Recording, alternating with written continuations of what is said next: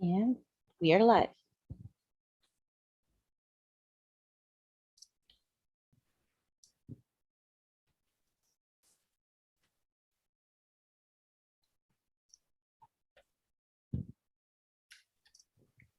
And we are live. Good morning once again, everyone. Good morning, good morning, good morning. I welcome you all to the 9th International Conference on Recent Challenges in Engineering and Technology, organized by Institute for Engineering Research and Publication. Good morning once again, everyone. Good morning, good morning, good morning. I welcome you all to the 9th International Conference on Recent Challenges in Engineering and Technology, organized by Institute for Engineering Research and Publication. Good morning once again, everyone. Good morning, good morning, good morning.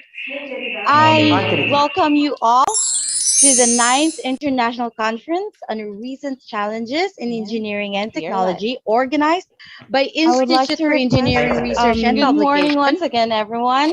Please mute your microphone. Good morning, good morning, good morning. I welcome you all to the 9th International Conference on Recent Challenges in Engineering and Technology, organized by Institute for Engineering Research and Publication. Good morning once again, everyone. Please mute your microphone. Thank you.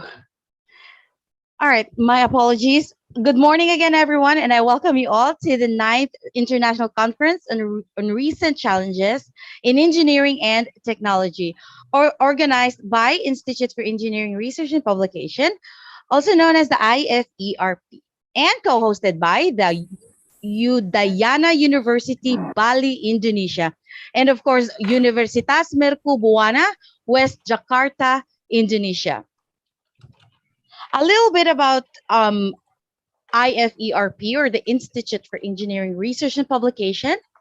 We are one of the world's largest non-profitable professional associations meant for research development and promotion in the field of engineering and technology. We are a platform to promote.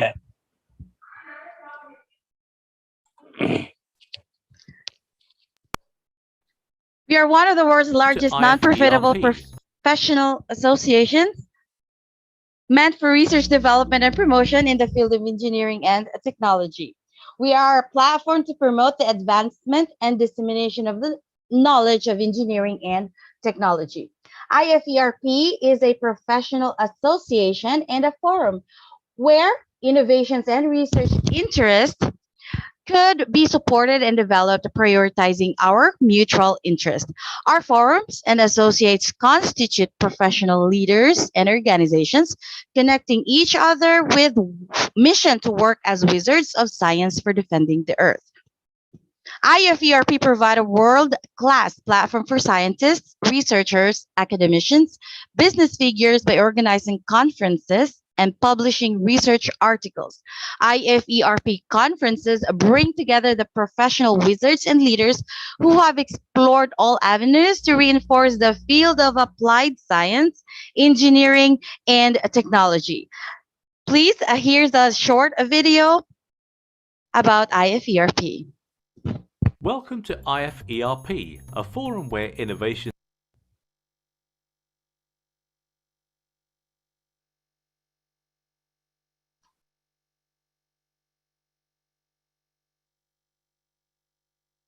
and research interest could be supported and developed, prioritizing our mutual interest.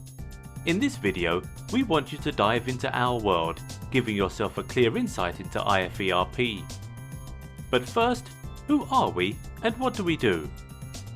Institute for Engineering Research and Publication, IFERP for short, is one of the world's largest non-profitable professional associations operating under the Techno-Elite Research and Development Association, TRADA, meant for research and development in the field of engineering, science and technology. We are one of the largest professional bodies for engineering professionals in India and across the globe, established in 2014. We extend to every part of the globe, with more than 28,000 professional members and 34,000 student members.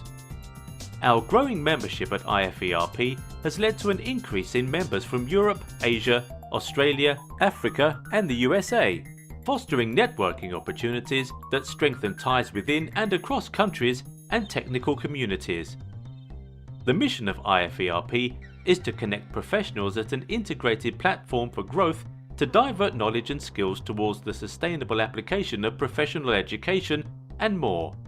And our vision of digitalizing innovation processes through our professional networking services and more has pushed us forward to our achievements today.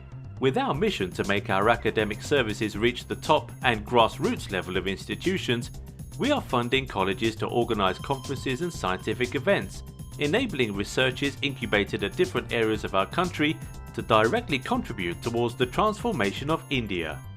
IFERP simply connects engineers, exchange global innovation, and acts as a bridge between researchers and academics by organizing international conferences, world conferences, faculty development programs, webinars, seminars, providing membership, and more. Some of our conferences include WCASET Malaysia, WCASET Jakarta, ICASETAM APU Malaysia, and many more. We've also organised scientific events in association with renowned universities done in the past, with over 28,593 journal publication services, creating opportunities to get your research paper published in high impact factor journals such as Scopus Indexed, Web of Science, Google Scholar Index journals, ESCI, UGC approved, L Compandax, ISI, Chimago Index journals, and many more. To make our operations smoother and more perfect, we have been supported by our associated organisation, Association of Cloud Technologists, Global Association of Nanotechnology, International Association for Big Data Analysts, International Association for IoT, International Wireless Network Association, and World Association for Structural Engineers. We have also worked alongside several clients and partners both nationally and internationally like University Malaysia Sabah, APU Malaysia, UNJ Jakarta, MC University Thailand, Ajman University Dubai, PUP Philippines, IIUM Malaysia, ISU Philippines, FCPC Philippines, WCC Philippines SRM University, Galgotia University, Amity University, and much more government and private organisations in different countries. At IFERP, we believe that there's always a better way to treat professionals, and that is what we do. If you would like to see more or go deeper on IFERP, you can visit our website at www.iferp.in.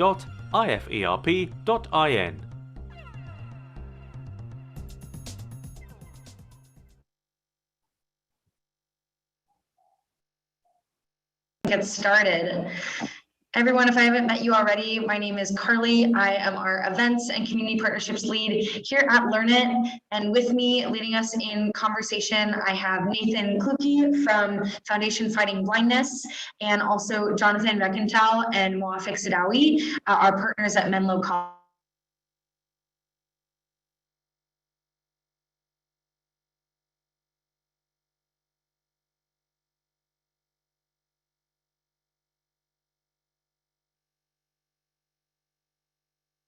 My apologies. All right. Leading us in discussion and to be partnering with Menlo College. If you're new. Thank you, team. All right. And Is a learning and development organization based out of San Francisco, but we also have a team that's nationwide and working remotely. And really our goal is to help you learn the skills to thrive in the workplace and the economy of today, and also stay relevant and prepared in top of mind skills as the world continues to change and we enter.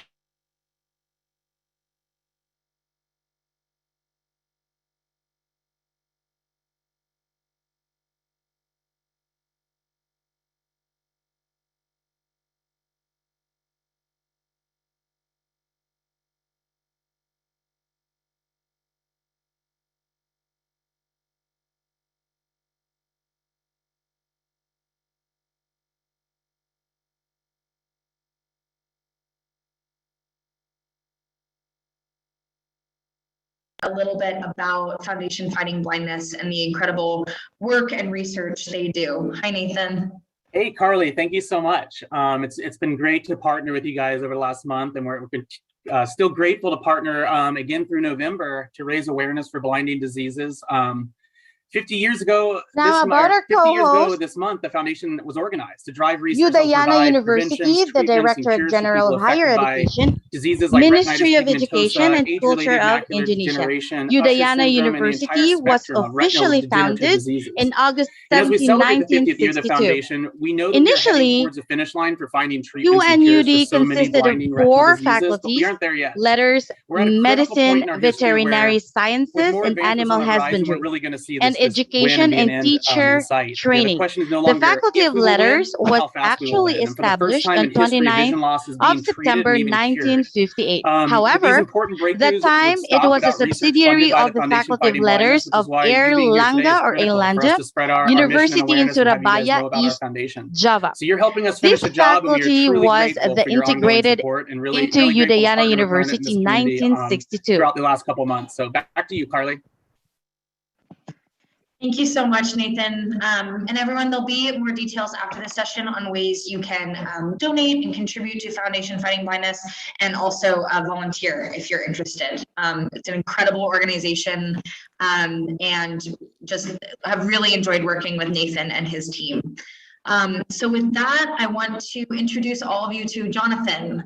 Jonathan is a best-selling author. He's a global speaker, and really a thought leader.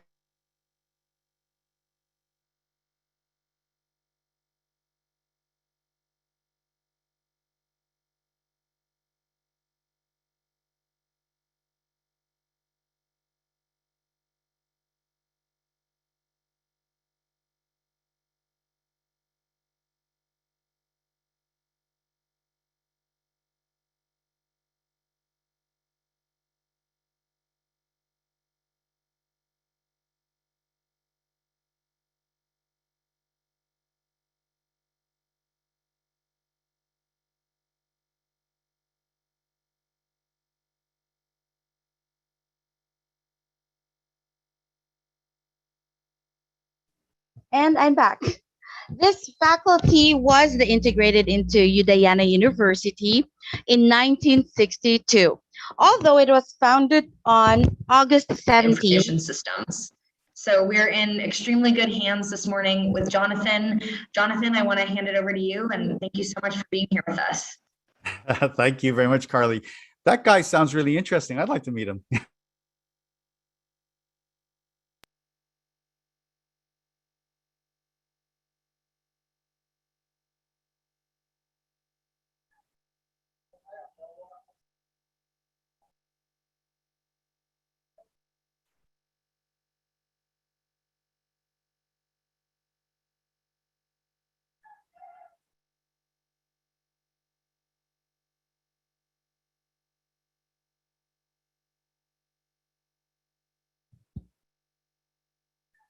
Although it was founded on August 17, the anniversary date of Udayana University is not August 17, but was chosen to be on September 29th to commemorate the date of establishment of the Faculty of Letters in 1958.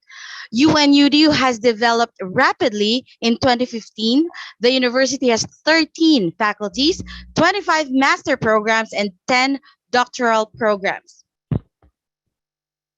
Udayana University today is listed as one of the 50 promising universities of Indonesia. Published by the Ministry of Education of Republic of Indonesia, out of nearly 2,500 higher education institutions around the country, the university has a strong position as one of the leading university, particularly in the Eastern Indonesian territory. Udayana University seeks to be a leading university that produces high potential graduates who become the best in their generation. It also aims to have graduates who develop further towards self-reliance and remain fully engaged with our local indigenous knowledge and practices. For our co-host, Universitas Mercu Buana Mercubuana University is a private university that organizes the Tridharna of higher education, namely education, research, and community service, founded in Jakarta in 1985, under the guidance of the Minara Bhakti Foundation.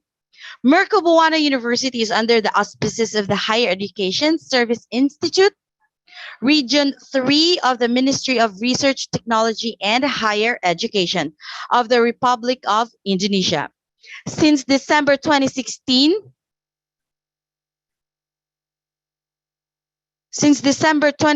Mercubuana University has obtained the accreditation of higher education institutions with an A or superior rating from the National Accreditation Board of Higher Education. Mercubuana University is currently in the process of obtaining international accreditation. Mercubuana University was founded on the basis of Pangkasila, the 1945 Constitution, and the three Dharma of higher education, with the aim of education to contribute to the intellectual life of development efforts in achieving the welfare of the Indonesian people. Mercubuana University organizes a study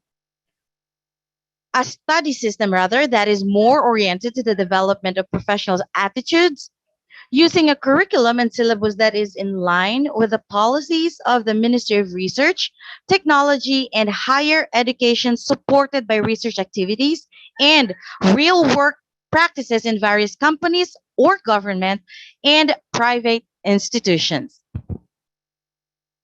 About the conference, one of the primary motives of this 9th International Conference on recent challenges in engineering and technology that is held here in Bali, Indonesia, this November 20th to 21st of 2021. This is to spur unique discoveries in terms of countering conventional challenges faced in everyday engineering activities and technologies. Technology is progressing at a very fast pace. Which country is weighing heavily on the Earth's bounty of natural resources and causing serious damage to environment? The price for this large scale and mass expansion on all forms of daily life is being paid for in the form of climate change. Today, this dangerous pollution levels and global environmental degradation endangers the very existence of life here in the planet. Now, I would like to welcome all our honorable dignitaries.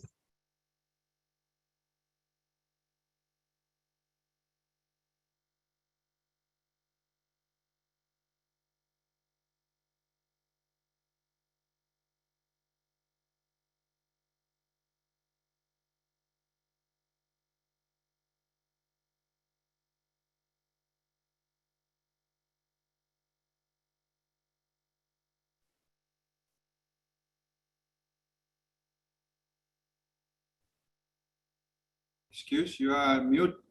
You are mute. Joseph, please unmute yourself. We are unable to hear you.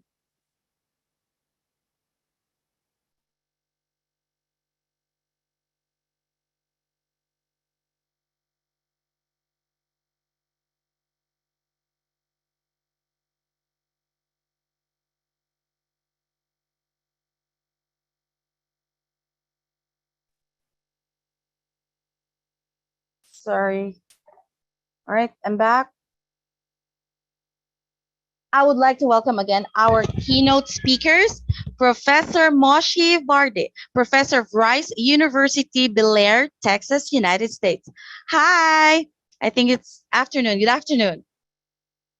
And Professor Marwan Al-Akaidi, Chair SPC, IEEE, UK, and Republic of Ireland. Hello, welcome. And Dr. Engineer Denny Shidke Kairudini, Senior Research Fellow Research Center for Physics, National Research and Innovation Agency, Puspiptek Serpong, South Tangerang, Banten, Indonesia. Professor Armade Sukrawa, Civil Engineering, Udayana University. I would like also to welcome our session chairs, Professor Dewa Gedi Ari Subagia, Mechanical Engineering Faculty of Engineering, Udayana University. Dr. Himani Mittal, Associate Professor, Department of Electronics and Communications Engineering, Raj Kumar, Goel Institute of Technology, Ghaziabad, India. Next, I would like to welcome our eminent keynote speakers.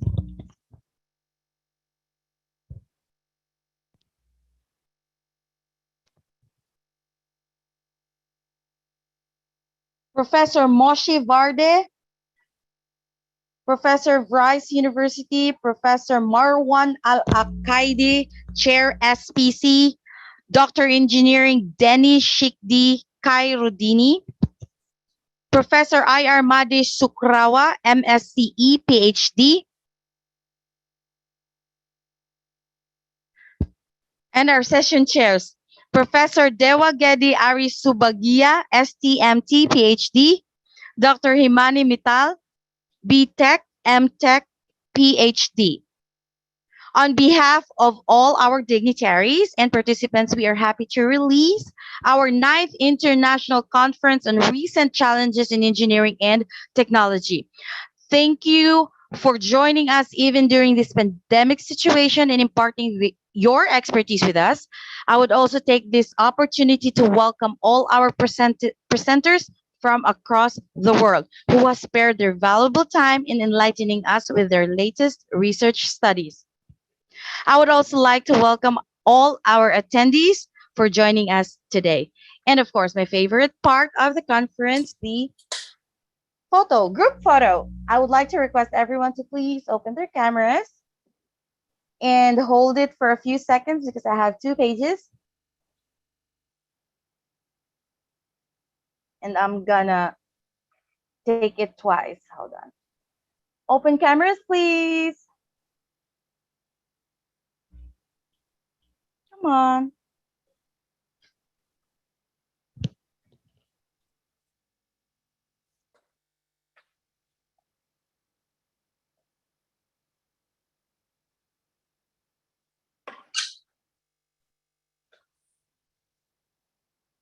All right, 1, 2. Say cheese. Hold it.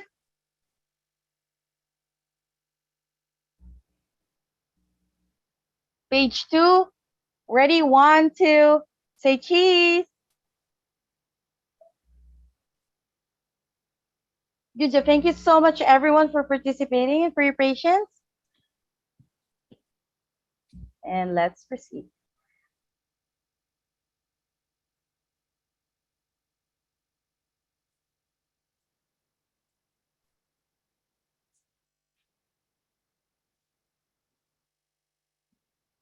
It's my pleasure to welcome all our special guests from all over the country, from different walk of life. You come here to share the knowledge and experience with research scholars, students, academic persons, and industrial experts. I would like to welcome Mr. Rudra Banu Satpathy, CEO Technorit Group, for delivering welcome speech. Sir.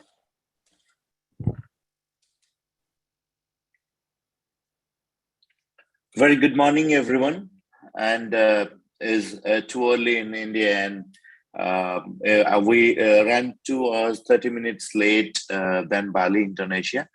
And it was a very great early morning, and it was really bright and with full of hopes and dreams when we came up with started this conference by streaming from Bali, hosting from Philippines, and organizing it from India. So it was a great pleasure to welcome everyone, all dignitaries, experts, thought-provoking speakers, the esteemed University of Udayana University, Bali, Indonesia, Universities Marco Buana, West Jakarta, Indonesia, to Institute for Engineering Research and Publication to combinedly organize this esteemed and epoch-making conference, International Conference on Research Challenges on Engineering and Technology. As the number shows, this is the 9th International Conference on Recent Challenges on Engineering and Technology, ICRCET, we have been hosting, and there was a record of successful 8 conferences in previous days. The conference title is all about the challenges we engineers face today and the challenges that time to time engineering disciplines and research opportunities and scopes have encountered.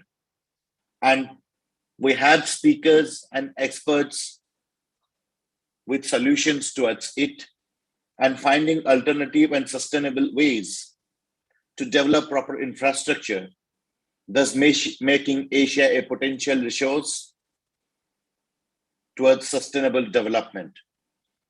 In this vision, we are rapidly collaborating with academic institutions all across Asia and industries and companies to bridge between academia and industries at a very rapid rate so that sustainable development could be achieved and we could come up with proper solution towards challenges in research.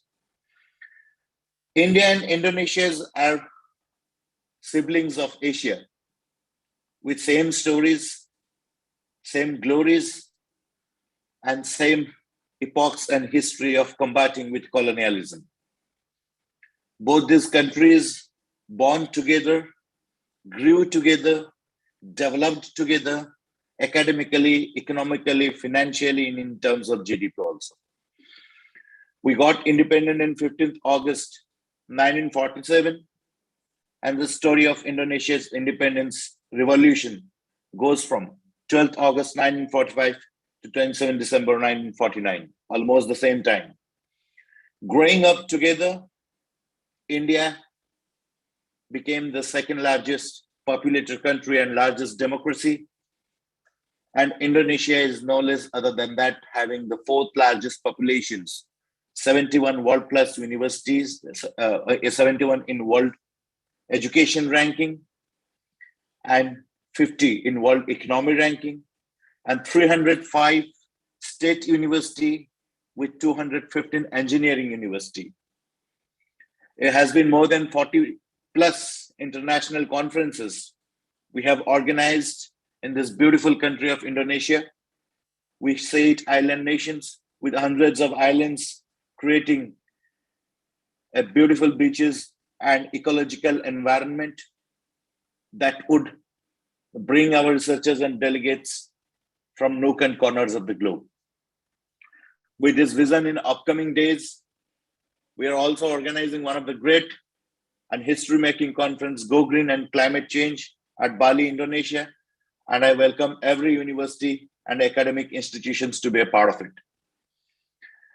More than that, with rapidly to understand the challenges faced in engineering discipline, we're rendering our support of proofreading and article enhancement and making researchers and academicians potential enough to contribute and produce academic articles and research works.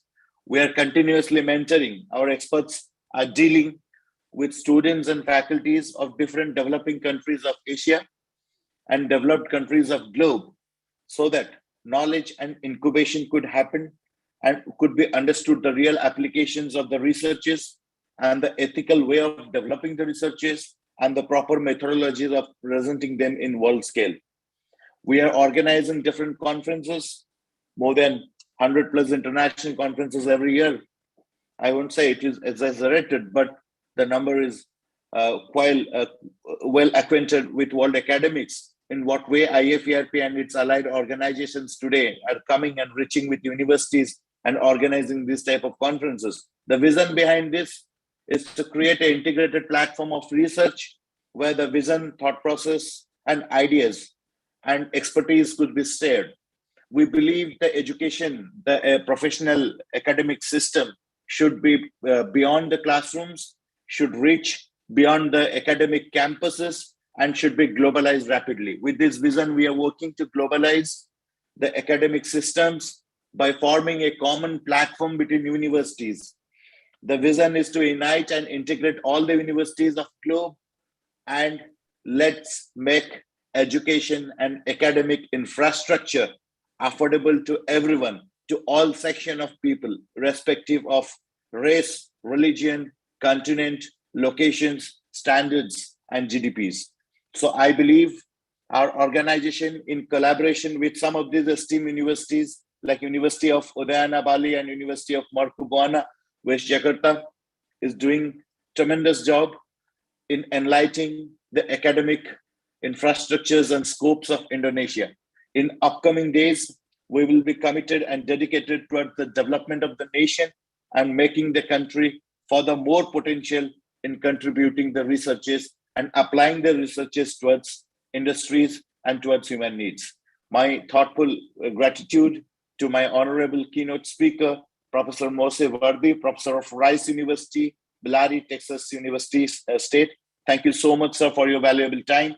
Professor Marwan Al-Akaidi, Chair, SPC, IEEE, UK, Republic of Ireland. Thank you so much, sir, for your valuable time once again.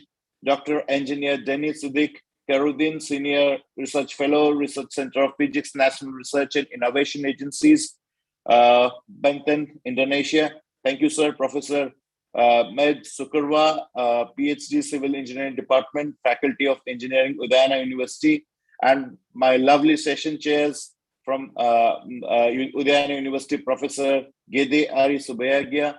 I hearty apologies if I mistake the pronunciations of name. And Dr. Himani Mittal, Department of Electronics and Communication Engineering, Rajkumar Goyal Institute of Technology. Thank you very much, all the organizing committee members, scientific committee members, session chairs, institutional ambassadors, national ambassadors, IFERP members, advisory committee councils, and my last but not least, my beloved and lovely employees and my colleagues of Team IFERP and Technology Group for your valuable support and taking this pain towards fulfilling the commitment of our organization to bring up an academic revolution in globe in upcoming days. Thank you very much. Wish you all the best. Hope this conference will be a fruitful event for every one of us. Wish you everyone a healthy and safe life. Thank you. Thank you, Mr. Rudra Banusatpati, sir, for the wonderful speech. Next, I would like to welcome our special guest, Dr. Nilu Watinyasi, MC PhD, Dean of Faculty of Mathematics and Natural Sciences, Udayana University, of addressing chief guest speech.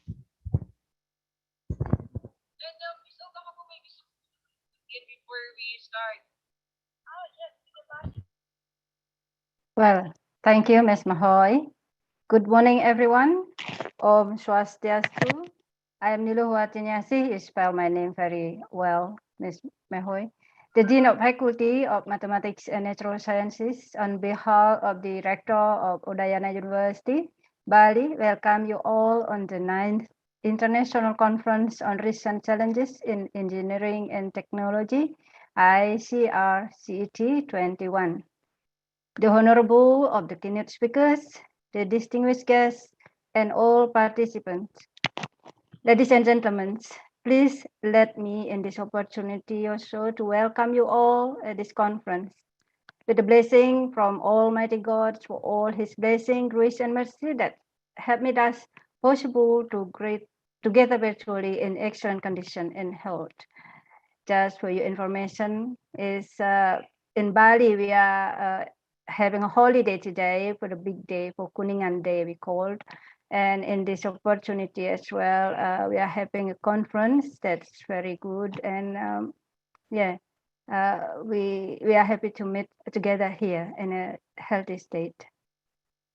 So it is an honor actually together with the Universitas Mercu Buana, Udayana University has been chosen to be a co-host of these prestigious conferences. At this condition, we are now act different way in order to limit the spread of the COVID-19 viruses. Therefore, actually, we are facing new challenges for it. Accordingly, we have to adjust and address the sustainability agenda to deliver improvement in efficiency and resource productivity.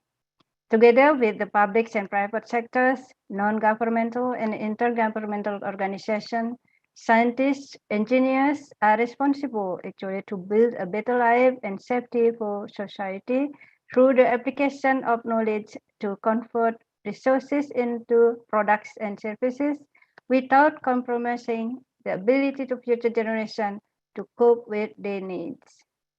Once the information, experience, and knowledge we share in this conference.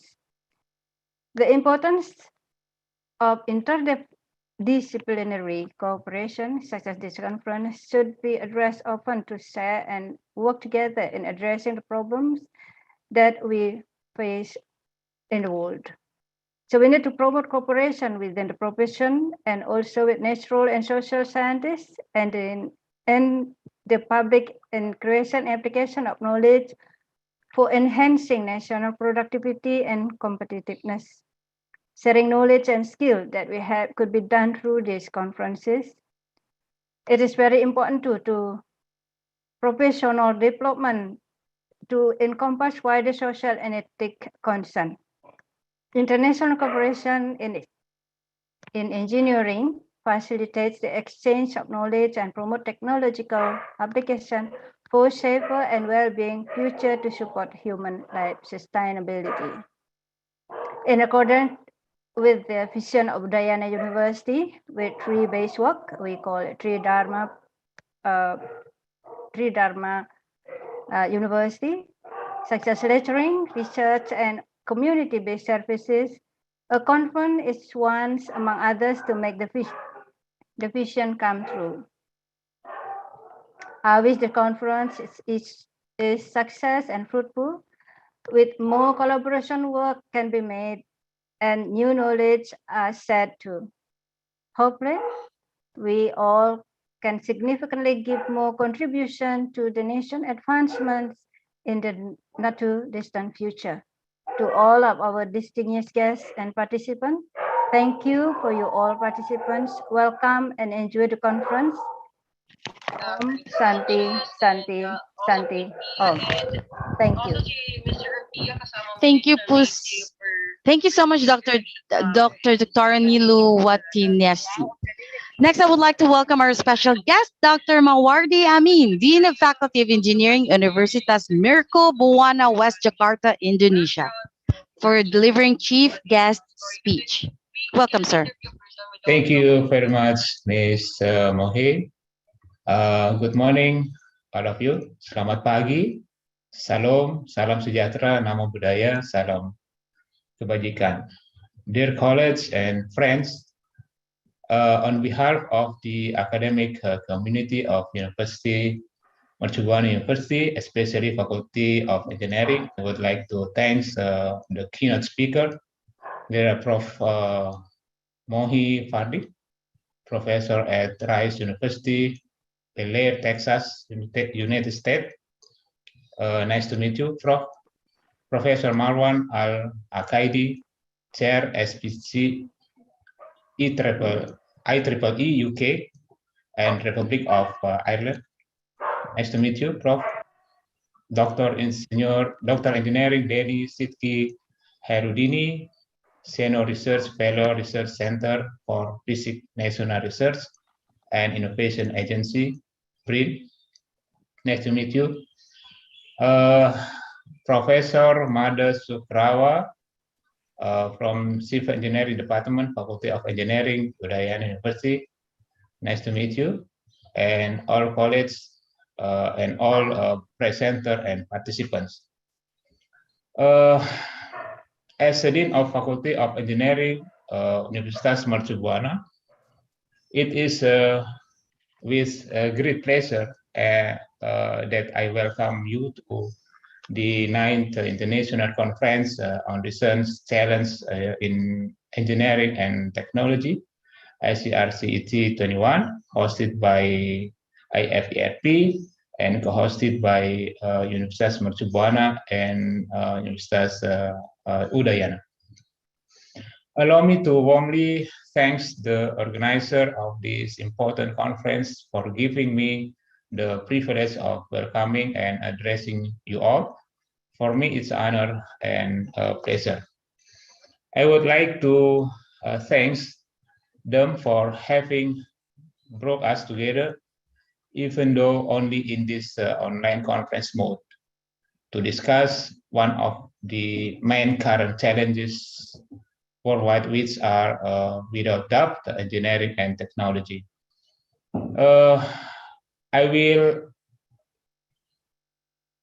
feature highly respected, internationally renewed speaker who will share, discuss, debate, and dissect significant new developments and scientific advancement that will impact the future of engineering and technology and related fields. This conference, highly respected internationally,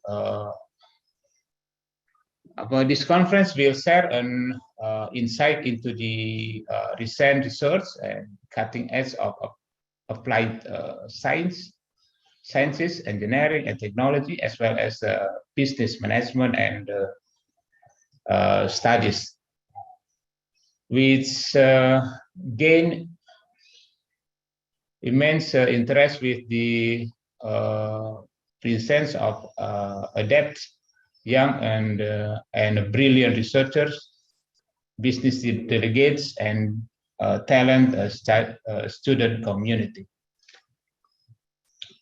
This meeting's goals is to bring together a multidisciplinary group of scientists and engineers from all over the world to present and exchange breakthrough the ideas relating to the engineering and technology. It promotes top-level research and to globalize the quality research in general, thus making discuss presentation more internationally competitive and focusing attention on the research outstanding achievement in the field of engineering and technology and future trends and needs. I congratulate you for your commitment and active participation, and wish you all the success. Thank you for attention. Thank you very much. Thank you so much, sir. I hope that today inspires ideas and discussions around the different field of research areas that we can make knowledge gain. Here we start our keynote session.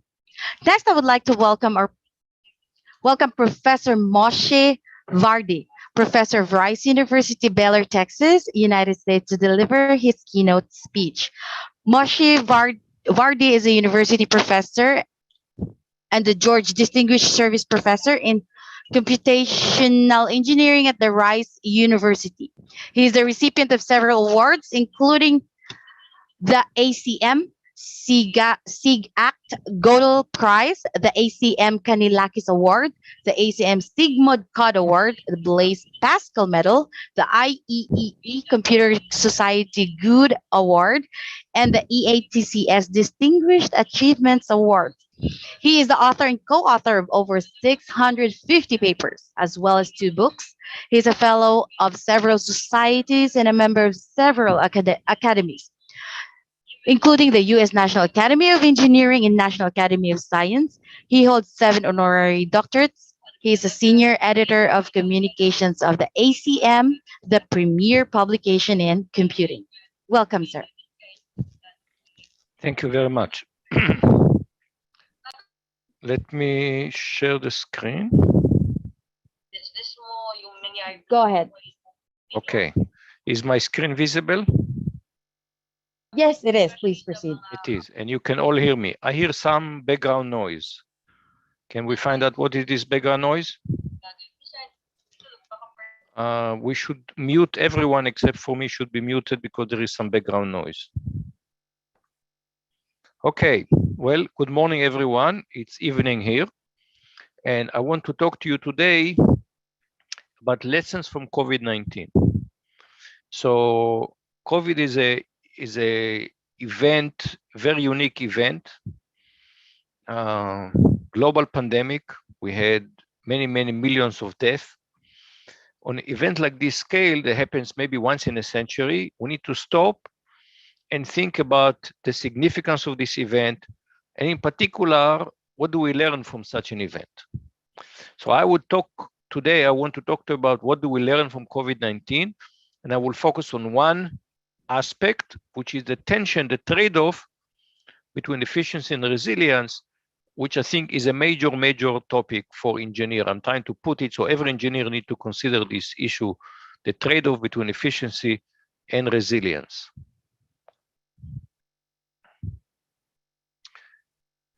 Now, the reality is COVID is not a single crisis. It's really, we have a confluence of several crises all folding on one on top of each other. Of course, the most fundamental crisis is the public health crisis. And this is still going on.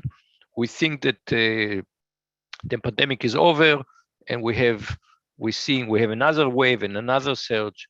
So the fundamental crisis here is a public health crisis. You know, we are looking at dashboard, how many cases, how many severe cases, how many recovered, and how many deaths. Okay, and by now we have more than 5 million deaths globally. Very traumatic event. But that's not the only crisis. The other crisis is an economic crisis. So here is a picture from November of 2020 in the Washington Post. And what you see here is this looks like a parking lot, but it's not a parking lot. You see people waiting in their car in a line for a food bank. So it turned out that in November of 2020, over 25 million Americans did not have enough food. So people lost their job. They still have a car, but they don't have enough money to buy food. So they line up and they wait for hours in incredibly long lines to get food to put on the table. So this is the economic crisis, but that's not the only crisis. We had the Black Lives Movement. We have historical tensions in American society, and this became known as a Black Lives Movement, and that caused a lot of demonstrations. And what we see here is a fight between the police on one hand and people on the other hand. You can describe it as a social crisis. So we have the public health crisis, we have economic crisis, we have a social crisis, and finally, this is a picture from January of 2021, where you see here a mob storming the US capitals, and I would consider this a political crisis. So we have several crises: public health, economics, social crisis, political crisis. And one fundamental question one should ask when we are facing such a deep crisis is, why were we not ready? Is the fact that the pandemic can happen why didn't we get ready? There was nobody thought that the pandemic would happen. So some people say, well, it was a black swan. You cannot prepare for any possible disaster. But the reality is that many people warned about the possibility of such a pandemic. Here you see the cover page of a testimony before the US Senate of Michael O. Levitt, who was in 2006. This was during the George W. Bush administration. He was the Secretary of the Department of Health and Human Services. And he gave a testimony in front of US Senate called Preparing for the Pandemic Flu. So people have warned about the possibility of such a pandemic happening. This was not unexpected event. So why were we not ready? To explain this, I want to go back to the very early days of the pandemic, March of 2020, which was when we finally grasped that we were in the middle of a global pandemic. And then people start talking about we need to flatten the curve. Pandemic very often proceed in a wave that goes up and down. The number of cases goes up, and then people start behaving more carefully, and most people got infected, so there are fewer cases. So we see waves of pandemic, and the wave can be very steep. And some people argue that we need to take extreme measure to flatten the curve. It has to be flatter. And the question is, why do we need to be flatter? What was the argument? Why do we need to take effort to be flatter? Turns out it was not to reduce the number of cases. They says, well, there will be many 100,000 infections. That's what we thought at the time. Now we know there are many millions of infections. But the problem is when they all happen at the same time, hospital cannot cope with it. So we wanted to flatten the curve to reduce the load on hospital. And we have to remember what it looked like in some places in the world in April 2020, in Italy, in New York City. Here is a headline from April 2020 of a publication called Market Watch. Nurses are wearing garbage bag as they battle coronavirus. It's like something out of the Twilight Zone. Why was that? Because nurses are supposed to wear what's called PPE, personal protective equipment, and there wasn't enough of it. So nurses have to improvise and put garbage bag just to protect themselves. We were not ready. Hospitals were not ready. And the fact that we're not ready inspired an economist, William Galston, to publish a column in the Wall Street Journal in March of 2020. And the headline, the title of the column was "Efficiency is not the only economic virtue." And he asked the question, what if the relentless pursuit of efficiency, which has dominated American business thinking for decades, has made the global economic system more vulnerable to shocks? And he pointed out this tension between efficiency and resilience. Resilience is, dictionary definition, ability to recover readily from illness, depression, adversity, or the like. And Galston explained, efficiency comes through the optimal adaptation to an existing environment, while resilience requires the capacity to adapt to disruptive changes in the environment. So there is a tension between optimally adapt to the current environment or retaining the capacity to adapt to changes in the environment. And a couple of months later, Thomas Friedman published a column in the New York Times with a similar idea. That the headline was "How We Broke the World," and the subtitle was "Greed and Globalization Set Us Up for Disaster." And he wrote, over the past 20 years, we have been steadily removing man-made and natural buffers, redundancy, regulation, and norms that provide resilience and protection when big systems, be they ecological, geopolitical, or financial, get stressed. And he added, we've been recklessly removing this buffer out of an obsession with short-term efficiency. Again, we focus on efficiency and we sacrifice resilience.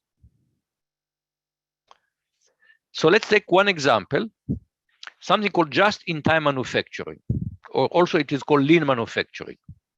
So this idea that goes back to the 1980s. And the observation was that if you have a business and they have a warehouse with components and spare parts, it's actually very expensive. Why? Because you have to build the warehouse and you have to maintain the warehouse. And the parts are just sitting there idly. You're buying the parts, it's money invested, but while the parts are sitting, the components are sitting in the warehouse, it's not productive. It's not productive at all. So the idea came from the business community. Let's reduce inventory costs by reducing inventory. In fact, maybe we can have zero inventory. The part should arrive just in time for the manufacturing line. Dell Computer became famous for not being a technical innovator, but being a logistics innovator by doing very, very lean manufacturing. The problem with this kind of with just-in-time manufacturing, it is very efficient, but it assumes that logistics are perfect. What happens if suddenly something breaks down in logistics? For example, suppose that a big ship gets stuck in the Suez Canal. Everything gets delayed, and suddenly you don't have spare parts. So you have to shut down the factory because you don't have enough components to produce things. So just-in-time manufacturing is very efficient, but it's efficiency at the expense of resilience. And indeed, again, you may remember what happened in 2020, for example, United States. We didn't have enough toilet paper. Here you see a big store, and this is the section of paper product like paper towels and toilet paper and napkins. And you see the shelves are empty. There were just not enough products. And there was an article in August of 2020 in the Wall Street Journal, and they asked, why are there still not enough paper towels? And they said, blame lean manufacturing. A decades-long effort to eke out more profit by keeping inventory low left many manufacturers unprepared when COVID-19 struck. And production is unlikely to ramp up significantly anytime soon. We still have many things you cannot obtain, because the whole logistical system in the whole world is being jammed up as a result of COVID-19. And this is not just in factory, this is not just toilet paper, this is even in hospital. Again, the Wall Street Journal in September of 2020. Why did COVID overwhelm hospitals? A years-long drive for efficiency. And they wrote, health systems have kept tight rein on employee numbers and expanded outpatient care, helping their finances, but making them less prepared for a medical crisis. Because of efficiency, they sacrificed resilience. And the worst is what happened in a nursing home. It is estimated that about a third of all American fatalities from COVID were deaths in nursing homes. And why were nursing homes not ready? The same thing. Cost cutting at American nursing home made COVID-19 much worse. Again, they focus on efficiency, and the result was we had colossal death tolls in long-term care facilities in the United States. Now let's look at how nature handles resilience versus efficiency. This is a communication of the ACM. It's a premier publication in computing. And in 2016, it published an article, Sex as an Algorithm. This was a serious article. What it did, it looked at the theory of evolution under the lens of computation. So they tried to understand evolution from a computational perspective.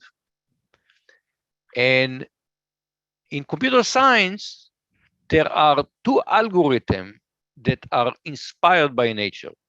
One is called simulated annealing, which is essentially you do a local search via a sequence of mutation, only mutations. Genetic algorithms, in contrast, are mimic sexual reproduction. So there are mutation, but also crossbreeding of chromosomes. Now, the experience in computer science has been the simulated annealing that only does mutation is a better algorithm. So the question that Livnat and Papadimitriou asked in that article was, why has nature chosen sexual reproduction as almost the exclusive reproduction mechanism in animals? Bacteria, it's different, but animals, there are some exceptions, but by and large, the dominant mode of reproduction is sexual reproduction. Why aren't we all behaving like bacteria and just do mutation, which is proven to be more efficient? And Livnat and Papadimitriou give an answer. And the answer is that sex over other advantages other than just efficiency. What is the main advantage of sexual reproduction? By crossbreeding chromosomes, we get greater genetic diversity of the species. So the species is less adaptable to the environment. It's not optimally adaptable to the environment. On the other hand, because there are more genetic diversity, if there is a change in the environment, the species, not individual, the species is more resilient because some individuals are better adapted than others, and they will survive, and the species will survive. So nature sacrifices efficiency for the sake of resilience. This is very important. So nature says, I will intentionally sacrifice efficiency because I need the species to be more resilient. Now, both efficiency and resilience can be viewed as a form of optimization. except efficiency focuses on short-term optimization. I want to save money now. And resilience is about long-term optimization. Why does nature prefer long-term to short-term? The answer is very simple. Survival. Over billions of years, which species survive, the efficient or the resilient? The answer is the resilient species survive. The dinosaurs were very efficient. You see, this is Tyrannosaurus Rex, T-Rex, very efficient hunter, but it was not resilience. When the climate changed because of a meteor hitting the Earth, the whole world got colder, and the dinosaur did not survive. Darwin wrote, it's not the strongest of the species that survives, not the most intelligent. It's the one that is most adaptable to change. So nature says resilience is more important than efficiency. Why? Survival. Now, I'm a computer scientist. Let's look at computer science. And this is a book that is considered one of the most fundamental books in computer science. It's called The Art of Computing Programming. There are several volumes. The author, Don Knuth, a professor at Stanford, started writing these books in the 1960s. And he's now in his late 80s, and he's still working on these books. And if you look at the books, they're all about analysis of algorithm. And here is the Wikipedia definition of analysis of algorithm: the process of finding the computational complexity of algorithm, the amount of time, storage, or other resources needed to execute them. So these several volumes of books, they're all about efficiency, not about resilience. So in algorithms, we focus mostly on efficiency. Interesting, not on resilience. And I'll see that this is, I'll show you later, this is the consequences. So what is the consequence? So one of the largest corporations now in the world, one successful internet company is Google. Google invented an algorithm to rank the result of a web search. Their previous, Google was not defined to have a search engine. Their previous search engine before Google came in the early 90s, search engine became popular. But the order of the result, the ranking of the results were very bad. So you do a search, and you have to go to screen 1, screen 2, several screens before you find something useful. Okay, I'm not the only one called Moshe Vardi. So you can do a search for Moshe Vardi and find all kind of searches. But today you put Moshe Vardi, most likely you'll find my homepage. So Larry Page came up with an algorithm called PageRank. And the idea was brilliant. He said, the web is a network. One node points to another node. How can we tell that a node on the web is very important? Because many other nodes point to it. So a node that many other points point to it is an important node. If many important nodes point to a node, then it's a very important node. If many very important nodes point to a node, then it's a very, very important node, and so on and so forth. And that's how you end up identifying the most important nodes of the internet, and that's how you end up ranking your search result. So if you remember, Google has even, I got lucky. You get only one, and there is a good chance that the one thing that you'll get from Google search will be the right search, the right thing that you're looking for. The problem is people very often discover that you can game the Google search engine. Suppose I want to start an Indonesian restaurant in Houston, but I need to make sure that people will find it if you look for Indonesian food. Why would Google show them my restaurant? So the answer is, all I have to do is create many fake websites and have them all point to each other, and then they should also point to my restaurant. And this way, the website of my restaurant will float up in the Google search. So a whole industry arose out of it called search engine optimization. If you start something new, you want people to find it, you have to somehow manipulate the search engine so they will show you result. In other words, PageRank is not resilient. It is sensitive to such attempt to manipulate the result of the search engine. And indeed, today, the patent has expired, and Google is using, we don't know what Google is using to rank search result. In fact, what they do is they keep it as a secret, because as soon as if they publish it, immediately people again will try to game it. So today we don't know what is the algorithm that Google is using. It's a much more complex algorithm. PageRank was good for a few years, but then it is not a resilient algorithm. So this is an example. It's efficient algorithm, not a resilient algorithm. And again, this efficiency versus resilient is not only about the results of a web search, but it has catastrophic results. So you may remember in 2020, we had also these horrible crashes, the Boeing 737 MAX. There are two very fatal crashes. What happened?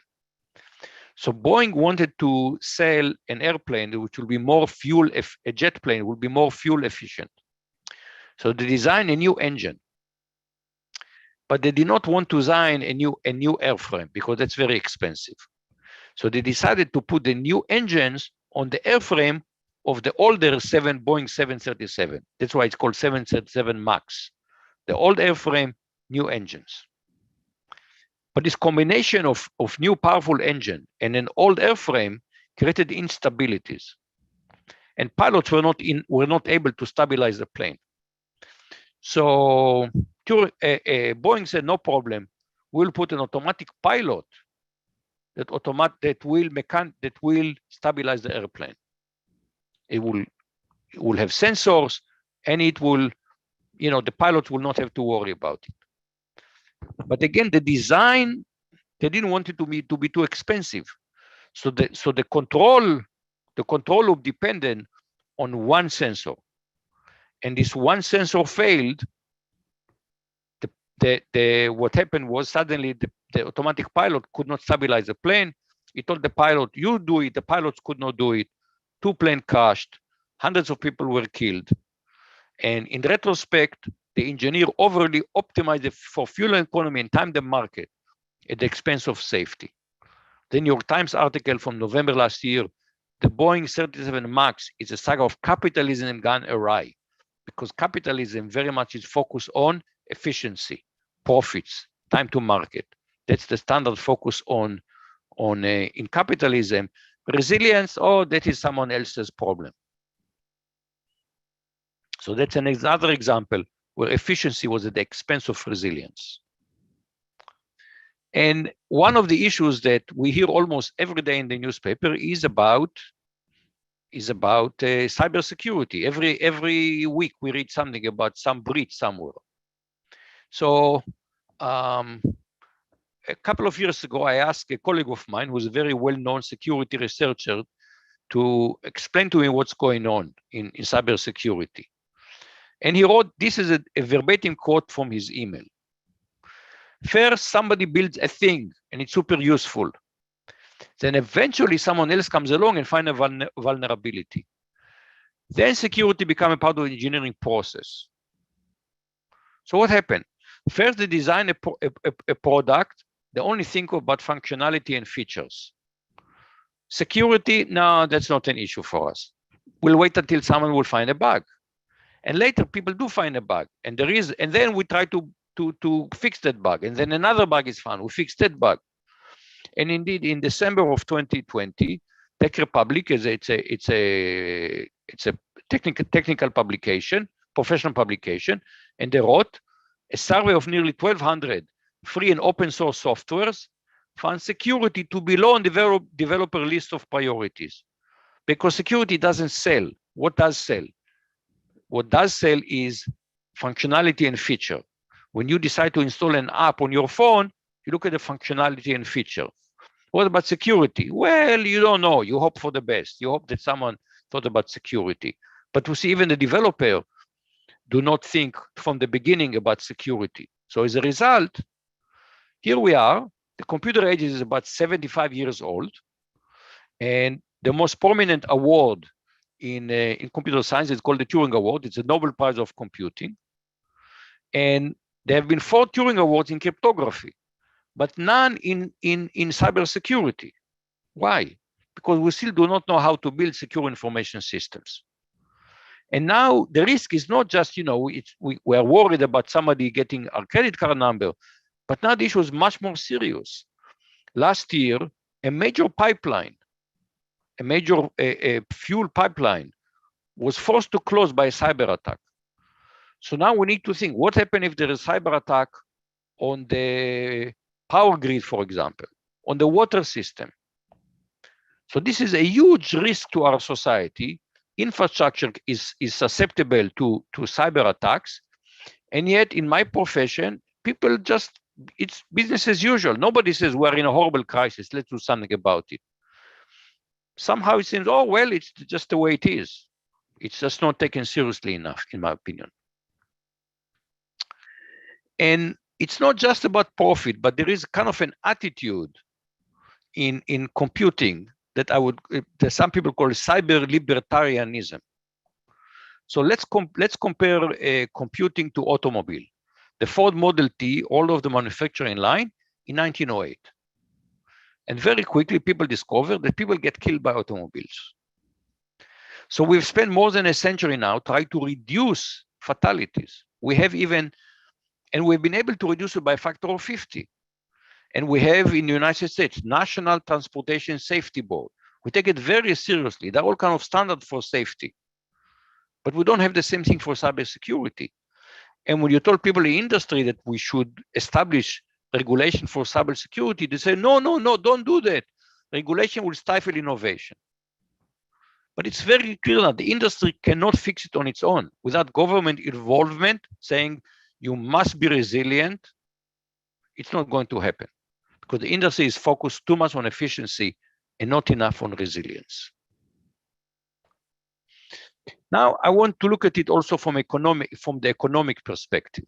What is economic efficiency?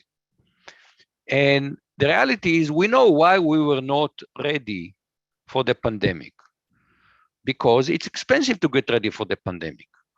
So the relentless pursuit of efficiency prevented us from investing in getting ready for a pandemic, in spite of many warnings over the past several years.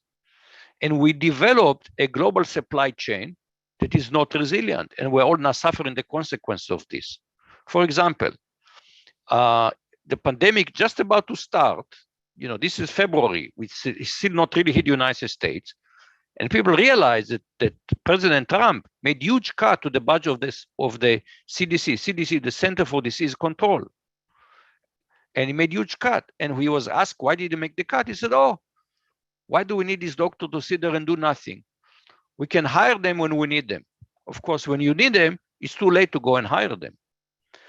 It's hard to believe, but in 2019, the Trump administration shut down the CDC's Vaccine Safety Office. They say, why do we need it? It costs money. And now, of course, the vaccine is the only way we still think we can slow down and somehow get control of the pandemic. So let's do a little bit of economic theory. What is economic efficiency? So the formal definition of economic efficiency is, and you can go, there is a website called Investopedia, not Wikipedia, Investopedia. And this is where I took this definition. Economic efficiency means that goods and factor of productions are distributed or allocated to their most valuable uses and waste is minimized. So that's efficiency. If you want something, you get what you want. If I want to sell something, I'll sell it for the right price. And furthermore, free market advocates, people who believe in free markets, would tell you that everybody should optimize for themselves. They call it individual self-interest and freedom of production as well as consumption. Economic efficiency is achieved and the best interests of society as a whole are fulfilled. So if we just let the free market do its thing, we will get efficiency and we will get social optimality. But I want to question this. Does efficiency guarantee optimality? We saw that outside of economics, there is a tension between efficiency and resilience. So let's now look inside economics. So if you go and you study macroeconomics, it's one of the first course that economics students take, you are going to meet the first welfare theorem. and the first welfare theorem said that under certain technical assumption, a free market will tend to a competitive Pareto optimal equilibrium. So the equilibrium Pareto optimal means that I cannot improve my situation without hurting someone else. So the way to read this free first welfare theorem is that free markets produce economic efficiency. Okay, that's what essentially the theorem says. It doesn't say anything about the best interests of society. So this is the question: does such an equilibrium, does it serve the best interests of society? And again, we'll go on again. I'll meet our friend Papa Dimitriou, this time together with Kotsopias. And in 1999, they said, wait a minute, there's not only one equilibrium, there are many equilibria. Let's focus here on Nash equilibria, particular type of equilibrium. So they said, let's look at the worst possible Nash equilibrium and compare it to the social optimum. Because if the market just go to some equilibrium, it may end up in the worst equilibrium. We don't know it will end up in the best equilibrium. So what is the ratio between them? And they call it the price of anarchy. Free market, nobody is guiding the market into what equilibrium it will converge to. So it may end up in a worst possible equilibrium. And the show is that the price of anarchy, the ratio between the best and the worst equilibrium, can be very high depending on the complexity of the system. So while the first welfare theorem tells us the market will reach equilibrium, and this is efficiency, it says absolutely nothing about really the belief that free markets serve the best interests of society. It's not justified by the theory. It is a belief, but it's not science. Anybody who tell you this is science is simply misleading you. But it's even worse than that. In a Papa Dimitriou with Daskalakis and Goldberg a few years later asked, how long does it take to reach equilibrium? Now remember, nobody's steering the system. The way the system reaches equilibrium is I decide to raise prices, you decide to buy less, the farmer decide to produce less, a sequence of local steps. How long can such a sequence be before we reach equilibrium? And the answer is it can be it can take a very, very long time. So markets do converge, but it may take a very long time for them to converge. As a result, they're probably not going to converge, because if it takes a very long time, then something will happen. There may be a drought. There may be other disruption. Things will change over a long time. Variable will change. Prices, supply, demand, things will change. So the reality, the market is never in equilibrium. Only artificial markets are in equilibrium. The real market takes too long to reach an equilibrium. Things change. The market is always moving.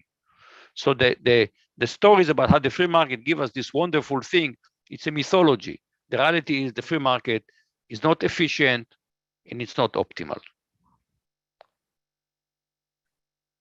Now, let's go back a little bit and look at COVID.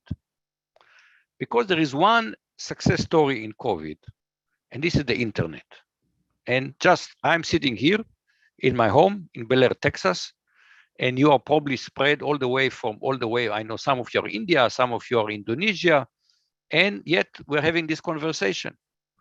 So the internet saved us, because I was able a year and a half ago to go home and start working from home, shopping from home, teaching from home. My students very often sit at home learning from home. I've even seen doctors from home. How did the internet, and remember, if you start using Zoom, before March 2020, nobody knew about Zoom. Suddenly there's a huge demand for Zoom. How did Zoom survive?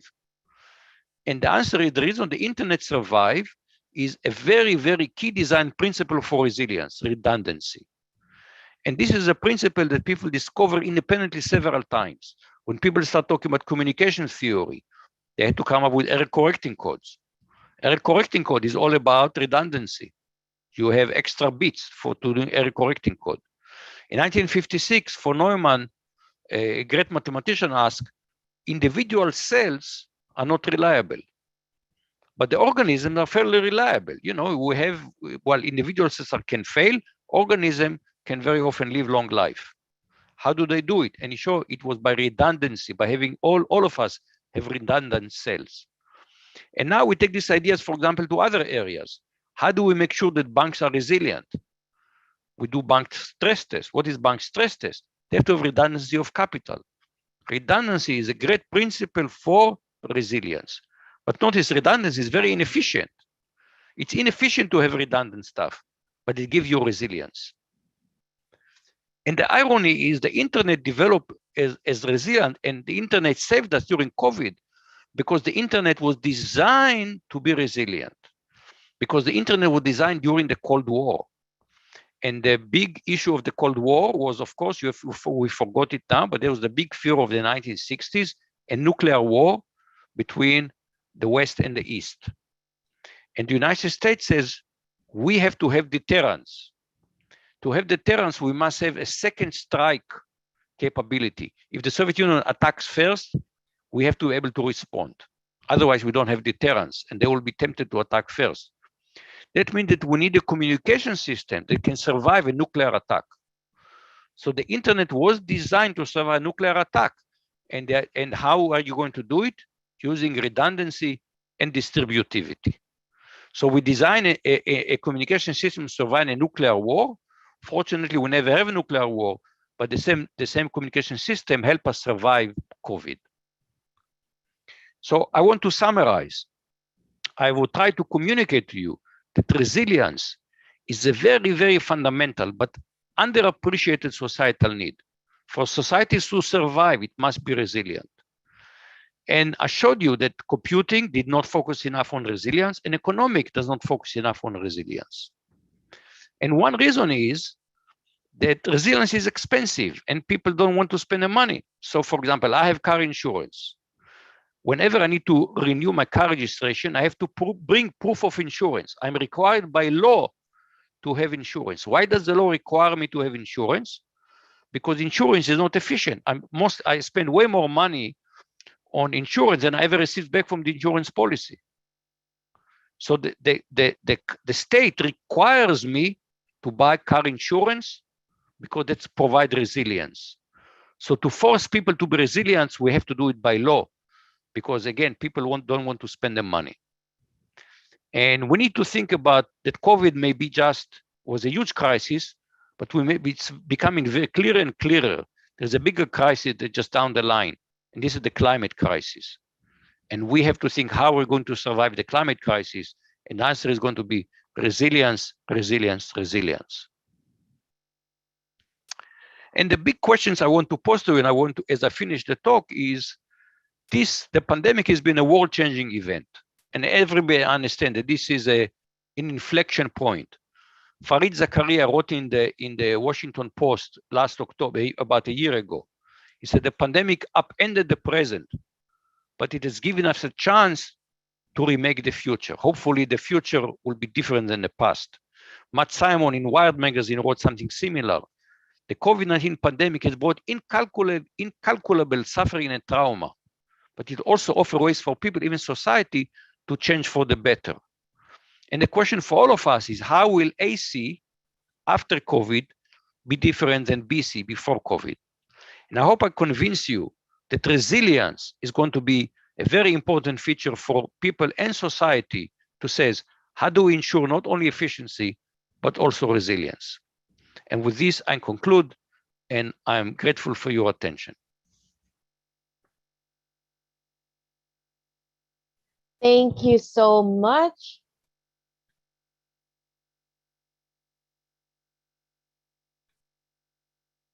And I'm happy to take a question if there are any questions. Yeah, anyone would like to ask a question?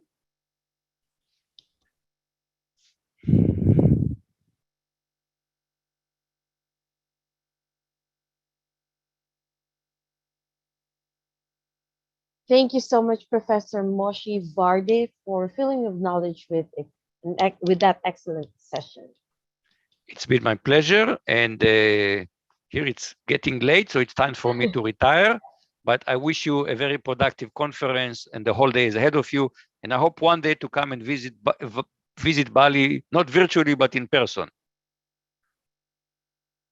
In God's will, in God's will. Thanks so much. Good evening, Prof. Next, I would like to welcome Dr. Engineer Denny Shikdi Kairuddini, Senior Research Fellow, Research Center for Physics. National Research and Innovation Agency, BRIN, Puspiptek Serpong, South Tangerang, Banten, Indonesia. To deliver the keynote speech, a little bit about Dr. Denny. He is a senior research scientist at Research Center for Physics, Institute of Engineering Sciences, National Research and Innovation Agency, Indonesia. He also been a faculty member at the Department of Mechanical Engineering, Universitas Mercubuana since 2017 up to present. He received his doctor in engineering in energy conversion engineering, specifically in solid oxide fuel cells from Hirosaki University, Japan in 2016. He received various awards, including the 2015 Doctorate Student Research Excellence Award from the President of Hirosaki University. Dr. Denny has 14 patents, 1 licensed commercialized patent, 1 trademark, 1 industrial design, and has published over 70 scientific papers with an H index of 10 with more than 300 citations. Again, let us welcome Dr. Engineer Denny Shikdi Kairudini. Thank you, Ms. Mehoy. Can you hear my voice? Yes. Okay. Let me share the screen. Yes, please. Yep, I can see your screen. Okay. Okay, thank you for the time. Thank you, everyone. Good morning and maybe good evening for Prof. Vardi. It's very great speech before. If Prof. Vardi, before his speech about the big crisis of the COVID-19, so in this time, let me share about another big crisis, big issue about the climate change. But in the view of the technology, so in this session, I would like to share about the role of hydrogen and fuel cells in the global energy system. I think this also need we address to all of us because just recently in COP26, all the president, all the leader, the world just have a meeting about this the crisis about the climate change. Okay. I just to remind you that the increasing of the fossil fuels or our activity, transportation, industry, and anything emit as we know as greenhouse gases, mainly from they emit the CO2, sulfur oxide, nitrogen oxide, and etc. These 3 main will affect into our atmosphere and then affect into the mainly affect into the climate change. This is in my hometown in Cilegon, Banten area. There is an industry, still a big industry. This one, a joint venture between the national industrial of steel, Krakatau Steel, and POSCO is from Korea, South Korea, and name is Krakatau POSCO.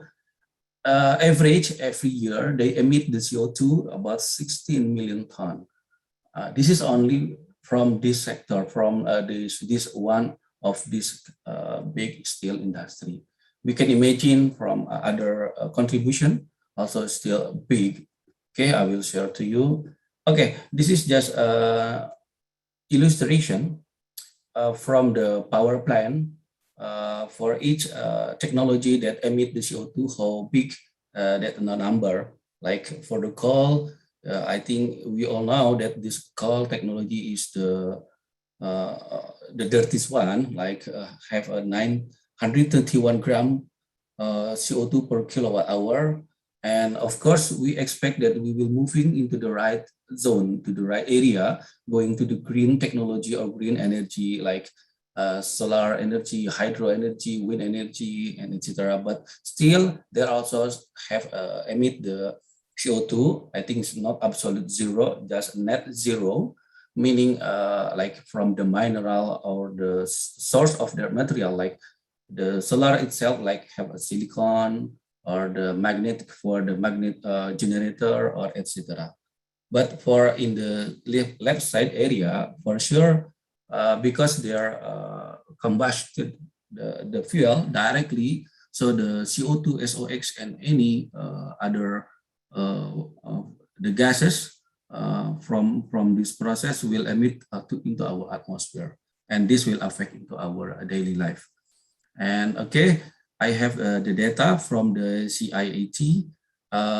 Yeah, Indonesia have included top 5 in order to emit this greenhouse gases. But this data I taken from 2014. I think it's still relevant until now.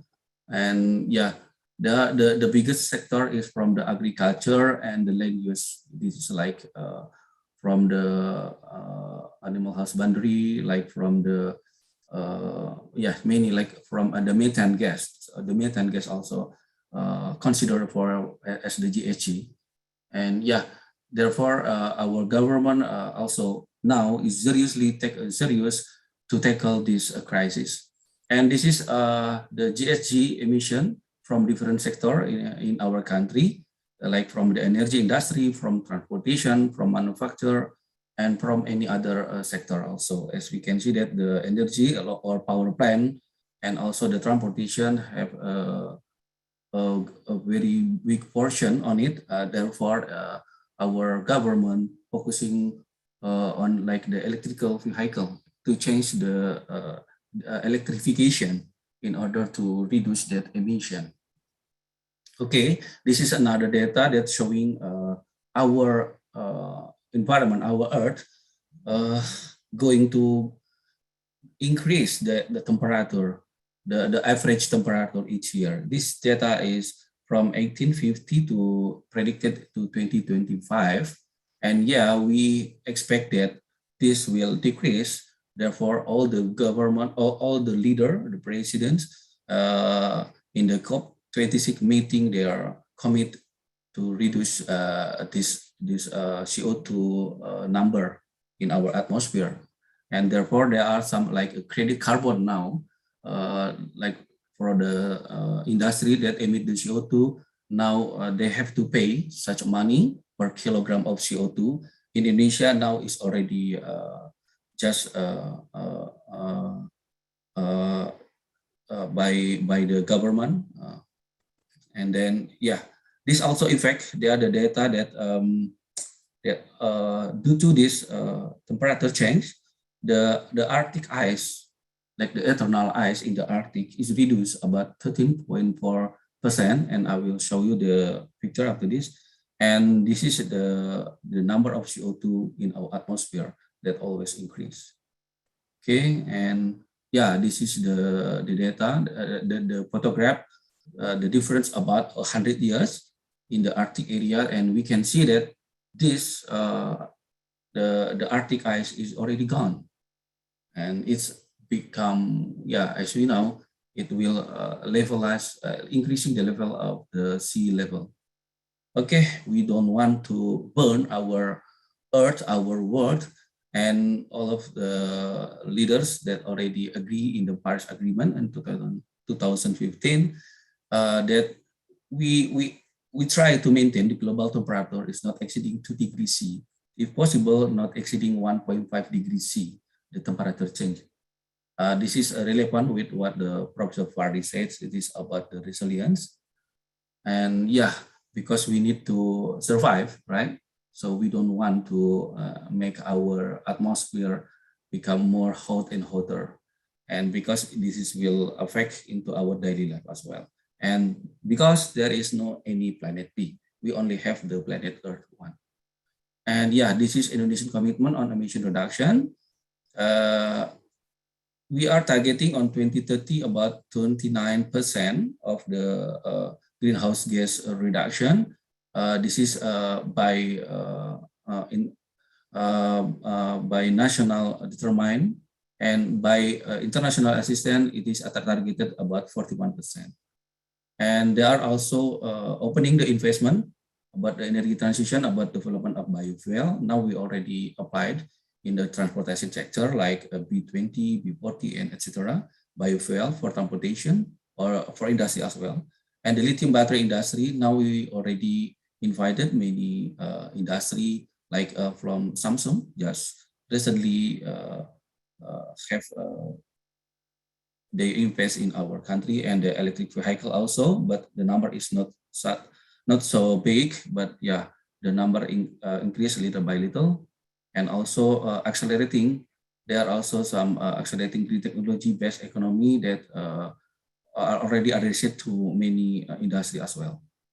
And this is the data, the achievement of the mitigation action like the renewable energy, energy conservation, clean tech power plant, fuel switching, like co-firing, like the power plant, in order to reduce the usability of the coal. We also co-firing with the biomass and many other technique or method also in order to mitigate the CO2. And this is also the reclamation of the post mining, because this is also contribute into the like GHG gases.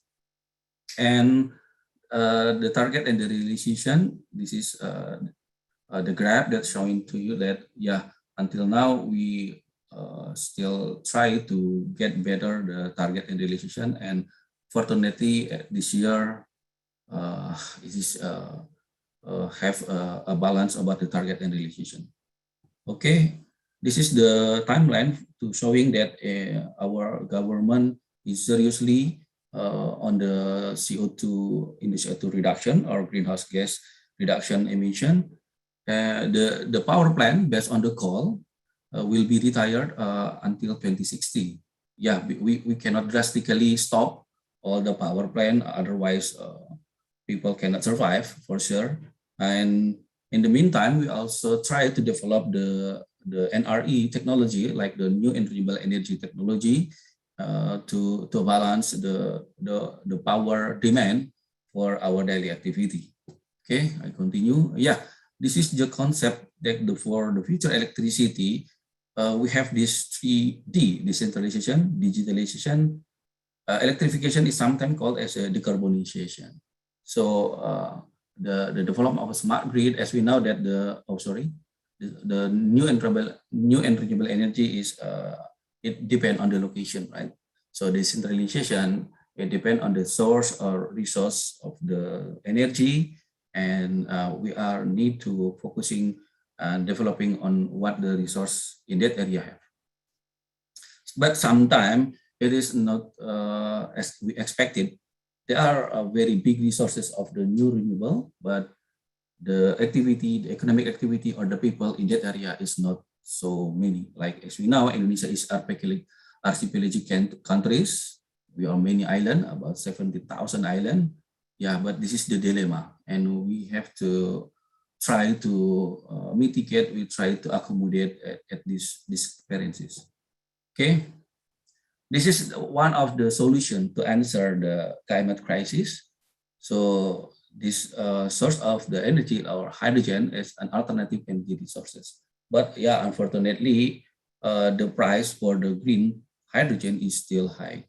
As we know that hydrogen is already developed since long years ago, but it's coming from the fossil fuel, and this is not environmental friendly. And we try to develop the green hydrogen. At least the blue one. This is the blue hydrogen from gases, and this one, the blue hydrogen from coal. The blue one meaning the production of the hydrogen, like steam methane reforming, and the CO2 that emit it captured like by the CCS or CCUS, carbon capture storage or carbon capture utilization storage. Yeah, this is the price that's still high, and it is expected at 2050 it will be decreased. Cheaper 3 times. And this is another strategy that our government already designed. Now still co-generation between fossil fuel and the clean technology. And yeah, the green energy that already we try to deploy and we try to develop it, like the EV, we already have, but not so much. And battery technology, this is now have a very big attention, I think, in Indonesia, from academia, in industry, including in my research center in the brain. Also, we are developing this one, EV battery, and as well as the hydrogen. In my group, we are focusing on the hydrogen technology. Okay. Yeah. From this hydrogen mapping society, I think the hydrogen is a missing link if we want going to the transition toward the deep decarbonization. Okay, so the hydrogen is as must, I think, but there are some problem that we need to tackle, like how to storage, how to transport the hydrogen, and yeah, we are going still to solve such kind of the problem. Okay. This is the way that why we need the hydrogen, as the hydrogen itself as like a bridging of the NRE technology, like the wind or the solar and etc. So as we know that the solar energy, they can only emit they can only produce the electricity on the sunny days, right? So in the night they cannot produce electricity. And wind also, it depends on the location, and sometimes it fluctuative. I think it's more fluctuative. Therefore, the energy storage in form of the hydrogen is vital. Energy storage, actually there are many options I will show you later, but I think the hydrogen is good enough for the big or the massive scale. Hydrogen itself is strategic, can be applied for industry like steel industry, for chemical industry, for transportation, and many things. Okay. Okay. As we know that now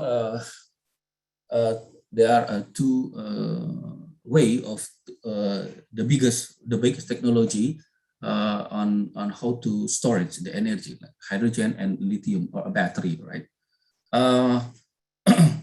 Actually, both of the technology is complete each other, not the competitor. Okay, there are some advantage and disadvantage from both the technology. For instance, like the lithium, they have high energy efficiency, but the hydrogen lower energy efficiency, and lithium is easy to distribute because the infrastructure is already existing and easy to develop. Meanwhile, the hydrogen, the distribution infrastructure is not so easy, and the piping material also, it's not so easy, right? And this is the disadvantage of the battery lithium, slow charging. Meanwhile, the hydrogen, fast charging, less than 5 minutes, we can filling the gas tube, and the lithium has the low energy per mass. Meanwhile, the hydrogen have the high energy per mass, but low energy per volume. Okay, this is the table, so that the detail of the gasoline, hydrogen, and lithium, the comparison like energy per mass and energy per volume in here, like we can see it here. For the hydrogen, even at the 700 bar, this is for the compressed hydrogen type to start. The gasoline have about 8.76, and meanwhile the lithium is lower. Yeah, for sure, but the gasoline have the greenhouse gases like CO2, and we don't want that one, right? We try to decreasing, and yeah, the efficiency, the lithium is higher. The efficiency of gasoline, as we know, is very low because the heat, the energy is converted to heat or into the other gases. Okay, therefore we need to wise to check to choose which technology that we can apply and which one is more affordable. Okay, this is also the comparison for the internal combustion engine, fuel cell electric vehicle, and battery electric vehicle in order for transportation, for instance, right? Yeah, for this one is lower is better, and this one higher is better. So meaning the emission, the lowest one like FCV and BEV, infrastructure need, FCV is the highest cost, I think, still high cost for now, and the maintenance cost, the FCV and BEV is very low cost because not so many moving part, not so many part. The fuel cost, yeah, for now, hydrogen still high, right? And yeah, therefore consider as the highest one. And anything here, like the efficiency for the range, FCV is the number one. Now the FCV can reach, for one time filling, they can reach 1,000 kilometers about. Meanwhile, BEV is still less than 500 kilometers.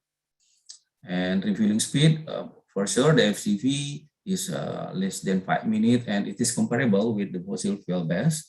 And lifetime, the FCV can retain until 10 to 15 years for the fuel cell itself.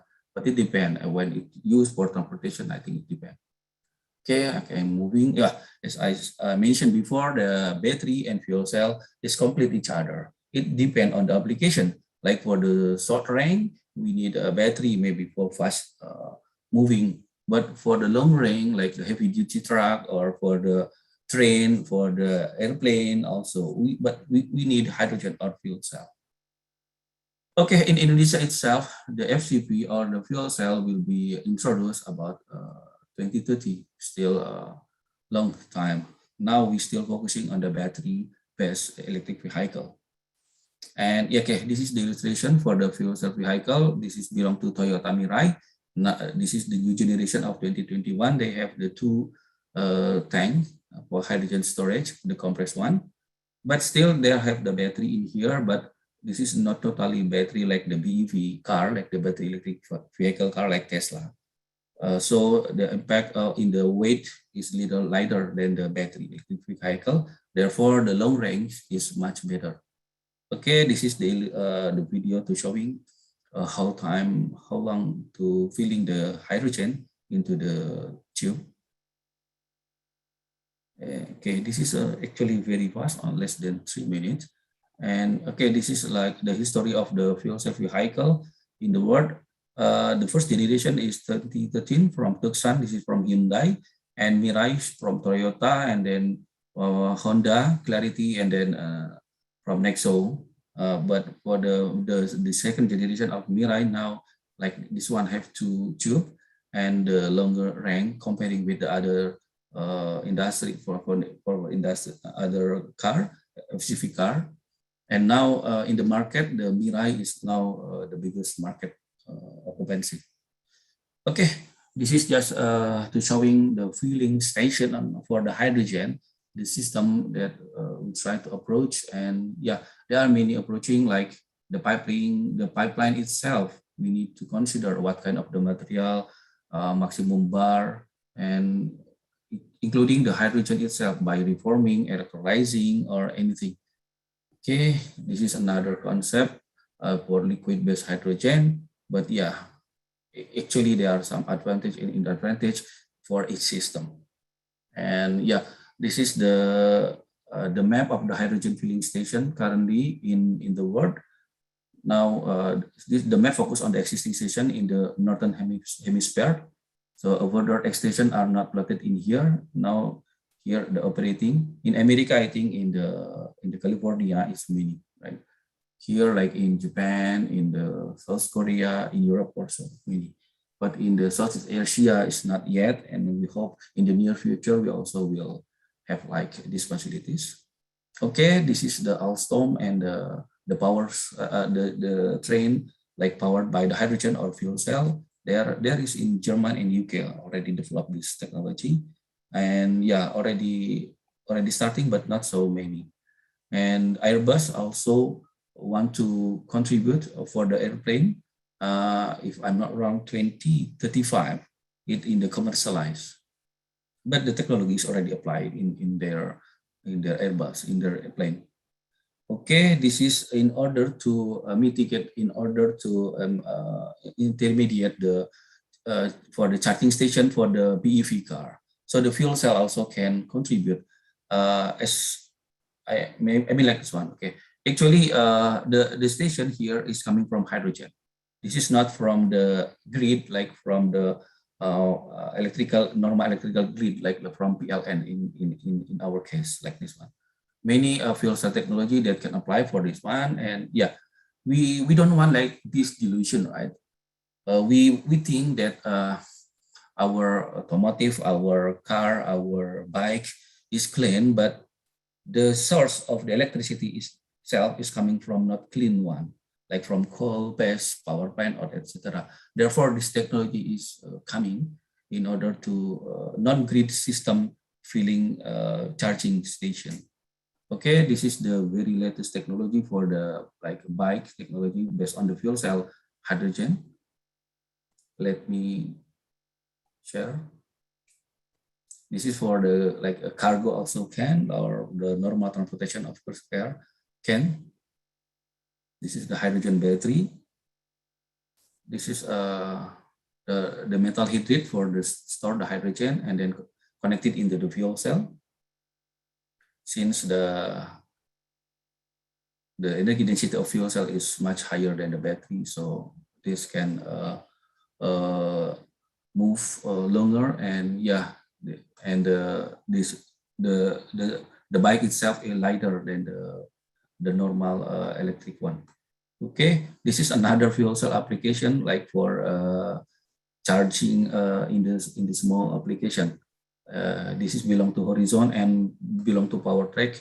Actually, I have this one. I already buy this one. So this is simply like you can put here the water. This is to convert the water into hydrogen directly. This is the material called sodium borohydride in here. And this is inside in here is the cell of the PMFC fuel cell type. And fuel cell also can apply for the drone. As we know now, drone is already become more and more famous for many application. And you know that if using the normal battery, like lithium polymer battery, the drone only retain for 20 minutes, not over 30 minutes. But when you're using the fuel cell, it can retain hours. It depends on the power density on the kilowatt that you apply in here. This is coming from ICE.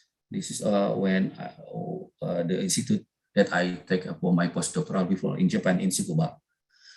This can retain many hours, maybe can for the surveillance for many application in our daily, right? Okay, this is just showing in our lab. This is me. We also developed the fuel cell stack.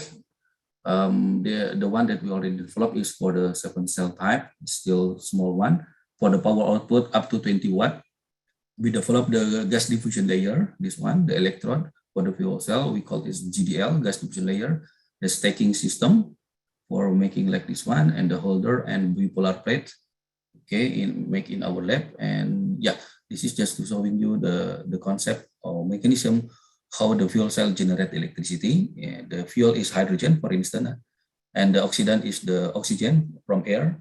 So the hydrogen is converted into the proton and electron, and then into external circuit, it will generate the electricity.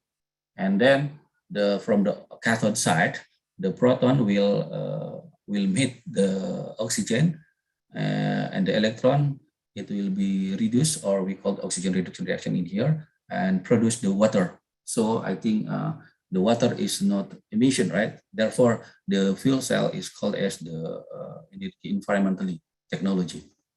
Maybe this is to getting more clear, the illustration. So the blue one is the hydrogen, the red one is the oxygen. So when the hydrogen is enter into the anode side, it will split into the proton and the electron. So the electron itself can be applied for generate electricity in any other application. This is the basic concept. Okay, this is just the complete explanation about the cell itself. So from here to here, up to the gasification, from here to here, this is the cell itself. We call MEA, membrane acted assembly. The thickness is about 1 to 2 millimeter. This is very thin, like a smart paper that can generate electricity. Okay, so this is another just explanation on the detail, the mechanism. Maybe if you interesting, we can discuss after. This is another material that we developed, the bipolar plate, the design, and also the material. This type of the component is to guide the hydrogen and or the oxygen in the cell itself.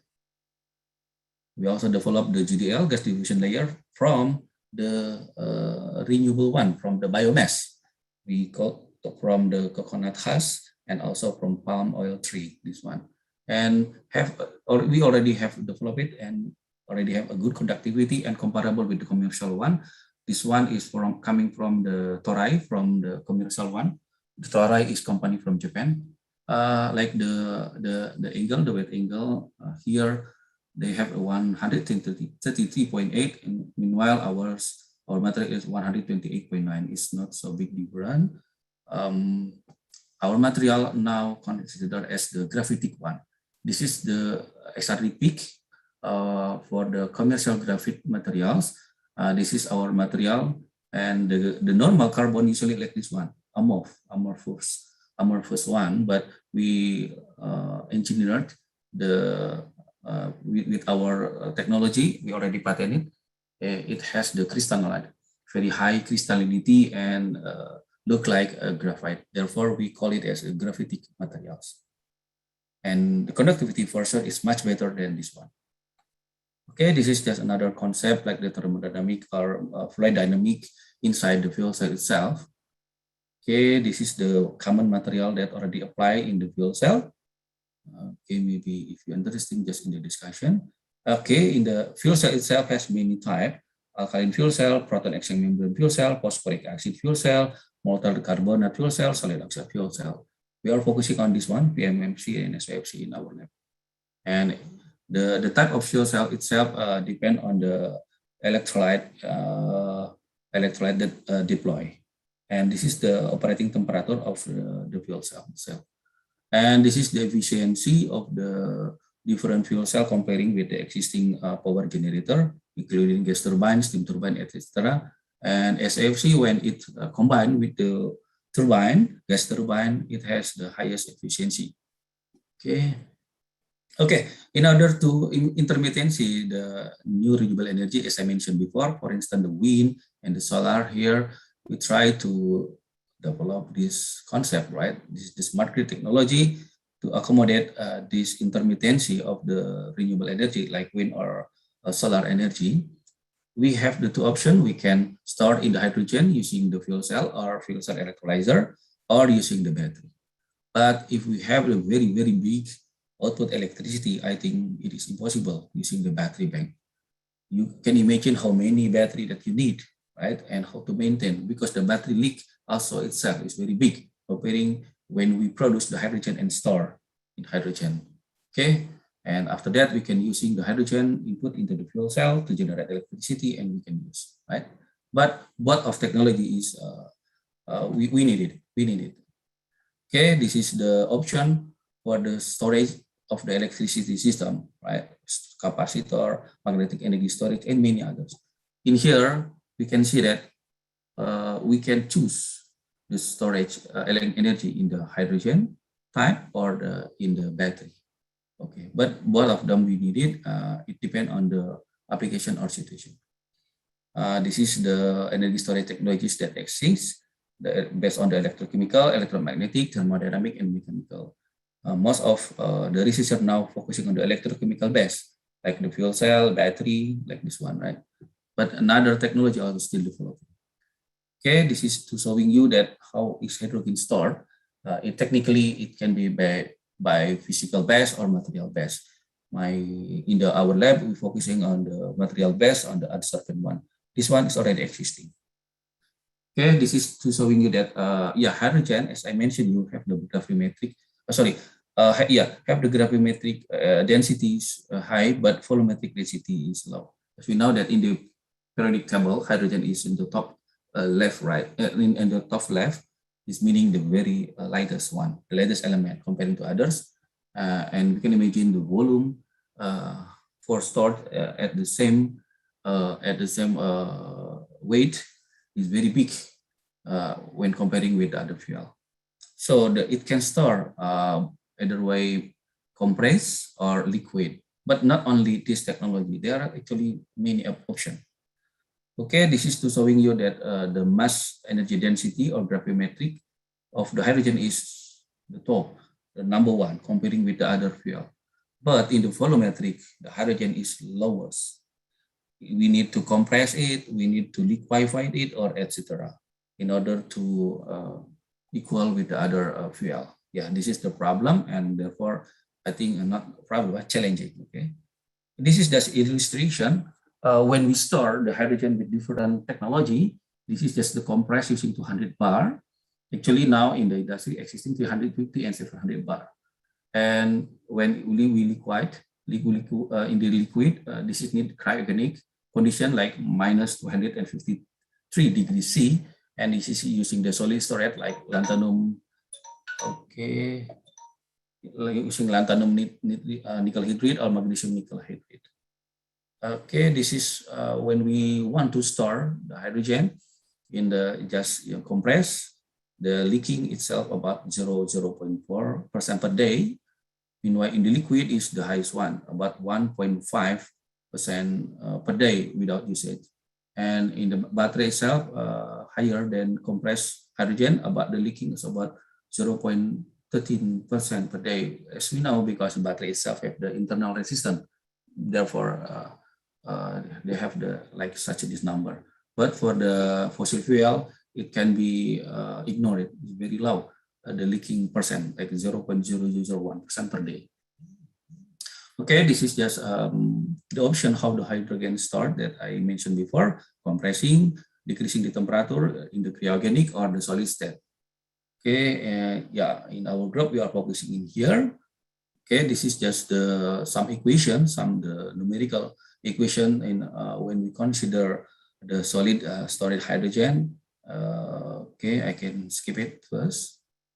And we are approaching using the PC option process, not the commit option. So the force that applied in here is van der Waals, meaning not so big energy.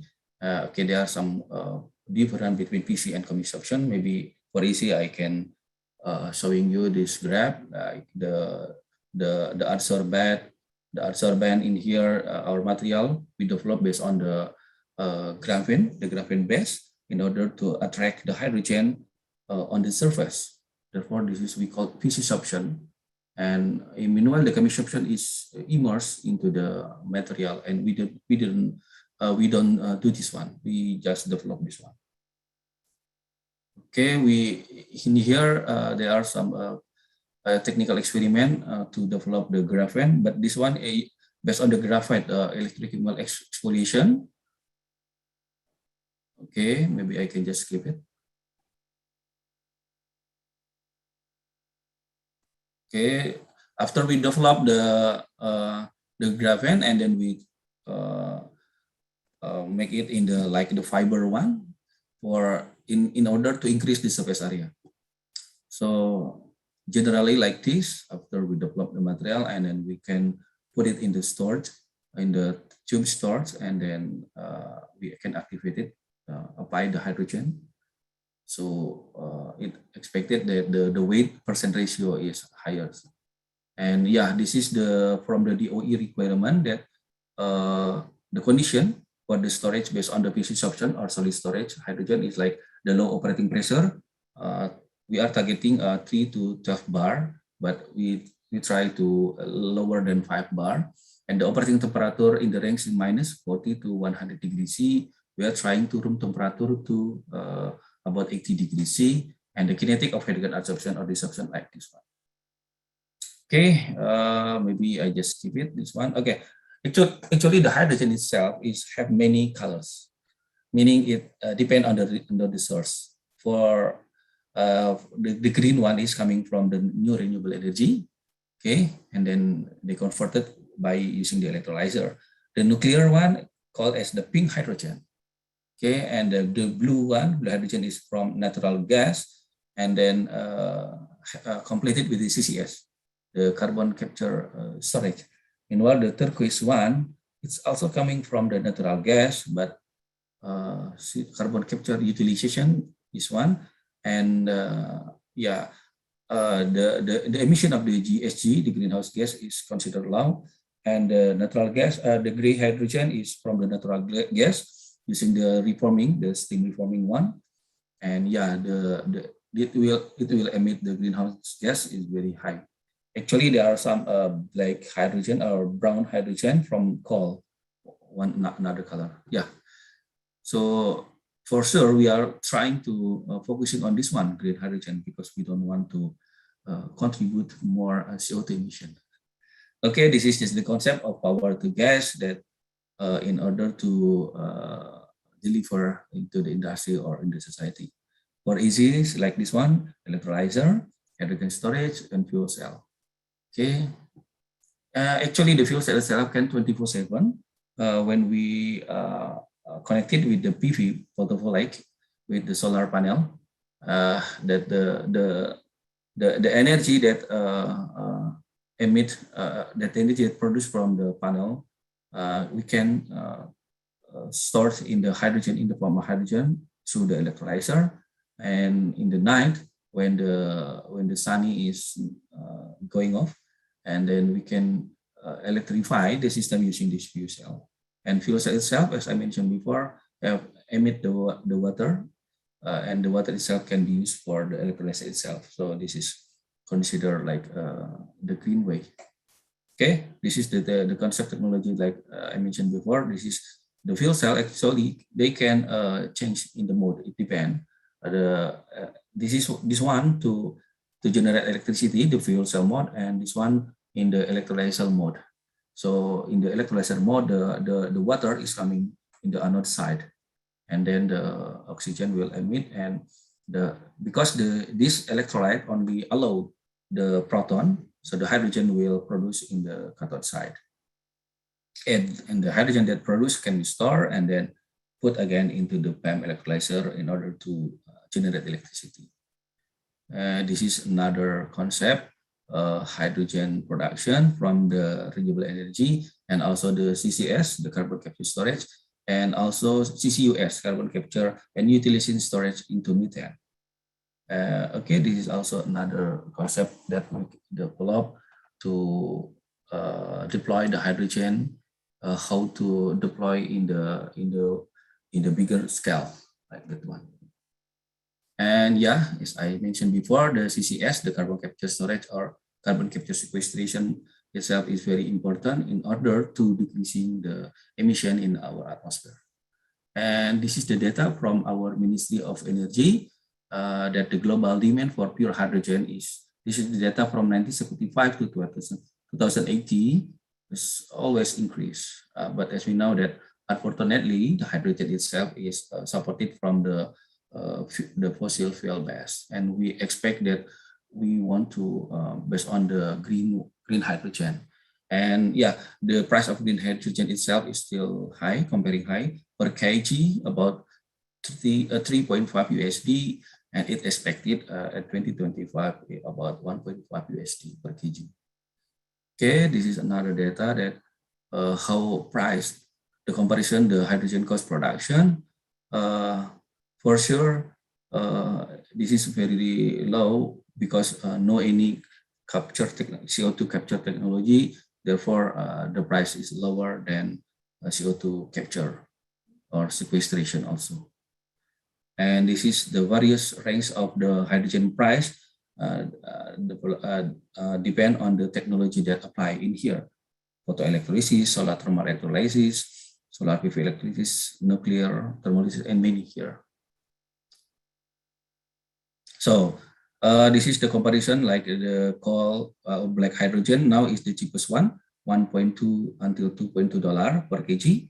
And from the blue hydrogen is 1.5 to 2.9, and the gray hydrogen about 0.9 and 3.2. And from renewable or green hydrogen is still the expensive one. Yeah, it is expected, as mentioned before, to 2030 or 2050, it will be cheaper.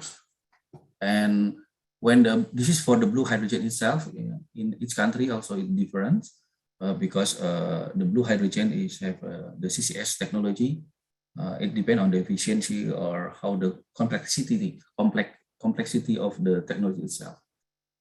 And yeah, when the hydrogen is coming from the PV photovoltaic, the range is from 2 until, or maybe for the area, for the country that have the solar almost every day, maybe the cost will be cheaper than other countries. Okay, we also need consider about the critical material, about the supply chain, because the technology that I mentioned before, it has the material inside on it, and there are some critical material for to support the technology like fuel cell or wind power, solar power, and yeah, as I mentioned before in here, there are many material and we need to consider, is it exist in our country or not, or what kind of material that we can deploy, we can apply to facilitate the technology that we want. This is my collaboration with the Krakatau steel industry in order to utilize the secondary material coming from the steel that we call as mill scale. That this material we engineered into the hematite. The hematite itself can be applied for water splitting for the hydrogen production, or for anode of a lithium-ion battery, or pigment for the pigment. It depends on our on our focusing and the morphology or any other properties of this material. And this is we already published. Yeah, we also compare the material that we develop with the commercial one. This is our material, and this is the commercial one. The data, study data showing that almost similar. Moreover, our material have the purity about 99.2, meanwhile the commercial one only 99.1. But this is the qualitative refinement concept. And we also comparing with another brand of the commercial. They have hematite percentage only 68.8%. Okay, this is the process. I think I can skip it, just skip it. Okay, this is one of the application of the hematite for the hydrogen production based on the water splitting concept. We are considered develop the hematite one because it has the lower band gap comparing with the other material. And for sure, this we can get it from the secondary material. So we consider as the green technology. Okay, this is also another approaching using another mining waste for hydrogen production. We use the aluminum base, aluminum dross. In Indonesia, we have the inalum in the North Sumatra. This also can be used for the hydrogen production. We already have the data in here and have some comparison like the concentration of the black dross, the aluminum dross. That's the waste. That's the waste and considered as the harmful waste. And this is the gas production, the water and the dross comparison. And also this is the temperature. We also develop using the aluminum base waste, and this is considered as the HOD or hydrogen on demand. This is just the concept how the aluminum contact with the water, and after that they can produce the hydrogen. Maybe I can just skip it. Another colleague also from MIT developed like ours, but they develop using different catalysts. In our lab, we develop based on the RGO-based catalyst. They using the MgN SI doping as a catalyst. Okay, so for the conclusion, so we expect that the private sector also need to speed this innovation into the reality, right? So we expect that all of the green technology that having in the academia, including from the research center or from the university, it will become reality in the near future, right? And not only the industry, maybe the government also need like the funding itself in order to accelerating this the climate crisis on the greenhouse gas. Maybe that's all from me. And I want to quote from the Bernard Shaw that the progress is impossible without change, and those who cannot change their mind cannot change anything. And I expect that we can change into the green way on our daily activity. And thank you. I thank you for the time, and I go back to you, Mihoy. Thank you, Mihoy.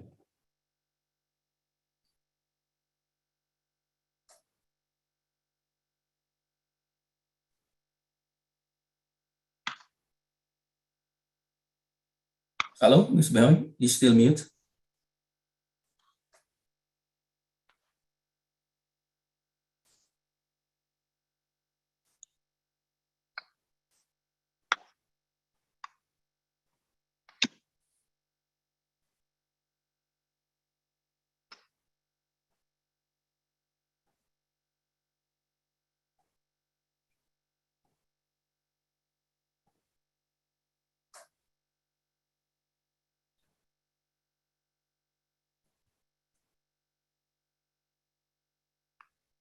Hello?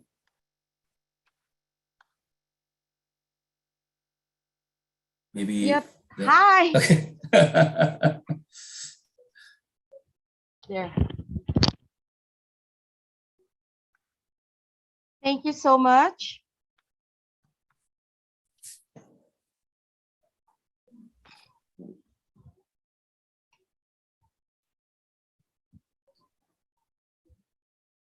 For that stupendous speech. And now the much awaited session and core of our conference, the technical session. We will start and we will be having 3 rooms. The technical session 1, please stay here in the main room and I will be your host. And we will have a breakout room for technical session 2A and technical session 2B.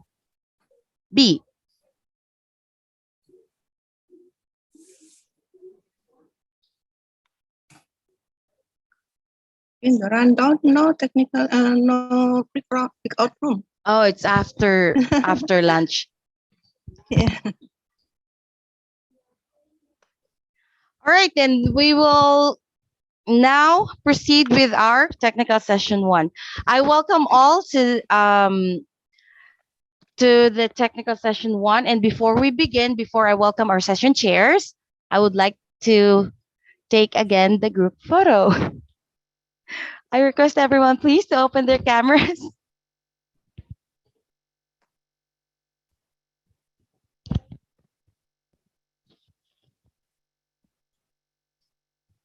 And I think, please hold it for a little longer. I have 3 pages now. All right. 1, 2, 3. Say cheese. Hold it. I'm going to page 2. Page 2. 1, 2, 3. Say cheese. Hold it. And last page. 1, 2, 3. Say cheese. And hold it.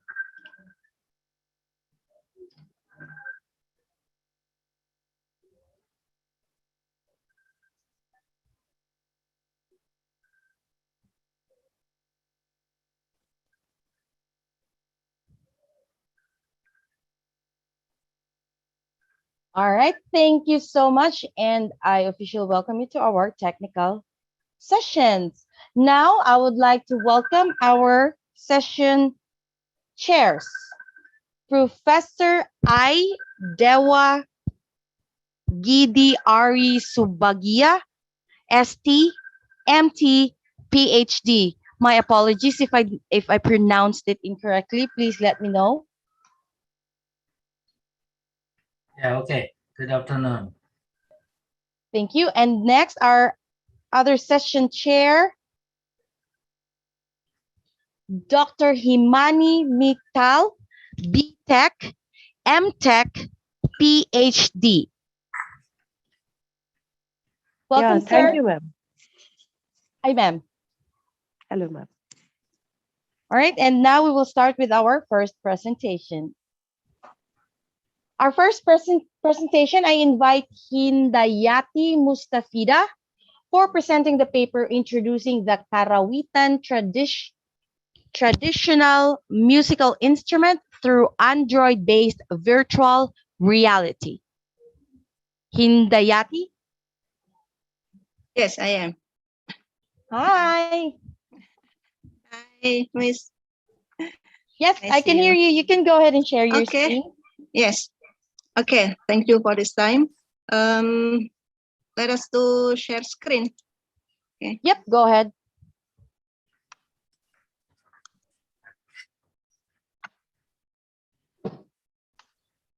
Can you see our slide? It's coming.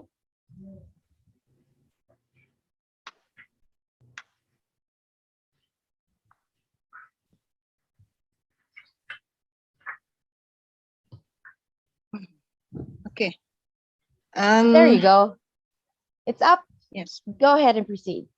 Good morning, good afternoon, everybody that join this conference. Let me introduce ourselves. My name is Hindayati Mustafidah, and my partner in this research is Abdul Majid Binato. We conduct the research entitled Introducing the Karawitan Traditional Musical Instruments Through Android-Based Virtual Reality. We are from Informatic Engineering, Universitas Muhammadiyah Purwokerto, Central Java, Indonesia. Okay, my full name is Hindayati Mustafidah, and I am lecturer in Informatic Engineering, Universitas Muhammadiyah Purwokerto. I am graduated from Universitas Gadjah Mada, Yogyakarta, and so on. I didn't read my bio.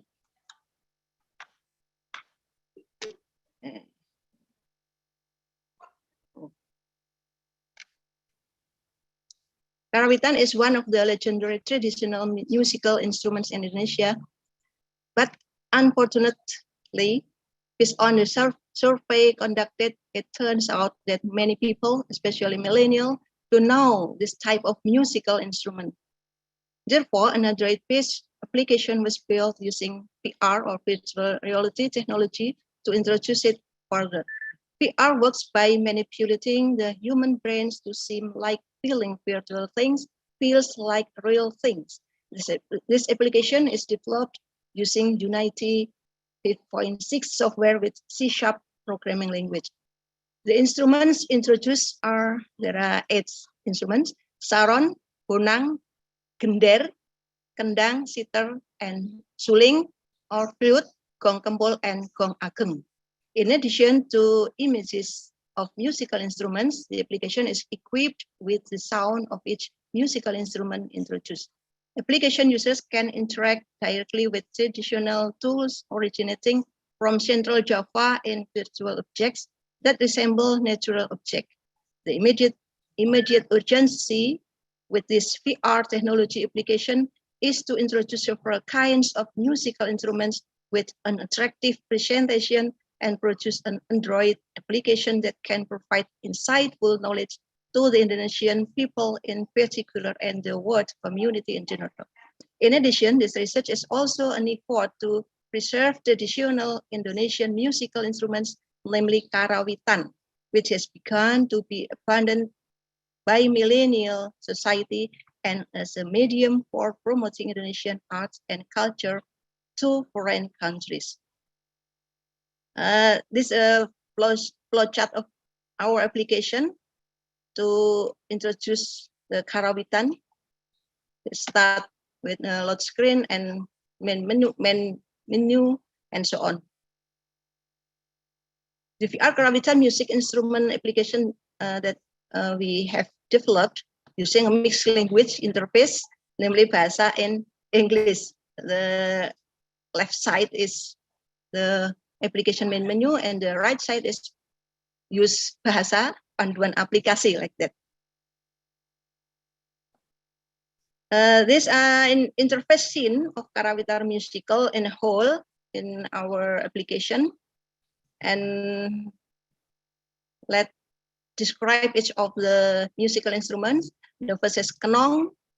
You can see this kenong is around with a lamp at the top. Playing kenong is by hitting with a pad, like a stick. Yeah. This instrument is a chord filler or harmony in musical playing and serve as a determinant of gatra, boundaries, and emphasize rhythm. The second is saron. You can see the saron image. Saron is formed with a combination of wood and iron materials. The saron component consists of 6 gold-colored iron plates, 6, 1 percussion instrument, and 1 container component as the iron plate holder. The third instrument is gender, not gender, yeah. Gender consists of 18 iron plates extending sideways and semi-conical, and a pile of bamboo stick, which are positioned under an iron place. And the fourth is kendang. Yeah. Kendang has 2 colors, namely maroon and light brown. The maroon color represents the wood component of the device, and the light brown color represents the leather component and its string. Okay, the next instrument is sitar. Sitar consists of three components. The sitar holder as the base, and the holder for the sitar cord with dark brown color. And then the cord holder, which is made of wood and uses a dark brown color. And the cord which has 8 pieces with white paint and is along in it. The next instrument is flute or suling in Bahasa. It's made of a cylinder with 6 pitch holes and 1 blowholes. The two next instruments, gong kempul and gong ageng, they are positions parallel each other as the shape of a circle with gold color. The basic of gong kempul, the little yeah, more little than the gong ageng is more the same as the gong ageng, only it is smaller in the size. The word ageng in Japanese means big. Gong ageng has a golden yellow color and is positioned with 1 support with gong kempul. They are played in line. The last part of our application is video scene on the musical instruments. In our application, you can play with press the button and you can see the harmonic sounds and the collaborative sound of each the instrument.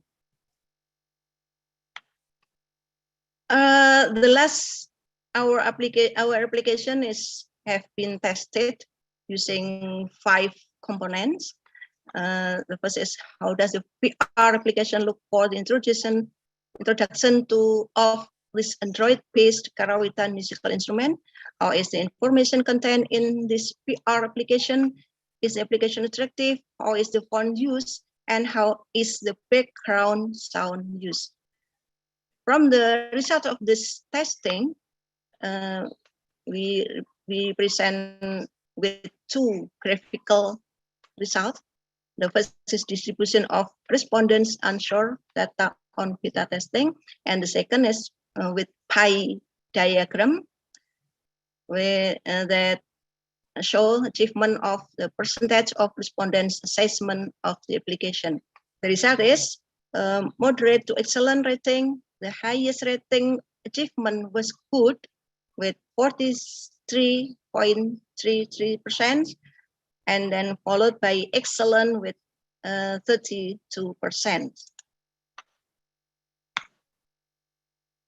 This application for introducing traditional musical instruments karawitan based on VR can provide a solution to present to the public, especially the millennial generation and even the world community, to traditional Indonesian art and culture. Only 8 kinds of standard musical instruments were presented, often played, and used mixed languages in the study. Therefore, it is recommended to add other types of musical instruments such as bonang, rabab, or fiddle, maybe in English, and others for further research. As a promotional medium to foreign countries, this application is also recommended to be developed using B-language, Bahasa and English in full. Okay, thank you. This is my presentation for our research. Good afternoon. Thank you.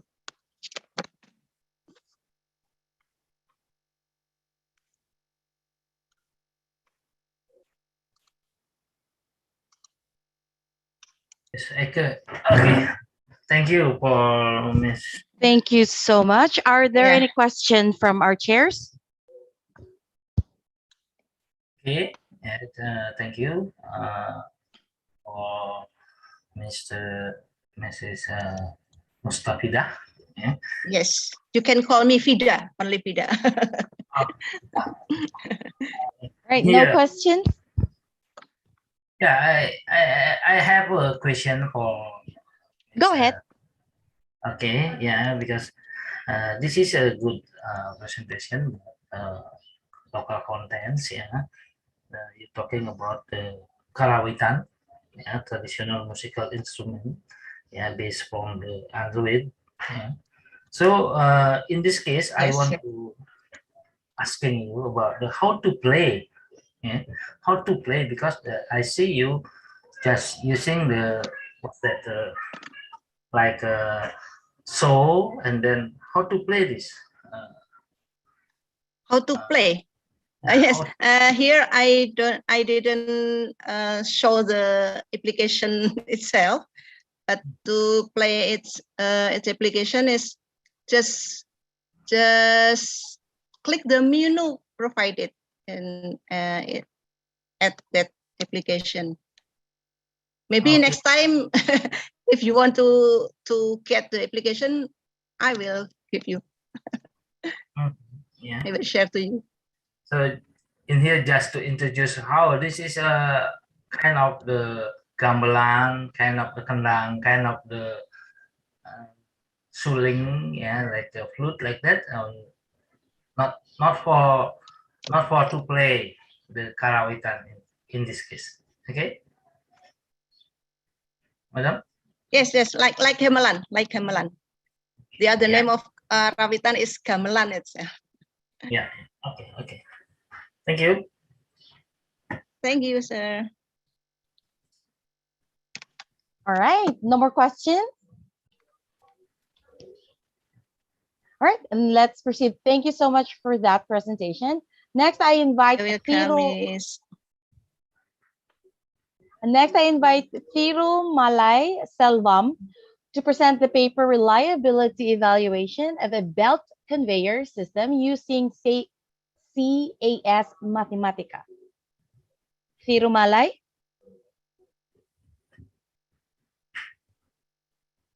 Thiru Malay.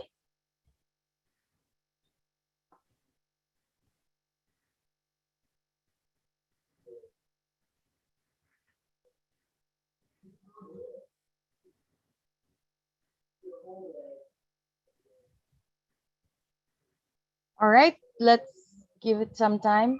Second call, Thiru Malay Selvam to present the paper Reliability Evaluation of a Belt Conveyor System using CAS Mathematica.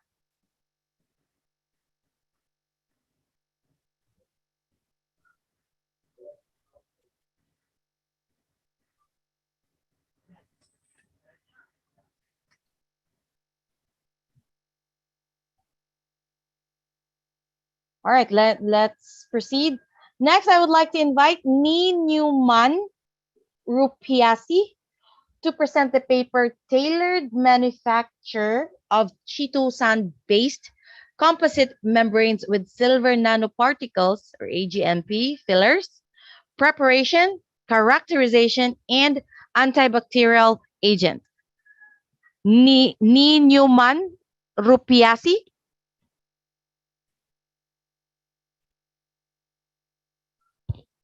Okay, I inform you because Rupiasi mom want to change the time, become the second B, become the 2B presented technical.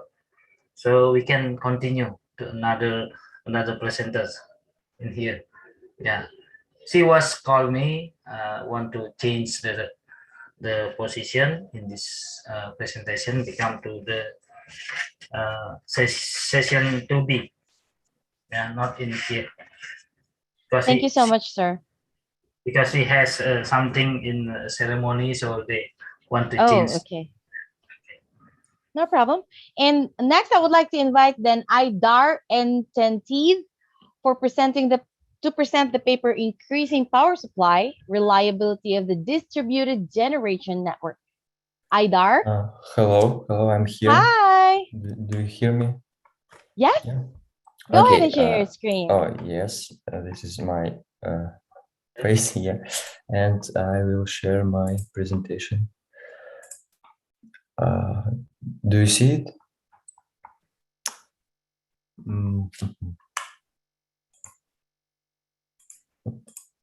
Yep, it's up. Yeah. Go ahead and Okay. proceed. Good morning, everyone. My name is Aidar Tintiev, and I'm going to tell you about my research about increasing power supply reliability of the distributed generation network. But before that, I would like to say a couple of words about myself.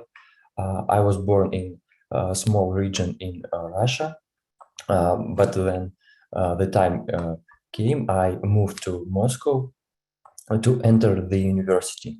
It is Moscow Power Engineering University, and I started studying relay protection and automation here, and already I have already graduated a bachelor and master program and continue my postgraduate study here. So let's move to the work. In recent years, a distributed approach of electricity generation has been proved to improve the efficiency and quality of power supply.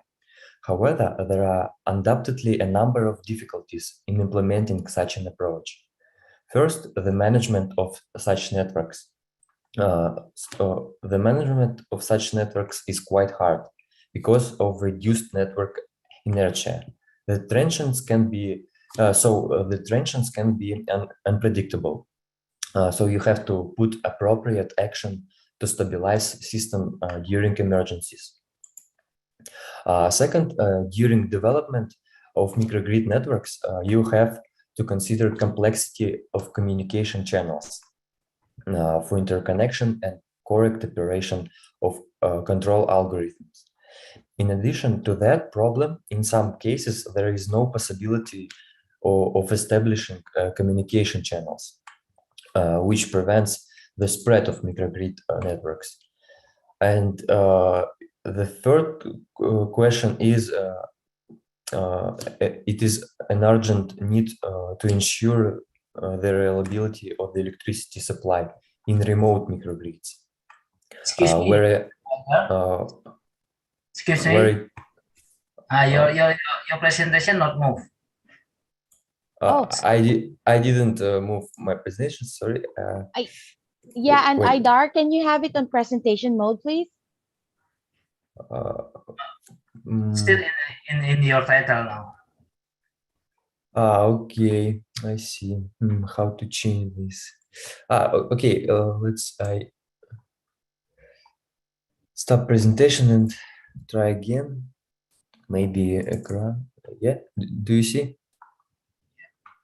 Yeah, no, it's okay. Okay, so let's continue. The first question is okay, I'll sum up some. The first question is that the inertia of the new distributed approach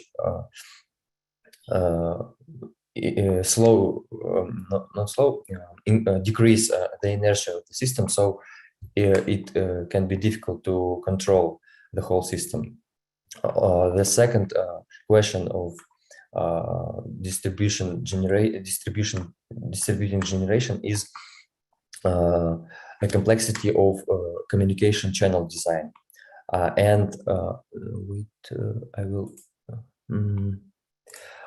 And the third one is the reliability questions, because in the remote areas where it is not always possible for operational teams to respond quickly to emergency situations. The above mentioned problems confirm the relevance of my work, and its practical significance lies in the development of algorithms for the control of interface converters, or in other words, inverters. Okay, the first stage of the work was a development of the inverter control system. This slide represents a typical network of the inverter connection. On the left side, you can see a primary energy source, then a 6 pulse bridge converter. Based on the power electronics, and an NLC filter to smooth the output voltage and current. For the correct operation of the network, we have to introduce 2 operating modes of the inverter. It is a voltage source. It is the voltage mode when the inverter generate reference voltage source in the grid, and the second is the power output mode or current mode, when the inverter followed by external voltage source, and it works in grid connected mode. Next slide describes the current control schema based on the voltage across inductance, voltage drop across inductance, and all the equations are presented in DQ transformation.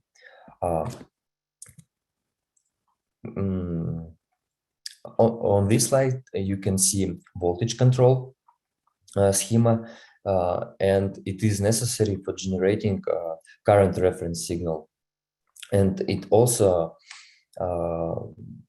is also based on DQ transformation. In order to ensure the reliability supply of electricity, even in the event of emergency, it will be necessary to restore the power supply of the network as soon as possible. So the next implementation of various recovery algorithms will be shown. The recovery logic is based on the correct switching of all turned off switches with some random time, and the transfer of any first switch inverter into the mode of the voltage source. In addition, I would like to point out that there is no interaction between the devices, so there is no need in additional communication channels. Since the logic of algorithm requires a determination of the reason of the shutdown, a neural network model was developed to determine the network mode. To obtain real training data, I was set power hardware in the loop installation with the real inverter, and it was connected to simulate different modes. The oscillogram of one of these modes you can see on the slide. Here you can see a process of training and verification of the developed model.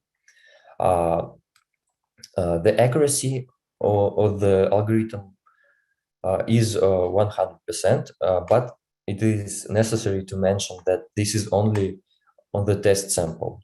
The behavior of the developed neural network on different real data need further investigation, and I think it will be much less than maybe even 80%. So that's all for describing algorithms. Let's proceed to modeling. The simulation of the algorithm was carried out on a real-time digital simulator. Microgrid network has a voltage of 10.5 kV with 3 modeled inverters and 18 loads of 20 kilowatts. First simulation was testing the recovery algorithm on a simple experiment with the microgrid islanding by turning off the main switch.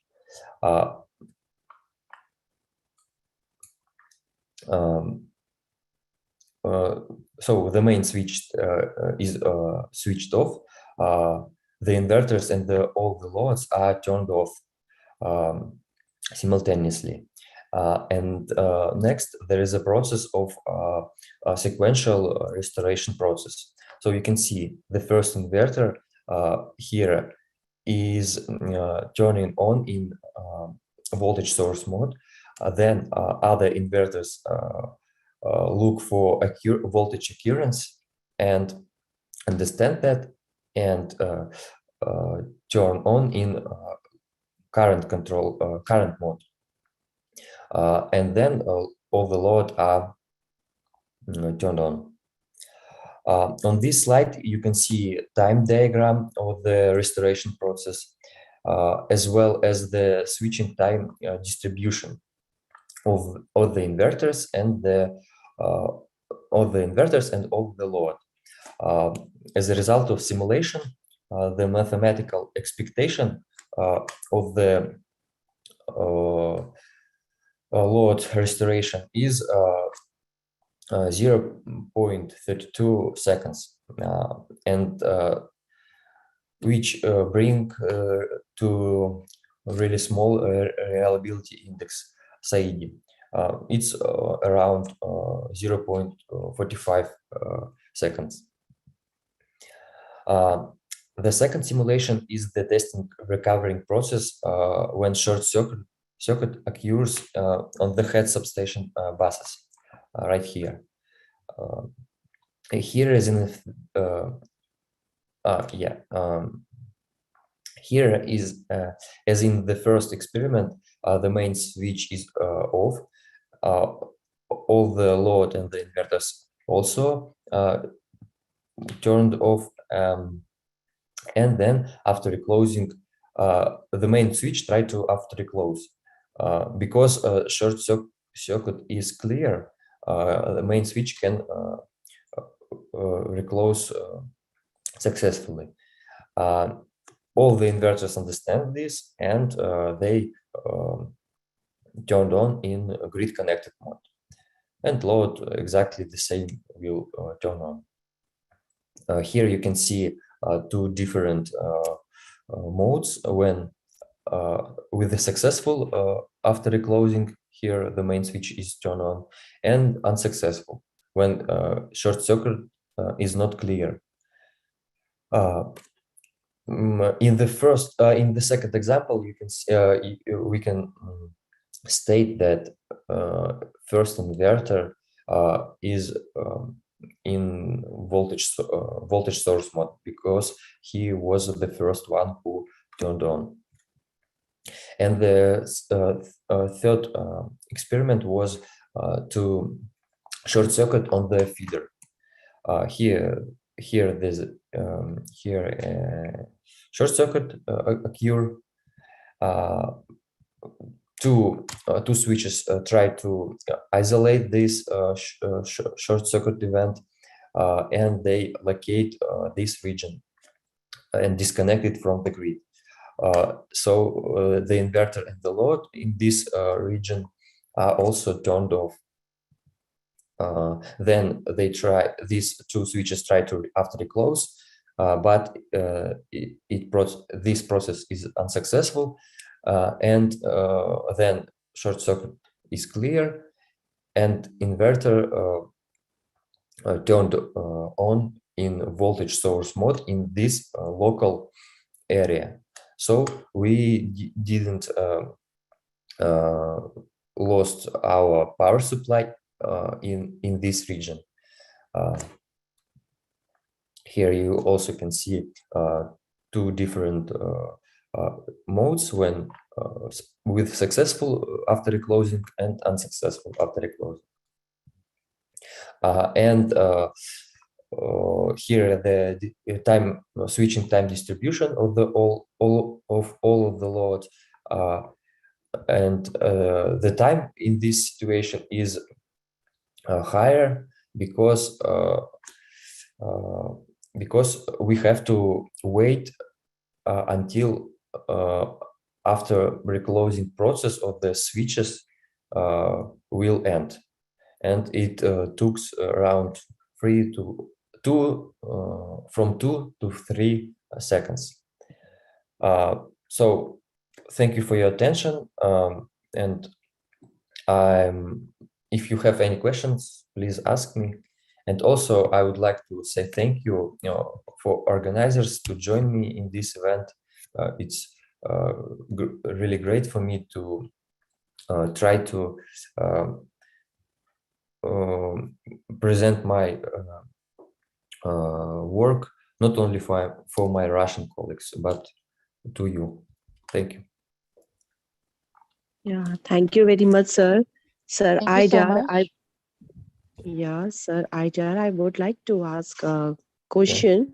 Like, how would you ensure this power reliability over the network on chips, NOCs? Like we are Actually, having so much problem related to the power distribution, power consumption. So how would you ensure it? Actually, do you mean the reliability of the end device or what? So it is network on chips, NOCs, whole of the network on a single VLSI chip. Maybe I don't understand you. Okay, no problem, sir. No. But so I didn't exactly measure reliability index, but just suggest the method of increasing these indexes by reducing time of blackout of the whole microgrid. Yeah. Reducing time also increase the frequencies are like static power dissipation is CV squared F. So is it okay to reduce the time over the network on chips? Actually, I don't understand what is network sure, on chips. Sorry. No issues.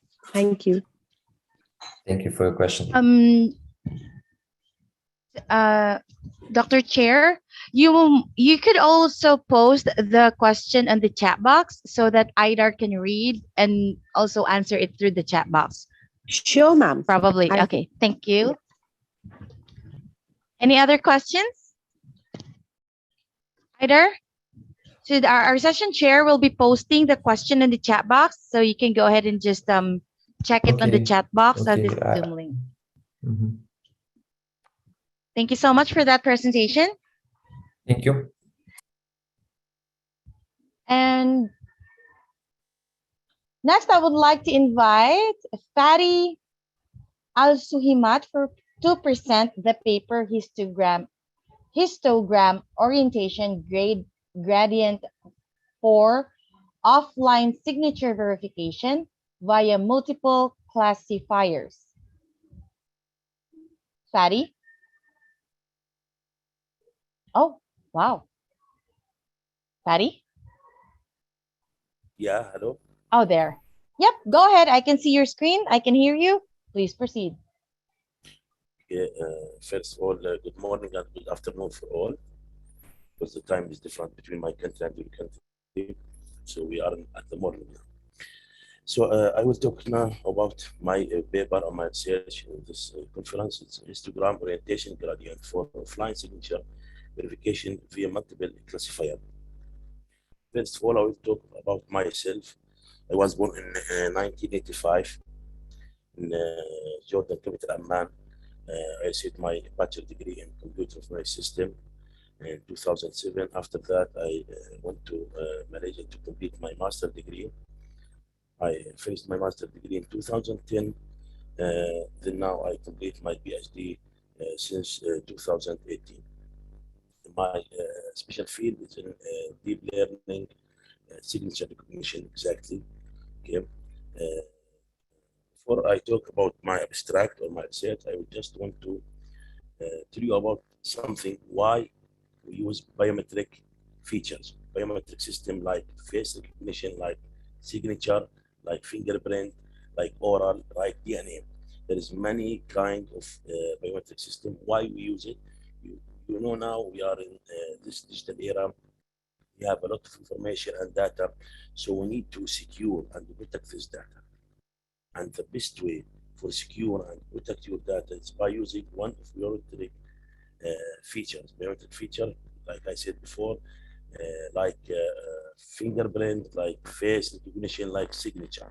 So there is many kind of battery recognition or many kind of biometric features. So why I choose signature recognition exactly? No, for most of people, signature recognition is acceptable as a social biometric.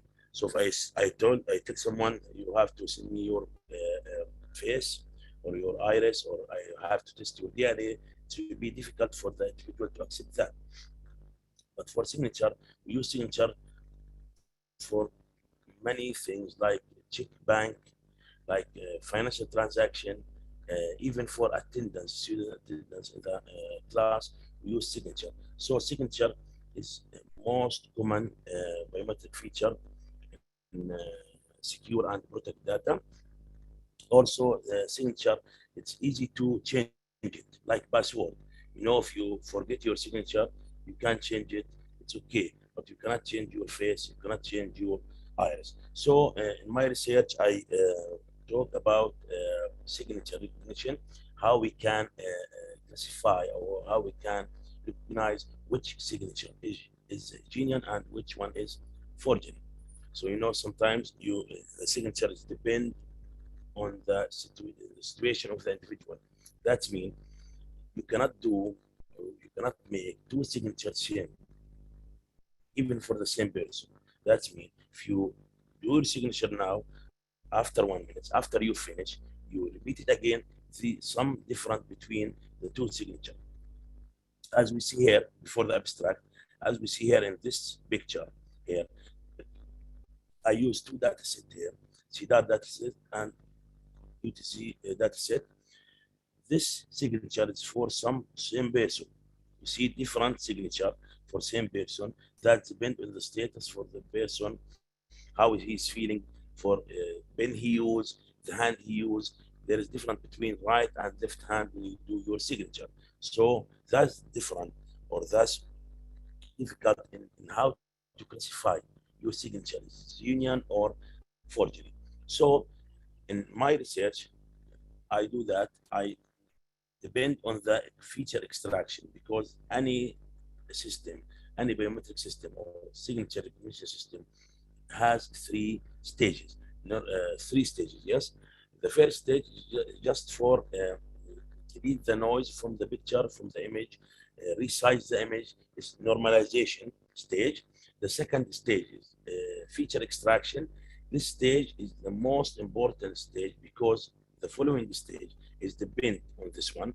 It's how to extract some feature from the image that will help us to decide which one is genuine and which one is forgery.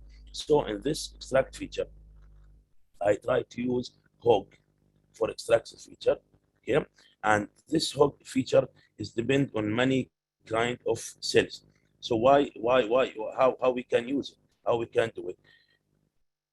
Throughout the presentation, I will let you see this image. Yeah, because this image is long, I put in the article, the paper, not on the presentation. Now the hook features depend on the cell size.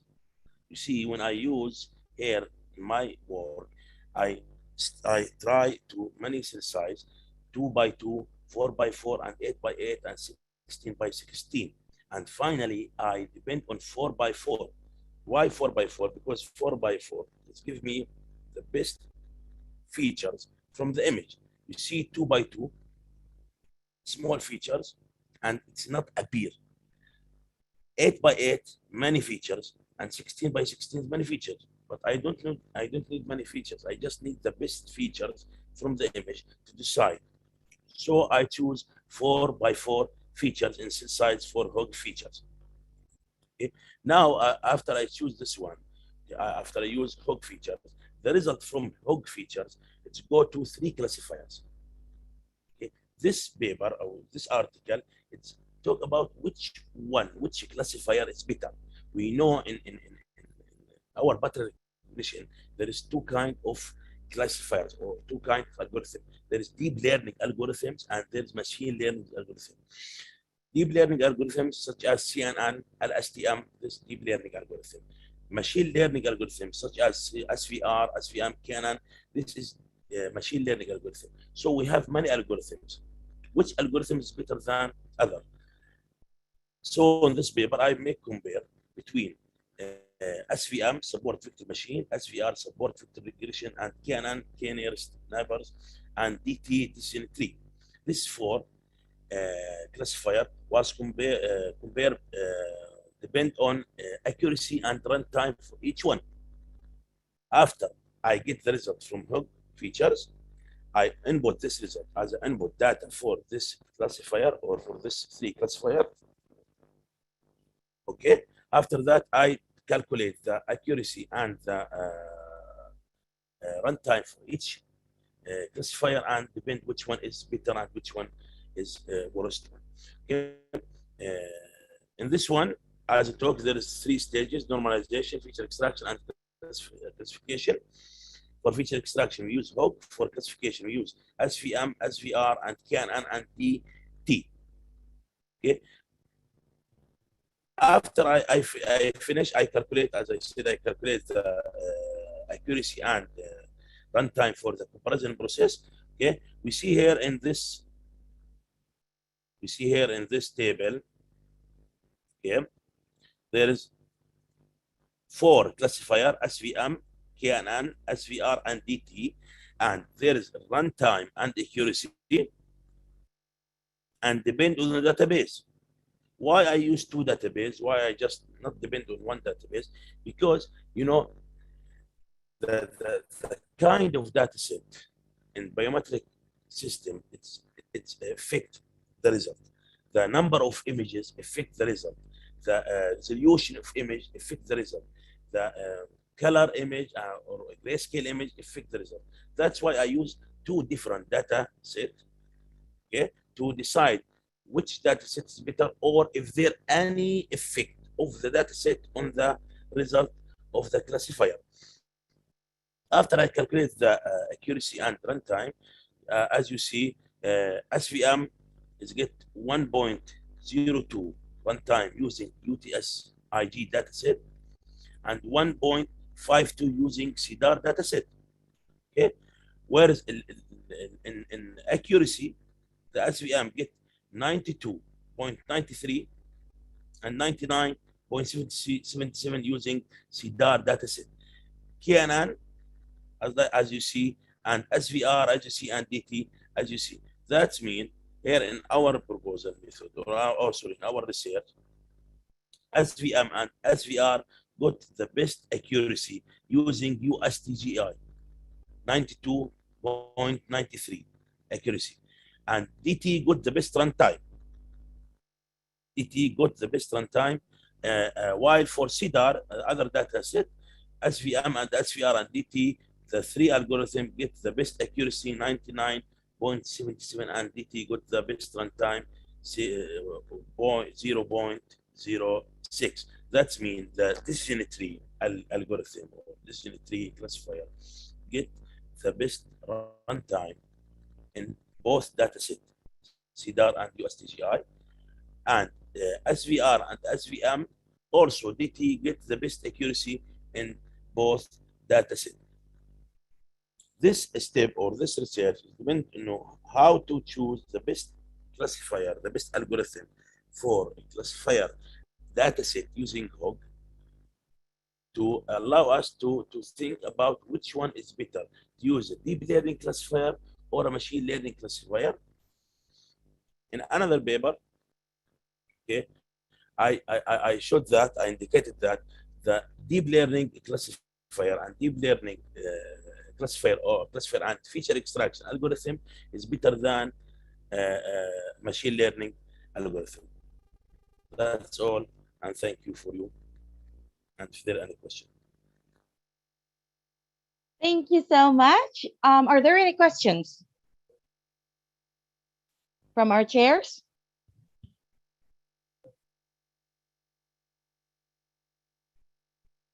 All right, thank you so much, and we'll proceed. Thank you so much you. for that presentation. Thank you. Next, I would like to invite Piek Sugiarto to present the paper evaluation of information system security readiness level at Bakamla using the CAMI index based on ISO 27001-2013. Piek? Yeah. Hi, yes, I can hear you. Go ahead and share your screen, please. Okay. Can you hear me and you can see my presentation? Yes, have it on presentation mode, please. Yeah. And proceed.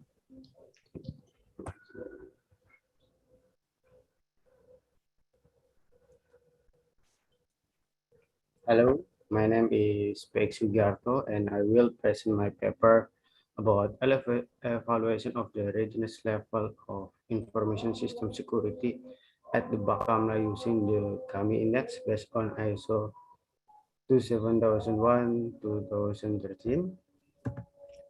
And then it's my biography. My name is Pek Sugiarto and I am the network administrator for Bakamla. I am a junior network administrator and I enjoy using my skill to contribute to the security of information system network at Bakamla. And then I interest in cybersecurity and data center. This is my abstract. Data, particularly security and safety data processed by agency, becomes very critical information that requires specific protection to ensure its security. To ensure data confidentiality, integrity, and availability, it is required to assess the security of information controlled by Bakamla. The CAMI index is a tool developed by BSSN to help agency assess the maturity of their information system security. The CAMI index is used to analyze the maturity level of information system security at Bakamla. And based on the assessment of the CAMI index that has been carried out on the information system at Bakamla, the result is not eligible. Therefore, action based on certain standards are needed, one of which is ISO 27001-2013. This is as list in the web defacement incident recapitulation report issued by National Cyber and Encryption Agency or BSSN. Indonesia has seen more than 88 million attacks from January to April in 2020. Starting that Indonesia is ranked 4. You can see this in the world cyber attack destination. One of the destination cyber attack is government agency. Recently, data breach presenting more than 270 million member of BPJS. So, the readiness level of information security at Bakamla must be measured so that the evaluation process become more effective and efficient. Therefore, this study examines the maturity level of information security at Bakamla and evaluate and provide recommendation to improve the quality of information security at Bakamla.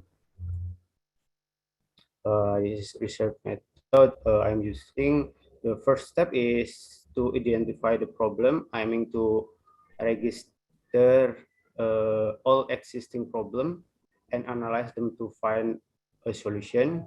The second step is literature review. I mean to increase the research and information about the research conducted. And then the next step is data collection, using interview with those who are in charge for information security at Bakamla. And then after that, the collected data are analyzed to draw conclusion and become the basis for recommendation and for increasing the level of information security readiness at Bakamla. This is a result of assessment index CAMI at Bakamla. Bakamla electronic system scored 17 and was categorized as high. And then the result of information security governance got score 18 from stage 1 and 2. Information security risk management got score 26 from stage 1 and 2. Next, information security management framework got score 35 and 57 score for information asset management and 44 for information technology and security. The result we analyzed, and then we this is the dashboard for assessment result of the Kami index. Is the final result of the Kami index assessment carried out to determine the readiness level of information security at Bakamla. In this case, Bakamla got final score of index Kami. You can see this 164, which include the not visible category, and then the government asset, and then asset management get maturity level 1+, and then which the other are the readiness level 1. After we got score of the readiness security system at Bakamla, we use ISO 27001 to 2013 for Salgate recommendation.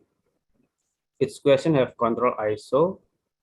So for question 2.6, which is the question, has your agency company defined the requirement, standard, competence, and expertise for implementing information security management? The answer is not implemented. So Bakamla got score 0. We suggest for improvement based on ISO 27001-2013 by Control A722 about information security awareness, education and training. We suggest our recommendation for Bakamla must issues policies related to awareness about information system security to avoid existing threat. The division appointed as the party responsible for information system security must ensure that all employees comply with existing policies. In addition, from the employee's perspective, they must be given responsibility for their position. The following method can be done to build the responsibility of each employee, such as conducting training on security awareness, punishing the employees who violate the policy, and mentioning the information security system security in the employment contract. We will suggest recommendation which the status is not implemented. So the question 2.11 is the question as your agency or company identified personal data used in the work process and implemented security in accordance with applicable law and regulation.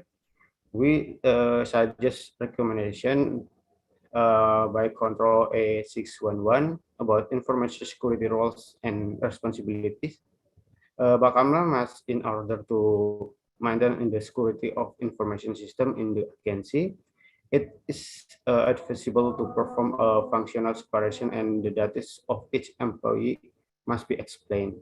And then we give recommendation Control A1814 about privacy and protection of personal identifiable information.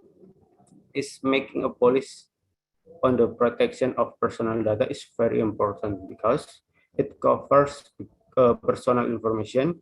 In addition, Bakamla must socialize the importance of personal data and how to secure the data to all employees. There will be also a division or person who is responsible for securing information system and at Bakamla. This is for recommendation for question 3.9 3.9, we suggest recommendation by Control A 1611 about responsibility and procedure. Bakamla must implement SOP related to handling information system security to ensure a fast response to disturbance or attack effectively. Bakamla must establish the mechanism for handling information security incident and report to the supervisor who is responsible for it.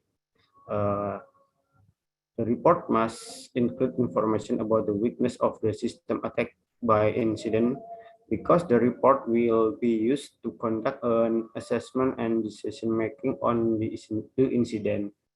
Handling of incident must be in accordance with existing procedures and gathering evidence.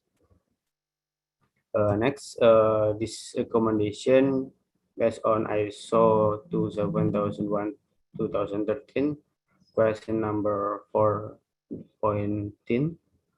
The recommendation is Bakamla must establish rules and procedure regarding information system security on new system and existing new system. This aim to simplify the process of updating security patches and on a regular and structured basis on reporting to the supervisor and regular basis. This is the last conclusion. First, Bakamla electronics system got a score of 17, meaning in the high category. Second is the readiness level of information system at Bakamla is still low because Bakamla has not implemented all the required steps and is still in planning stage. A third of the 5 categories of assessment, Bakamla got the readiness level 1+ in the governance and asset management category. Meanwhile, for the risk management, management framework, and information security technology categories, Bakamla got the readiness level 1.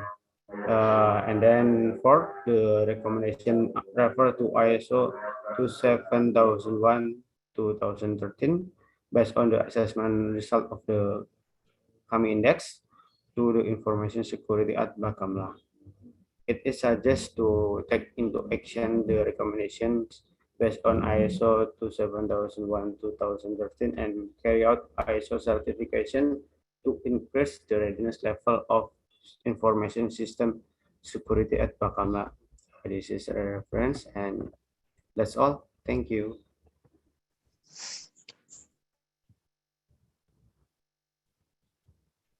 Thank you so much. Any questions? Yes, sir. Just a simple question. What do you mean by updating security patches on structured basis? What are the security patches? So if the provider give the patch for updating system, we should be updating because the patch is very important for block the attack. Maybe this the answer for it.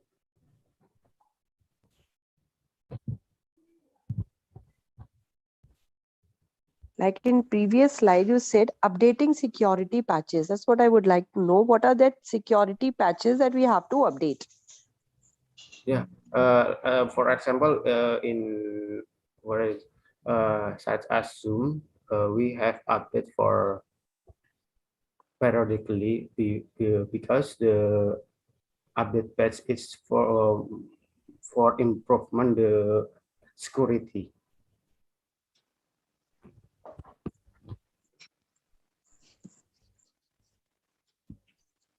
Okay, thank you, sir. Thank you, ma'am.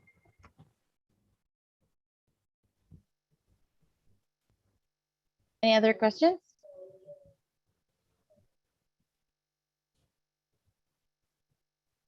All right, none. And let's go ahead and proceed. Thank you. We will have a video presentation.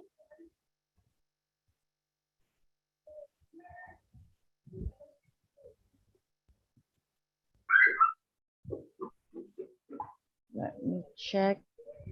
Due to technical problems, I think he will not be able to. Check.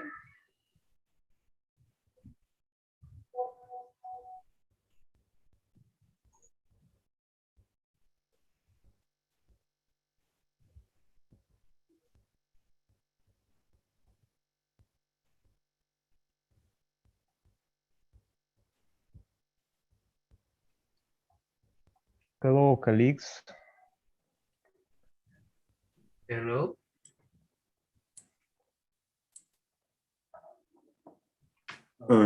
Hello, our work is dedicated to pumped storage power planes. I am Roman and my colleague Nikolai.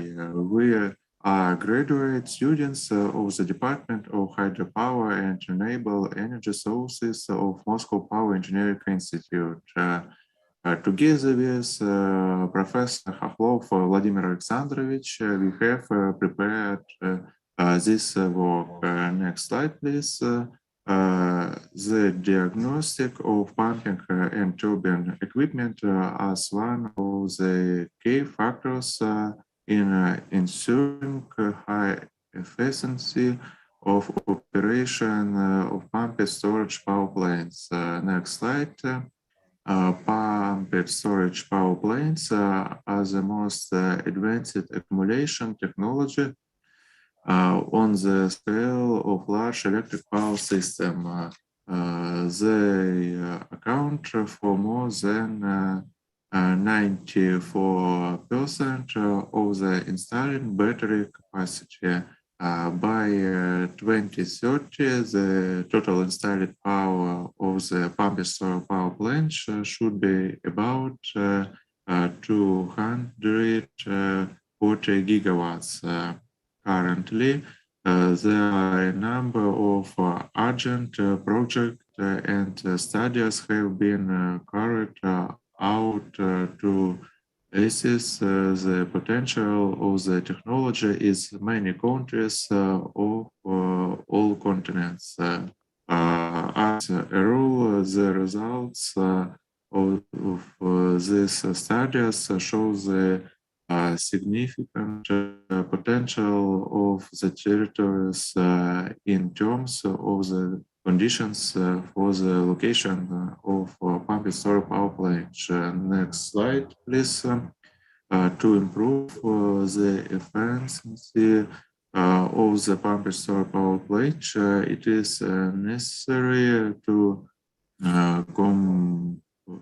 comprehensively consider the operating modes of the main equipment, tubing, pump, synchronous condensing mode, taking into account the technical condition of the plant equipment during operation contributes in addition to reducing energy losses.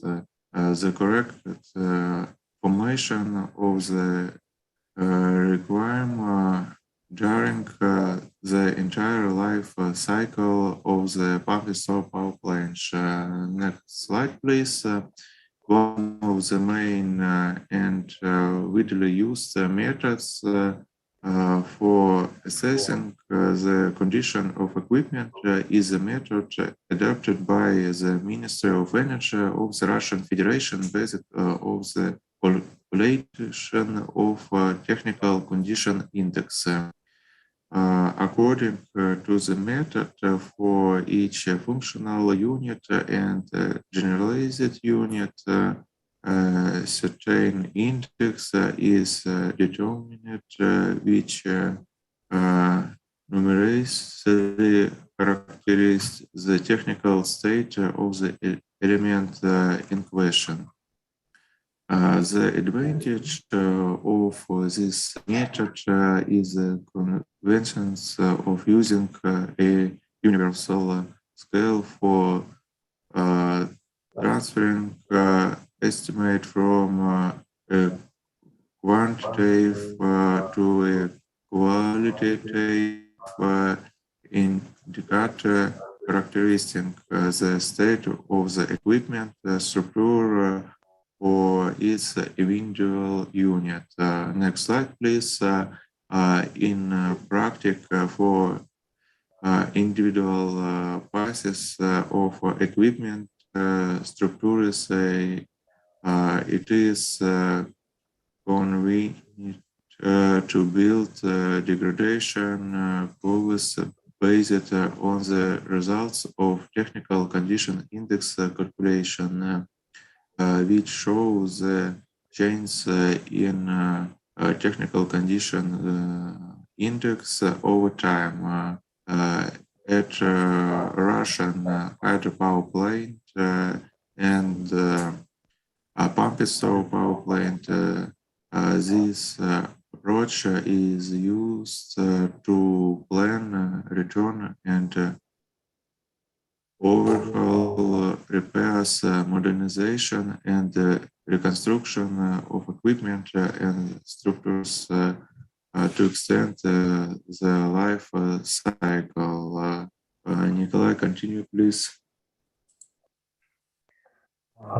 Yes, and the main problems of pumped storage power plants are related to the operation of the main equipment as high loads on the rotor of motor generators, pump turbine cavitation problems with frequent mode changes, ball valve abrasion problems due to water quality and frequent operations, and many problems are related with cavitation.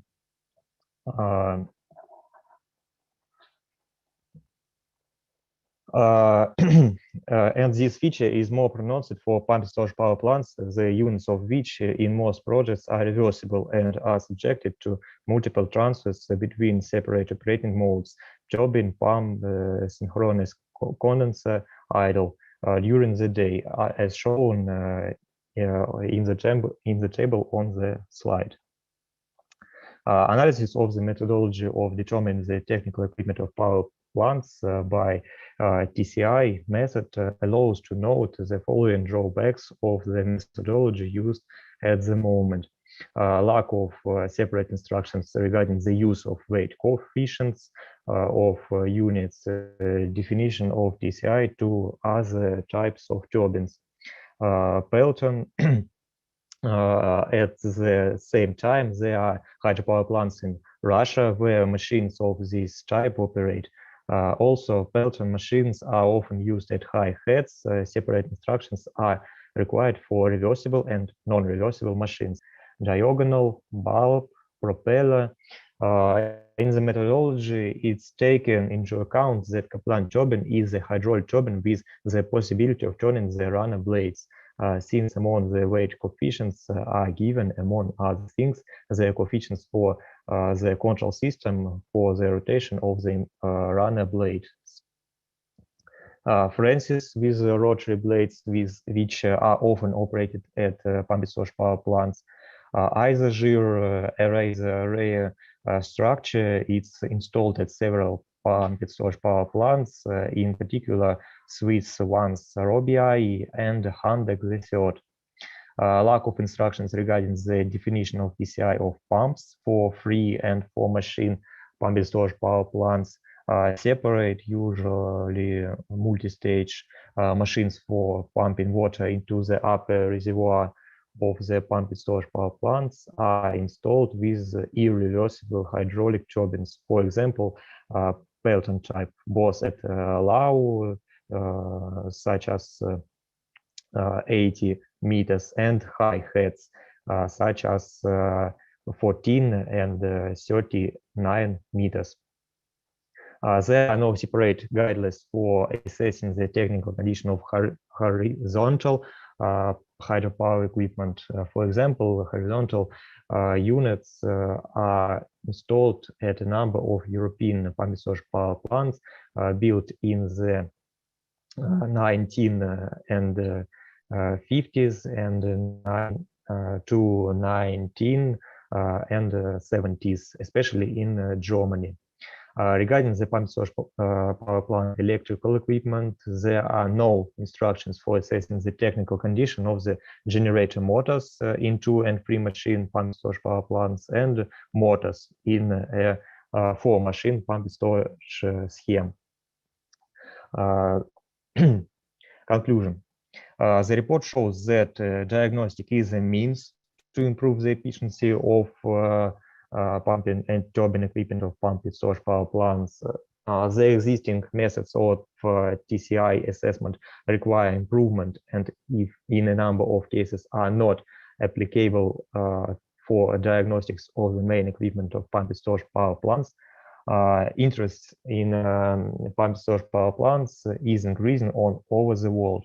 When restarting project of pumped storage plant in Russia, it will be necessary to add and refine the methods of evaluation of technical state of pumped storage power plants to increase the efficiency of their operation. And appendix, we have also included in the presentation more detailed data on the turbine equipment of hydropower plants and pumped storage power plants, confirming in that presented. Thanks. Have you any questions?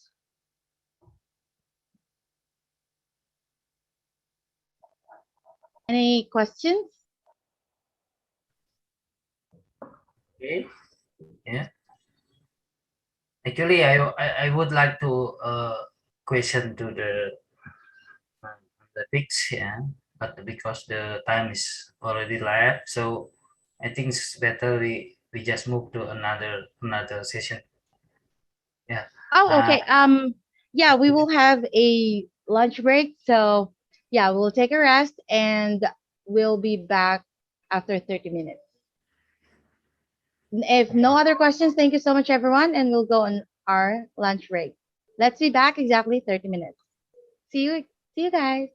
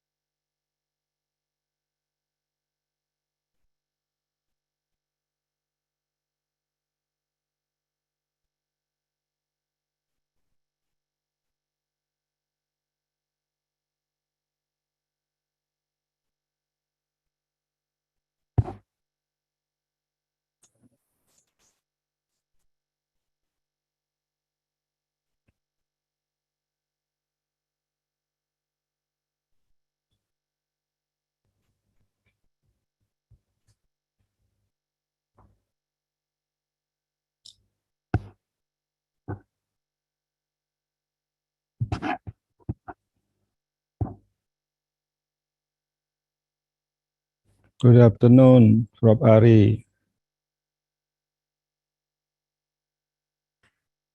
Good afternoon, Prof. Just waiting the time, this Prof. Good afternoon. Yeah. Good afternoon. I think it's time already, so we are waiting for the moderator. Yeah. Time is already going on. So I don't know where is the Miss Jojo here. Yeah, she's the moderator for this session. Yeah.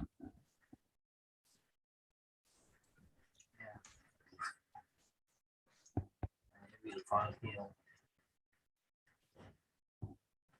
Yes. That's it.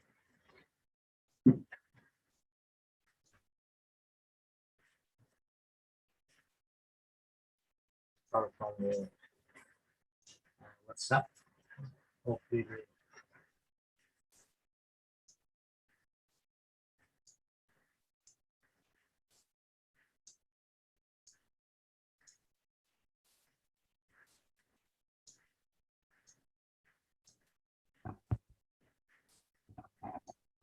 I think this Jojo is not connected yet. Yeah, but I think she's still in lunch time.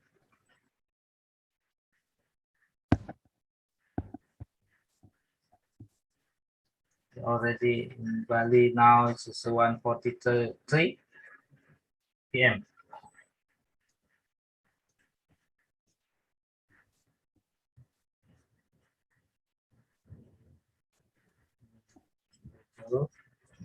Where is? Maybe someone can contact her or just replace her as a moderator for this session. Yeah, I already tried to call her. Yes, we are doing that. She'll be back within 2 minutes. Okay. Okay, just waiting.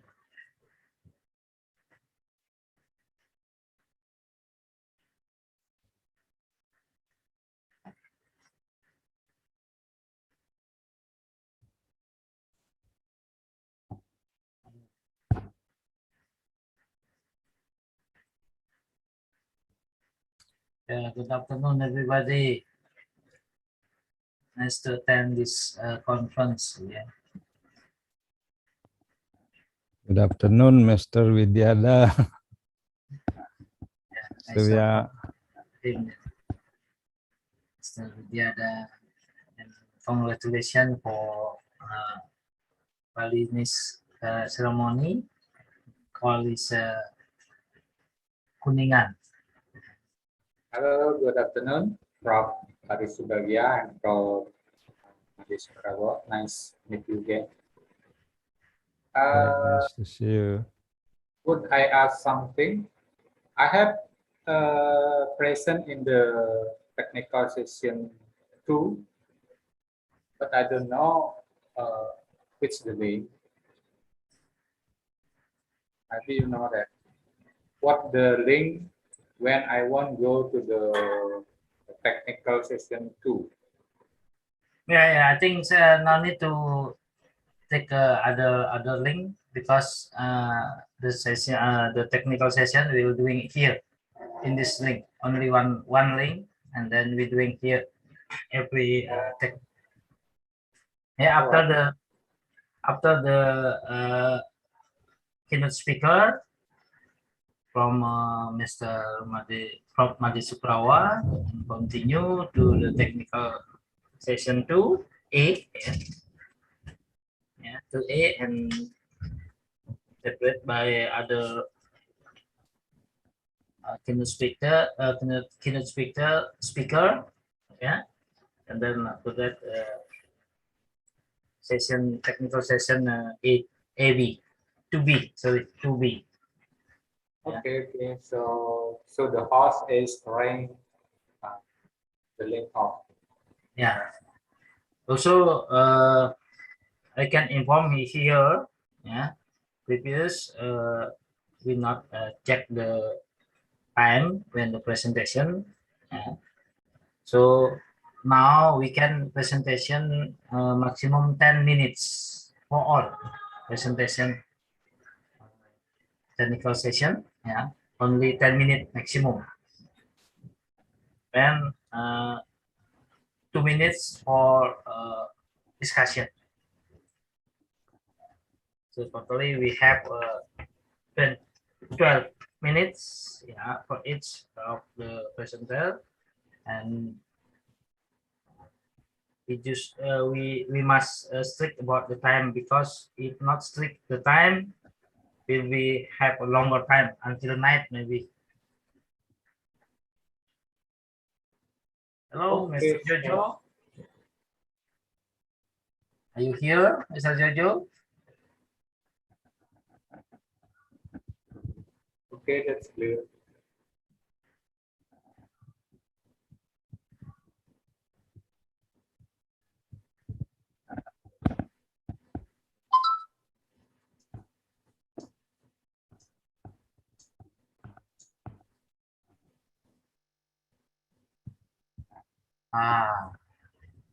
That's her. I'm not responsible for this.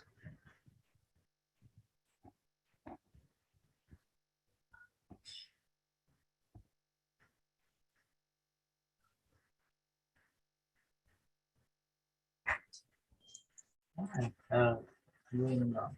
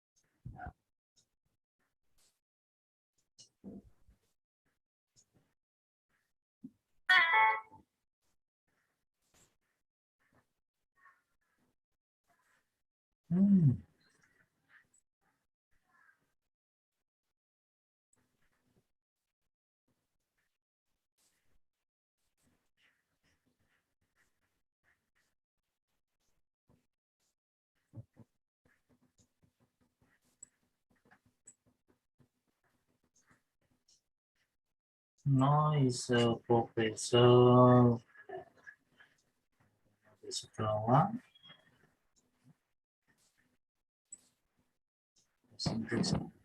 Actually, this rundown said 1 p.m. until 1:30, but now it's already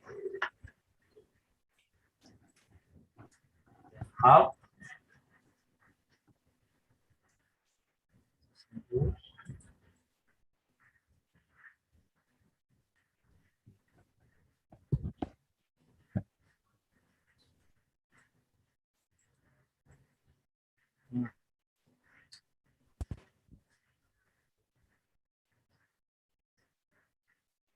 Hello, is my voice is audible? Yes. Yes. Yes, sir. Thank you for joining. Thank you for joining back. Next, I would like to welcome Professor Mahesh Shukrwa, MSc and PhD, Civil Engineering, Udayana University, for delivering his keynote speech. I would like to give his short bio. Mahesh Shukrwa, PhD, is a professor of structural engineering at Civil Engineering Department at Faculty of Engineering, Udayana University since 1987. He holds Master and PhD degree from Michigan State University, 1994 and 2000. Besides teaching, he is also active as an independent consultant for structural engineering and construction. His research interests are structural modeling and seismic retrofitting, infilling are rape and concurrent masonry structures. Thank you, sir. Thank you for joining. Can please proceed for the keynote speech. Thank you for the nice introduction. Yes. And good afternoon, everyone. I will try to deliver my speech on seismic risk of infill frame building design as open frame. In this case, I will use two cases as example, one hotel building in Sanur Beach and one police dormitory in Bali. As an abstract, let me read this to be easy to understand that many residential and hotel building of low and medium rise were built of RC frame with brick wall between the frames. When subjected to seismic load, the frame and the infill wall will act together to form composite infill frame, which is stronger and stiffer than the addition of strength and stiffness of both components. Unfortunately, most building code do not include this type of structure. Consequently, some engineers are not well informed on the analysis and design method of substructure, and therefore they neglect the contribution of the infill wall for the sake of simplification.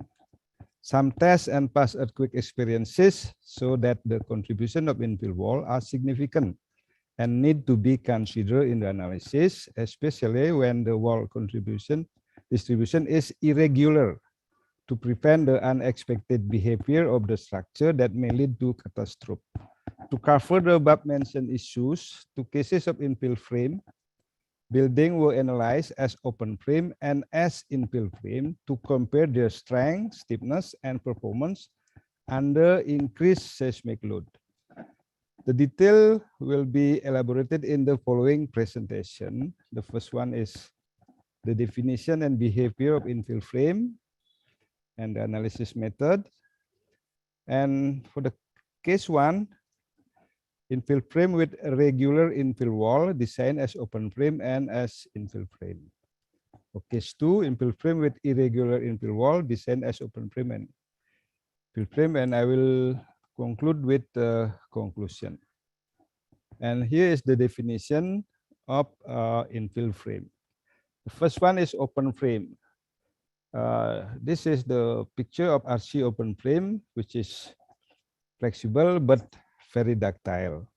And reinforced concrete open frame is very popular and well understood. So the most engineers anywhere in the world already know how to analyze this kind of structure.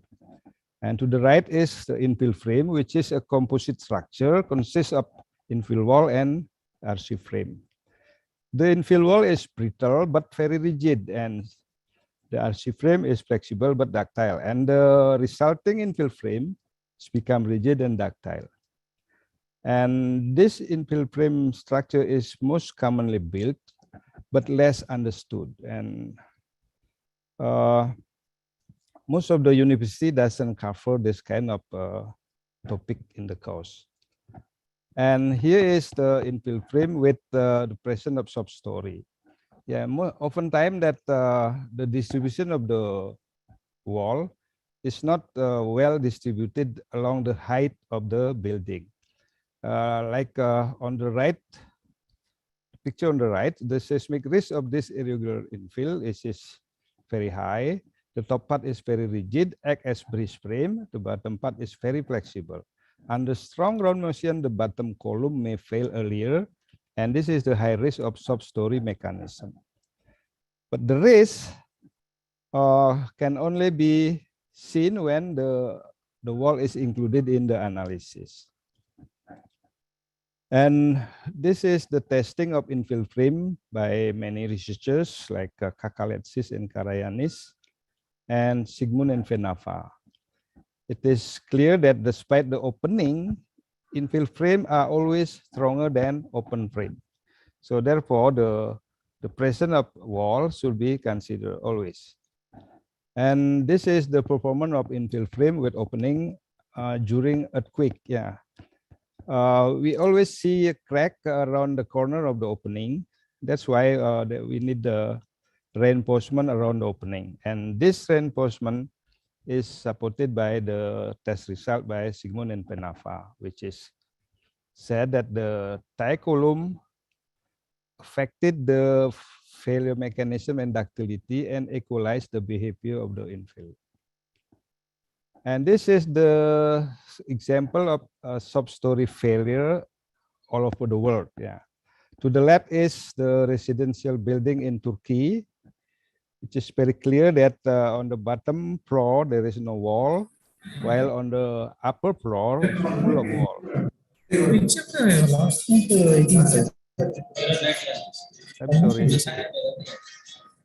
What's the ground back? Okay. Okay. Yes, sir, you can proceed now. Okay. So it is very clear that the bottom floor is very weak and the upper floor is very stiff. That's why during the strong earthquake, the bottom column will break first. Yeah, just like people with strong body and very weak leg. Yeah, and the middle picture on the top is the fire station in Guatemala, which is on the verge of collapsing. In which it's also clear that the column on the ground floor is much weaker than the combination of column and wall on the upper floor. And the center bottom is the picture of residential building in California during the Northridge earthquake, in which the building above is sitting on top of the car. Yeah, and to the right is example of sub-failure mechanism in Taiwan and in Japan. Yeah. So according to the research by others, that 50% of the total failure due to earthquake are related to sub-story failure. So this is a big problem and it's a multi-billion dollar problem. Yeah, and as I mentioned earlier, that unfortunately until now most country has no code on how to design and analyze this kind of structure. Yeah. Okay, here is the review of analysis method for infill frame structure. Yeah, there are two common methods used for analyzing this kind of structure. The one is by micro modeling using cell or solid element. And the second one is by macro modeling using equivalent diagonal compressive strut method. Yeah.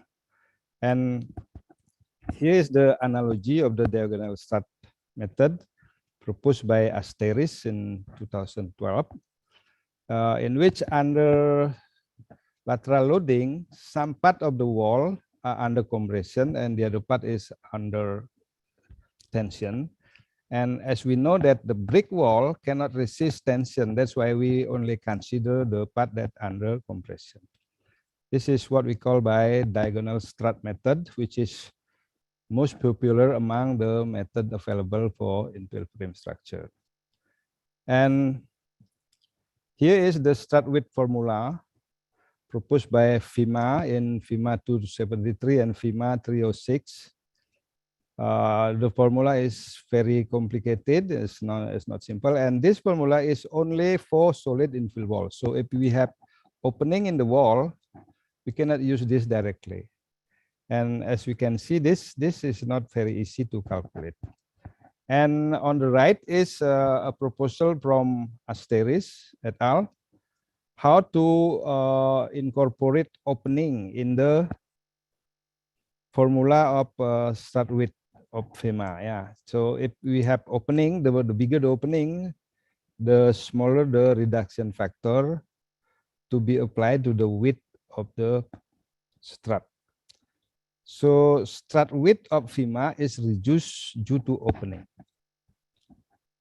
And then strut width formula, this is my contribution for the infill wall with reinforced opening. So as the experience show that we always have crack in the corner of the opening. That's why I propose that we should put reinforcement around the opening, so we have more ductile structure.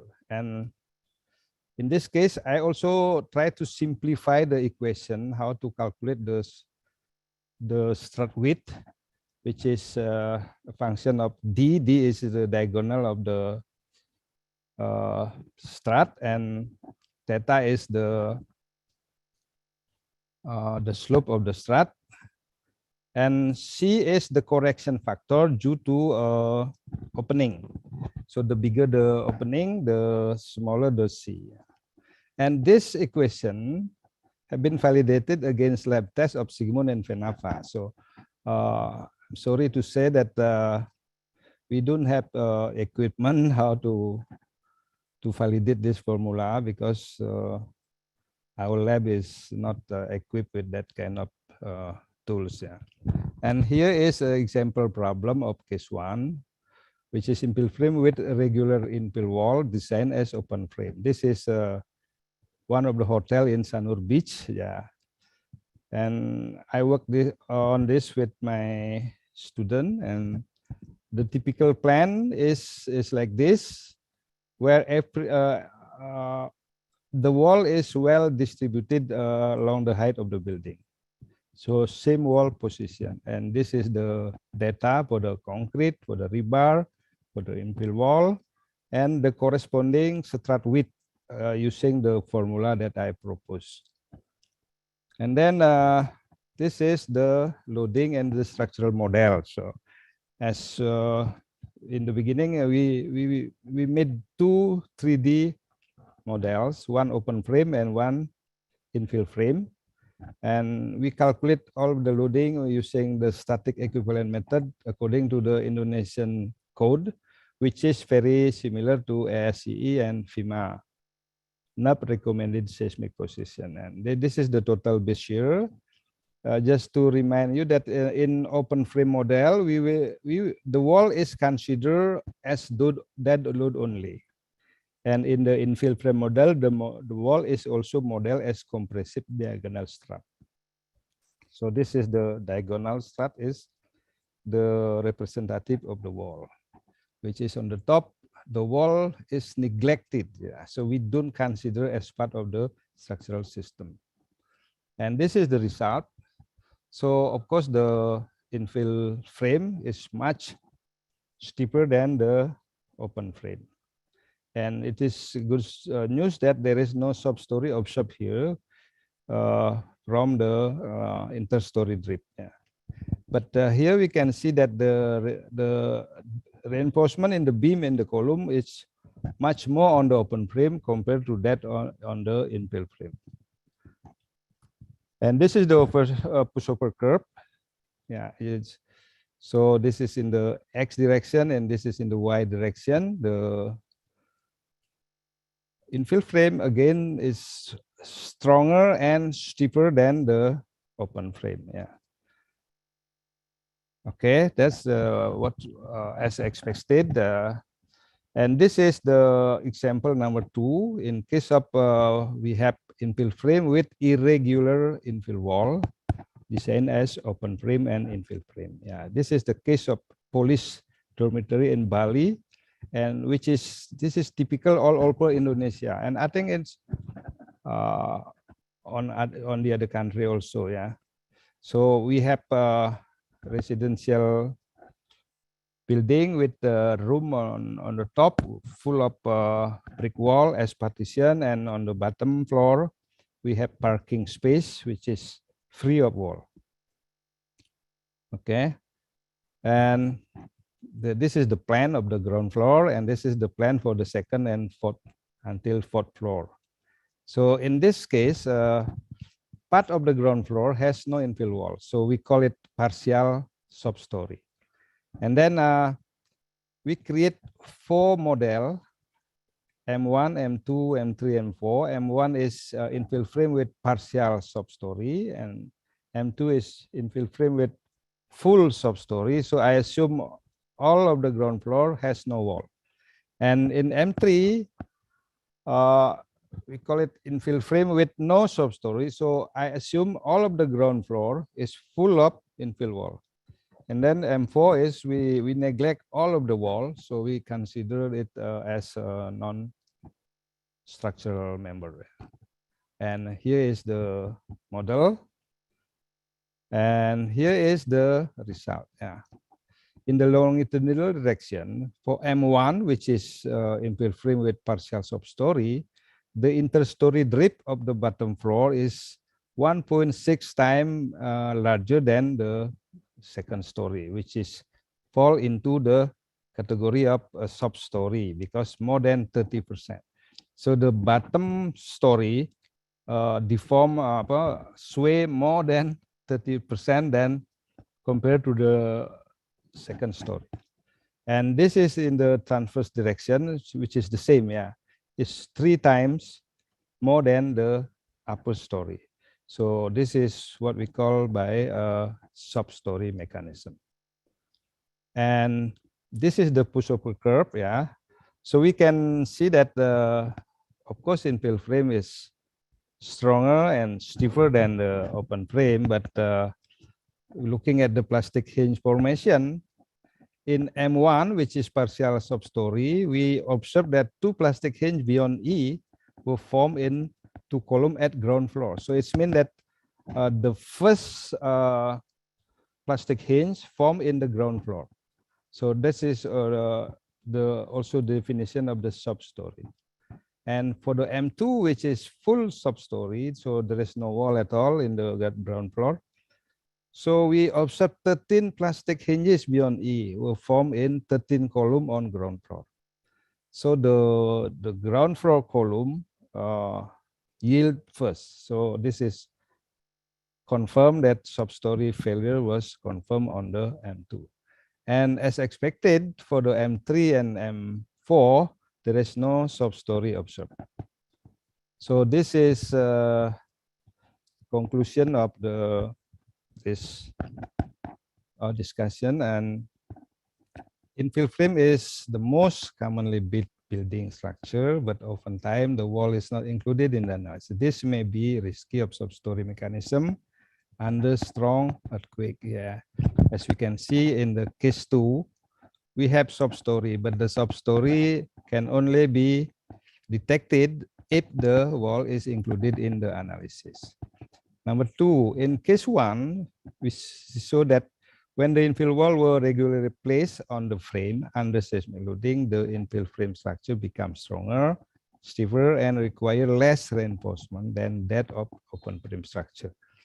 No substory mechanism, but simplification at the expense of efficiency. So if we simplify the model by neglecting the contribution of the wall, and then we lose the efficiency of the structure in case 1. But in case 2, so that when the infill wall were irregularly placed, substory was confirmed that may cause total failure of the structure under strong ground motion. Simplification is at the expense of safety. So if we simplify the model by neglecting the wall in case 2, and then we don't know if the structure is under in danger of failing under a substory mechanism. Therefore, to obtain better descent result, the infill wall should be considered in the analysis because the unexpected risk of substory failure during strong earthquake can be detected only if the wall is included in the analysis. I think that's the conclusion of my presentation. I will be happy to have some question or discussion. Thank you. Terima kasih. Matur suksma, and wish you all the best from Bali. Thank you so much. Anyone would like to ask a question? I look like I'm the only structural engineer here. The other is energy engineer, and yeah. Thank you so much for sharing your research and for that presentation. Thank you.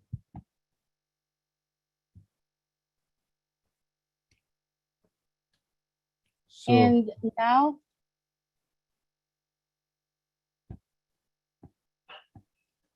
yes. So should I? Okay, the time is yours. Thank you. Thank you for everyone. Thank you so much. And now we will be proceeding with our technical session.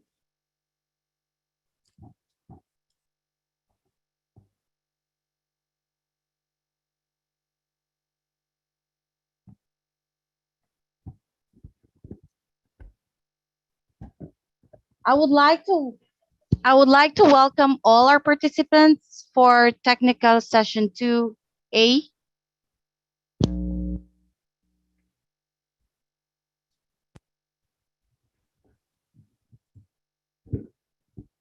And now I would like to welcome our session chairs. Professor Dewa Gedi Ari Subagia, ST, MT, PhD. And Dr. Himani Mittal, BTech, MTech, PhD. Welcome, session chairs.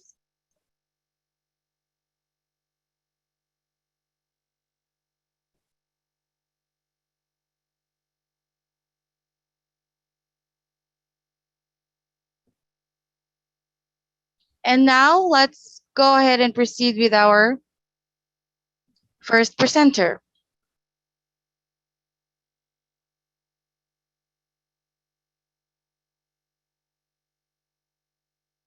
I invite Zinab Halalmeh to present the paper, A Comparison of Different Feature-Based Template Matching Techniques.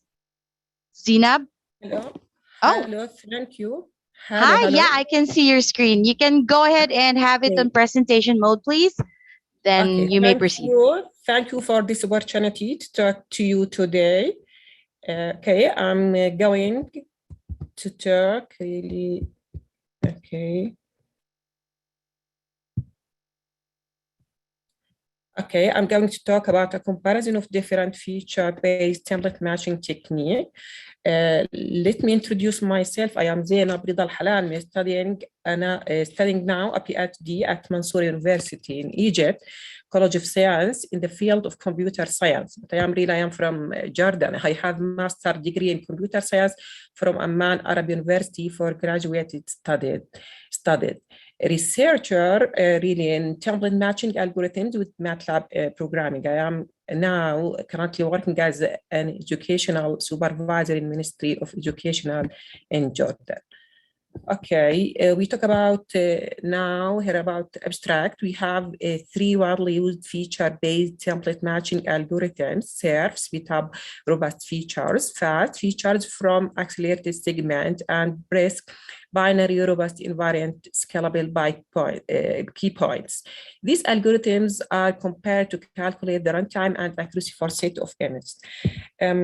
These three techniques have been applied using Oxford PT dataset. The experiment consists of three phases. First, applying these techniques on 10 images, 10, 20 images, finally on 30 images, where runtime and accuracy were calculated for each algorithm in all the phases. The results really showed that the SERF algorithm get the best result among the others algorithm in terms of accuracy and runtime. When we talk about description about these algorithms, a template matching consists of a set of stage include normalization, feature detection, and extraction features matching. These three stages are very important to find the matching features between the two images because the matching process depends on the number and quality of feature extracted. This figure illustrates the stages of template matching process. We have really here original image and template image, firstly normalization, then feature detection, then the output or the to take the feature matching, then to display it. A feature extraction phase include the process of determining and detecting a set of features in the both image, the original and template, such as number of pixels, width, corner, and length. This phase considered unimportant because it's the base of the process of compare biometric samples and verified visuals. rely on determine image features with great accuracy through minimize the dimensions of the original image, then extract a group of hidden traits in the image in order to facilitate the process of differentiation. When we talk about fastly read overview of methods, firstly, SERF algorithm includes 3 major steps. Step 1 represents the process of selecting the feature in the image, such as angles, dots, and colors. Then this Step 2 represents the process of depict the surrounding neighborhood for each distinct point through the use of feature vector. This process is unique and has ability to identify error and noise. Step 3, vector descriptor feature is coordinated between various images that are accessible through the use of the fast Hessian detector in order to find feature points, taking into account the cloud estimates of the Hessian it's from a particular image points. Really, the main key of interest in SERF's algorithm is its fast calculation, okay, which enables many ongoing applications such as tracking and recognition images. Secondly, we talk about fast algorithms. It relies on a different approach to other algorithms based on an automated learning approach that adapts for processing by identifying a set of few points within the range of interest and rejecting points that have no benefit. Fast needs a set of criteria in order to allow matching feature points from corner detector. These criteria as follow consistency, accuracy, and speed. This is also these points that I talked about. Thirdly, we talk about risk algorithm is characterized by the fact that computations are significantly less complex. It is use distance rather than Euclidean distance, and it is faster than the fast algorithm and the SERP algorithm. It is a new algorithm designed to identify key points that match the description. By evaluating this algorithm shows this or that the performance of high quality compared calculation is complex. This shows really the sampling pattern. Data set we used really this Oxford PEG data set in order to implement template matching algorithm and perform comparison process. This, as you know, data set consists of 37 set of bits where each set has 100 images. This is the example of your image. Here, this equation was used to calculate the accuracy of each algorithm. Really, and is the total number of images. IAM is the total number of matched features, and this is the extracted feature from the total number of extracted features from the original image. Results and discussions. First, the comparison process for the 3 algorithm was done on 10 images, then 20, at last 30. Really, it's showing the result of comparison process for the 3 templates matching algorithm depending on the accuracy and runtime for each algorithm. This is the original and template image used to test the 3 algorithms. Here we show really the matching feature process results for SERF algorithm, and this is the points for results for the fast algorithm, and this is really for the BREST algorithm.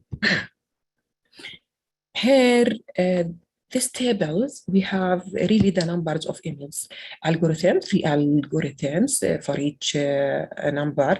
Here we extracted features and matched features, then runtime and acquisited the result, and this is the important things. Indicates this table really, or this data in the table indicated that the SERF algorithm get the best accuracy among other algorithm fast and BREST in all cases of the comparison process 10 or 20 or 30. Besides that, okay, the data in the above table mentioned that the first algorithm achieved the second accuracy. Okay. First algorithm achieved the second best accuracy and runtime among other algorithms. Then, or in addition, the first algorithm got its highest accuracy when the implementation proceeded on 20 like this, okay, and 20 M's. This figure shows the accuracy values for each algorithm based on a number of MLs. Read the service the best. Here also it shows the runtime values for each algorithm based on a number also of image. Also, serve algorithm get the best runtime among other algorithm, fast and brisk in all cases of comparison process. Conclusion by the experimental results indicated that the SERF algorithm achieved the best accuracy and runtime among the others algorithm. And also the results indicated that there is a relationship between the number of M's and algorithm performance. Okay, thank you for your attention. Thank you. Thank you so much. Are there any questions from our chairs?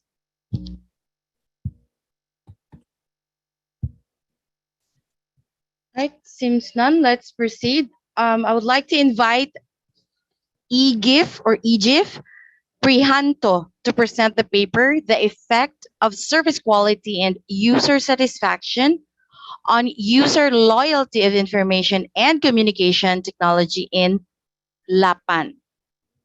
EGIF? Oh.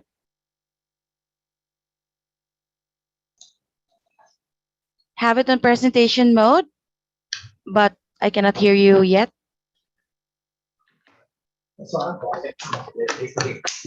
Oh, there you go. Yep, please proceed. Okay. Okay, thank you. Assalamualaikum warahmatullahi wabarakatuh. Good afternoon, ladies and gentlemen. My name is Igif, and today I would like to share about my research entitled The Effect of Service Quality and User Satisfaction on User Loyalty of Information and Communication Technology in LAPAN. Next slide. Let's start with our research background. The pattern of the causative relationship between service quality, user satisfaction, and user loyalty will be measured using the path analysis method. Several researchers before have success in proving a significant influence between service quality and user satisfaction and user loyalty. That the research is mostly conducted on industry and banking. Next slide. This is the research proposed. This research will be conducted on aeronautic and space-based organization, or we call it LAPAN, with aim of analyzing the effect of service quality and user satisfaction and user loyalty of LAPAN ICT service directly or indirectly. Next slide. This is the hypothesis in this research. Hypothesis 1, service quality directly has a positive and significant effect on user satisfaction. Hypothesis 2, user satisfaction has a direct positive and significant effect on user loyalty. Hypothesis 3, service quality has a direct positive and significant effect on user loyalty. Hypothesis 4, service quality indirectly has a positive and significant effect on loyalty through user satisfaction. Okay, next slide.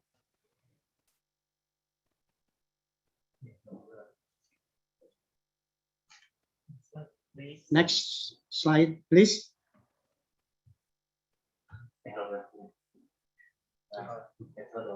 Okay, let me move to our methodology.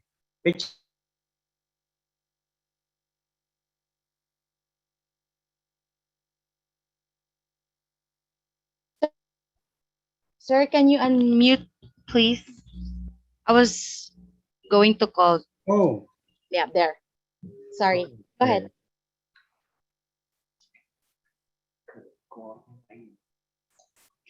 Okay. Okay, let's move to our methodology. Which one?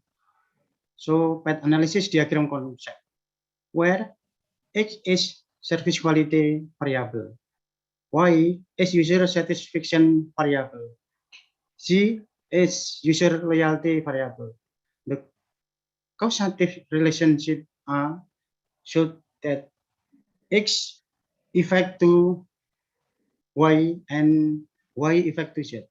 X can be effect directly or indirectly to Z. E is another variable aside of X. This research use questionnaire with 3 dimension and 18 instrument indicator, which consist 13 indicator for X, 2 indicator for Y, and 3 indicator for Z. The number of sample are 278, were taken by purposive sampling and proportional sampling. The data collection was done in 2021. Next. Now, here is my result. Table 2 show respondent demography. The gender of respondent mostly is men, that is 61.2%, while the rest is woman. The age of respondent mostly is between 20 to 30 years old, that is 39.9%, while the rest are in other age range. The education level respondent mostly is bachelor degree, that is 6.1%, while the rest are in other education level. Next, table 5 show path analysis the result. The result hypothesis 1, the direct effect of X against Y, shown that beta coefficient value of 0.774 is positive, and the value of Ticon is greater than T table, with significant level is less than 0.05. Then hypothesis 3 is accepted. The result hypothesis 2, the direct effect of Y against Z, so that beta coefficient value is positive, and the value of Ticon is greater than T table with a significant level is less than 0.05. Then hypothesis 3 is accepted. Let's result hypothesis 3. The direct effect of X again show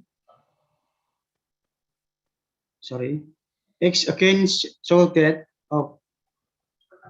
beta coefficient value of 0.744 is positive, and the value of Ticon is greater than table, with a significant level of is less than 0.05. Then hypothesis 3 is accepted.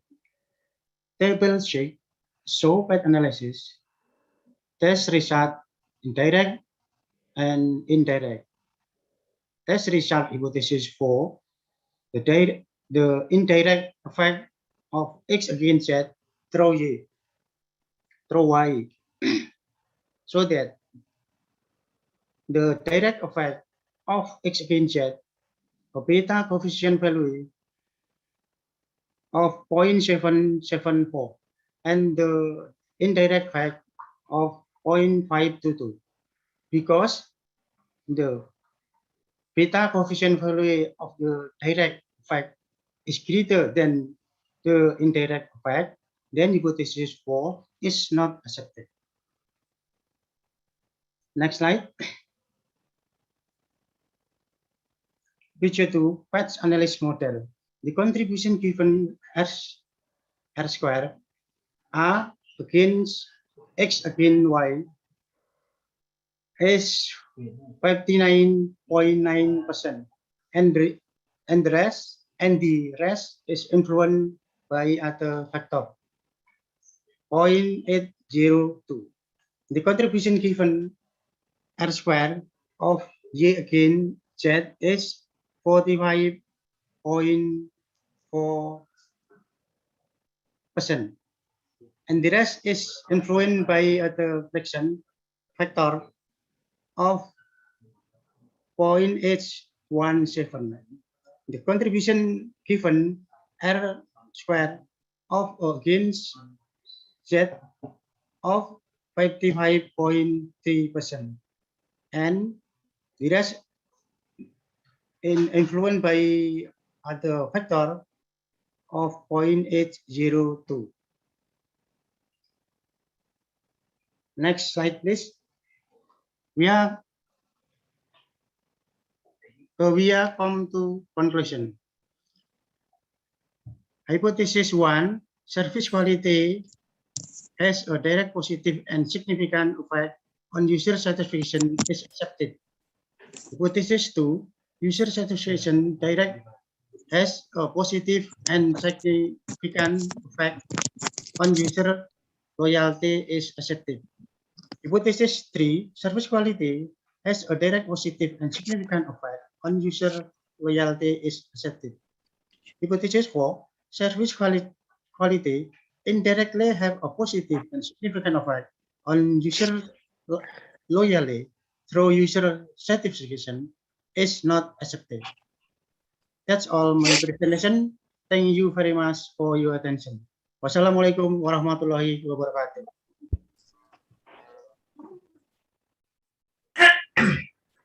Thank you so much. Are there any questions? Okay. Yes, ma'am. Okay, I have a small question. Yes, go ahead. Mr. Igit. Yeah. I heard your research in here. So my question is, why this topic interest to study? Why this topic interest to study? Yeah. Because we always say significant, and then why this very interesting to study? Hello, Mr. Igit, do you understand it? Can you read? Are you interested study research this topic?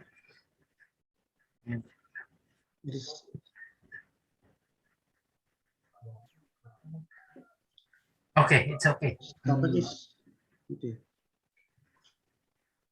My topic is kualitas layanan. Quality. My topic is quality of service, and the method is regresi linear.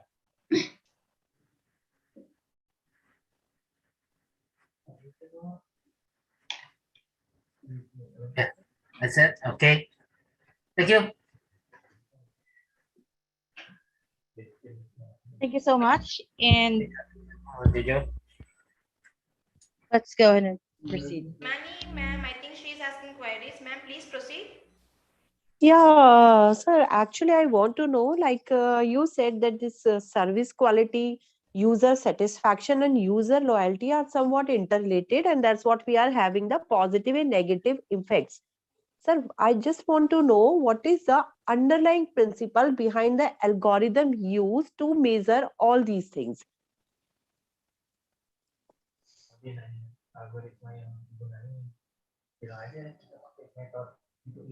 What is the principle, basic principle used in the algorithm so that it can be measured? All these three things: loyalty, user satisfaction, and services. There must be some algorithm that is used to measure these three parameters.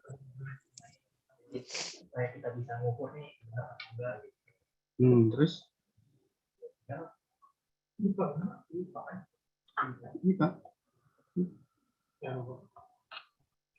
Kan regresi linear. Algoritma method is regresi linear.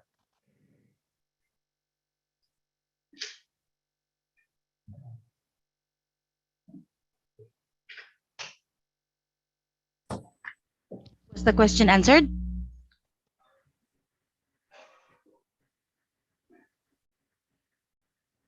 Okay.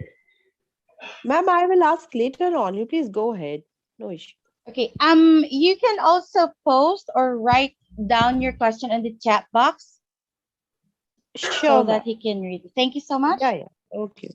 And please also tag him so that he will know that it's from him. All right, and let's proceed with our next presenter. Thank you so much for that presentation.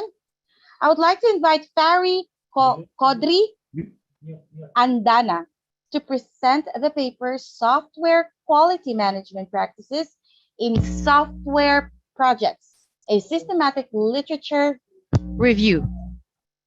Fari? Okay, thank you, ma'am. Good afternoon, everyone. I'm going to share my screen. Go ahead, please.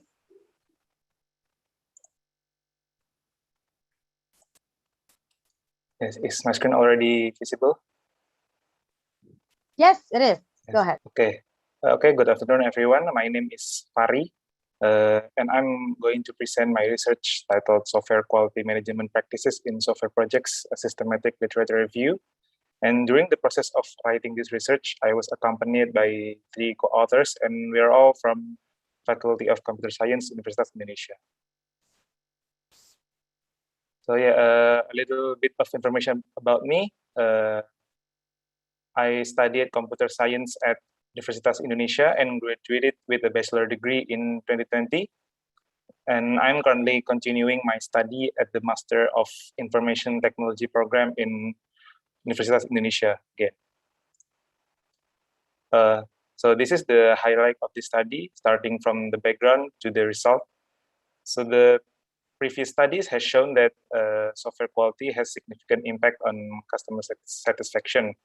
However, software quality costs about 33% of the overall project costs. With such big impact and such great costs, software quality should be managed carefully to control its costs and maximize its result. Therefore, this systematic literature study aims to help software developers to manage software quality by discovering current software quality management practices and group them into 3 software quality management main activities and integrate them to the software development lifecycle. So this is the first research question of the study. As I previously mentioned, this study wants to help software developers to manage software quality. So in the first RQ, this study aims to discover current software quality management practices and group them into 3 software quality management main activities. And then in the second RQ, this study integrates those practices into software development lifecycle. So this systematic literature study is conducted in 4 major steps. The first step is the planning step, which consists of identifying the purpose of the study and drafting the study protocol. And the second step is the selection step, which consists of fetching and selecting source papers from the database. And in this study, we use ScienceDirect, IEEE, ProQuest, and ACM digital library as the databases. Third step is extraction, which consists of extracting the relevant information from the source papers. And the last step is execution, which consists of analyzing the collected information and answering the research questions. So this is, I gathered several papers from the mentioned databases. During the first search by keyword, I gathered around 614 papers, but after refining the title, abstract, and content, I get 31 papers, which will be the main sources for this study. And then to answer the first RQ, the gathered software quality management practices are grouped into 3 main activities. And those activities are quality planning, quality assurance, and quality control. As seen on the table, quality planning has around 7 practices, and I've also put some examples of the practices, but unfortunately, I cannot put all of the practices because it's too many, but I have put some examples. And in quality assurance, I've gathered 12 practices, and in quality control, I've gathered 13 practices. And then to answer the second research question, how are software quality management practices integrated to software development process? So I have put where the SQM practices are committed during the software development process. So during the communication phase, the only practice conducted is customer-driven development process. And then in the planning phase, we have 6 practices conducted during that stage. And in the modeling process, in the modeling phase, we have 8 practices conducted during that phase. And during the construction phase, we have a lot of practices, about 26 practices that are conducted during that phase. And during the deployment phase, we only do 2 practices, which are technical debt management and automated deployment. That's all from me. Thank you for listening. And are there any questions? Thank you so much. Questions?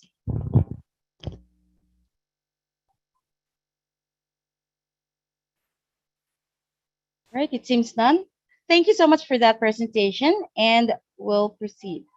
Okay, thank you. I would like to invite Andualem Andres Yadeta to present the paper Lessons Learned from COVID-19 Impact, Construction Contracts, and Future Strategies.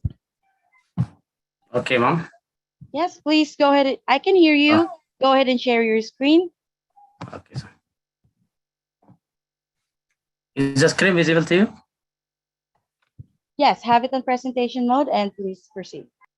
Okay, sir. Okay, thank you very much for your time and your coordinations of the conference. My name is Andualem.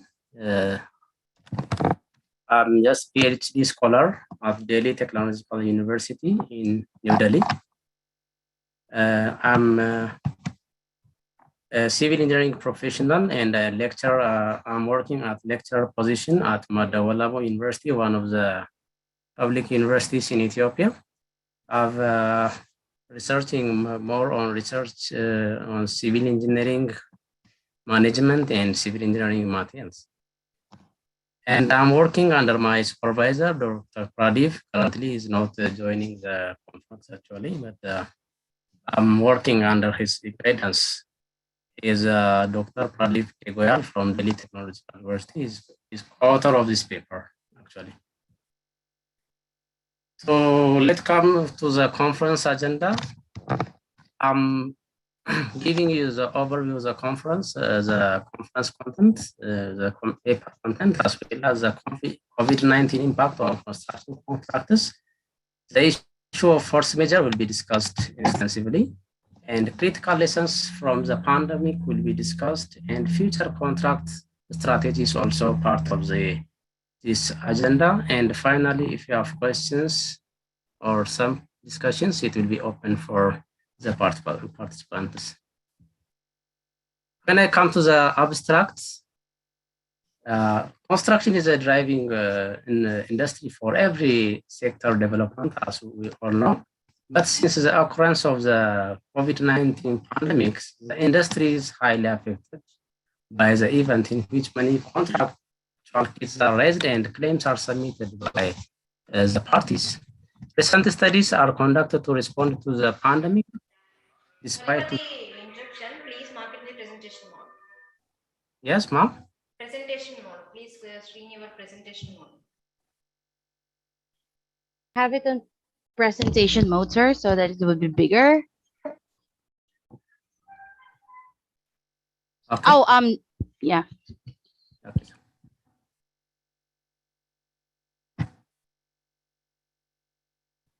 That's okay. Yes, that's better. Thank you so much. Recent studies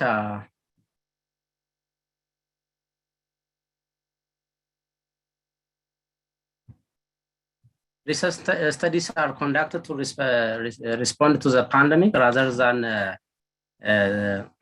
or despite the contract conditions and clauses. This phenomenon, this presentation is also therefore aimed to discuss the lessons learned from the pandemic and how future contracts are managed.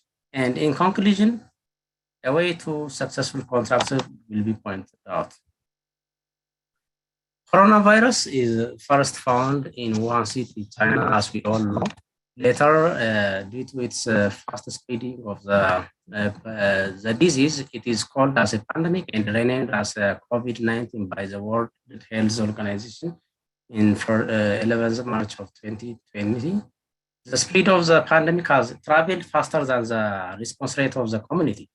And as the community is underestimated the pandemic in most sectors. In order to slow down the speed of the virus, most countries are implemented various implementing mechanisms, including the city lockdowns.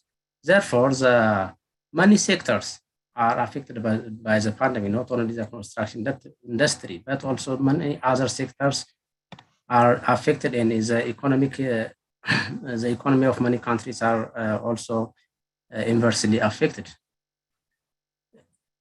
Due to the pandemic, the pandemics are affected the industry in many ways. The first one is time impact, in which delays occurred in many projects, in which most projects are recorded for delay, the time overrun, and also cost overrun, what we call is variation, and claims and disputes. Many claims are raised due to the pandemic, in which based on the contract conditions. And finally, disputes also occurred in many contracts around the globe, not only in Ethiopia. The issue of force majeure, as we all know, maybe civil engineers are familiar with this term. Force majeure has been defined elsewhere as reversible force or unforeseen event or a fact or accident which human prudence can neither foresee nor prevent, which is above the control of parties, it means. Contractually, this is no established meaning of force majeure, but every force majeure clause terms or the word itself, because the actual wording of the contract is crucial to a construction contract or also other contracts also. Force majeure will only apply if there is a force majeure clause in the contract, and they need to be interpreted literally. When you come to the COVID-19, one has to think that whether the COVID-19 is a pandemic or a force majeure event or not. Now it is time to review our contracts. For international contracts, especially this COVID major force majeure event issue has to be considered. When the consider COVID-19 as a force majeure, what does it? What qualifies as as a force majeure? What is the qualification for the force majeure to be recorded as a force majeure? Let's see from the definition of the force majeure event. Force majeure is an event that is beyond the party's control. It's also a forcible event, and it prevents parties to perform their obligation in the contract. When all these are happened, you can call it a force majeure. Contracts may specifically mention or list force majeure events, example, pandemics, epidemics, act of God, war, unexpected disease, and they may specifically mention in the contract condition also, not only the definition of some force majeure. What happens if if the COVID-19 is qualified for as a force majeure? If COVID-19 is a force majeure, then contract may provide to the parties the following issues. The contract may provide, it may excuse to perform obligations, or parties might be exempted from their obligation. Time of extension of time will be given. Additional compensation or additional costs will be paid. The right to terminate or renegotiate the contract is also applicable for the force majeure issue. Let's see some review of some contractors. These are the international contracts. All most civil engineers or construction management professionals are well familiar with these contractors. FIDIC, NEC, and JCT contractors. The FIDIC is the Federation International Engineers Council. Yes, it is a French acronym. It can be interpreted as International Federation of Consulting Engineers. It is highly applicable worldwide, including the Development Bank. Most organizations are using this contract. NEC, it is most of the time it's applicable in China, and JCT is the UK contractors, mostly used in the UK and other countries also. So when you come to the review, does our contract have a force majeure clause? Previously, when the pandemic event occurred in China, or when it spreads around the world, the slogan of the health sector was just wash your hands. This time, the slogan of the construction industry is just read your contract condition. Therefore, that's why we are reviewing. When you come to the contract provisions, under the PD contract provisions, the old force majeure clause, or clause 19 of the 1999 edition, has been moved to clause 18 of the 2017 edition. There are different editions. The new one is a 2017 edition, and the old one is 1999 edition. And also other contracts also. The previous one, 1987, it's a very old back, or the very back condition. It's already now neglected. The COVID-19 pandemic clearly qualifies as a force majeure event under PD contracts. So you can consider COVID-19 as a force majeure, and parties may be exempted from their obligation, or they may renegotiate for their contract. NEC, in the NEC contract, NEC means new engineering contract. The term force majeure is not used in the NEC suite of contracts. There are different suites of contracts for the NEC, but NEC 3 and NEC 4 make an event that looks like force majeure, a compensation event under clause 19.1 and 16.1 and 19.1.1. But this is not clear whether the COVID-19 is a pandemic, a force majeure or not. There is an ambiguity in this contract. Come to the JCT contract.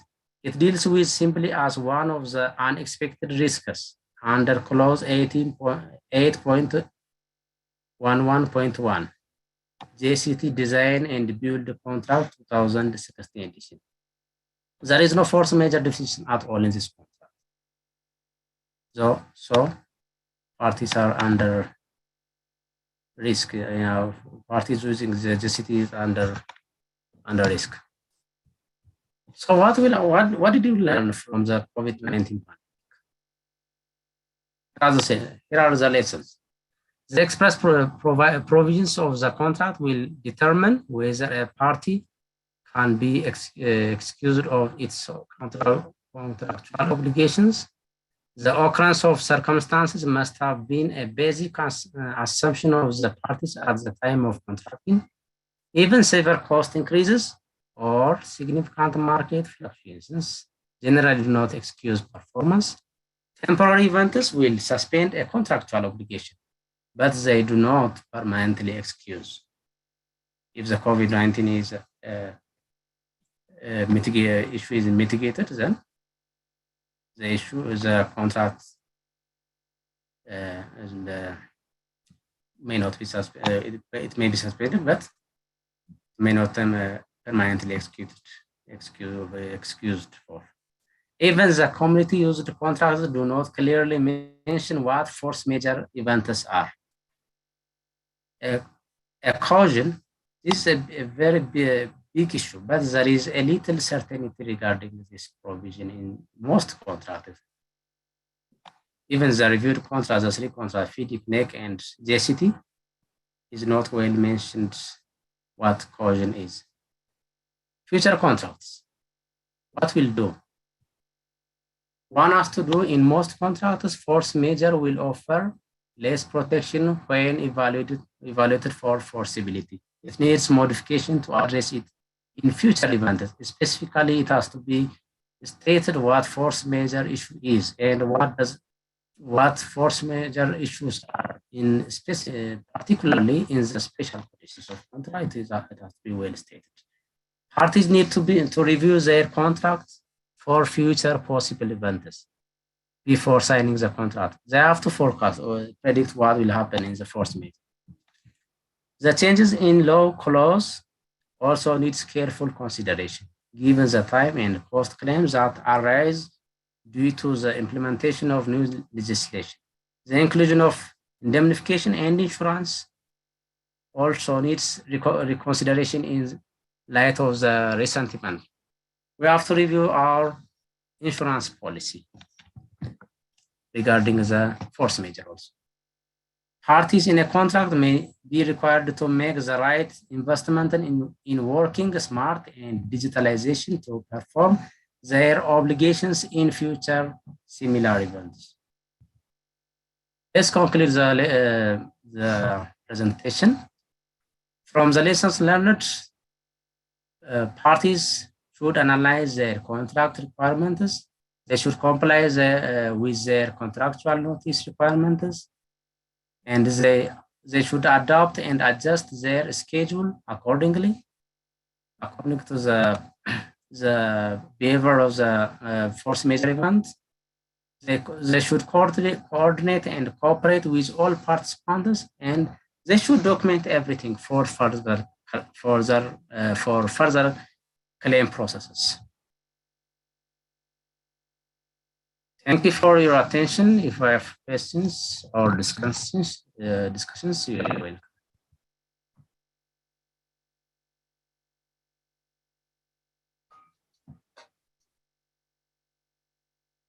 Thank you, ma'am.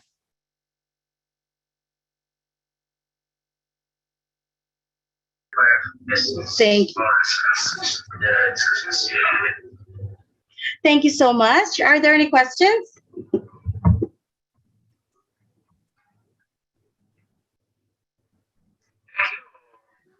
All right, then let's go ahead and proceed. Thank you so much for that presentation. Thank you. Thank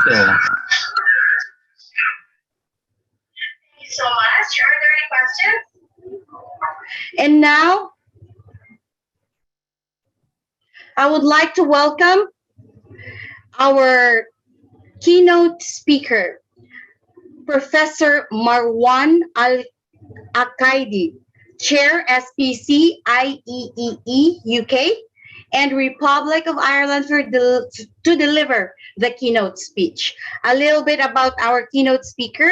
He is an experienced Vice President for Academic Affairs with a demonstrated history working in the education management industry. Skilled in analytical skills, lecturing, leadership, data analysis, and strategic planning. Strong education professional with a Doctor of Philosophy, focused in optical and Communication Engineering from Loughborough University. Again, let us welcome Professor Marwan Al-Akaidi. Welcome, Professor. Thank you very much. Hi. Thank you. Well, good afternoon. It is good morning here in Britain, but good afternoon. Good morning. To you. Good morning to you all, and I would be grateful if I can share. Give me access to share my screen, please. Yes, go ahead.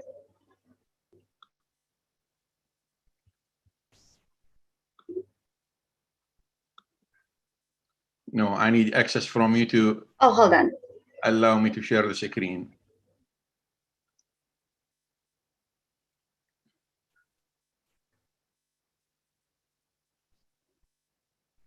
Venka Teshwari. No, still I have access. One moment. Yes, I am giving the access.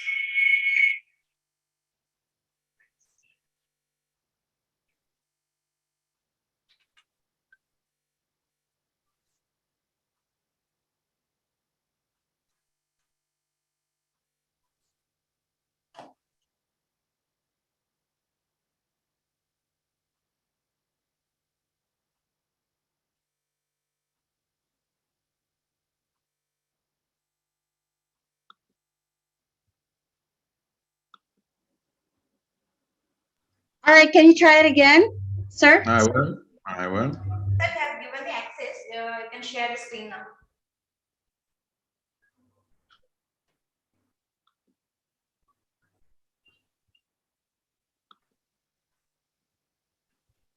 Can you see my screen? Yes, please. Go ahead. Can you see it? No, Not yet.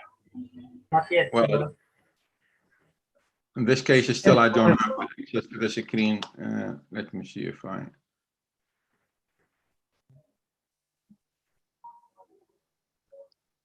I don't have access. Still, I don't have access. No, sir, we have given the access to you. You are co-host now. Yeah, Professor, we've already given you a co-host access. You should be able to share your screen. After clicking on share screen, you will see. I'm clicking on the share screen and. Yeah, you need to choose the screen first that you need to display before you click on share.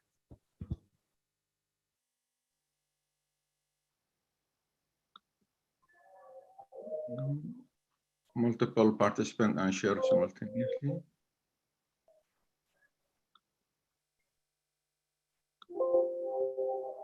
So please click onto the share screen.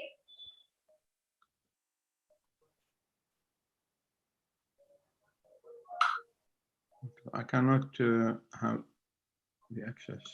Okay, sir.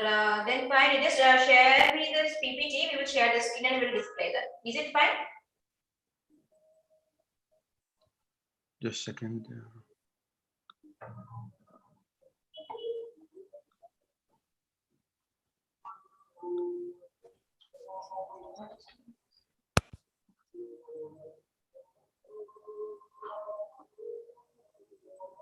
Can you see it now?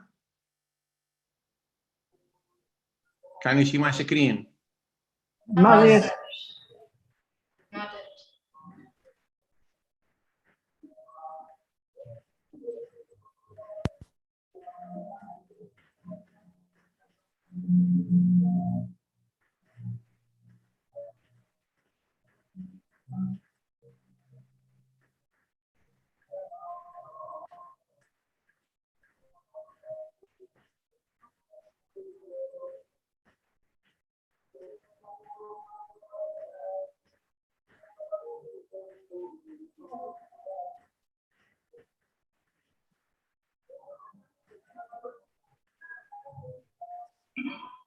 Access.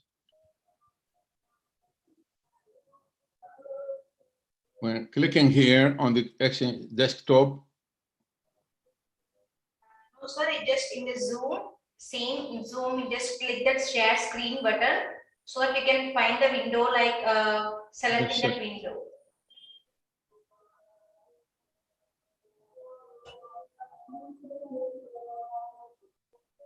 I'll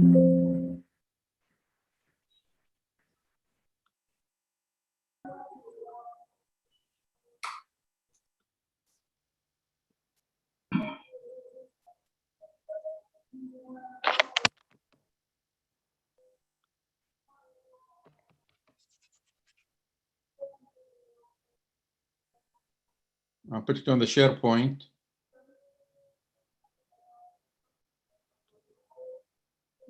No, I cannot. I will start talking about the technology rather than. Professor, after clicking on share screen, you will see this kind of screen. You need to choose the screen first. I'm not having, because I think you're using Microsoft. I'm using Mac. Okay. It's different setting. My apologies. No, it's okay. Let's go to. Anyway, I will talk about what I'm going to talk about anyway, in general, if that's okay. We're talking about the next generation smart city, where we are really, we believe strongly is going to be our future.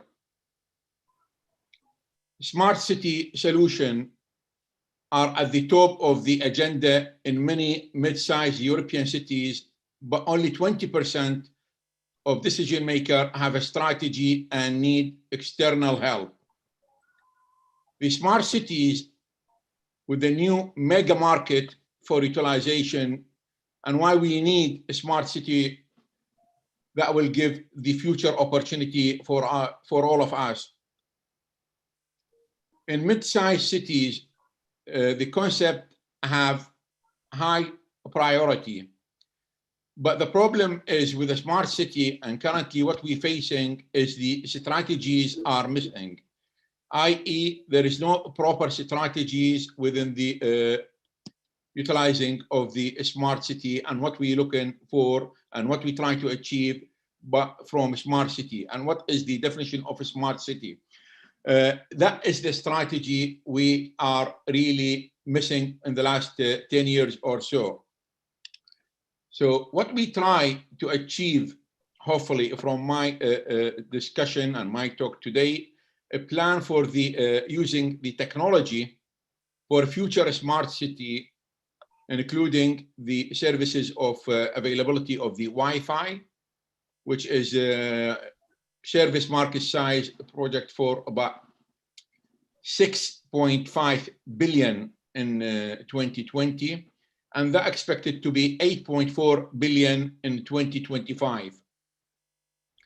Based on the region, the Wi-Fi as a service market has been segmented as follow: North America, which include United States and Canada; Europe is United Kingdom, Germany, France; Asia Pacific, China, Japan, South Korea, and India; Middle East is in Africa, Latin Africa, and so on. So, Latin America, and so on. So these are the sectorization of the Wi-Fi worldwide.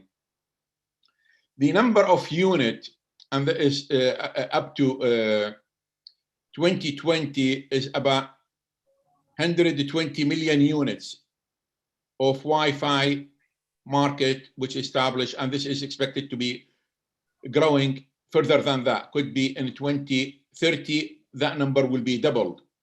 So wherever you go, you will see the Wi-Fi spot point or the connection or hotspot, and here and there. And with the coming 5G, that will be an increase, no doubt. So the other technology with the Wi-Fi, we'd like to use either WiMAX or the LET, which is based on the wireless specification of IEEE 802.16e, which this is established in 2005 for mobile LET. So all of us, we know now, most of the our mobile, the 4th generation, the 5th generation, and the coming 6th generation are based on LET and femto cells, as well as taken as possibly to the 6G in the next few years. So what we try to do here with the smart city using the Wi-Fi, LAT, even WiMAX, with hybrid solution using the 802.11n protocol.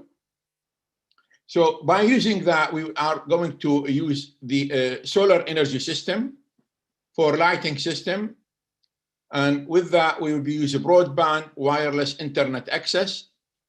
No doubt that will give us the access to the voice over the IP telephony, as well as the CCTV surveillance education, and can be used on the road or an enclosed environment or available wherever you want to use it.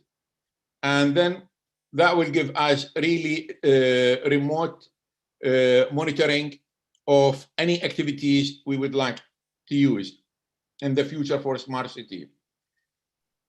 The next generation in street architecture, when you see give them some time. Sorry? Hello? Okay. The next generation in street architecture, it will offer sustainable multi-service infrastructure solution for the development of world providing wireless control enable the LED. Now, most of the countries start changing the lamp post from the halogen bulbs into the LEDs. All right, let's give him like a 10-minute to troubleshoot that, or we will be the one to present it if he will share his PowerPoint with us. Let's call the fifth presenter for now. Sorry? I invite Dr. Cesep Rostana to present the paper, The Use of Aluminum and Coconut Shell Waste for Hydrogen Production. Dr. Cesep? Okay. Hello, is my audio? I can't hear you. Okay. All right. So we will carry on with the session presentation then. For now, so that we can give time for our keynote speaker to provide us the just to ensure the flow of the show. Yes, just to make sure all the remaining presenters, you are allotted only for 9 to 10 minutes of the whole presentation. So please be mindful of the time. All right. Okay. All right. Cool. Thank you, Miss. Go ahead and share your screen. Have it on presentation mode and proceed. Okay. All right. Okay.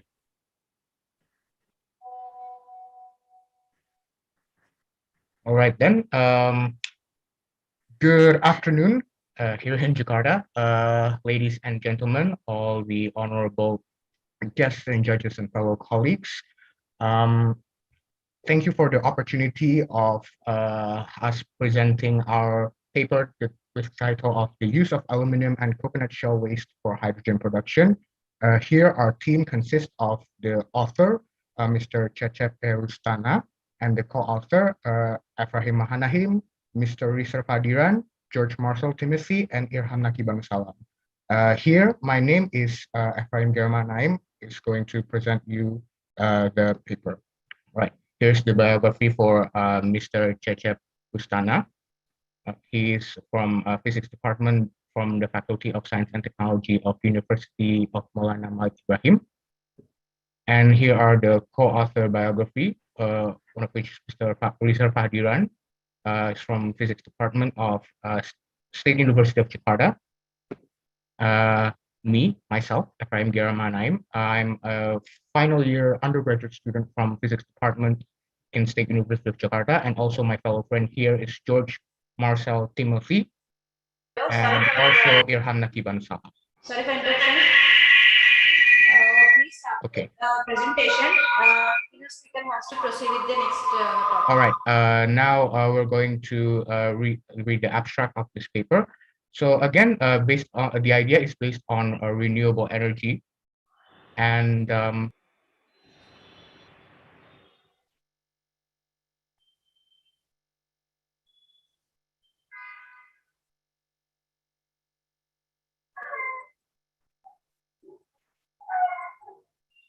Yes, sir, you can proceed.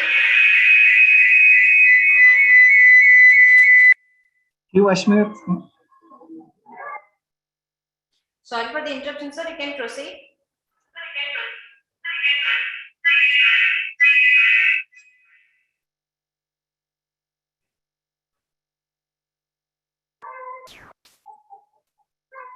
Professor Marwan.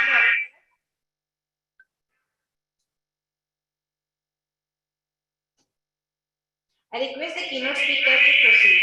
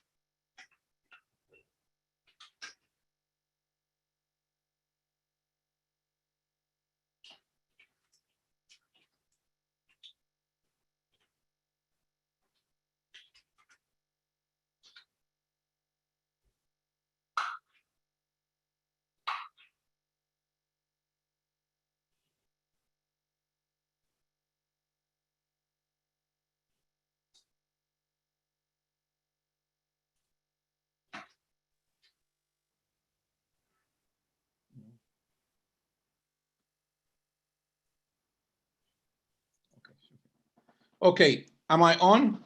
Yes, sir. Please proceed. Okay, I will continue Yes, the sir. talk. Sorry So I for was talking about the next generation in street architecture when we offer sustainability with the multi-service infrastructure solution for the developing world, providing wireless controlled enabled lit street lighting, which integrating with the wireless communication network. And all these are powered by solar energy. So the solar energy system would provide solar street lighting with remote wireless monitoring with no need for broadband networking. And this is what we are talking about the future. Unfortunately, you cannot see my screen, but the solar power with the diagram I have here, it will be using Wi-Fi and high intensity smart LED street lighting, and that will enable the whole city or part of the city with safety and security, increased economic activities. We provide wireless internet, voice over IP telephony. It will provide CCTV surveillance that will be 24/7, education, environmental monitoring, and remote diagnostic for any problem in the city. Then the features and benefits for our system is to enhance public safety, i.e. crime will be reduced by 90%, which includes surveillance.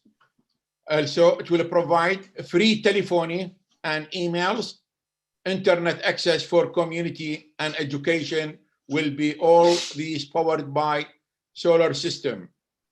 And not to forget, the environment will be 95% cleaner than the previous one, and a sustainable source of energy, which is a key initiative in the climate change, as we are talking about nowadays. And the conference in Scotland took place last week.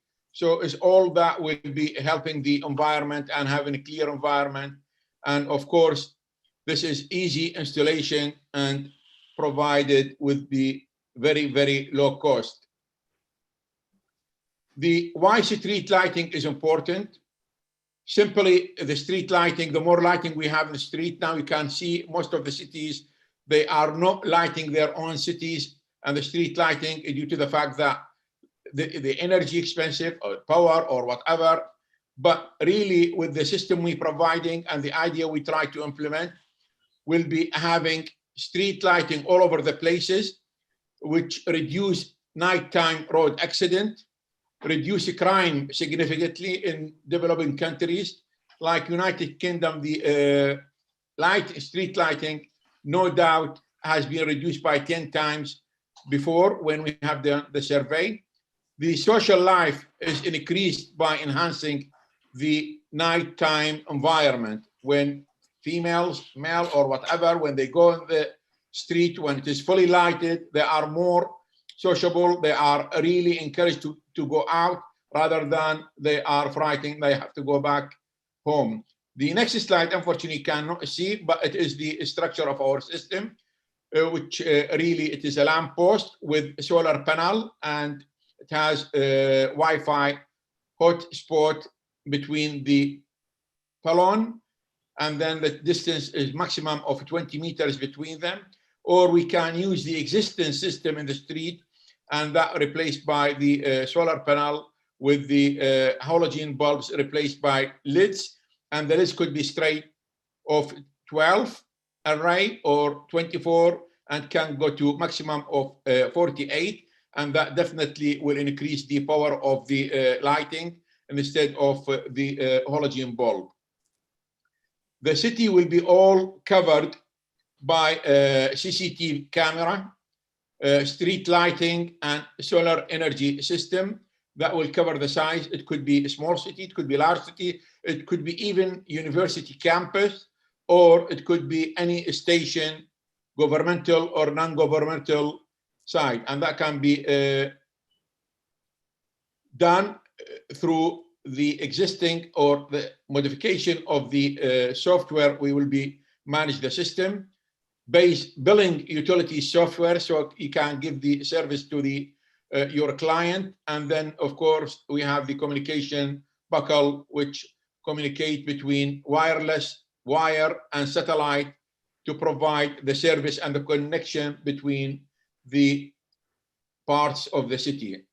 So again, the next one, I have small diagram showing you the street in parallel and horizontal and vertical row and columns, and the houses and building in between, and the connection between them via internet, solar energy network, as well as the buckle for the communication.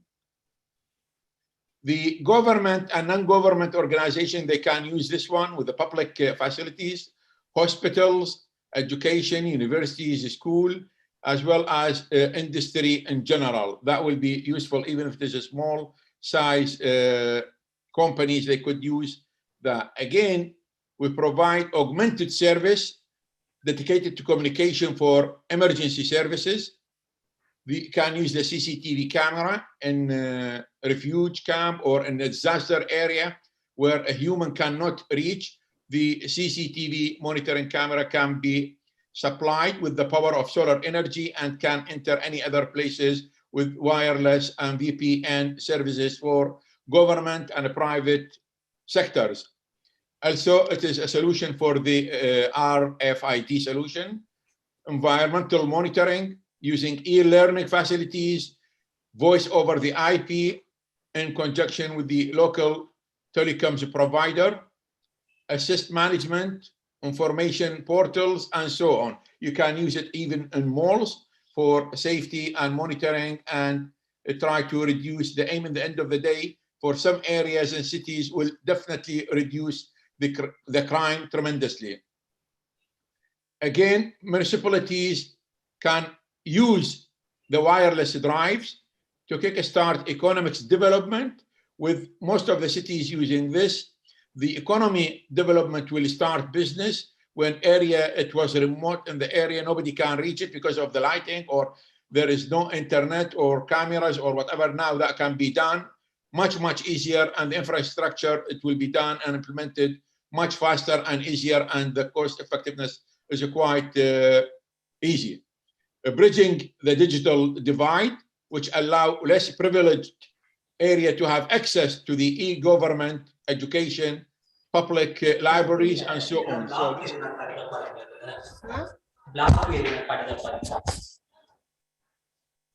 Name and na? Excuse me? Hello? Yes, sir, you can proceed. Please ask your colleague to mute their microphones. Sure, sir. Sorry for that.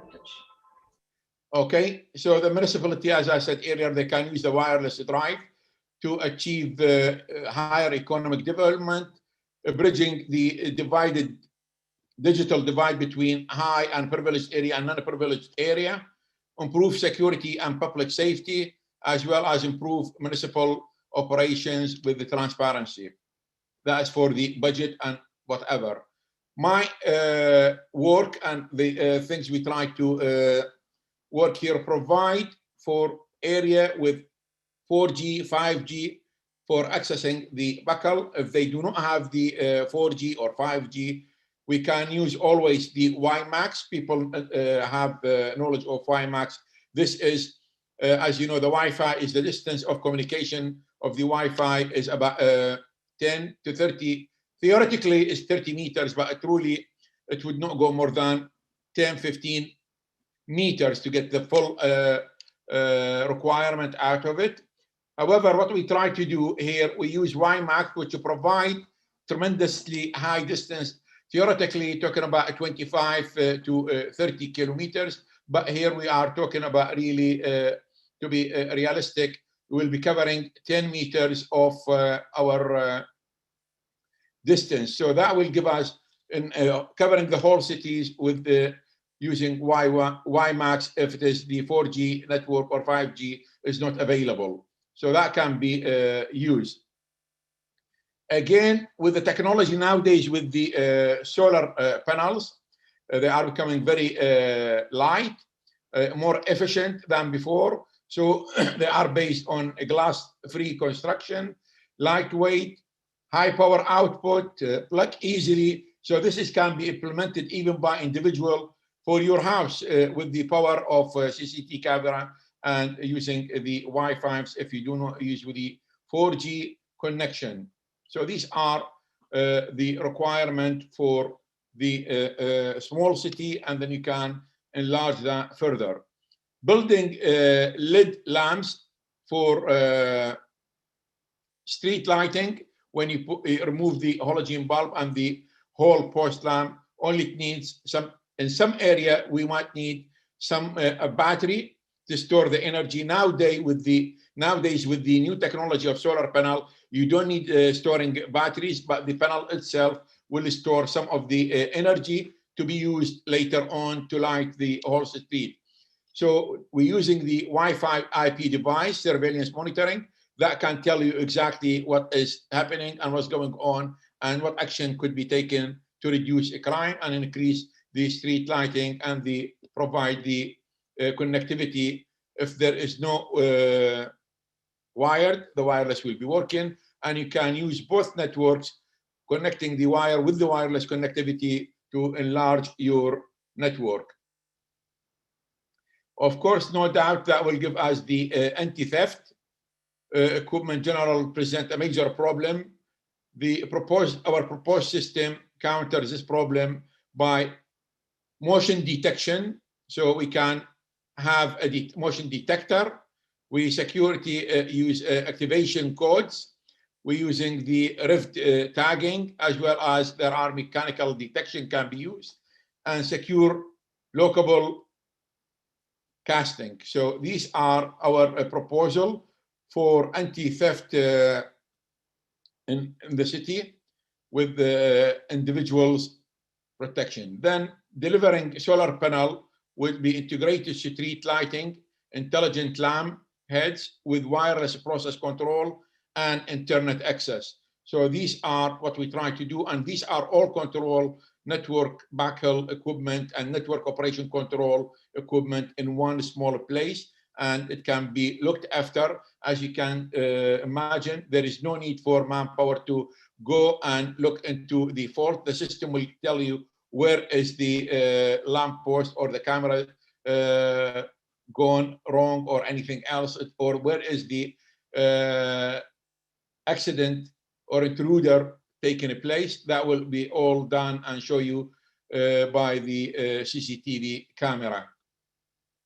The solar energy system could be operated by private companies as well as governmental, but most of the people nowadays, they're using private company for telecom operators, for mobile operators, utilities, for emergency relief, for construction companies, oil companies, mining, and land owners. They can use the solar energy system, all of these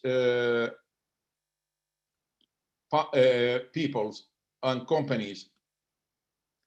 Advantage will be, as we said earlier, you'll get solar powered, clean, renewable energy, safe, virtually maintenance free. And this is reducing the cost tremendously. Wireless, you have a flexible deployment in remote or unwired area. Cost effectiveness, no need for trenching.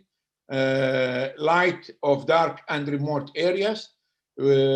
Access to wireless broadband services in the area you wish to have. Easily deployed, providing lighting and communication. And with wireless communication, bridging, no doubt, as I said earlier, the digital divide or voice services for serve their loved ones. So people in the disaster area or camps, refuge camp, you cannot access them. That will be wireless communication will helping to be in touch with the loved one, and you have communication and contact with them while the wired network cannot work. Provide education initiative for developing countries, internet access locally, and that can be used for education center, for partnership, and so on. So these are really the solar energy system benefit with the system of networking we providing for clean energy, provide 100% powered by the sun, is carbon positive, creating carbon credits. And this is what we would like to think. Unfortunately, you cannot see my screen to get the new city which we are planning. There is a model of one here, integrated thinking, innovation, central coordination are key successful smart city strategy. By saying that, I would like to thank you for listening and end my presentation. Thank you.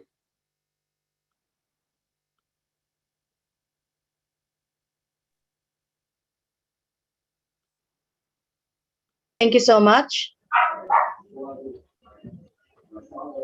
Thank you. Thank you so much, our keynote speaker, Professor Marwan Al-Akaidi.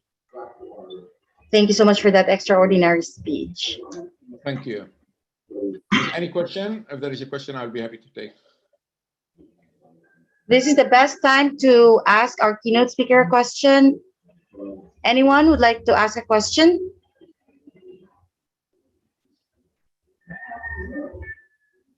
Okay, thank you very much. Thank you so much, Doctor. Thank you.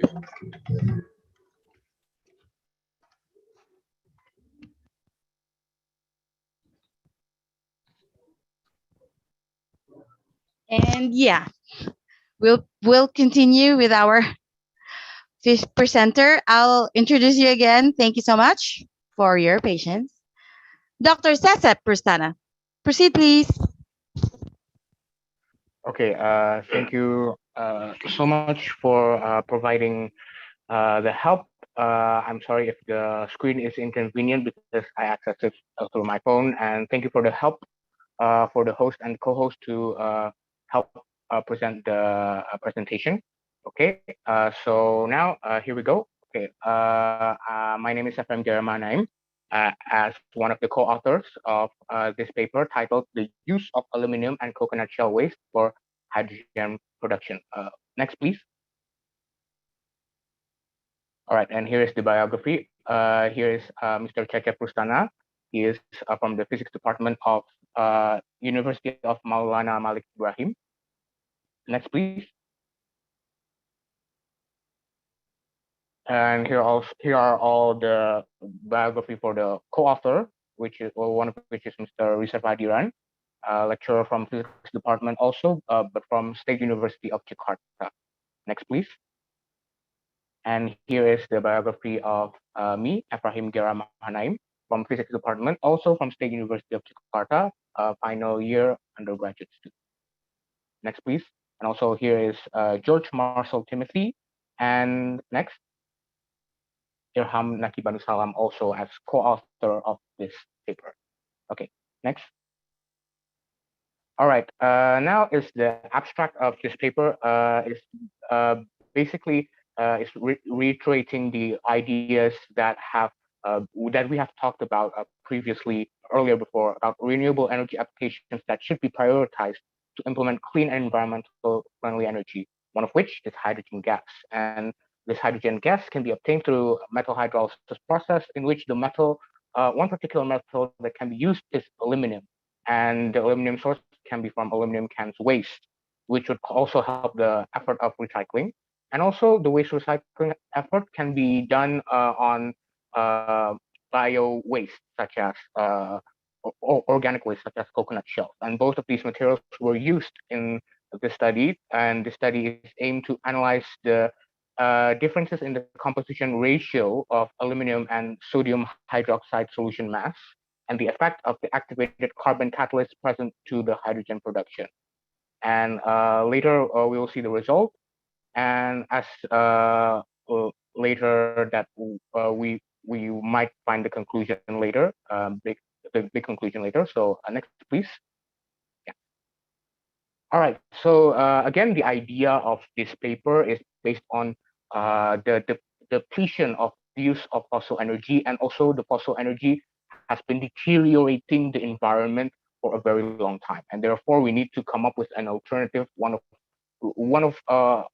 of the hype of the renewable energy alternative is hydrogen gas energy, because hydrogen gas is have zero pollution, because the byproduct, as you can see through chemical equation, is water, and through that hydrogen gas energy can be obtained using aluminum metal and coconut shell. The aluminum metal using aluminum can waste, where the coconut shells also is a waste. So using the waste to utilize the waste, we can produce renewable energy, and therefore the effort of recycling there can be increased and implemented. Next, please. Okay, so here are the materials, and here are the materials and method. First is the method, the flowchart of the experimental step. So it first started with the coconut shell pulverization and then the carbonization, in which this coconut shell waste is transformed into an activated carbon, which is activated by electrolysis process. And then through that, we compare the two different types of methods of hydrogen production using the conventional method of sodium hydroxide solution as a catalyst, and compare it with the addition of activated carbon as the catalyst. And then we do data analysis, we discuss the result and give conclusion. Next, please. Okay, and here are the materials prepared, especially at the coconut shell powder that has been through heating of 3 different temperatures: 150 degrees Celsius, 200 degrees Celsius, and 250 degrees Celsius. Next, please. And this is the data for the yield, the carbon yield, that the percentage of carbon yield in those 3 different temperatures. Okay, next, please. Okay, and this is the preparation for the electrolysis process of activating the electroactivation carbon, in which have to cut the plate, in which for the cathode is using the copper, whereas the anode using the carbon. And then we set up the equipment for electrolysis at image D over there. Yeah, as you can see, using direct current, and then using the electrolysis method. Next, please. Okay, and now here are the results and the discussion for the hydrogen production using 2 different methods. First, without the activated carbon, in which the composition are listed in the table there. Okay, next, please. And about the experimental settings, since the idea is, since we are at home and in the pandemic, my lecturers have inspired to do the experiment at home using everyday items, and but still using a 3-neck P-Rex what is it, reactor, you know, just in case if something very chemically dangerous happen. But then that reactor is the point of the reaction where the reaction holds, where the hydrolysis reaction holds, and then the gas flow is helped by the tube to at the center is a water trapping kind of bottle in order to separate the hydrogen gas bubble produced with the water, so that it won't be mixed at the calculation. And then at the very far right is the water displacement method, where the hydrogen bubbles will go to the top of that inverted bottle, and then it will create such water displacement that such water displacement method that the volume calculated will be placed on the container on the right bottom corner with the digital scale on it, so that we can calculate the mass and the volume. So that we can calculate the volume. The volume of the hydrogen production. Next. Okay, so here is the result of the experiment without using the carbon catalyst. And as you can see, the graph is like using quadratic regression model. It's very close to the curve fitting of the quadratic regression model, since the temperature is not used in this variable, and since we're doing it at home, but it still produced significant results in such a condition where it is in room and temperature, where it is in temperature, room and temperature pressure condition. All right, next. Okay, and here are for the hydrogen production using the electroactivated carbon. Now, there are 3 variations that we set. The first one is at the electrolysis process, connected to the 3-volt DC for 2 hours. The second variation is for a larger voltage, and the third variation is the second variation is for larger voltage but the same duration, whereas the third variation is for the same voltage but longer duration. All right, next. And the experimental set is the same, but however, if you can look at the image A, the electroactivated carbon process, as you can see, as the carbon is the anode and the copper bar is the cathode, it affects the carbon powder significantly, that it's become like a very thick solution that can be used as a catalyst, poured into the reactor on image B. Okay, next please. And here are the results. Even though they sort of kind of fit into the same type of regression fit, which is the quadratic regression model. However, the volume production have a very different pattern compared to the first one without the activated carbon. Okay, next please. Okay, so here are some of the comparison of other previous methods. Here are from Hiraki et al., which is true that you can see that the volume of the hydrogen is very quite similar, right? Using the quadratic regression model. Next, please. And here is from Setiani and team, where this is using using temperature variable. However, on a lower temperature, the result of the hydrogen production towards time is can be seen is curve fit using curve fit by quadratic regression. Whereas if you increase the temperature, as you can see to the graph, the graph becomes much more linear. Next. And a very complete comprehensive comprehension from Alexandrov and team, where he and his team already put out the result in the variations of aluminum mass, concentration of sodium hydroxide solution, aluminum surface area, and reaction temperature. Next. And here is Kup Ailichis and team, where in this method, I would like to describe you a bit, is the combination method of using solar cell, and then also the hydrolysis reaction is under temperature influence and also magnetic influence. Okay, next please. So for the conclusion, based on the result of the data, it can be concluded that the effective ratio of aluminum and sodium hydroxide solution mass used for this result is 1 to 5, or aluminum 16.67% WT. The ratio should be determined its optimum because the possibility of that they have a peak production is there, and therefore it's not like the more you have the catalyst, the bigger the production. No, so you have to find that optimum middle kind of value in order for the process to be quick but also long lasting.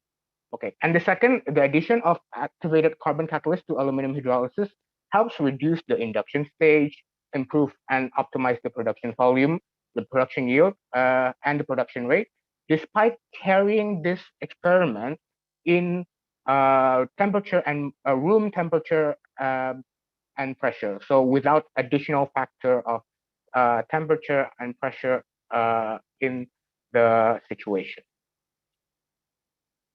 Okay, next please.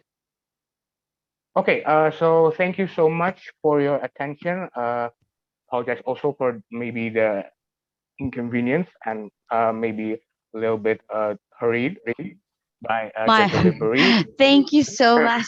My apologies earlier. My apologies. Thank you so much for your patience. And yeah, anyone, thank you so much for that presentation. Anyone would like to ask a question? Yeah.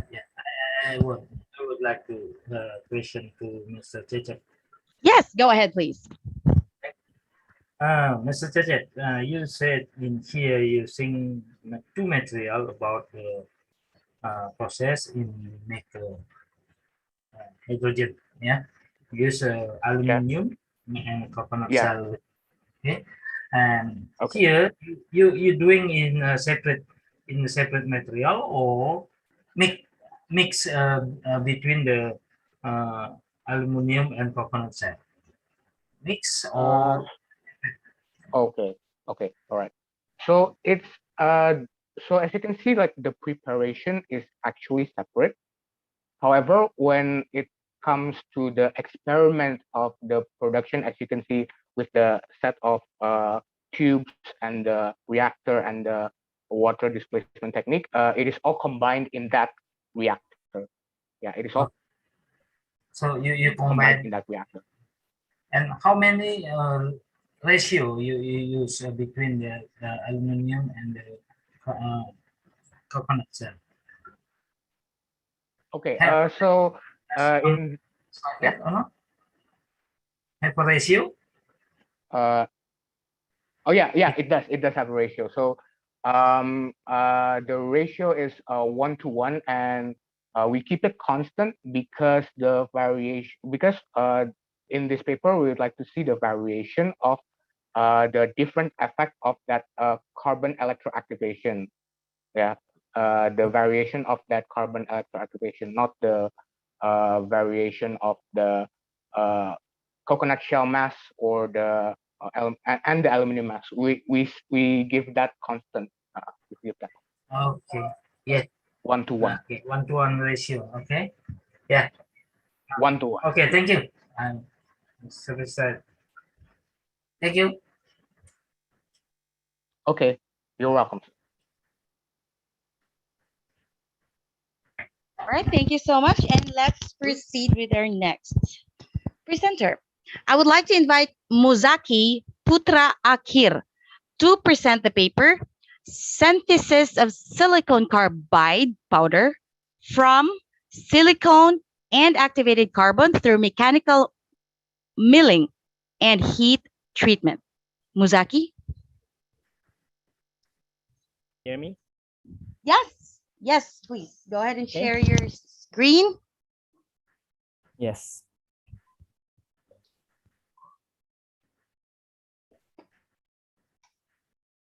Can you see the slide? Coming. Yes, it's there. Go ahead. Proceed, please. Okay. Okay. Good afternoon, ladies and gentlemen. Thank you very much for the opportunity for me to present my recent works regarding the synthesis of silicon carbide from silicon and activated carbon through mechanical milling and heat treatment. My name is Muzaki Putra M. Muhammad Akhir. I am from National Research and Innovation Agency of Indonesia, or BRIN. This is my short biography. My name is Muzaki Putra Muhammad Akhir. Recently, I work in National Research and Innovation Agency in Indonesia as junior researcher in material scientist of the four-circle neutron diffractometer or texture diffractometer. I was graduated from University of Indonesia, Bachelor of Science in Physics, and graduated from Tokyo Institute of Technology, Master Engineering in Material Science and Engineering. And my research field, including solid state physics, neutron scattering, material science and technology, and recently ceramics material. Here's the photo of four-circle neutron diffractometer available in our institute, so that I work here. I would like to buy some time for promoting our facility a little bit. So in our institute, we have a neutron scattering laboratory. We have a lot of neutron diffractometer, including residual stress diffractometer that we can use for residual stress measurement. And we have four-circle diffractometer to measure the texture of crystalline. And we have high-resolution powder diffractometer. And we also have 3 spectrometers, including triple axis, small angle neutron scatterings or SUNS, as well as the high resolution SUNS. And also we have neutron radiography, as well as the neutron activation analysis. So for those who would like to use this facility, you can contact me here or call me via WhatsApp. Regarding this work, this is the abstract of my work. So silicon carbide has been synthesized using a simple method without any additional additives. The synthesis has been carried out by mixing silicon powder with activated carbon powder with 1:1 molar ratio using a shaker type ball mill machine for 40 hours. After milling, heat treatment was applied with and without argon gas as the inert gas. The sample was held for 2 hours at maximum temperature of 1300 degrees C without argon and 1100 degrees C with argon, followed by natural cooling down to room temperature. XRD, FTIR, and SEM investigation were carried out towards sample before and after heat treatment, and it will be discussed on the following slides. So the motivation of this work is to study and explore the synthesis of SiC, or silicon carbide, from its elemental components with a simple mechanical milling and heat treatment, which is a favorable and economical technique for mass production compared to other techniques. So the procedure of this work, we mix silicon powder and activated carbon powder in 1:1 molar ratio. Then we do the mechanical milling using shaker type ball mill for 40 hours with 90 minutes on and 30 minutes off cycle. And the milling was run at room temperature and in toluene solution. And here we use SiC balls as the media with 1:10 powder to ball mass ratio. After mechanical milling, we dry the sample at 100 degrees C for 4 hours in an oven, and then we recrush using mortar agate.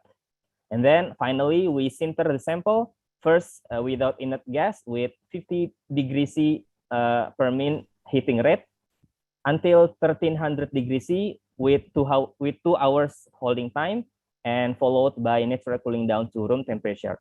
And the second route is with argon as inert gas with 3 degrees C per minute heating rate until 1100 degrees C maximum temperature with 2 hours of holding time, and then again followed by the natural cooling down to room temperature. This is the result of the powder before the sintering process or after the milling process. As we can see here, from the XRD profile, we only see the silicon phase. This means that no solid state reaction from milling. Actually, this is quite unexpected because we expect some solid state reaction occurred by the milling process. However, here from the XRD result, we only see the silicon phase while the carbon phase is amorphous because we use activated carbon. So the reason for the absence of SiC phase in this stage is because the insufficient milling requirement regarding the milling duration, milling RPM, and the ball mass that we use. Here, the FTIR figure show no reaction at all. So this result from the FTIR measurement support the XRD data. And from this same image, we can see that the bigger particles are carbon with 250 nanometer, and smaller ones are silicon. And here, silicon was physically absorbed into the pores inside the activated carbon, as we know that activated carbon is a carbon with porous system inside them. Here we can see the result after sintering without argon at 1300 degrees C. We can see from the XRD profile that only silica in form of quartz and crystalline were found in the powder. So here we cannot see any silicon carbide also. This is because the absence of the inert gas, so that inside the sintering chamber, a lot of oxygen impurities there, so that the carbon had been burned completely, forming the CO2, carbon dioxide, while the silicon was oxidized, becoming silica and shown in this XRD profile. And the FTIR result also support this data because the peaks here belongs to silica. And here the result after sintering with argon gas as the inert gas at 1100 degrees C. Finally, we can found some beta SiC phase here obtained. So this means that the importance of inert gas and low heating rate. However, some silica and silicon phases still remain. This is because the uncovered silicon from the reaction between carbon and the impurity of the inert gas. Because our inert gas is not pure enough, so there are some slight impurities inside the inert gas, so that the carbon, some of the carbon had been burnt, becoming carbon dioxide, and then the uncovered silicon was oxidized, becoming becoming silica, and some of remaining silicon was there. From the same figure, we can see the homogeneous spherical particles, which is beta SiC, under 200 nanometers, smaller than before. And this show the advantage of the shaker type ball mill, which result in homogeneous spherical particles. So the successful synthesis was occurred here, where we can see finally we produce silicon carbide from this process. For the conclusion, the first, beta SiC has been synthesized through a mechanical milling of silicon and activated carbon, followed by heat treatment under argon gas atmosphere. So the formation of beta silicon carbide phase at relatively low temperature, which is 1100 degrees C, was possible because silicon particles had been physically absorbed into the pores inside the activated carbon during the milling process, so that heat treatment under inert gas atmosphere allowed an effective interatomic diffusion between silicon and carbide, resulting in silicon carbide. The third, the form silica phase in form of cristobalite and quartz are very likely related to the uncovered silicon outside the activated carbon, which reacted with oxygen as part of the argon gas impurities. Lastly, the process of forming the beta silicon phase is estimated to be more effective if the temperature is higher and under a high purity inert gas atmosphere. So this work is under a research grant of Indonesia Endowment Fund for Education, or LPDP, from Indonesian Ministry of Finance. Thank you very much. Terima kasih banyak. Matur sukma.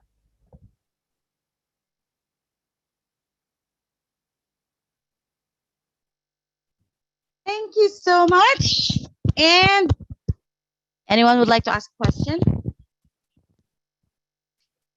Yes, sir. I would like to know what is centering temperature, like you have mentioned. Okay, so actually the centering apparatus we use don't detect the increase of the temperature. So here we can only say that the centering temperature of silicon carbide is slightly below 1100 degrees C, but with the requirement of inert gas as the argon gas as the inert gas. Okay. Okay. All right, and thank you so much. Okay. Thank you. Now let's proceed with our next presenter. I would like to invite Vedavati Bandari to present the paper A Novel Method of EEG Data Acquisition, SVM and ELM, Feature Extraction, and Feature Space Creation for Detection of the Seizure Classification. Vedavati? Great, please proceed. Oh, have it on presentation mode, please.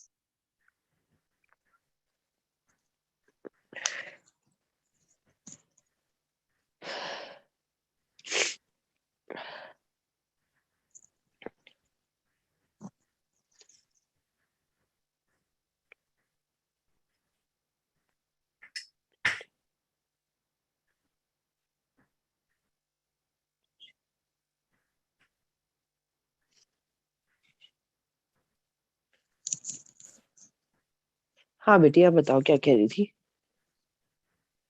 क्या कह रही थी ना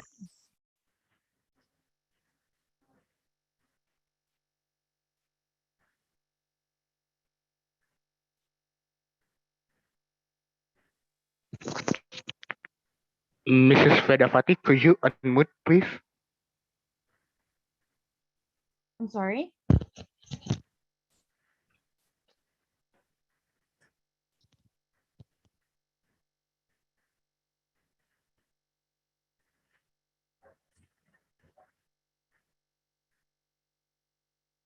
Yes, you can start the presentation.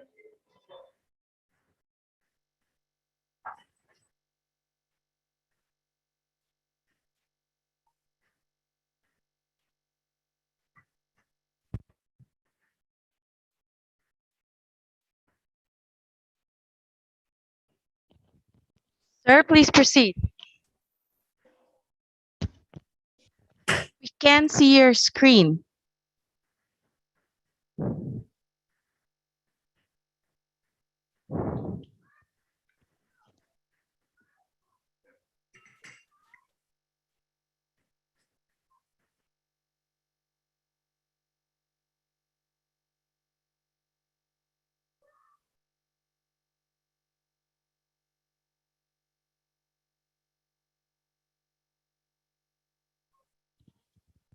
Hello? Vedavati ma'am, you can start presentation. Ma'am, we are audible to you? Yes, you are. Hello, Vedavati ma'am. Vedavati? Vedavati ma'am, are you there?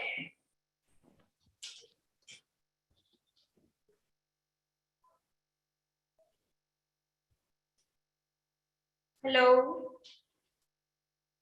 Yes. Vedavati ma'am, hello, are you there?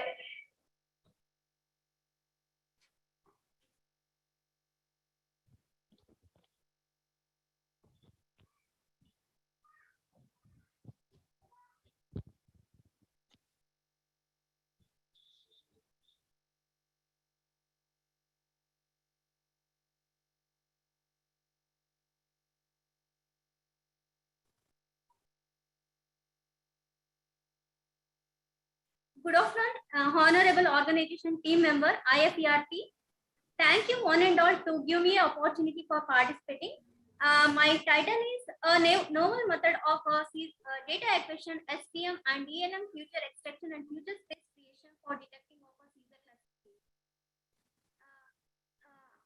guidance of Dr. Doreswamy sir, co-guide Dr. Manjaya sir, Professor, Department of Computer Science, Mangalore University.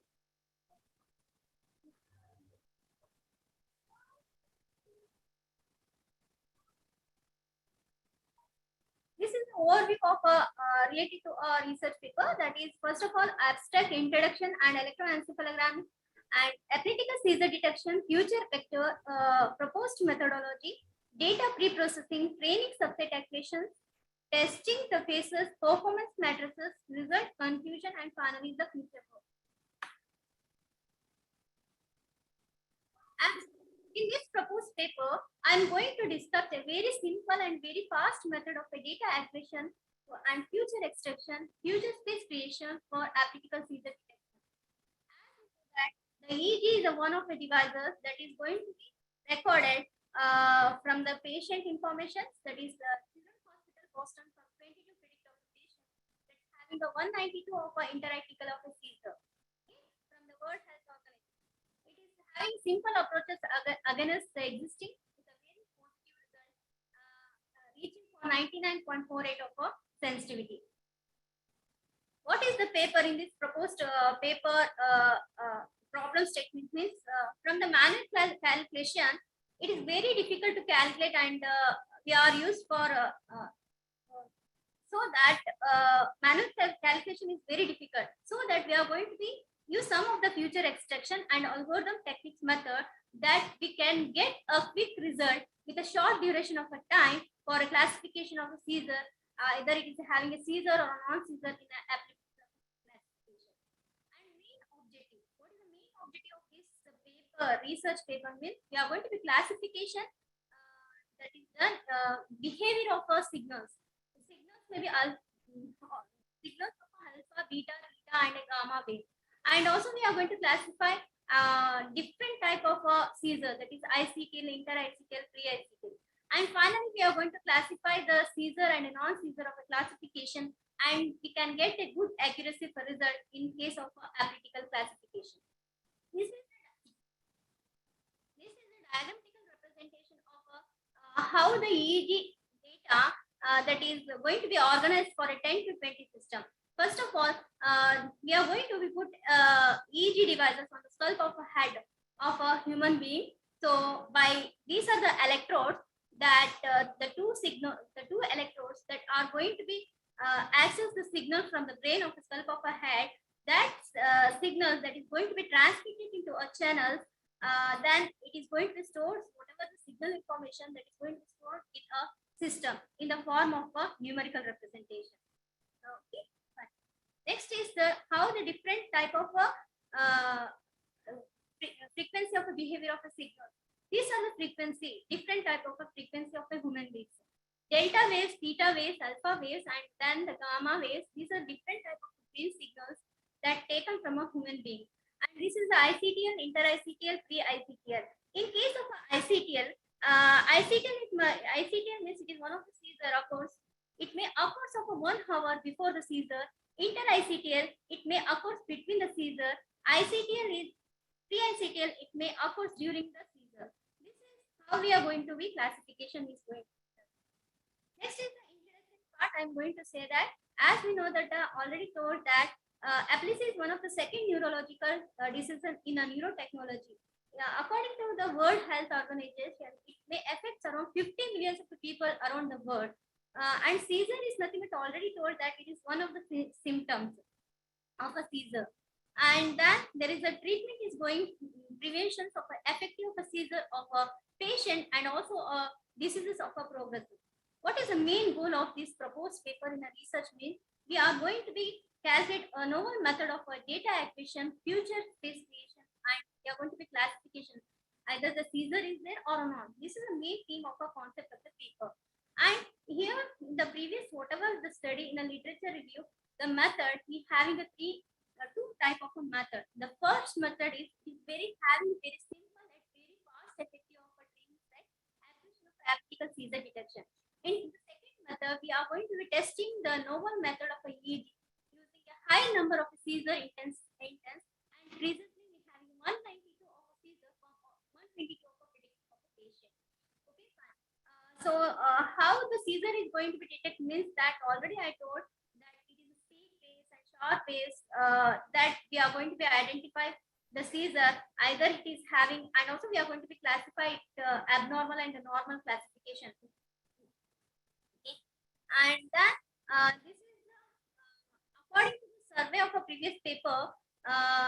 Here we having a different type of a technique of a future extraction method. The main aim and the goal of this paper is here we having a future vector, future classification. We are going to be done here. Okay. And okay. This is a diagrammatical representation of a EEG future extraction process. As I told that the signal is taken from the two electrodes, then it is going to be transmitted in the form of a channel information. Then it's going to be sent to a signal pre-processing. Signal pre-processing is nothing but removal of filtering. It takes the filtering of a technique. It is going to be reduce the unwanted of a signal. It clarifies the signals, the purification of signals that is going to be transmitted to a signal decomposition into a sub-band frequency of 0.5 to 25 Hz. Okay, then we are going to be send these signals to a future extraction. Here we having a SPM and a ELM method. Then we are going to be applied for a future vector. Then we are going to be classify either the applicability seizure and a non-seizure classification. This is the procedure how the future extraction process is going to be taken. As I already told, two methods we are going to be used. First is the SPM and the ELM method. SPM means SPM architecture that consisting of a single layer that is fed to a network where the input future vector that is used to map into higher dimension spaces and the weighted that are adjusted to the last hidden layer of the output. ELM works based on the general signal hidden feed forward. Here we are going to be activation function in a hidden layer, and so that the input weighted layer and the hidden layer that basis that can be confirmed with the need of a tuning. Okay? And ELM technique that we are going to perform a better result. And here the main advantages of this proposed method is it is very simple and very effective training equation of a data applicable of a seizure detection.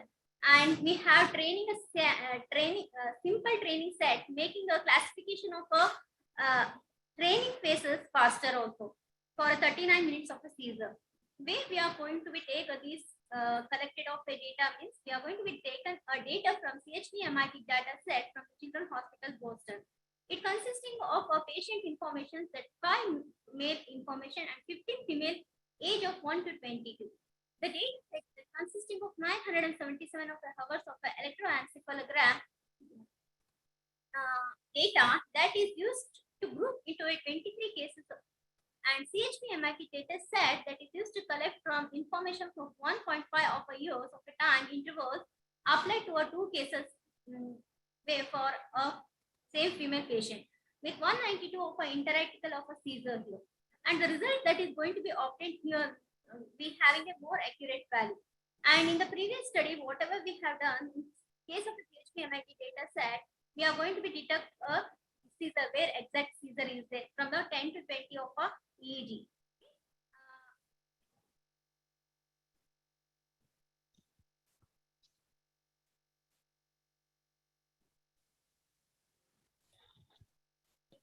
After that, we are going to be calculating.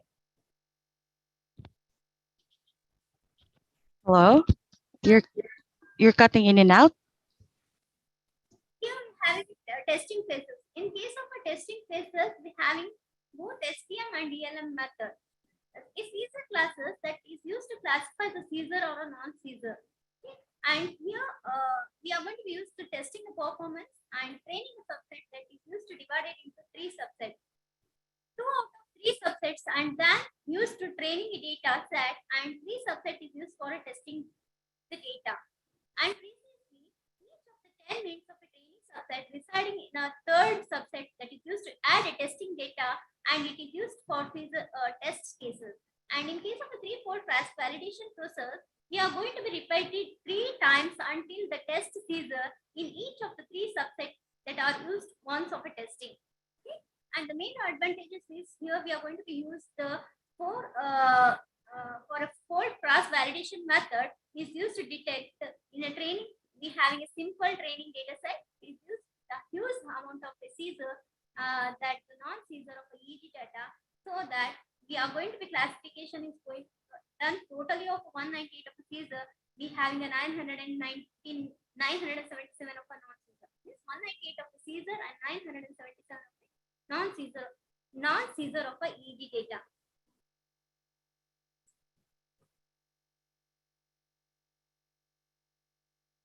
From the performance matrices, we are going to be calculating here the sensitivity, specificity, latency, and we are going to be use. Sorry to disturb you, ma'am, but I think your slides are not moving. Yes, it's still showing the abstract part.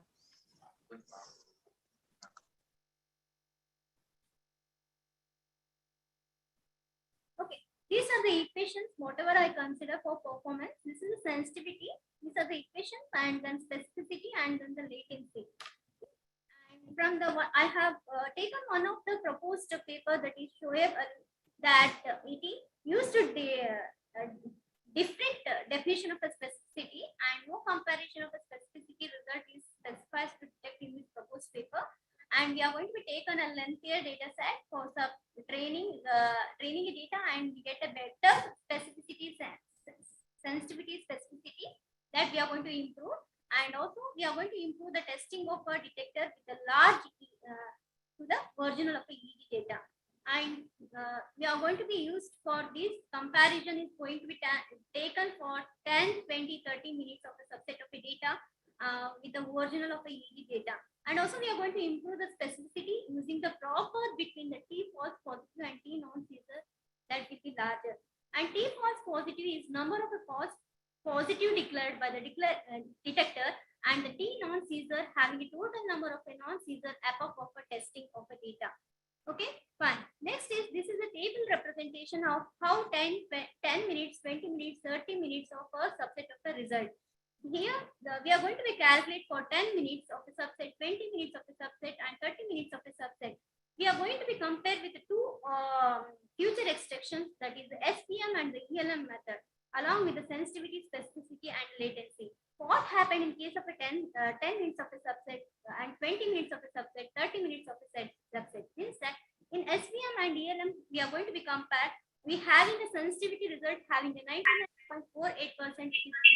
In case of a 20 minutes, we having ELM has a 90. Ma'am, sorry for the interruption. 10 minutes exceeded, so we can go for the conclusion. Okay, fine, ma'am. In a result and discussion, we are going to compare one of the paper for 10, 20, 30 minutes, and we having a higher sensitivity value with the SPM and reaching for 95.3%, 95.42%, and 97.98% respectively. Okay, fine. And also we are going to result is going to be studied with a simple training set equation of the proposed method, and we having a very effective in case of a machine learning technique and also the deep learning technique. In future work, I am going to say proposed research paper. I am apply for a machine learning, and also we are going to be compared with the SPM and ELM method, and also we are going to be used in a deep learning method, and we get a good performance of accuracy. And in future, we can for 10, 20, 30 minutes. After that, we can also use for 20, 40, 60 minutes for applying for SPM and ELM classification method. Okay, from the innovative and technology, we can apply for biomedicals and also use for signal processing technique, and also the in case of future engineering and convolution neural network. Okay, thank you, ma'am. This is a reference of related paper. Thank you for IEEE Conference Organization Member 2021. Thank you so much for that presentation. Anyone would like to ask a question?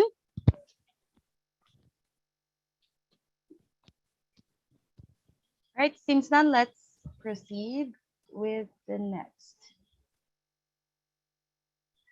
I would like to invite Mohammed Fitri to present the paper about effect of morphology and percentage of second phase content of coconut coir on the impact strength of epoxy resin composites. Mohammed? Okay, thank you. I've shared my screen. Yeah, go ahead, please. There, Is have it on presentation mode, please. Okay, thank you. Good afternoon, all of you. Thank you very much for your attention. Today, I want to present my research regarding composite material with the title of Effect of Morphology and Percentage of Second Pass Content of Coconut Coir on the Impact Strength of Epoxy Resin Composite. This is the biography of me and all of our authors. I'm a lecturer of Mercubuana University and Mechanical Engineering Department. And this is my friend David Perianto, also a lecturer of Mercubuana University. And this is one of contributor from other university, University of Tanjung Balai Karimun in Riau Island. And then this is my friend also as the contributor of this research, this journal actually, Mr. Dagachi Muhammad Zago from Nigeria. Okay, next. This is the abstract. Yes. The second person morphology of composite material can be short fiber, powder, or charcoal ash. The morphology of this will influence the mechanical properties of the composite material. And the gap of the research regarding the composite material is the regression model from the research still rare. The result of this research is a regression model obtained from short fiber is Y equal with 0.0969 x cubed minus 1.2367 x square plus 4.81216x plus 1.3705. For charcoal ash is Y equal with 0.14789 x cubed minus 1.6467 x square plus 5.1311 x plus 1.3705. And coconut coir powder is Y equal with 0.0757 x cubed minus 0.9789 x square plus 3.7955 x plus 1.3705. The most optimum assessment in this study was a specimen with a second pass of 4% short fiber. And this is the methodology, the resume of the methodology. The summary of methodology can be seen in this flow chart, starting from the material and equipment preparation, and then samples preparation consists of short fiber, powder, and charcoal ash. Each type consists of 3 levels of content, 2 weight percent, 4 weight percent, and 6 weight percent. And then the impact testing and optical microscopy. The data of impact test is impact energy. This data used to calculate the impact strength. And then by the impact strength data, generating the regression model. The regression model will check the validation of the regression model by checking the R square. Should be more than 0.95, and when the R square or coefficient determination coefficient below than 0.95, the degrees of the regression model should be increased. And then once more generating the regression model until the R square or the determination coefficient more than 0.95. And then conclusion. Next, this is the methodology for especially for samples preparation. First, the coconut curd fiber were washed with plenty of water, and then the coconut curd fiber were dried under sunlight for 2 until 2 days. After that, the fibers were cut into short fiber around 10 millimeter, and then they were separated into 3 groups.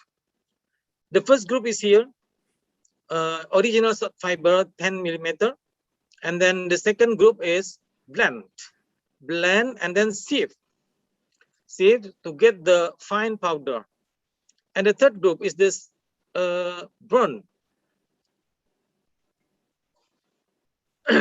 burn until become charcoal and blend it until become charcoal as like this. Okay, next, this is the specimen of impact strength, impact test. For every condition, 5 pieces. So totally, because there are 10 conditions, so totally 50 pieces samples. And then this is the process of the testing. This is a impact test, Sharpie impact test machine. And then from this machine, we got the impact energy, and then the impact energy will be used to calculate the impact strength. And the fracture surface will analyze it with a microscope, optical microscopy. And this is the result. The result, this is the recapitulation of impact testing result. See that this is from the test, we got the impact energy in this column. And then this data used to calculate the impact strength. So we got this. And the impact strength, we use it to regression analysis. And the result is like in the figure like this. This is the impact strength, the Y axis, and the x-axis is short fiber weight content. And this is the equation, the regression equation. And this is the R square. You see that the R square of or the determination coefficient of this equation or this regression model is 1. So this is the best condition. And then this data actually for short fiber weight content. So this is for SF sample, 3 sample. And you see that for the pure, this is the pure one, the pure. So the pure resin 1.37 impact strength kilojoule per meter square. So it's mean that the impact strength of the composite compared to the pure resin around 200 until 400% up. So this is the charcoal as weight content, and this is the regression model. Sorry, this is the regression model, and this is for powder weight content. This is the regression model and the curve for the powder morphology. Next, this is yeah. Actually, the regression model have been validated by R square just now, right? This is the R square 1. The R square 1 is this is also 1, so it is actually valid because more than 0.95. But to make sure, we do it once more validity check by using by comparing the impact strength from the experiment and the impact strength from regression model. It is known from the table that the deviation of the impact strength from the experiment and from regression model are very low. Only 0.01 for PD4 sample and PD6 sample, and only the highest one is 0.02 for AB6 sample. And this is the fracture surface analysis with using optical microscopy. Figure 7, this is a fracture surface morphology of impact test specimen of the composite resin material with the second passer in the form of short fiber. Observations were made using optical microscopy with a magnification of 100 times. When viewed from the figure, it appears on the surface fracture surface of the SF4. This is the SF4 with fiber content of 4%. The fiber are evenly distributed compared to this figure. Yeah, the SF4 figure is evenly distributed, so that the bond between the fiber and the matrix is also uniform, so resulting in high impact strength. When compared with the surface of SF6 fiber content, it appears that certain parts of certain parts of the fracture surface are less fibrous, so that the impact strength is lower than the SF4 specimen.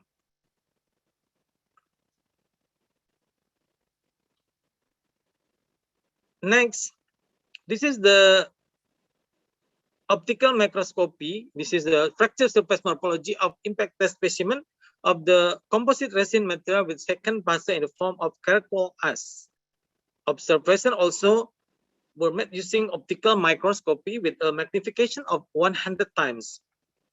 The highest strength was obtained from specimen with 2%. This is 2%. This is 6.22, but the other one is 4.96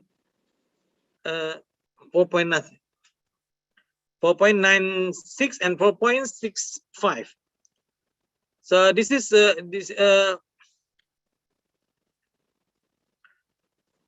actually the bond between the charcoal ash and the matrix can produce a high impact strength, but it seems that because the solubility limit of coconut charcoal ash in the resin matrix is low, so even the 2% content is already excess as a result of the accumulation of charcoal ash in several places in the specimen. Therefore, for specimen containing 4% and 6%, the impact strength is lower than 2%. The last is the sample PD2, PD4, and PD6. The fracture surface morphology of the impact test specimen of the composite material with second passer in the form of powder. This is for powder, which serve as reinforcement. Observation were made using optical microscopy with magnification of 100 times. When viewed from the figure, it appears that on the fracture surface of PD4, the specimen with 4% fiber content, the powder is evenly distributed, so that the bond between the fiber and the matrix is evenly distributed, resulting in high impact strength. When compared with the surface of PD2 specimen with 2% fiber content, it appears that certain parts of fracture surface were less fibrous. This one. So that the impact strength is lower than that of PD4 specimen. Next, the conclusion. The conclusion obtained from this study are the contents of coconut fiber in the resin matrix composite material in the form of short fiber, charcoal ash, and coconut coir powder has been shown to increase its impact strength compared to pure resin 100% to 400%, from 1.37 kilojoule per meter square to 4.65 kilojoule per meter square to 7.07 kilojoule per meter square. The number 2 conclusion is morphology. The second passer is proven to affect the impact strength of the specimen in the study. The best morphology is short fiber, followed by fiber powder and coconut charcoal ash, respectively. The percentage content of the second passer also has strong effect on the impact strength of the composite material in this study. The effect of weight content percentage of second passer is expressed in the regression model, where X is the percentage of content, while Y is the impact strength. Then the regression model are as follows. For the second puzzle in the form of short fiber, Y equal with 0.0969 x cubed minus 1.2367 x squared plus 4.8216 x plus 1.3705. And the second puzzle is coconut as Y equal with 0.1471 x cubed minus 1.6467 x squared plus 5.1311 x plus 1.3705. And the second puzzle in the form of coconut coir fiber, Y equal with 0.0757 x cubed minus 0.9789 x squared plus 3.7955 x plus 1.3705. And the most optimum specimen in this study is the specimen with the second puzzle in the form of short fiber with a percentage of content 4 weight percent. Okay, that's all. Thank you. Alhamdulillah. Thank you so much for that presentation. And we'll go ahead and proceed for the next presenter.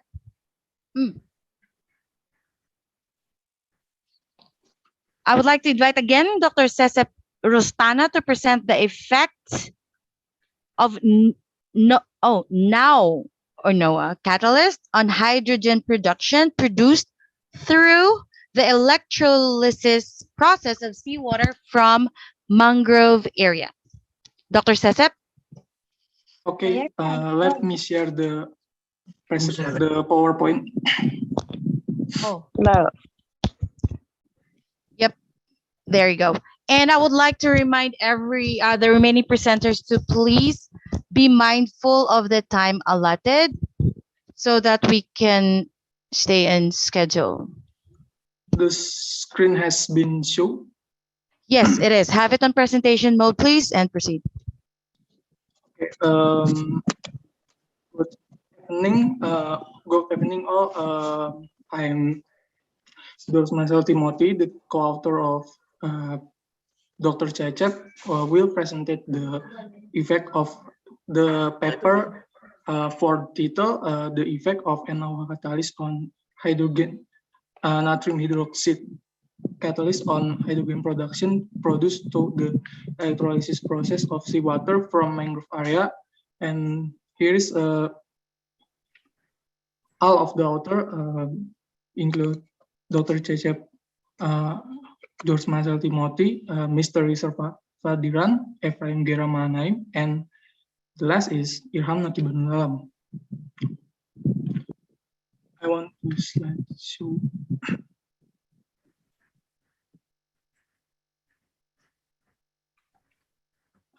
Here's the full biography of Mr. Cecep as a first author, and it's my biography. And next is Mr. Please proceed with the presentation proper. Okay. And here all the author biography next to the abstract.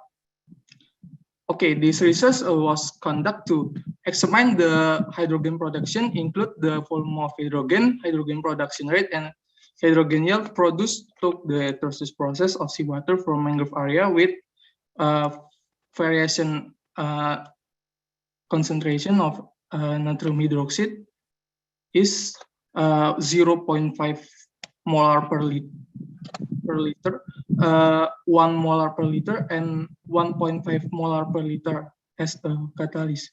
The process was carried out using copper electrodes at a voltage difference of 12 volt and a time interval of 20 minutes for each measurement of hydrogen volume which was determined using the water displacement method. The lifetime of copper electrode was analyzed to determine the resistance of the electrode to corrosion caused by chlorine. For the full results can be explained in the next section.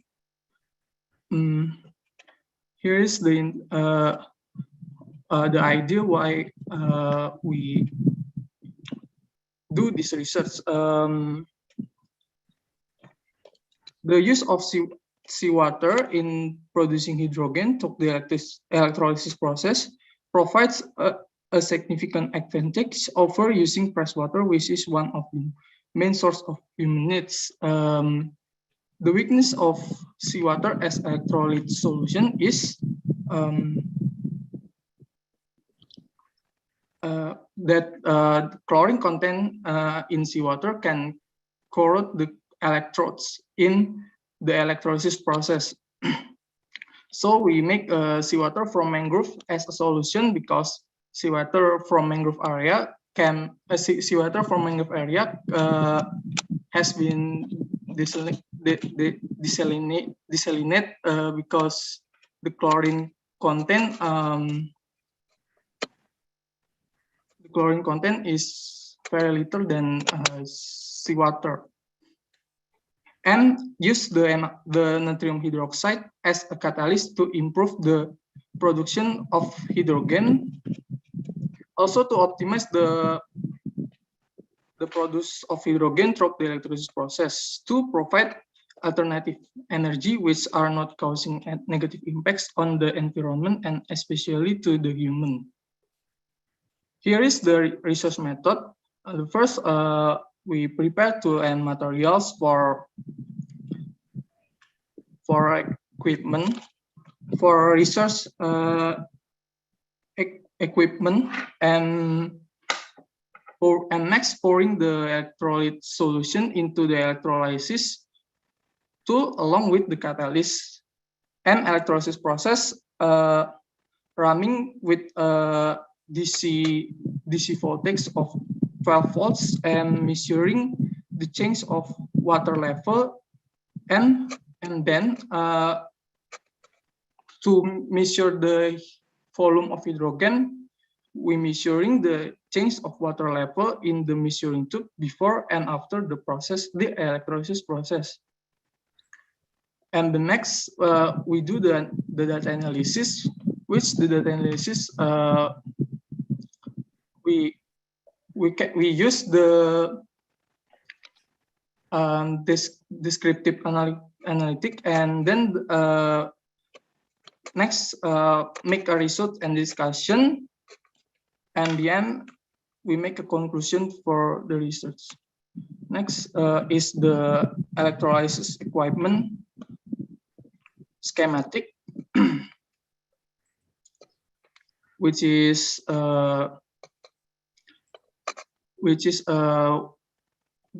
there are timer, electrode, seawater from mangrove area, and adapter for the electric source. And next is the research and discussion. Figure in the left show that the graph of total volume of produced hydrogen versus time of the electrolysis process for each variation concentration of natrium hydroxide. And the right is the graph of hydrogen volume versus measurement time of the electrolysis process for each concentration of natrium hydroxide. In these two graphs, we can see that with concentration of 1 molar, with concentration of 1 molar of natrium hydroxide can produce the the volume of hydrogen more than other concentration. And from the right graphs also can also show that the volume of hydrogen also show that the concentration of 1 molar per liter of natrium hydroxide catalyst can be produced longer than other concentration. And this is the lifetime of electrodes.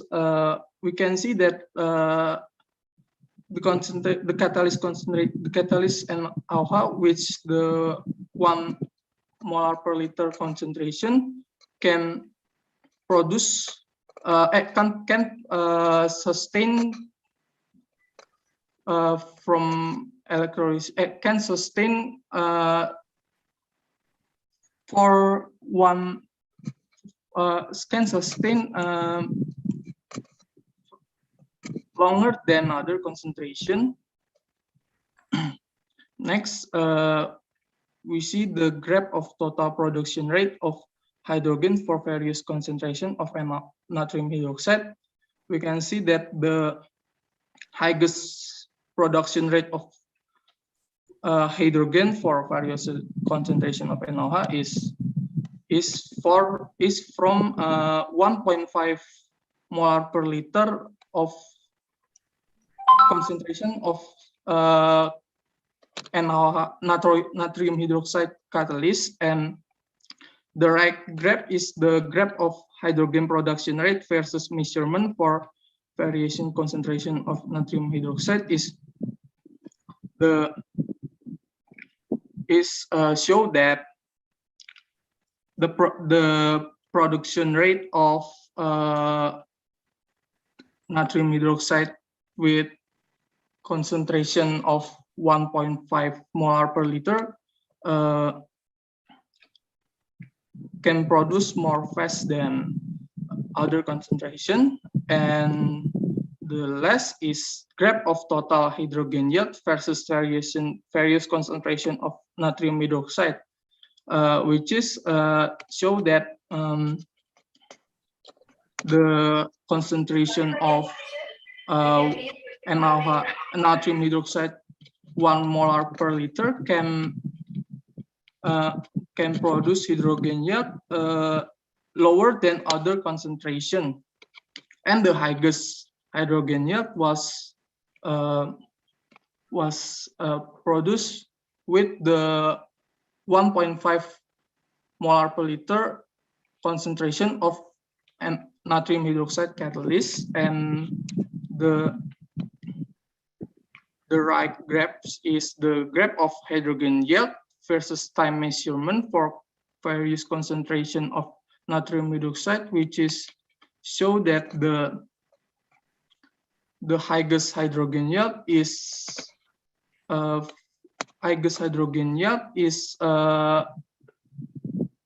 produced with the 1.5 molar per liter concentration of NaOH natrium hydroxide catalyst.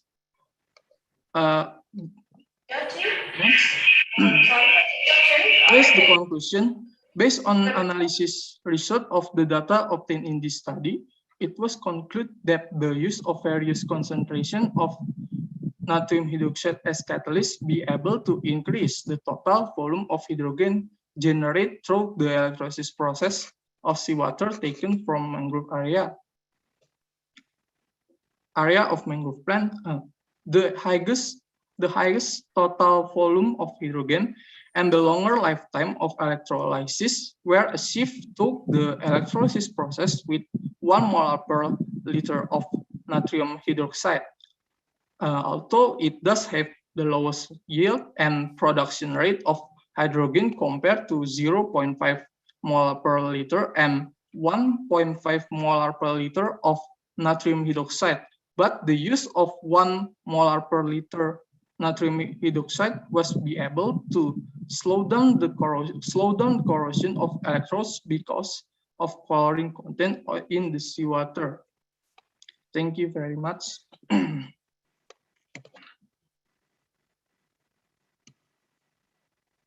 Thank you so much for that presentation.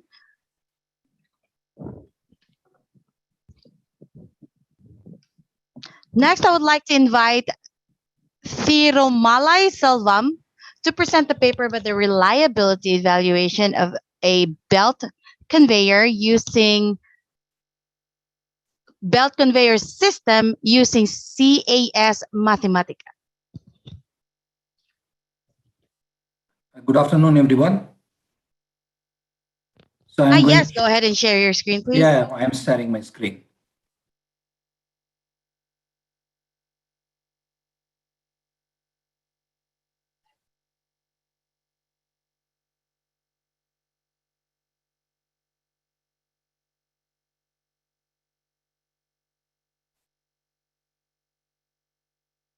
Yeah, is it visible? Yes, it is. Have it on presentation mode, please, then proceed. Yes, ma'am. Thank you so much. So my presentation is on the reliability evaluation has been carried out for a bell conveyor system in a coal handling plan using SCAS Mathematica tool. So this is a brief about myself. I am S. Thirumalai Selvam, working as a General Manager Engineering in Steel Authority of India Limited.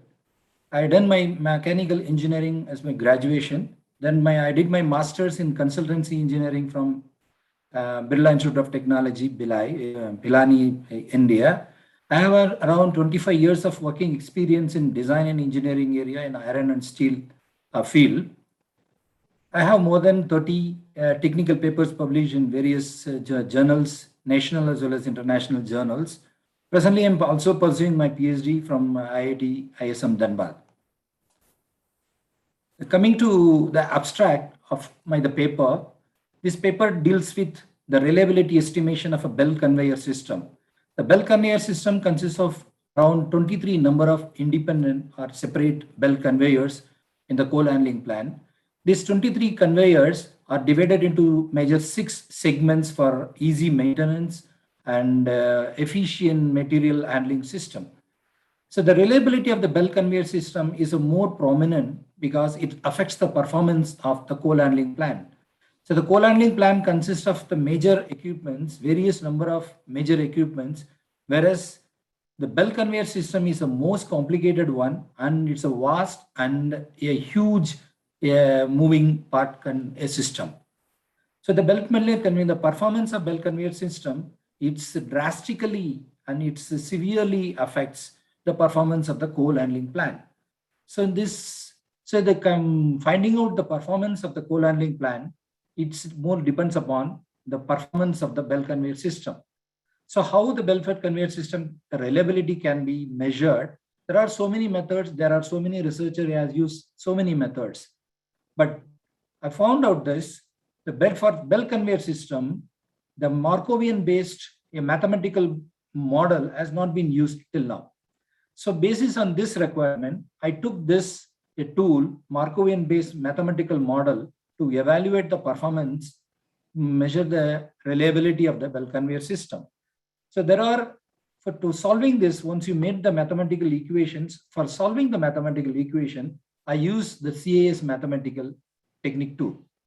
So the impact of every segment. So I said this 23 conveyors has been divided into 6 major segments. So every segment's the effectiveness on the total system has been calculated through finding the reliability values of each segment.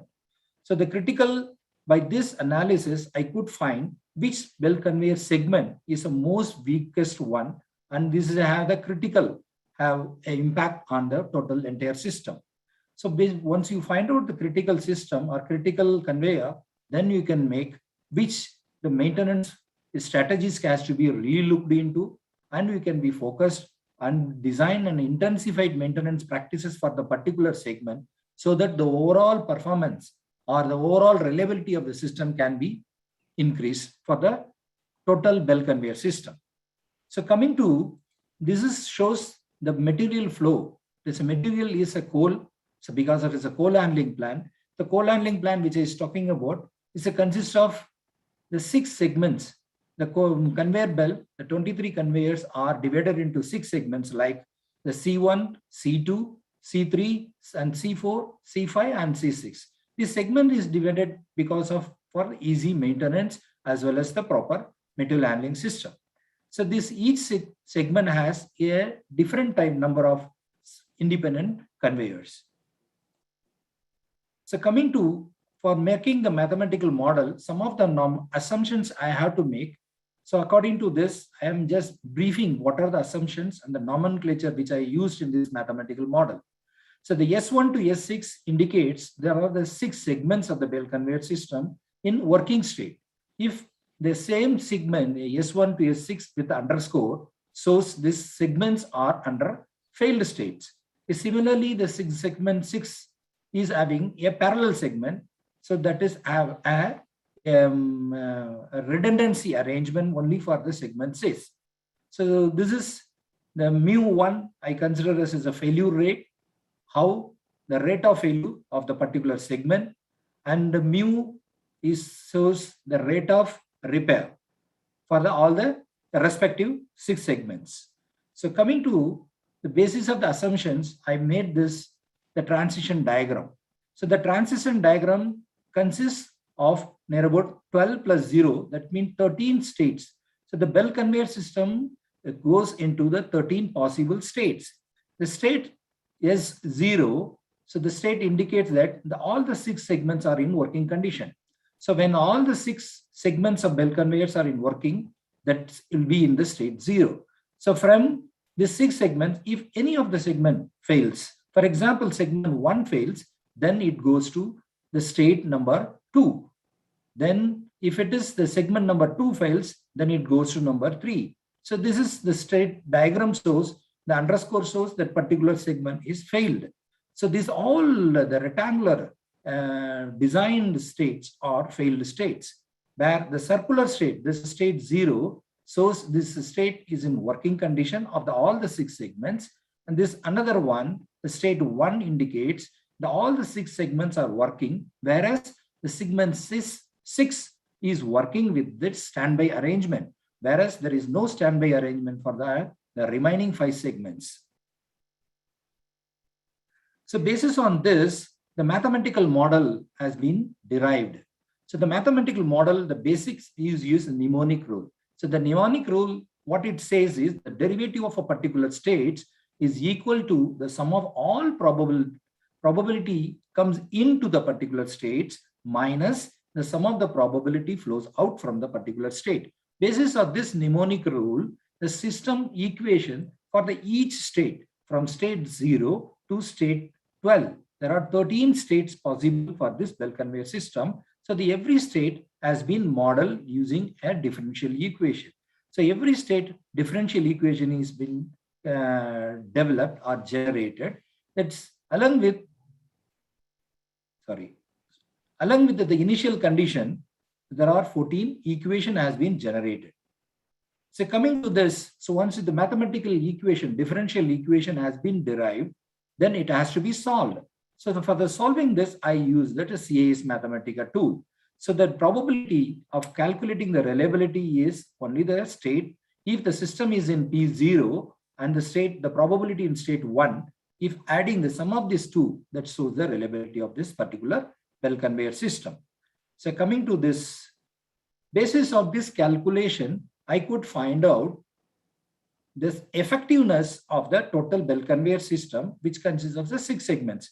As this particular graph or this table shows only for a segment number 1. So the segment number 1, C1 or S1, which fails at the rate of, the possible rate of failure from is considered as 0.004 to 0.007. So the failure rate is nothing but number of failure per unit time of particular period of considered or steady. So this particular study considered for a year. So on the basis of number of failures per the 364 days, so calculate in terms of days, then we have calculated the failure rate. Similarly, the repair rate is nothing but the rate of repair of the system comes back to from failure to the working state. So on the basis, there are the 4 possible failure rates and there are 4 possible repair rates. On the basis of this data, then I calculated the reliability for the number of days. If number of 30 days, what is the reliability? If the failure rate is this, and if it is a repair rate this, on the basis of this, I could calculate the effectiveness of the segment, particular segment on the total system. So this is by this particular example, I saw the segment number 1, if it is failed in this rate of 0.004 to 0.00, the reliability, it decreases by 1.13%. So whereas when the repair rate increases from 0.1 to 0.4, the reliability naturally has to increases from this value to this with 0.76%. So by this, I can find out that segment number 1 has the effectiveness on the system. If the failure rate is this range, then it's affected by 1.13% of the reliability of the entire system, entire bell conveyor system. Similarly, the repair rate, if it is in the range of this, then it is affects the effectiveness or the impactness on the system is 0.76%.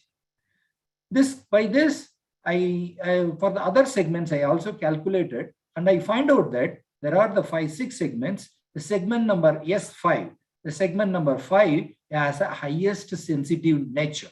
That means the failure effects of the segment number 5 have the major impact on the bell conveyor system compared to the other segments.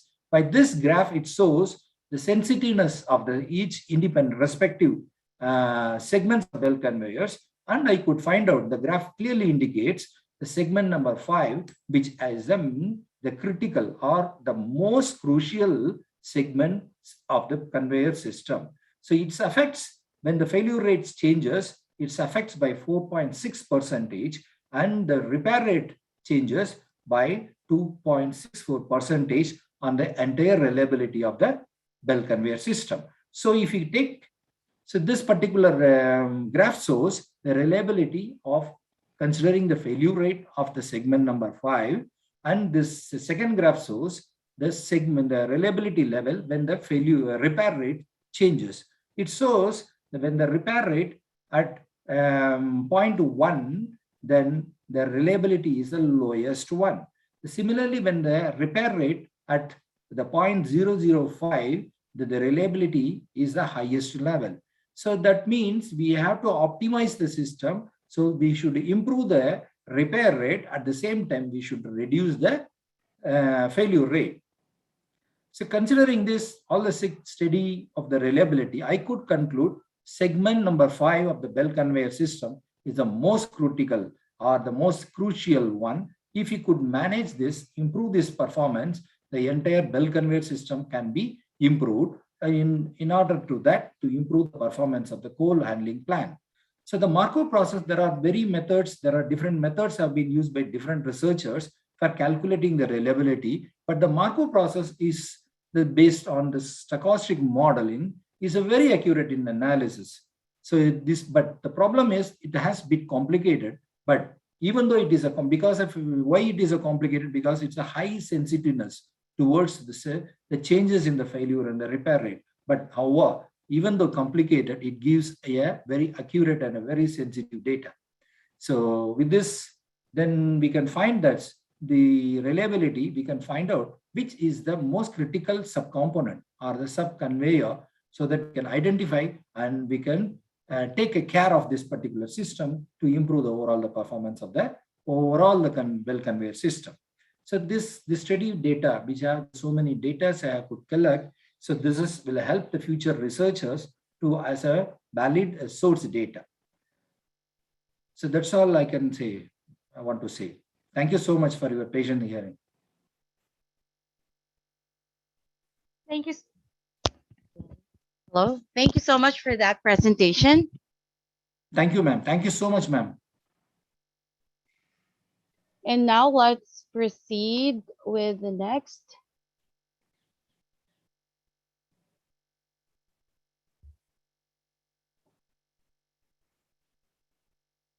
Now we will be starting the technical session 2B. And now I would like to welcome our session chair for this session, Professor Aidiwa Gedi Ari Subagia, ST, MT, PhD, Dr. Himani Mittal, BTech, MTech, PhD for this technical session.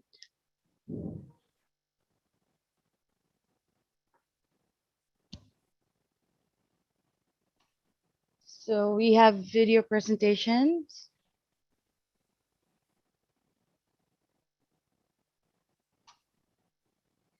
Yeah, okay. For this session. Yes, please close your screen, please. Okay. Can change to the original. Mr. Tirumalai, Selvam? Yes, no, yes, sir. Yeah, can you close this? Your PPT? Now I would like to invite our first presentation for this technical session, Nuridayu binti Abrazak, to present the paper characterization of produced water from petroleum hydrocarbons terminal. Nuridayu? Yes. Oh, okay. Please. Yeah, hold on. All right, perfect. There, have it on presentation mode, please, and you may proceed. Okay.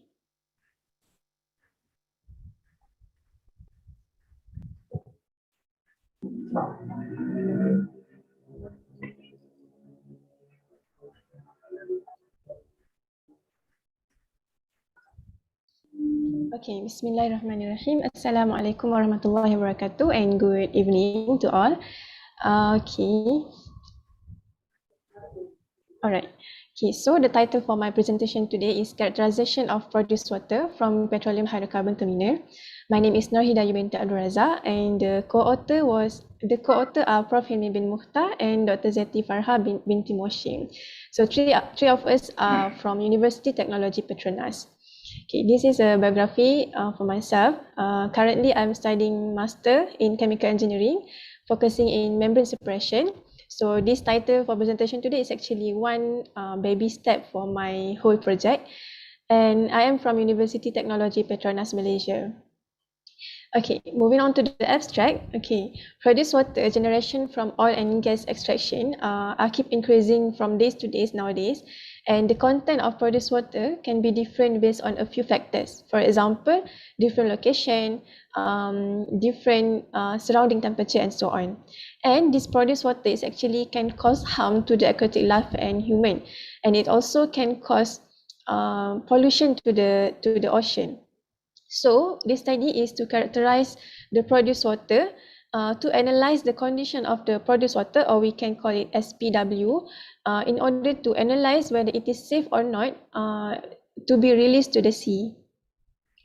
Okay, now we're gonna look at the energy demand, which an expected increase of 37% in energy demand of oil and gas is projected by 2040, by the year 2040. And Malaysia itself produced 762,168.43 barrels per day of oil. This data is as of 2016, and it is expected to keep increasing, except for this COVID period, it dropped a bit. Okay, and Malaysia is ranked in 25th place in the world. And if you can see here, the figure here is the graph of the global onshore and offshore water production, which we can see the graph is keep increasing. Okay, this graph shows the production of the produced water. And the generation of produced water is actually the biggest contributor to the byproduct of oil and gas production. And it is estimated that the global produced water production is around 250 million barrels per day, compared to only 80 million barrels per day of oil. So it is around 3:1 water to oil ratio, which we can say it is about 70% of water cut, which is quite a lot of the produced water. Okay, now moving on to what is produced water actually, and what is the sources of produced water. So there are two sources of produced water, which is the first one is naturally exists, and the second one is reinjection of water. So now look at the we can look at the figure here. This is a sketch of typical reservoir where we can see there is a layer of impermeable rock seal, there is a layer of gas, layer of oil, layer of water, and layer of source rock. So this phenomena is the water is naturally exists in the reservoir. So what happened is when we extract the oil and gas, the water will come along with the extraction of the oil and gas. Okay, this is the naturally exist produced water. What is reinjection of water? Okay, reinjection of water is when we want to extract the oil and gas, there is some water is being reinjected into the reservoir in order to increase the pressure, in order to extract more oil and gas from the reservoir. So that is two sources of produced water. Now moving on to the content or the characteristic of the produced water. Okay, so these are the general content of the produced water, and I want to highlight this one, which is the saturated hydrocarbon, which this saturated hydrocarbon contain polycyclic aromatic hydrocarbon, which is very dangerous to the aquatic life, and it is very carcinogenic and will cause cancer to the human. Okay, now moving on to the standard of produced water that is being released to the sea. So supposedly, this standard must be followed before we release the produced water to the sea. Okay, now moving on to the research methodology. So the first step is to collect the produced water sample. So for this study, we already collected the produced water sample from five different sampling points. And then after collected the produced water, we move on to the characterization, and then after that we analyze the result. Okay, and these are the characterization of the produced water. So we have pH, we have turbidity test, we have salinity test, TDS or total dissolved solid, we have total suspended solid, we have total oil and grease, and also we have PAH analysis. PAH is polycyclic aromatic hydrocarbon. We have COD, BOD, and also MPAES to study the element content in the produced water. Okay, now moving on to this figure. This is the typical produced water flow diagram, which I did not put the real flow diagram because it is prohibited. Okay, so this is the general. So we have a separator to separate the crude oil and the water, produced water, and also gas. So if you can see the line here, this is the flow for the water to flow to the hydrocyclone and to the next step until last one is being disposed to the sea. And figure here is the sample that we have collected. So we have sample 1, sample 2, sample 3, and sample 4, and sample 5. So I just want to highlight this sample 5, because this sample 5 is collected where the sampling point for sample 5 is just right before the water is being disposed to the sea. Okay. Okay, now moving on to the result. So you can see here, before that, from this figure, sample 1 until sample 5, we can see sample 3 is the most contaminated or the most highest turbidity of water. We can see it has the highest oil content in the water. Okay, now moving on to the result. From this table, we can see the turbidity. Okay, the turbidity, the highest turbidity goes to sample 3. Okay, if we look at the figure before, also we can see by our naked eyes that sample 3 has the most darkest color, which has the highest turbidity. And then for turbidity, the standard for turbidity should be 50 NTU. So that's mean all sample does not meet the standard for produced water to be released to the sea. Okay, and then moving on to pH. The standard for pH should be range from 6.5 until 9.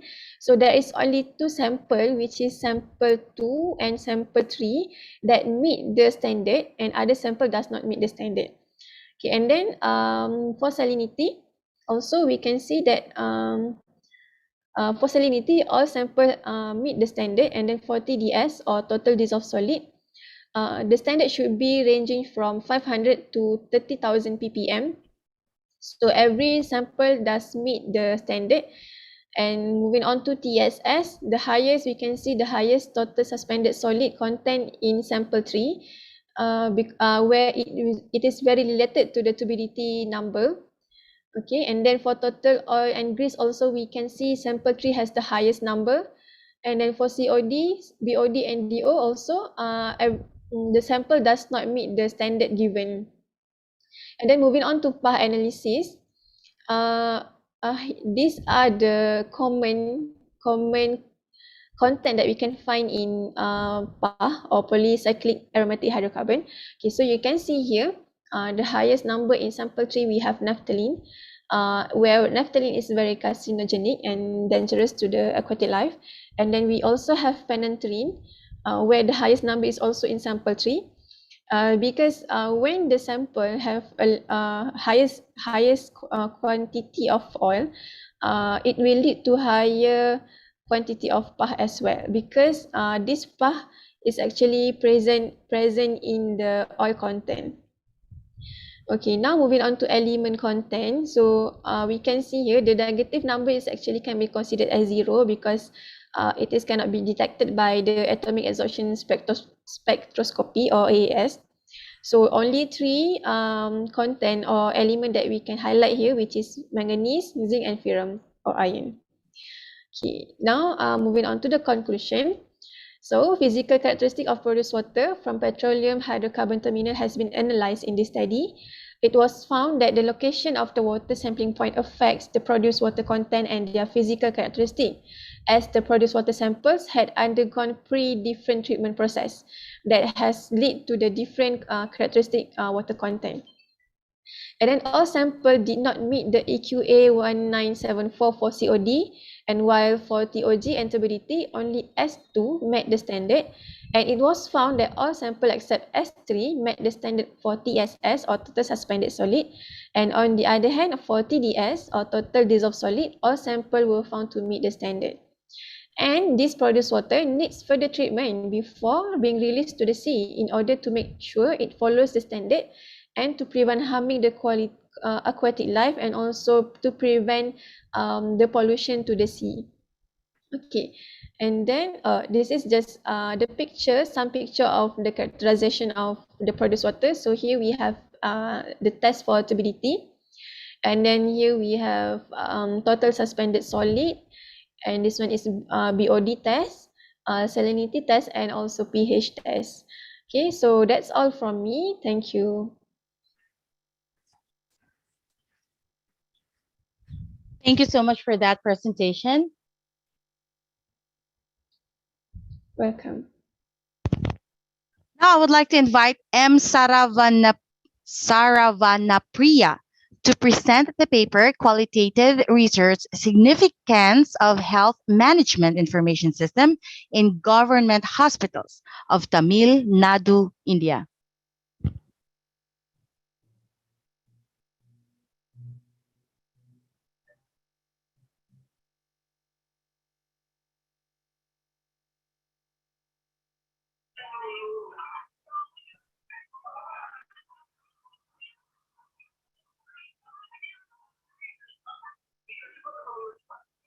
Hello. I invite M. Saravanapriya.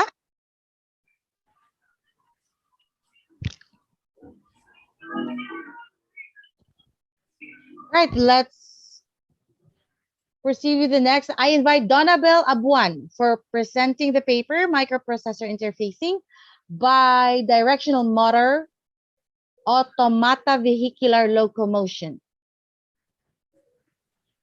Good afternoon, everyone. One moment, please. Hold on. I'm sorry, Donabel. One moment. Okay. I think she's available. Okay. Hold on one moment.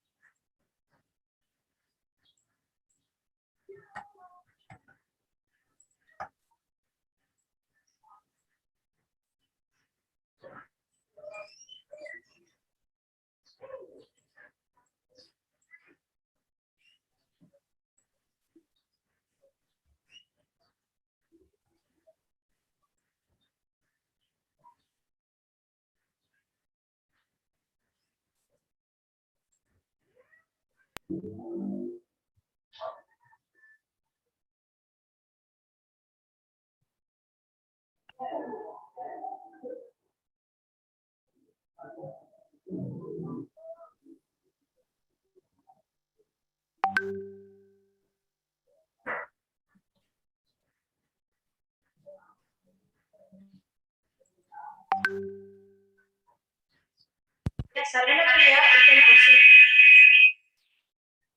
right, I would like to welcome again M. Saravanapriya to present the qualitative research significance of health management information system in government hospitals of Tamil Nadu, India. Thank you, madam. Yep, have it on presentation, Mo, please, and proceed.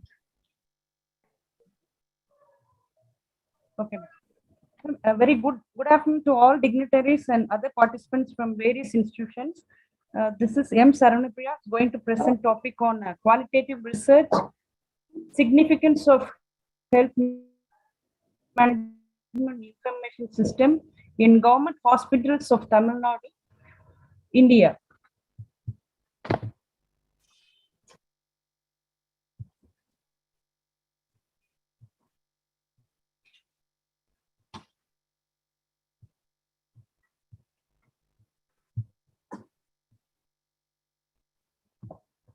Hello? Hello? Saravanapriya can proceed. Okay, madam.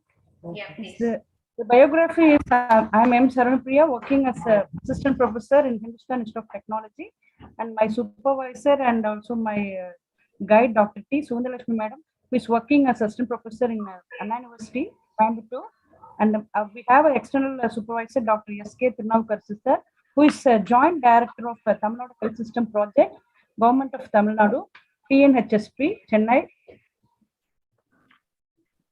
The abstract of the Tamil Nadu Health System Project is a long-term strategic plan of Government of Tamil Nadu, partnered with World Bank and National Rural Health Mission and Indian Council of Medical Research, which have developed a new health information system in Tamil Nadu. All health information system are implemented in all government hospitals of Tamil Nadu. They are differentiating the HIS and HMIS. HIS is a standalone information system which is implemented in every hospital, and HMIS is the combination of all HIS into HMIS, that is Hospital Management Information System. In this study, we have two objectives. First one is to understand the impact and the importance of Tamil Nadu Health System Project, which is implemented in all government hospitals. I have taken Coimbatore as a sample district. Number two objective is to understand the functioning of hospital management system in all GHs.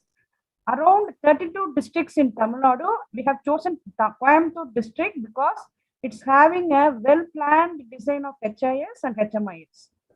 The data we have collected from Joint Director of Health Services Department, and the data are given by the health workers and information technology coordinator of those districts. I have used only secondary data for the analysis and interpretation, and we have a conclusion from the study that HMIS and HMS play a vital and important role in modern healthcare. The accomplishment of an information system is in the hands of end users. Here, end users means health workers. They should be satisfied with the information system, and proper and adequate training should be given to each health workers. Just for introduction, I have given some information about HIS, Tamil Nadu Health System Project, Health Management Information System. In Health Management Information System, there are 4 modules. First one is Hospital Management Information System. Another one is Management Information System. Another one is College Management Information System. And fourth one is University Automation System.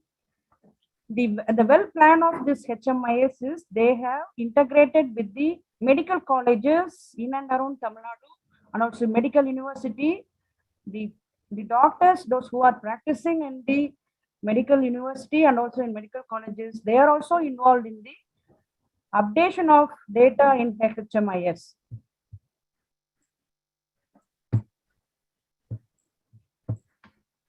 Just for your understanding, I have given two figures which talks about the models which is used in hospital management system. The first one is the figure 2 talks about HMIS, which is an first page of the model, which is written in the Tamil language, that is Maruthuvamanai Melanmai Thittam, which is converted as hospital management system in English. Next one is OP registration model, in which all the patients' details are registered in this model, those who are outpatient. For inpatient, they are having a different models. The figure 4 talks about the institutions which covered under HMIS. Health Management Information System is having 3-tier healthcare system. One is primary, secondary, and tertiary. In primary care, the HSC means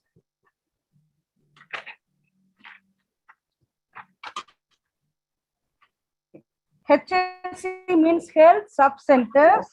PHC means primary health centers. Every district is having different taluks.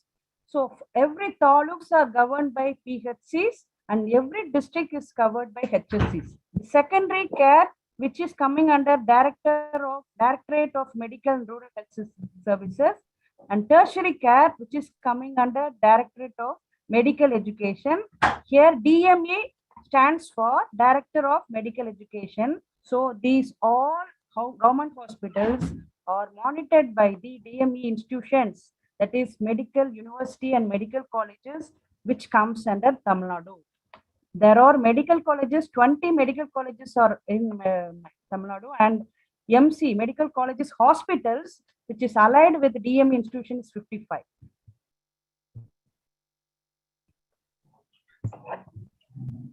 The objectives of the study I have stated in the abstract itself. First, to understand the impact and importance of Tamil Nadu Health System project. Next, functioning of hospital management system and all data. The data collection method, I used only the primary data, that is face-to-face interview with joint directors, health workers. Here, health workers refers to medical officers, nurse, pharmacists, lab technicians, and other sanitary workers who are involved in healthcare and hospitals. And also, each district is having district IT coordinator, that is IT engineer, who is doing the updation, collection of data, reporting the data to the higher officials. All work are done by the district IT coordinator. In analysis and results, I have used only 3 figures. The one is about 9 GH, which is in Coimbatore district. One is DHQH. QH means District Headquarters Hospital, which is the headquarters for reporting. Coimbatore region will be reporting to Chennai through this DHQH, Pollachi. Next one is government hospital in Metupalayam, government hospital in Annur, government hospital in Sulur, government hospital in Tondamuttur, government hospital in Perenayakampalayam, government hospital in Kottur, government hospital in Vetekaranpudur, government hospital in Valpare. The primary level data will be collected in the district level. All district level data will be collected in the Chennai corporate office.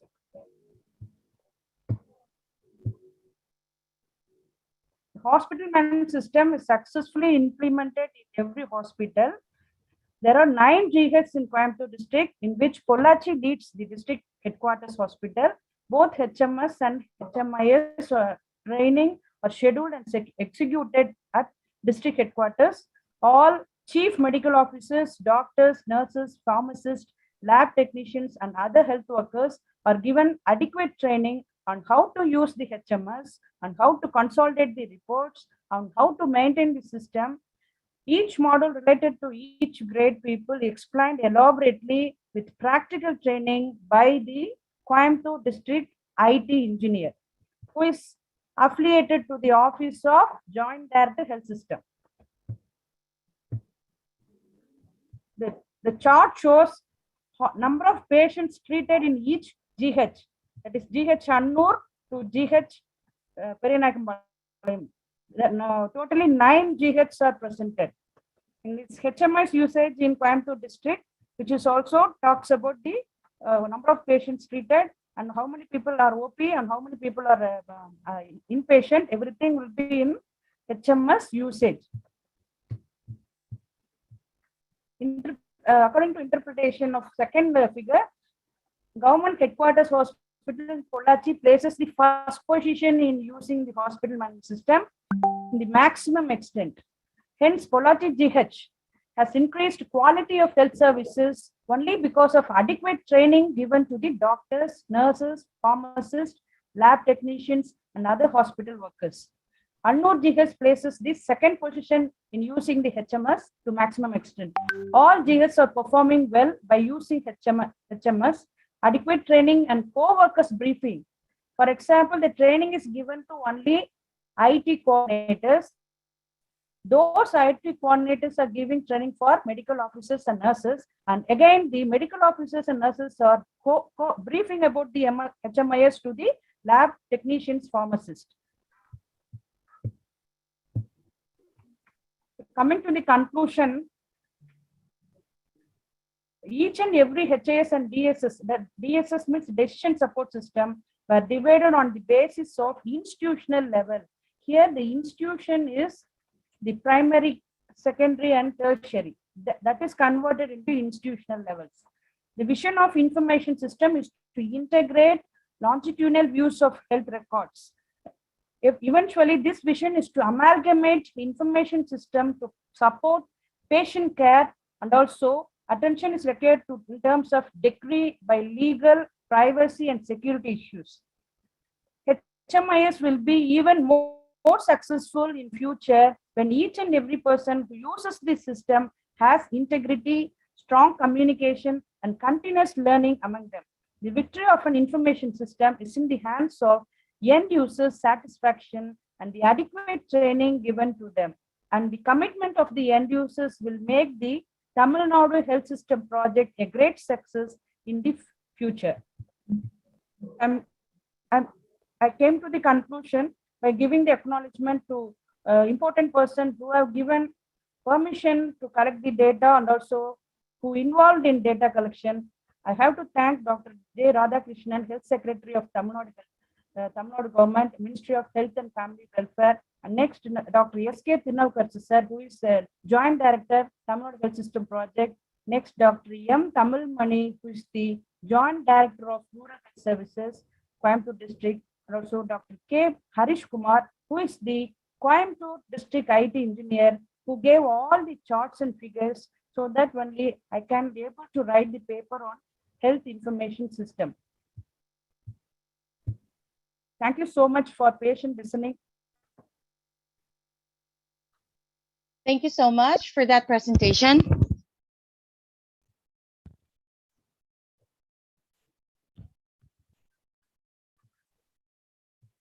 Presenters can ask the questions.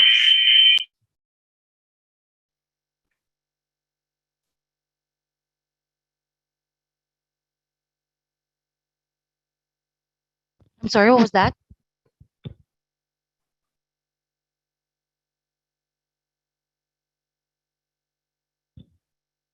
All right, let's go ahead and proceed. I would like to invite Donna Balabuan to present the paper of the microprocessor interfacing bidirectional motor automata vehicular locomotion.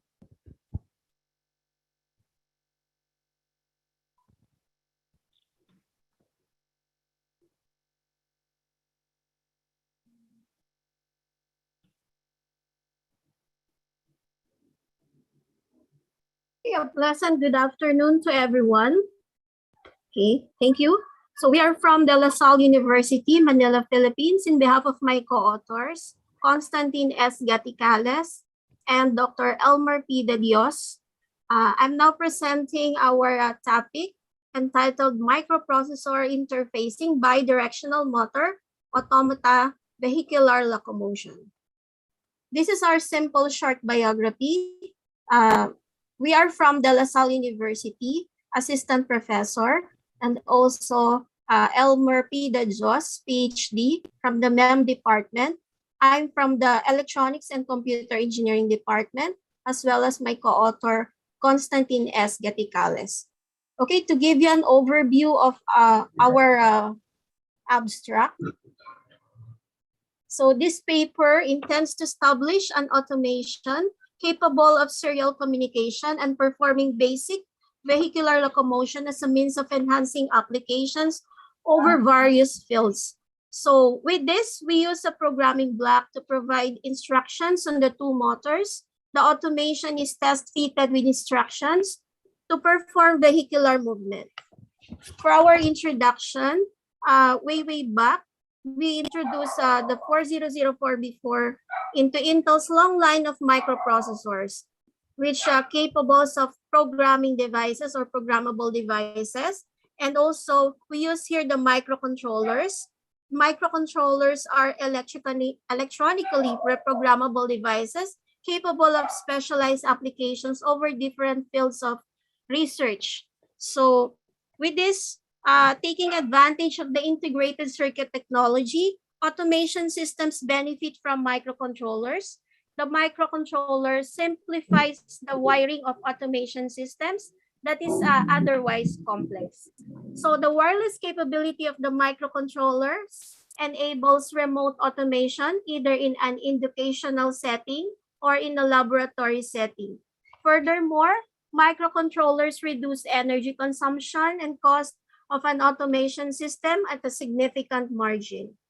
In this paper, we will integrate a microcontroller technology to the design of a vehicular automation system.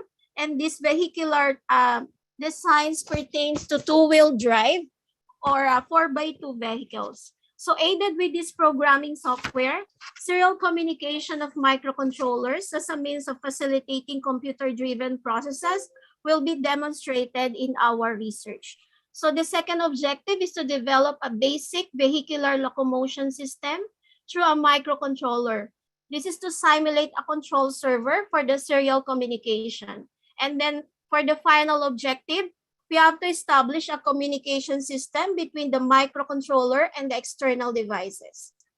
For our materials used, we have hardware, which consists of a programming device, a microcontroller, and of course, an actuator module. So we use here the laptop. We use the HP laptop running a 2.2 gigahertz clock to program the microcontroller. We have also the general microcontroller. We use the Arduino R3, will serve as the microcontroller for the experiment. And through that, the smaller Arduino proves to be sufficient for the project. So we have also used the DC motors will act as our actuators here, which rotate when current flows through it. So we use the 1:48 gear ratio. Serving as the control for motor rotation, we have 4 relay switches. So this is the code. And then it translates the command of the microcontroller into a signal, which will drive the motors either in clockwise rotation or in counterclockwise rotation. So the 2 relay switches are dedicated to implement a birotational drive of the motor, which has a 4-channel relay module. Designate these switches as terminals. So these are 1N1, 1N2, 3 and 4. So the 2 remaining adjacent terminals are for the VCC pin and also for the ground pin. Serving as a medium of distributing power, we have a breadboard that will be for the channeling for the Arduinos 5 volt, 3.3 volt and ground pins into their own respective common node. So the first section deals with the hardware interfacing. This describes the circuit configuration of the system and all the purpose of the components in materials used. The second section deals with the programming of the microcontroller to anticipate and decode character data streams into a signal that sets the rotation of both motors. So the third and the final section will be focuses on the programming software that will send commands to the microcontroller, which controls the locomotion of the geared motors. So this is the first section diagram for the geared motor module. So the geared motor is connected to the common port of both relays. And then we have the hardware overview of our project, which consists of the first module is a computer. The computer will serve as the programming device and an external device that will communicate with the microcontroller through that serial communication. The second module is the microcontroller, the Arduino Uno R3, and the microcontroller serves as the command and control center for dealing with instructions sent from the external devices. And this is the figure 3, which consists of a simple flow chart of an Arduino for the microcontroller program. So this figure illustrates or elaborates the program flow chart, which will be a guide for the microcontroller, which is our Arduino. So the microcontroller will be programmed by Arduino IDE software, which is the first software. The program will anticipate commands that will drive the motor, and the commands in the program correspond to the vehicular maneuver the device will perform. So this is an optional, but it will serve as a easy task for the programmer, which is the MATLAB GUI. So we create a GUI using MATLAB, which houses the controls for the motors. The program behind this is designated or designed to send instructions based on the button here. So as you can see, we have here the buttons like turn left, forward, turn right, and so on. So this MATLAB program will be used as a platform to strictly only send commands without the need of command line input and to alter motor movements in real time. So this software will not reprogram the microcontroller. And this is the final view or the hardware overview of our project. So here, as you can see, we have the Arduino. It was connected to the programming block via its native USB. Evidently, on the upper right corner of the picture, we have pins 3.3 volt and ground that will be connected onto the breadboard to distribute voltage and ground. So there are 4-channel switch powered by the 5-volt pin connecting to our VCC. Digital pins 2, 3, 4, and 5 are also connected to our 4 relay switches respectively.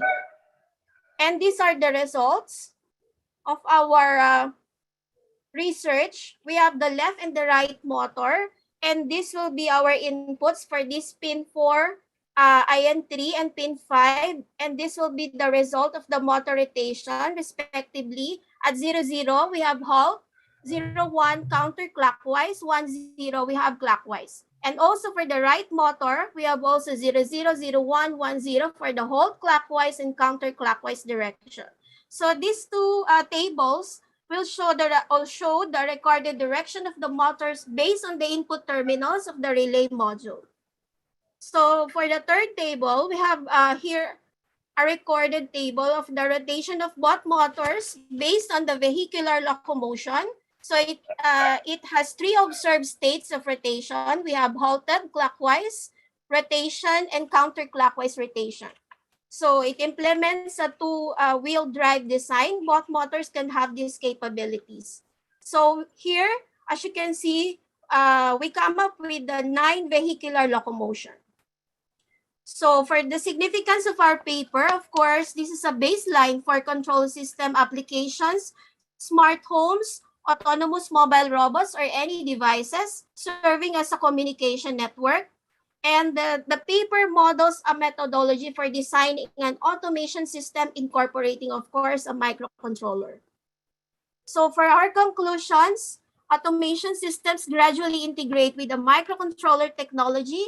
Implementation of this design is very simple. As you can see, it is reliable, compact, and robust with affordable and simple components and open source software. Microcontroller embedded function systems are easy to construct. So these are only the core components. We have microcontroller, a transducer, and an actuator, which minimizes the space required of an automation system.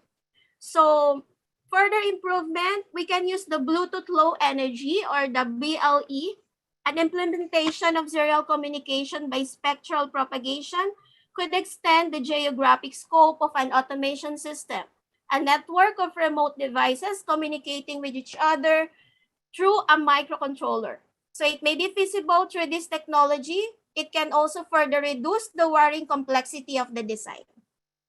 So these are all our references. And if you want to contact us, more about us, these are our emails. Personally, this is my email, donabel.neves@dlsu.edu.ph. So the authors personally would like to acknowledge and thank you also for the ICRCET-21 Conference Committee and organizers for this opportunity to accept our paper. Also for the IFERP, thank you very much. And also for our university, the LaSalle University, Manila, Philippines, especially for the ECE and the MEM departments, as well as the University Research Coordination Office Department. The authors also would like to thank Engineer Jerick Lee for his comments and good suggestion. With that, thank you so much. Stay safe at all times.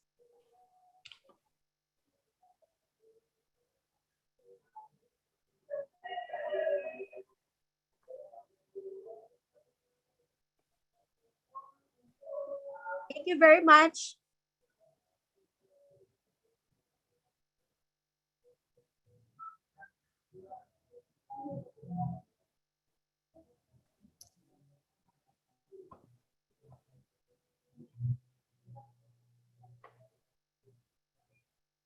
Thank you very much.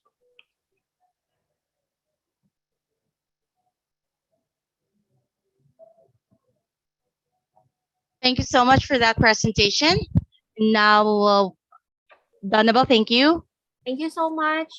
And I would like to invite Wayan Widhiada to present the paper of designing intelligent control system for wheeled robot car for handling COVID-19.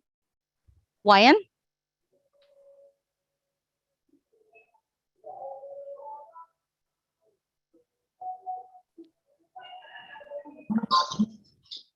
Okay. Hi, Professor. Yes, you can go ahead and share your screen. Have it on presentation mode. You have 10 minutes. Okay.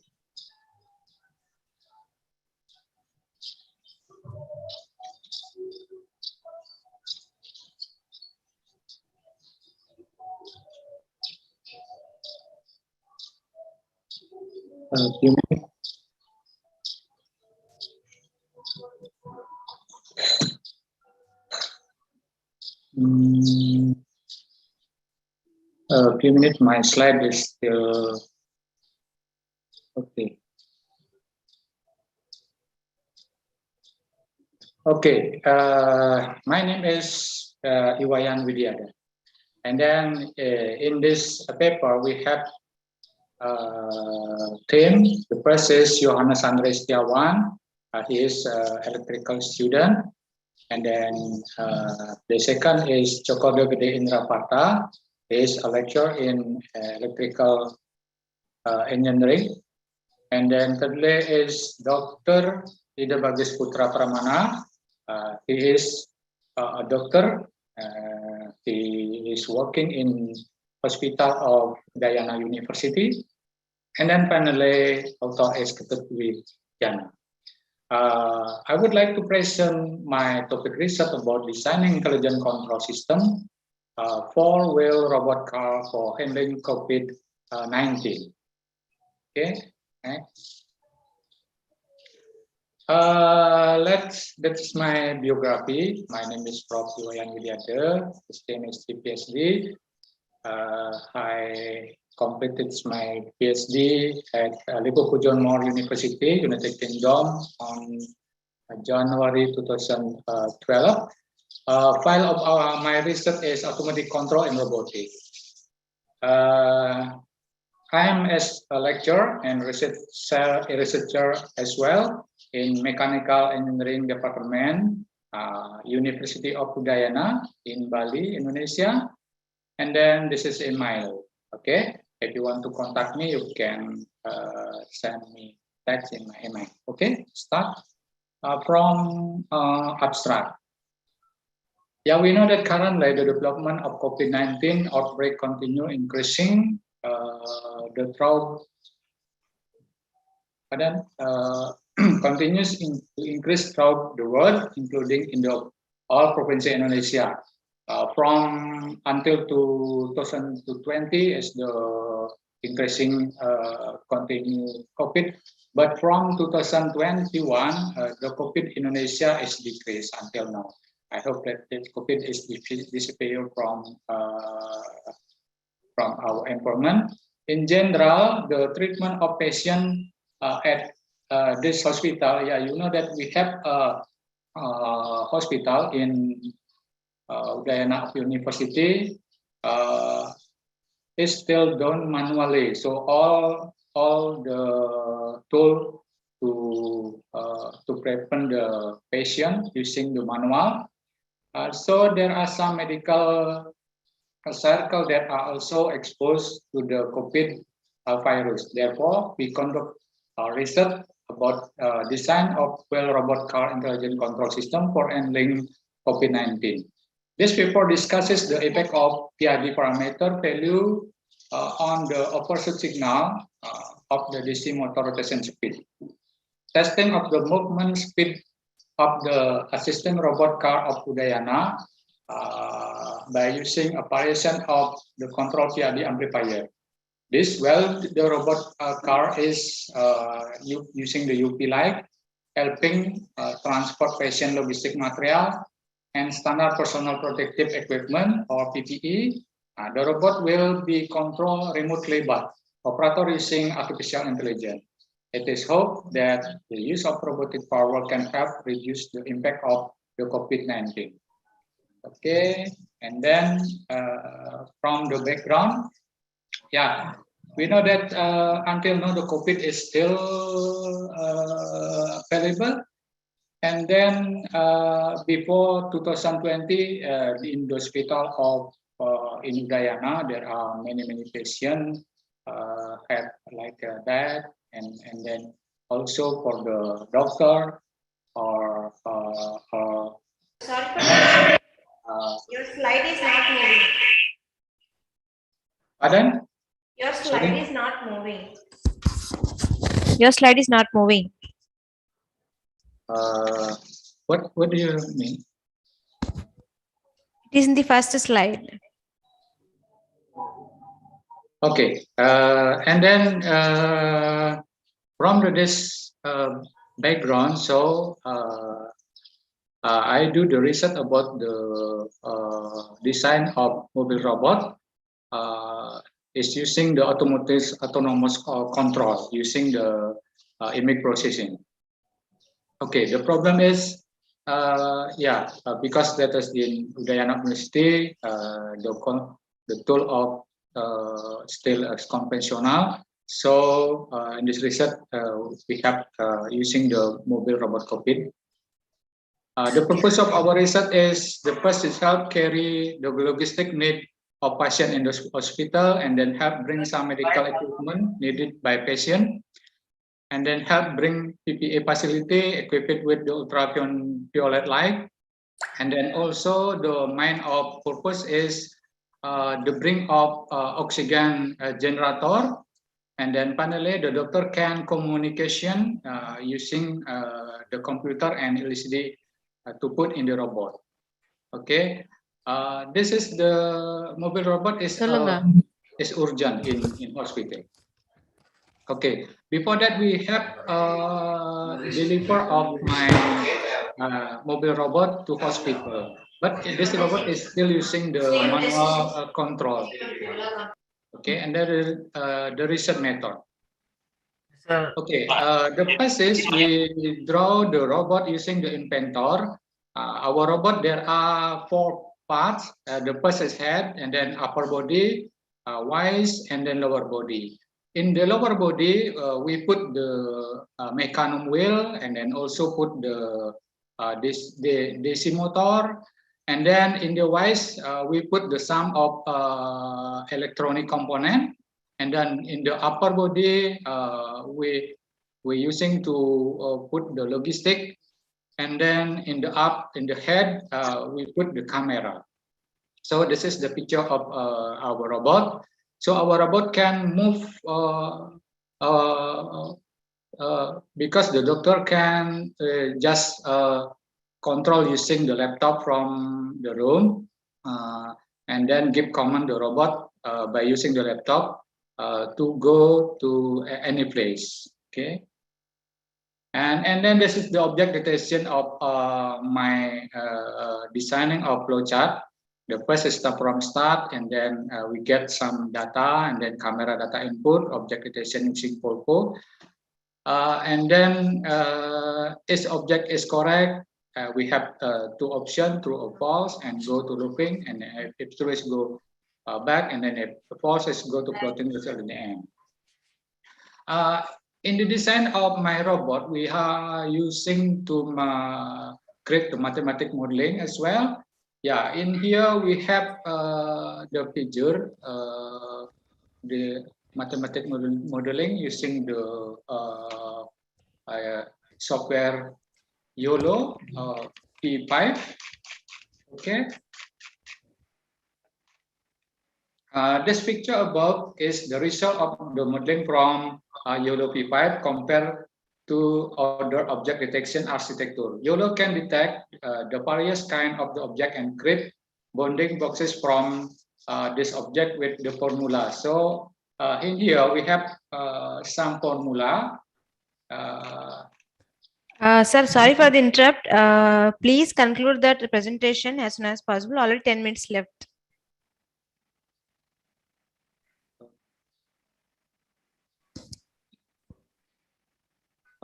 Sorry, I don't understand what we. Please conclude the presentation as soon as possible. Okay. Okay, this is object detection, and then this is the result, and then conclude this that we see that from the result we compare opposite signal from the using the 4 DC motor, and then we compare the PID control, and then the conclude is the stability of the rational speed of the DC motor for each variation of motor rotation depend on the setup of PID again. With the right value for PID parameter, it provides the right rotation speed response with minimal overshoot, minimal error signal, and fast stability achievement time. Okay, thank you very much with your time. Then next.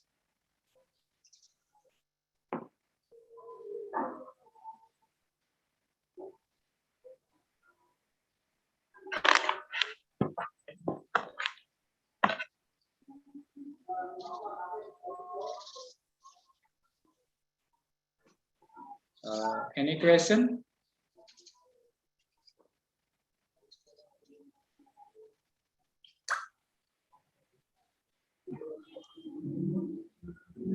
Thank you so much for that presentation. You may now stop sharing your screen and let's proceed.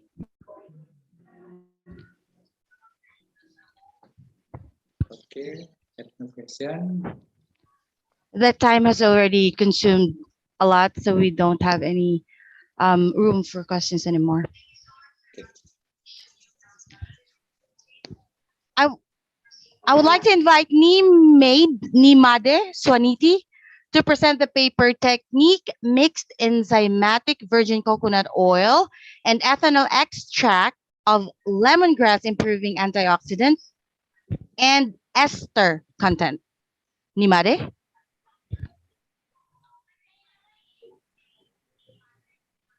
Yes, thank you. Yep, go ahead and share your screen and have it on presentation mode, and you may proceed. Yes. Thank you.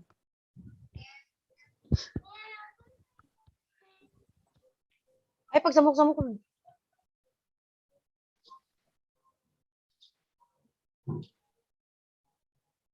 Yes, my name is Nimade Swaniti. This is our team. And then the title of the research, Technique Mixed enzymatic virgin coconut oil and ethanol extract of lemongrass, improving antioxidant and ester content. This is our team, Wayan Bandung Adnyano from Mechanical Engineering, Manuntun Manurung from Chemistry, Aryadi, my student, and Komang Aryati, team research. That it outline research, biography and abstract, introduction, material method, result discussion, conclusion, and reference. Biography, my name is Nima Deswaniti, as a lecturer in chemistry study program for forensic chemistry subject at Faculty Mathematics and Natural Sciences, Universitas Udayana. As attend the sandwich program in the chemistry department, Render University, Australia, analyzing ethyl ester as ethanol, biomarker using gas chromatography mass spectrometry, and FTIR. It's been on editor-in-chief in 2016 until 2020 in Journal Kimia, Journal of Chemistry, and the Chemistry Study Program of Faculty Mathematica and Natural Sciences, Universitas Udayana. Currently, the author is coordinator of Chemistry Master Program, Faculty Mathematica and Natural Sciences, Universitas Udayana. This is our abstract. Lemongrass ethanol extract component as an effort to increase antioxidant activity of enzymatic virgin coconut oil. The purpose of the study was analyze the antioxidant activity and ester compound in various concentration enzymatic virgin coconut oil, adding ethanol extract of lemongrass. The analytical method to measure antioxidant activity and enzymatic virgin coconut oil use diphenyl hydrazine and lauric acid by gas chromatography mass spectrometry. The results showed there was an increase in antioxidant capacity of ester and virgin coconut oil, adding ethanol extract lemongrass.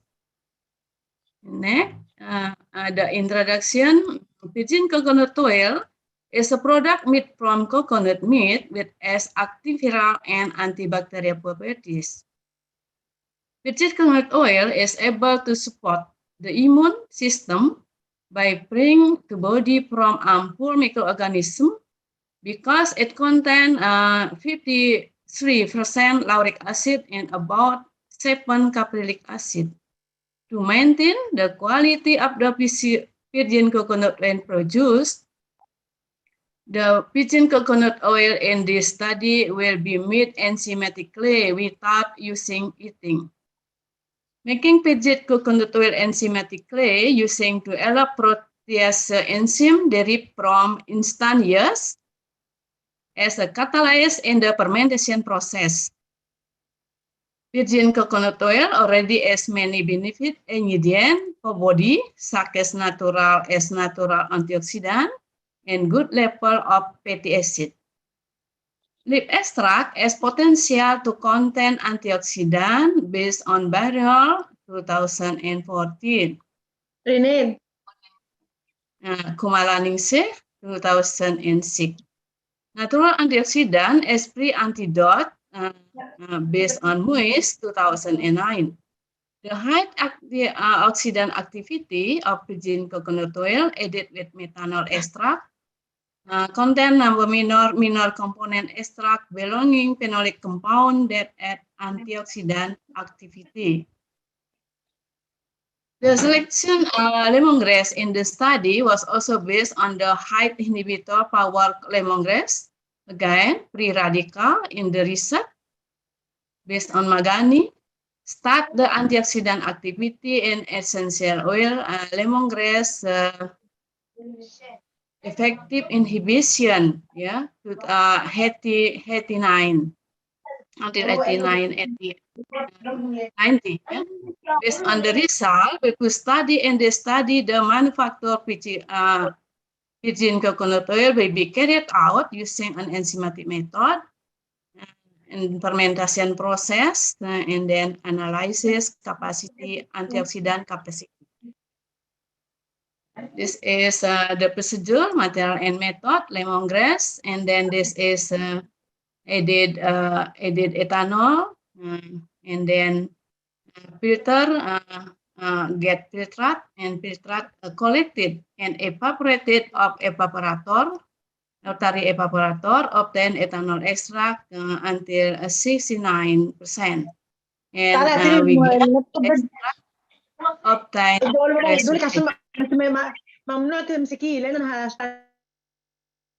and then antioxidant activity we measure by the procedure virgin coconut sample weight, then extract with acetone, and then protect and centrifuge 1000 radius per minute for 15 minutes. And then this is the procedure.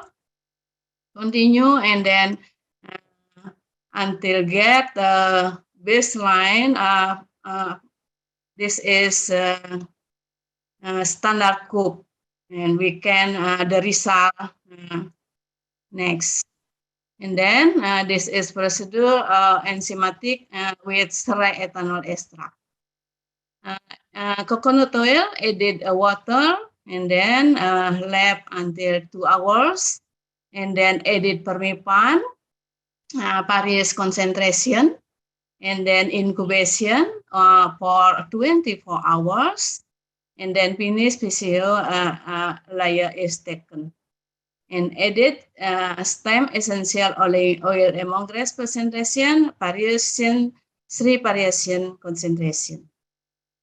And this is the result. We can the result, the retention time, methyl ester in control, and heading lemongrass. We can get the same, similar, the retention time about the methyl ester. We can show here similar retention time.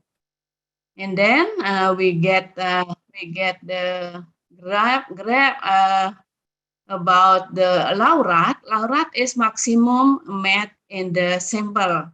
All sample met maximum ethyl laurat, and this is. Hello, Mr. Made. Your time is up. You can proceed for conclusion. Yes, thank you. And then this is the result also antioxidant activity. We can get percent attenuation maximum for 10 PCO and 10. Then I would like to increase, develop and research in the neck. Maybe I want to increase the ratio virgin coconut oil and extract ethanol. This is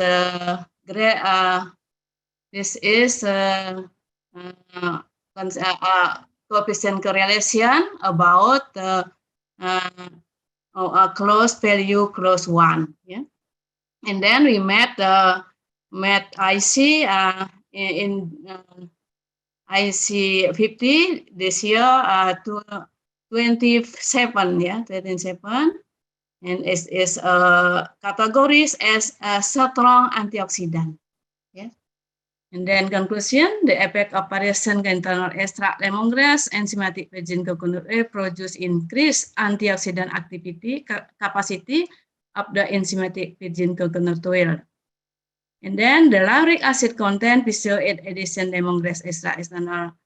Analysis by GCMS was also added when compared PCO not given addition lemongrass without lemongrass.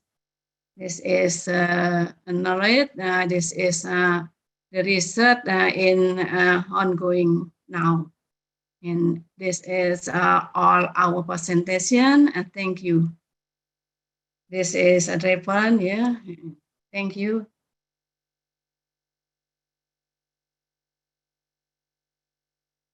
Can I close our presentation?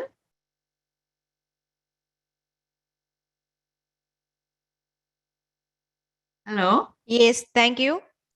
Yes. Please let me know if you have any queries, Mr. Session Chairs.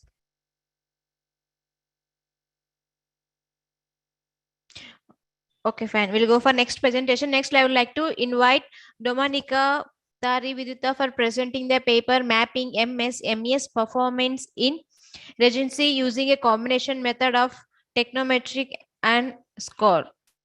Mungkin caranya close ya, Pak. Ya, naon dia? Dominika, are you there? Yes. Yes, please Everybody proceed. hear me? Anyone see my presentation Yes, slide? your screen is visible. You can proceed now. Okay, thank you. Yeah. MSME slogan is proud to be made in the country, which should be one of the surefire steps toward a bright future. Good afternoon for all the keynote speakers, guests of honor, and all the participants. Hi and hello, my name is Dominika Betari Widita. I'm one of the author of this paper, and this paper be titled Mapping MSME's Performance in Brebes Regency using a combination method of technometric and SCOR, or Supply Chain Operations Reference. MSMEs are one of the economic fields that have experienced significant growth, as evidenced by the fact that there were around 63 million business units in 2017, and the growth rate was 2.06%. MSMEs were considered one of the reliable sectors facing the economic crisis in 1998, which was proof even though they experienced a slight decline but increased again in the following years, as shown in the graph. MSMEs play a significant role in Indonesia's GDP, which is expected to reach 61.67% by 2020 and have been shown to be effective in reducing unemployment, as evidenced by data on employment reaching 97% in 2018. MSMEs issues are primarily focused on funding, especially complexity of regulations and feasibility assessment from banking, and secondarily, focus on marketing, especially limitations of MSMEs in achieving quality standards such as HACCP certification or any international quality standards. Brebes Regency, with an area of 1,769.62 square kilometer, is the second largest after Cilacap Regency, and a population around 2 million people in 2020, and be known is the most populous in Central Java. Sorry for the interrupt, Dominika, your slide is not visible. My slide isn't visible. Your slide. Okay. Your slide is not visible. Can you put it in the presentation mode? Okay, wait.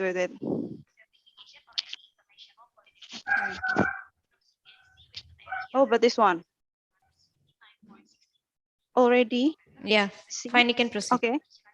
Okay.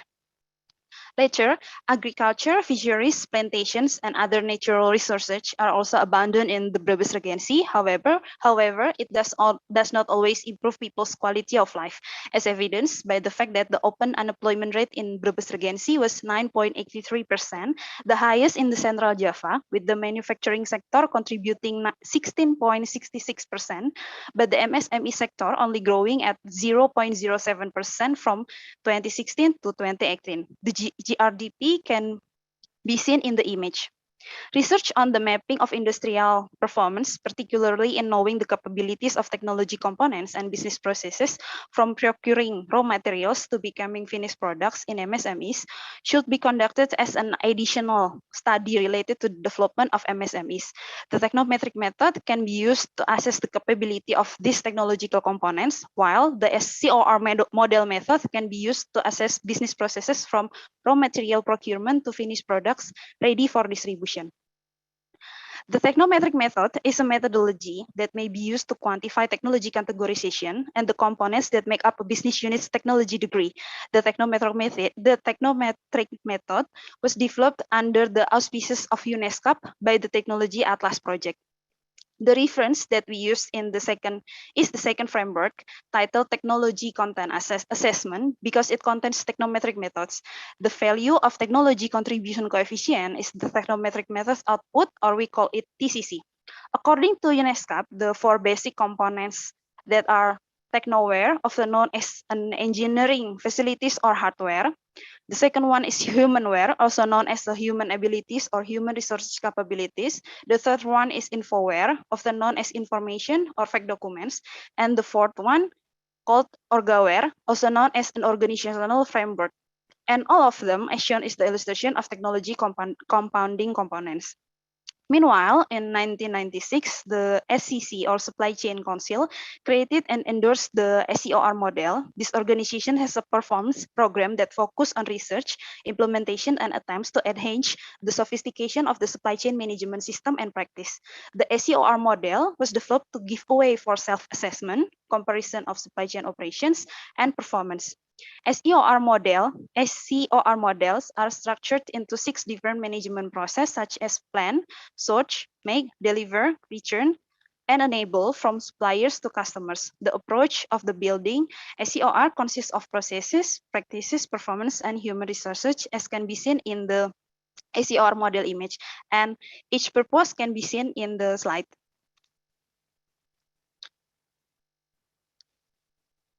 UNESCAP developed the degree of technological content for MSMEs, which describe an element of technology, human resources, information, and organization. The main points are divided into 5 that are determine boundaries on the degree of sophistication, then assess the state of the art or SOTA. After that, determine the contribution value of technology component, and assess the intensity of technology component contribution. And finally, calculate the technology contribution coefficient, TCC. Each example of formula can be seen in the slide. The TCC findings are the outcome of the preceding technometric method, with only the highest TCC results chosen for mapping the business process. Since related goods have similar manufacturing and business processes, there are 5 main processes to processing data with the SCOR model for this approach that are identified supply chain flows and breakdown process based on the SCOR model. After that, validate the KPI or key performance indicator and determine actual value. After that, determine the scoring system and normalization norm the boards and using the AHP method to weight for each KPI hierarchy. Dominica, your time is up. You can proceed for the conclusion. Okay. Here is the conclusion. The typical MSME in industry is the low and non-design technology categorization, and each TCC value can be seen in the slide, and the classification is low. For the supply chain performance, as can we see in the slide, salted egg processing salted eggs is sufficient or marginal. The processing shell and typical coffee in Brebes, one of average, and handicraft is poor. Thank you so much for the time of presentation. Thank you. Okay, I'm done. Thank you. Okay. Next, we would like to welcome Veera Surya DP for presenting the paper of investigation of affecting mixing and inhibition towards stability of a semi-batch dry anibia rector treating manure with straw.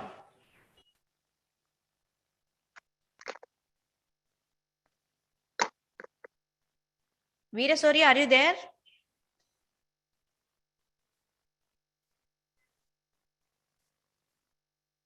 Okay, Can fine. you hear me? Yes. Okay. Good evening, everybody. My topic is investigation of effect of mixing and inhibition towards stability of semi-batch dry anaerobic reactor treating manure with straw. This is my biography. I am Praveen Veerasurya, chemical and process engineer from Ministry of Moradu, Sri Lanka, who studies a master in environmental engineering at University of Moradu. Here we move to the introduction. Anaerobic co-digestion is considered as the most effective method in treating animal manure with lignocellulosic feedstock, because animal manure consists of a lot of nutrients, so that we have a technology to recirculate nutrients. The best technology is anaerobic digestion. There are 2 types of digestion. One is dry anaerobic and second one is wet anaerobic digestion. Dry anaerobic digestion offers high economic feasibility by providing positive energy balance and low pretreatment requirement. Because in dry anaerobic digestion, free amount of water is very low, so that volumetric loading rate is high. So productivity of a given volume of a reactor is high. Then we move on to main drawbacks in dry anaerobic digestion. They are accumulation of ammonia, volatile fatty acids, and non-biodegradable intermediates. The main reason for those drawbacks are low water content. As low water content, mass transfer coefficients are also low. In that case, microbes are really vulnerable for these kind of accumulations. Finally, when we move on to literature reviews, majority of the studies under dry anaerobic digestion of different substrates were conducted in batch reactors. In that case, we can say there is a research gap eminent to study on other reactor configurations which can treat animal manure using dry anaerobic conditions. We move on to the next page. Antecedents. First one is the optimum organic loading rate recorded for CSTR in semi-solid manure digestion was 3.3 gram volatile solids per liter per day. In this experiment, they used the animal manure which consisted 13% to 15% of total solids. And also the maximum specific methane yield recorded for batch reactor in solid manure digestion was recorded as 0.17. In that experiment, they used batch reactor which is used to treat horse dung embedded with lignocellulosic biowaste. And we move on to the ammonia inhibition. Stepwise ammonia increase enhances withstand ability of methanogens to free ammonia nitrogen inhibition. We all know that methanogens are really vulnerable for free ammonia nitrogen inhibition because those free ammonia can easily penetrate into methanogenic cell and change the metabolic activities. These kind of free ammonia and nitrogen can change proton balance in the system and increase maintenance energy of the microbe. Then we move on to research gap. First one is, as we discussed, majority of studies are under batch reactors. So it automatically imminent research gap to identify other reactor configurations also. Normally, continuous monitoring is the most common strategy to optimize stability and performance in dry anaerobic digestion. When we go to objectives, we going to clarify root causes which resulted in instabilities in dry anaerobic digestion rather than doing continuous monitoring solitary in past researchers. In that case, as the first root cause, we found that product inhibition. Product inhibition means undissociated VFA penetrates into microbial cells and change their pH so that metabolic activity is deteriorated. In that case, we try to improve pH and maintain pH at higher levels like 7 to 8 in the system in order to minimize portion of undissociated VFA ions. Second one is reduce ammonia inhibition. When we going to increase pH in the system, we have to use alkalines such as nitrogenous compounds. If we use high amount of nitrogenous compounds, it automatically increases ammonia inhibition. So that here we try to understand global strategies which are used to reduce ammonia inhibition and use it to our case. Finally, improve acclimatization. Acclimatization is primarily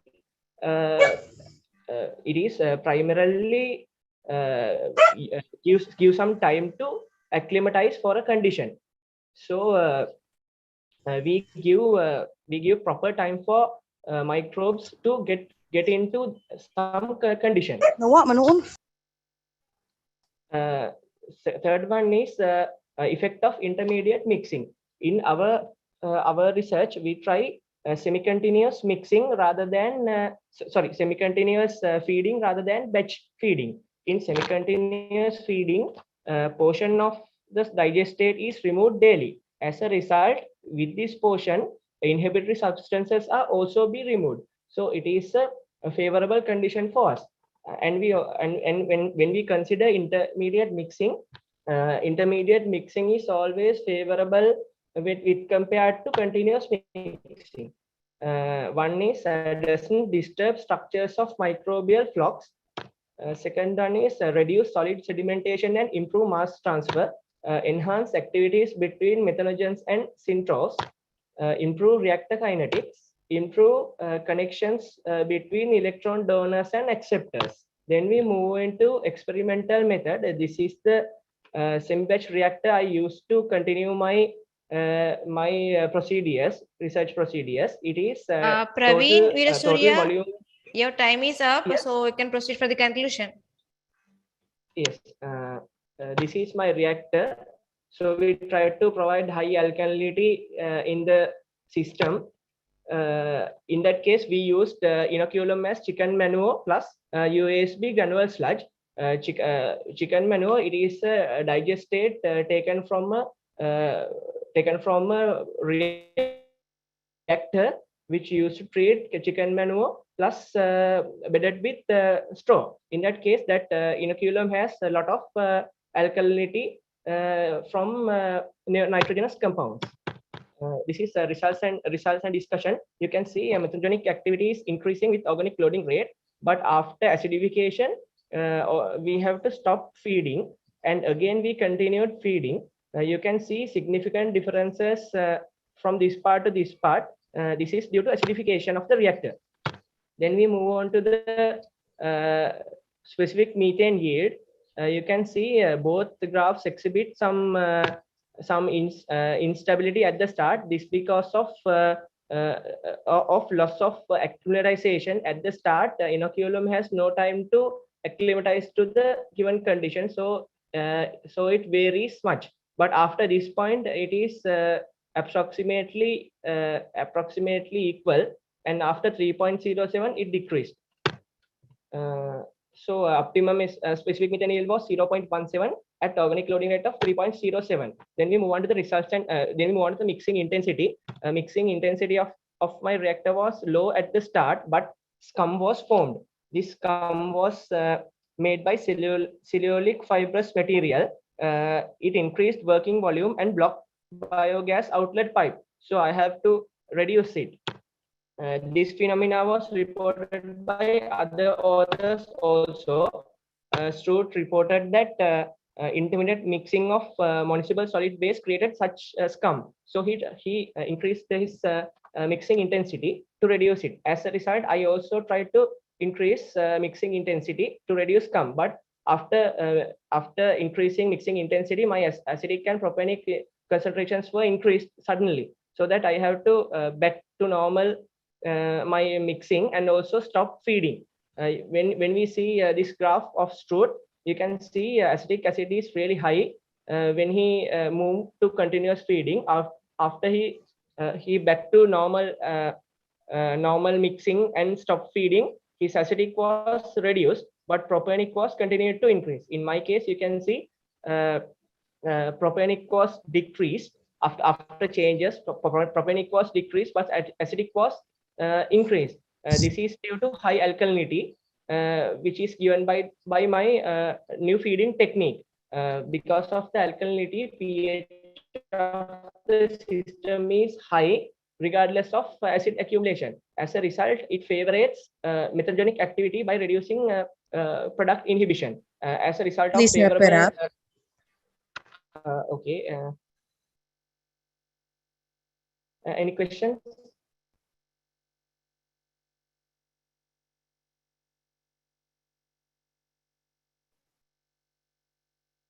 Any questions? I think we don't have any questions. Thank you so much for that presentation. We now stop sharing your screen.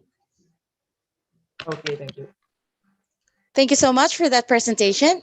Next, I would like to invite, let us welcome the video presentation of Muhammad Shafli Hamza, presenting the paper Development of Single Board Computer-Based Self-Driving Car Model Using CNN Controlled RC Car. Okay, hello everyone. Let me introduce myself. My name is Muhammad Safri Hamzah. I will explain about our research entitled Development of Single-Board Computer-Based Self-Driving Car Model using CNN-Controlled RC Car. This is my biography. Muhammad Safri Hamzah from Department of Physics, Universitas Padjadjaran, Indonesia. His field of interest is instrumentation and automation technology for various systems. He was recently applying machine learning to several physical system models, including a self-driving car model prototype. Technology Co-Limited Indonesia. We'll make a small-scale autonomous car physical model and do testing to see its performance. You can see further in our paper. So first, what is an autonomous car? An autonomous car is a vehicle that can detect its surrounding and move through a predetermined or exciting path without human intervention. One of the benefits of autonomous car is to aid human in driving cars more safely, because it will minimize errors that may be made by human. In development of autonomous car vehicle, testing is needed to ensure cars design runs well. To test the AI model of the autonomous car, the prototype is typically used to see how the performance of autonomous car the model design. Ideally, this prototype uses modified real car with actual size or scale. However, testing the alternative approach is to use a small-scale prototype. Use modified RC car into model autonomous vehicle in more affordable and safer way. In previous research about small-scale autonomous car prototypes, Raspberry Pi was used as the main brain of the car, but it has limited computing capability that makes some performance issues. So this research we will use Jetson Nano single-board computer with a higher computing capability but still have a fairly small size. Okay, to make car learn autonomously, we will use a deep learning convolutional neural network method. The convolutional neural network is a deep learning method that learns about feature extraction and image classification from training data. CNN uses an operation called convolution by adding convolutional layer to its neural network. Convolution layer works by detecting feature of the image. We divide on data collection. The training data collection is collect camera image, steering angle, and speed of the car with variation of 3000, 6000, 12,000, and 24,000 data. Next, model training with variation 2, 3, 4, and 5 convolutional layer. And lastly, model testing to find absolute error prediction. This is a component diagram. For main component, we use Jetson Nano as the main brain of the car, and then joystick to control the car when collecting training data. RC car as the other component. Capture image PW, our assembled self-driving car prototype, and NZRAC is the track that has been made. This track itself has obstacles around the track. This is an example of distribution of collected angle data with total of 24,000 data. We normalize value of steering angle to the range of -1 to 1. -1 is 4. This is an example of result of training loss in every epoch with 3 convolutional layers with 3000, 6000, 12,000, and 24,000 training data. We can see in training log until Zubar. Variation in convolution layer seems not create a pressure with the real data. We test the model with variation of amount of training data and the number of convolutional layer. If we calculate absolute error of model prediction, we get model with 24,000 data and 3 convolution layers that produce site test absolute prediction error. Prototype in the real track. And as you can see, the car can run autonomously and can follow the track very well.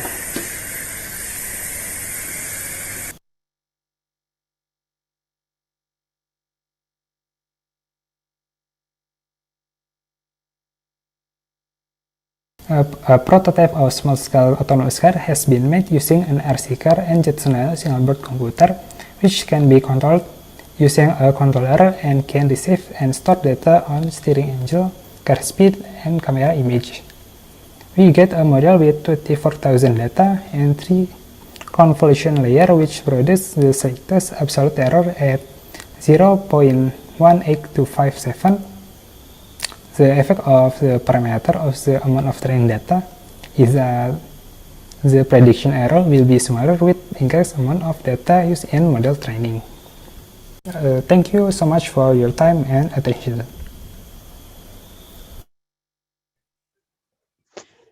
Thank you so much for that video presentation. And now I'd like to invite Iriante Suprihatin to present the paper of removal of textile waste dye agent by photo degradation catalyzed by iron oxide intercalated bentonite. Iriante? I'm here.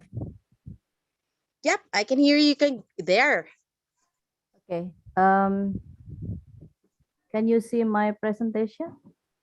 Yes, have it on presentation mode, please. You have 10 minutes. Please proceed. Okay. Thank you. Oh, hi.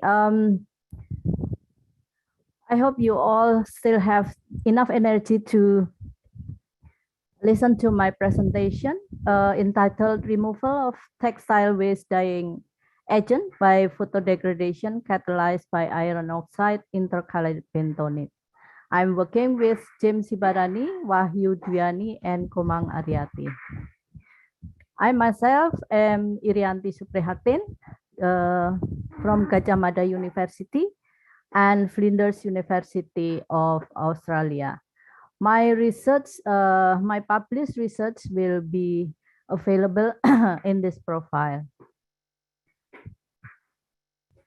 Liquid textile waste contains noxious chemicals which are hard to remove and as potential pollutants for aquatic environment. Photodegradation can break pollutants down into simpler, harmless molecules that are safe to discharge. In this work, iron oxide intercalated bentonite was used as the photocatalyst in the photodegradation with UV light.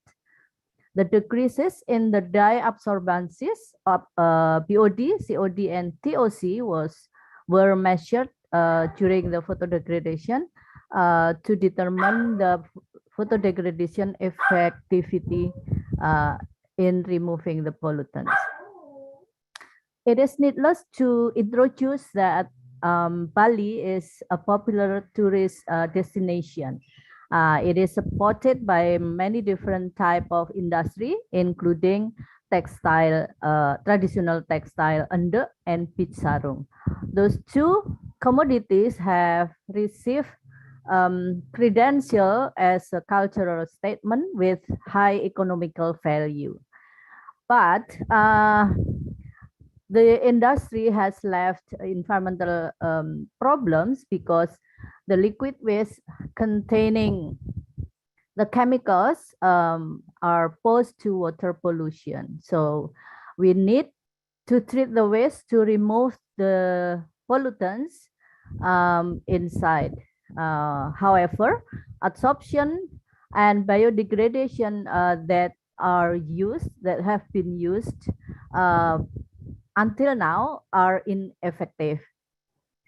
On the other hand, photodegradation is promising method with the advantages of being effective, environmentally friendly, cheap, and simple. In the process, it needs light sources and catalysts to speed up the reaction by providing radicals as it is absorbing the photon. The mechanism that is suggested by scientists everywhere is as follows. When semiconductors as photocatalysts absorb photon larger than or greater than its energy gap, electrons will be excited from the valence band into the conductance bands, leaving positive holes on the valence bands. These holes will react with water or hydroxide ions from the environment to produce hydroxyl radicals. Meanwhile, electrons on the conductance bands will react with oxygen or protons and producing even more free radicals. Those radicals are believed to be responsible to degrade the pollutants and produce carbon dioxide, water, and other small products which are safe to discharge. In our research, we synthesize composite for the photocatalyst from bentonite and iron oxide using sol gel procedure. And then once it's formed, we determine the optimum mass and pH for the working photodegradation. The photodegradation itself is conducted by irradiating 25 mL of the wastewater mixed with 150 milligram catalyst at pH 5 with UV light for 2 hours. And before and after irradiation, we measure the absorbance of the color, DOD, COD, and TOC to determine the degradation percentage. And this is what we got. The optimum mass was 150 milligrams. That is 50 milligrams more than what we need for the degradation of the aqueous solution of the dye. Which is sensible because the waste contains not only the dye, but also other unknown pollutants that needs to degrade. And the pH, the optimum pH was 5. It is the same as our previous work, which is good because we don't need to alter greatly if we want to discard it into the catchment water. Suprati ma'am, yes. your time is up. Okay. Sorry. So please proceed for conclusion. Okay. This is to conclude. This is the fact. The result. This is the difference between abroad team and India yes. team. And to conclude with, we believe that the composite can be applied as the photocatalyst in this degradation because using only 150 milligram, it is capable of effectively remove up to 84% color intensity and 90% of the organic pollutants in only 2 hours. We like to thank the Higher Degree Education and National Research and Innovation Agency of the Republic of Indonesia for funding this research, and thank you for you all for your kind attention. Thank you. Thank you. Thank you so much for that. Thank you so much for that presentation. Thank you, Jojo. Bye. Now I would like to invite our next presentation, Kongkuro Tegu Setiawan, to present the paper Rapid Bathymetry Detection with Sentinel Application Platform, or SNAP, using Sentinel Imagery 2A. Thank you Yep. very much. Tak kamu rekamkan. Good Tak set kamu of rekamkan. presentation my research. This research is the detail of rapid mathematics detection with Sentinel application platform using Sentinel Imagery 2A. My abstract: Indonesia is the largest Atlantic country where 77% of its territory encompasses coastline, shallow waters to deep sea waters area on the required important information for Indonesia, particularly for protecting its rich marine habitat and supporting shallow waters navigation with bathymetry. Additionally, bathymetry information can be used to support several other purposes, such as shaping, determining of right area for ports, and determining coastal cultivation areas. Remote sensing technology has an important role to provide bathymetry information quickly and cover a wide area in an isolated country like Indonesia, mainly when field measurement is hindered by logistical issues due to the remoteness of target areas. The study attempts to contribute to the solution of this issue by performing bathymetry exactly using temporal algorithm available in Sentinel application platform, image processing software. The specific purpose of this study is to rapidly verify bathymetry in shallow marine waters using Sentinel 2A data. The research location in the island Putri, Melintang, Macan, Nopin, and located in Seribu Island, Jakarta. The data used is Sentinel-2A imagery acquired on April 24, 2021 in situ bathymetry and tidal data. The result show that Sentinel-2A can produce a depth range of 0 until 30.64 meters. And the accuracy of the calculated bathymetry using Sentinel is 68%. Indonesia is an Atlantic country with 77% of the ocean area, which includes shallow seawater to deep sea waters. So far, making bathymetry information has been dominated by measuring depth using echo sounder. The use of these tools in shallow water area takes a long time and has operational limitation and is dangerous. Since 1970, satellite remote sensing technology has been used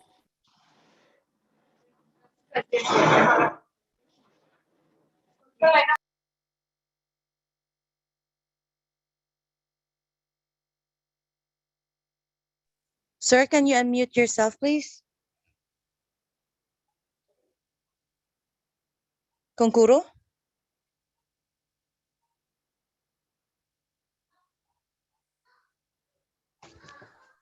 Hello. Yeah. Okay, go ahead.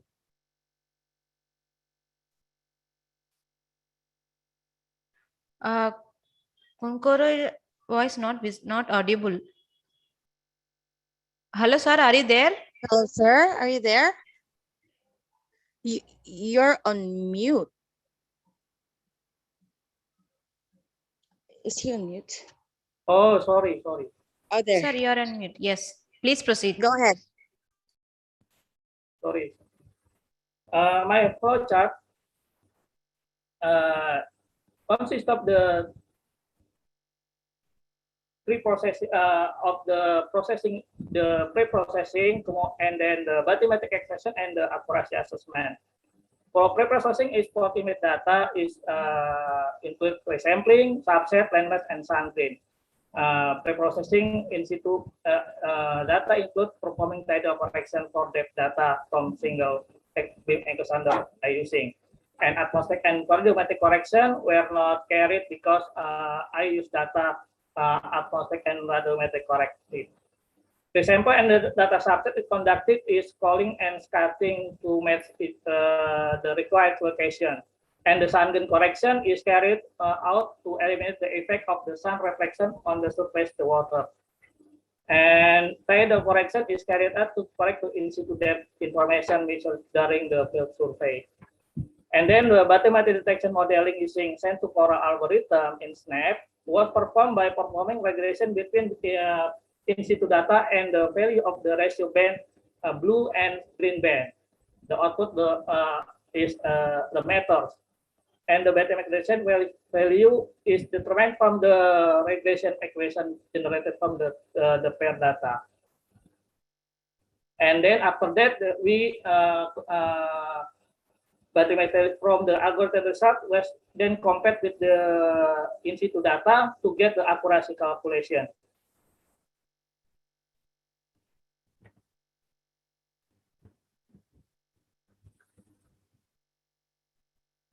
This result for processing data in situ, processing data sent to algorithm on SNAP, we have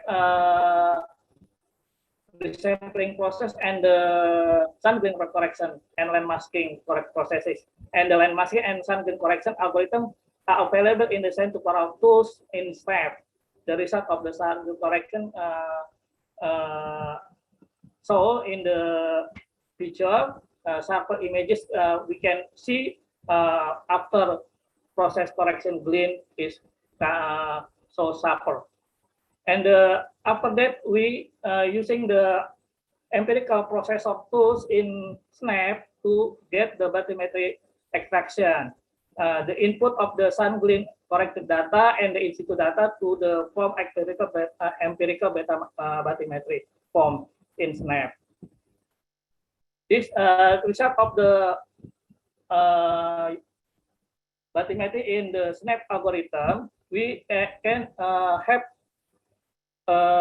applied to capable depth with information up to 30.6 meters from this algorithm SNAP.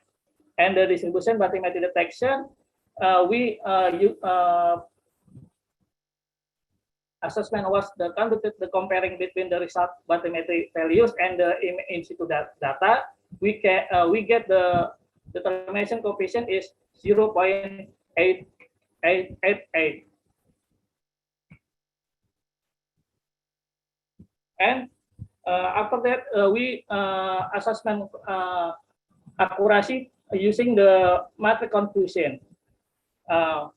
Using the in-situ data 191, we in the separated in situ, and we have the five class in situ depth. We can the accuracy total is 68%, and the kappa coefficient is 0.51, and the error of the each class is in the right side, this one. And your time is up. You can please conclude that. Okay.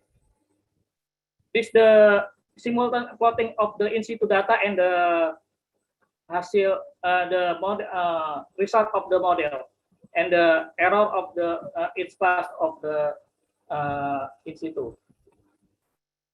This compare the result with the map marine from the Push hydrosal in Indonesia. This some similar and differences of the result with compare the two model send-to-coral and the marine map. This is the information of the bathymetry from the Sentinel-2 data. Conclusion: bathymetry detection using the send-to-coral SNAP algorithm applied on Sentinel-2 imagery covering some island in Seribu Island can detect the depth information up to 60.6 meters. The accuracy test shows that the algorithm produces a coefficient of determination of 0.88 and accuracy 68% and kappa coefficient of 0.51. When compared the marine map number 78 produced by Navy Center for Hydrography and Sonography, the bathymetric information derived using the cent-to-power abstract algorithm has similar pattern, although the several points that have different results will be addressed in the suspense research. Thank you. Thank you so much for that presentation.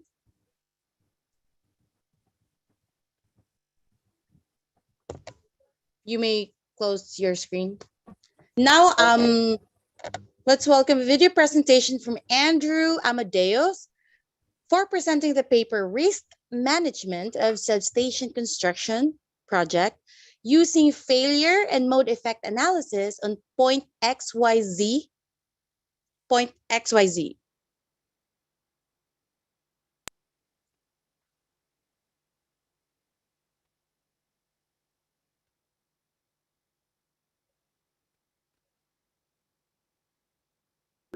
Today, I will present my research with title Risk Management on Substation Construction Project using failure mode and effect analysis on XYZ company. The author is Andrew Amadeus and the co-author is Ervina Ayudanari from School November Institute of Technology. The outline is introduction, method, result, and conclusion. Introduction. According to Keynote 2012, the project generally has three elements that affect its success and smoothness, namely cost, quality, and time.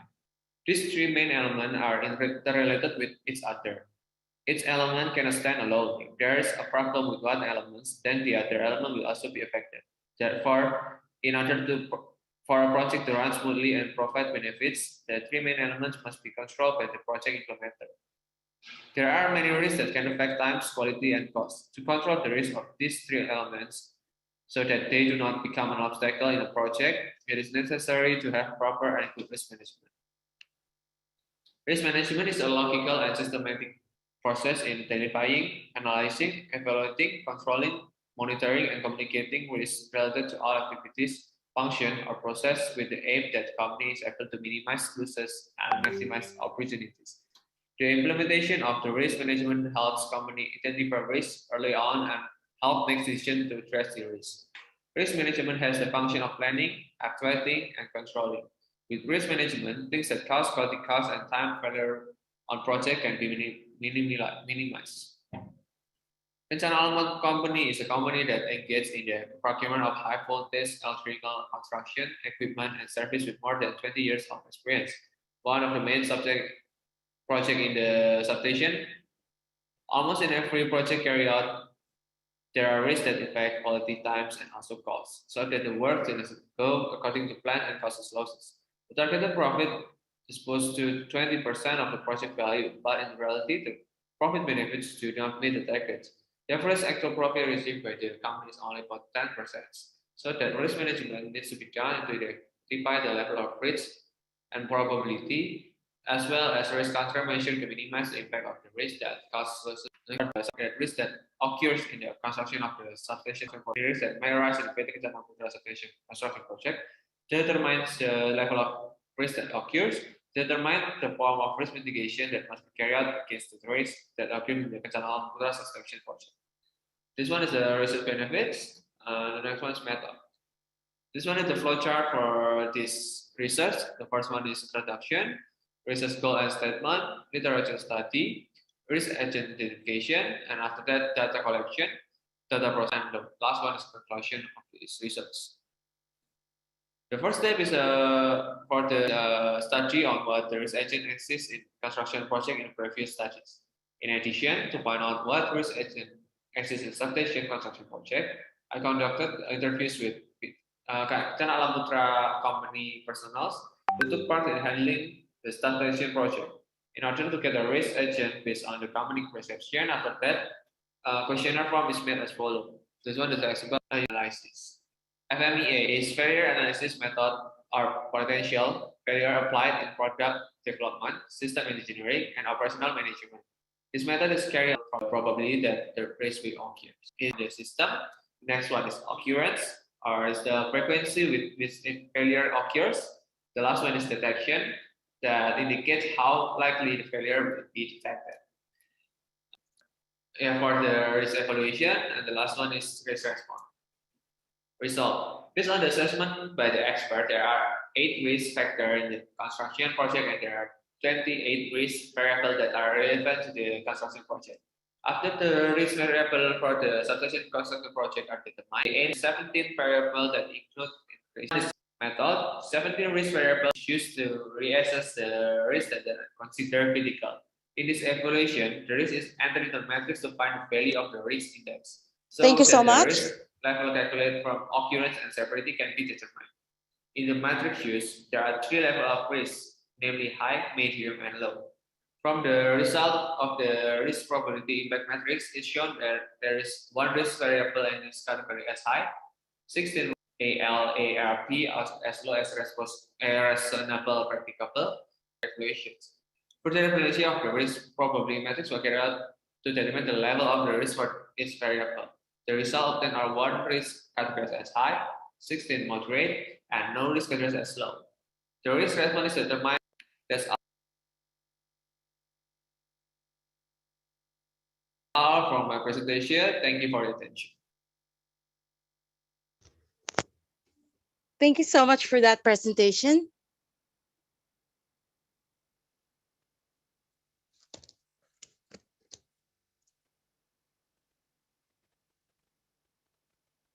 All right, and let's proceed with our next presenter. Another video presentation from Honanto Prehantoro for presenting the paper Performance Modification of SCADA or SCADA System Design for the Geothermal Power Plant 3 MW Kamojang, Indonesia.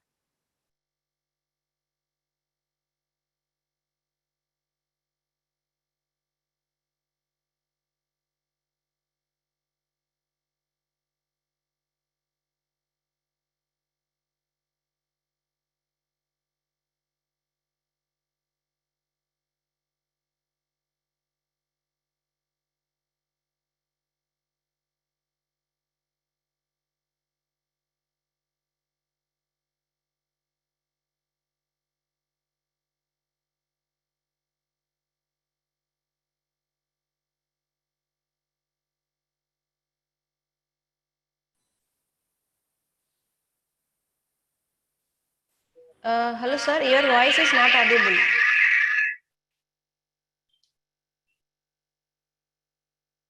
No sound. Hello. Engineering activities that have been carried out focus on automation, such as civil factory automation, steel factory automation, diesel electric plant control system, bioethanol plant automation, propellant plant automation, water treatment plant automation, wastewater treatment, as well as geothermal power plant. The author is also interested in machine learning and robotics. The second is Mr. Sani Hendra Nugroho. Is currently an engineering at the Research and Innovation Agency of Indonesia. He obtained both bachelor and master degrees in control engineering at Bandung Institute of Technology, Indonesia in 2006 and 2018 respectively. His area of interest are control system, robotics, machine learning, and embedded system design. In 2002, worked in the agency for 1999. The geothermal power plant 3 MW Kamojang, Indonesia, and the hybrid power plant,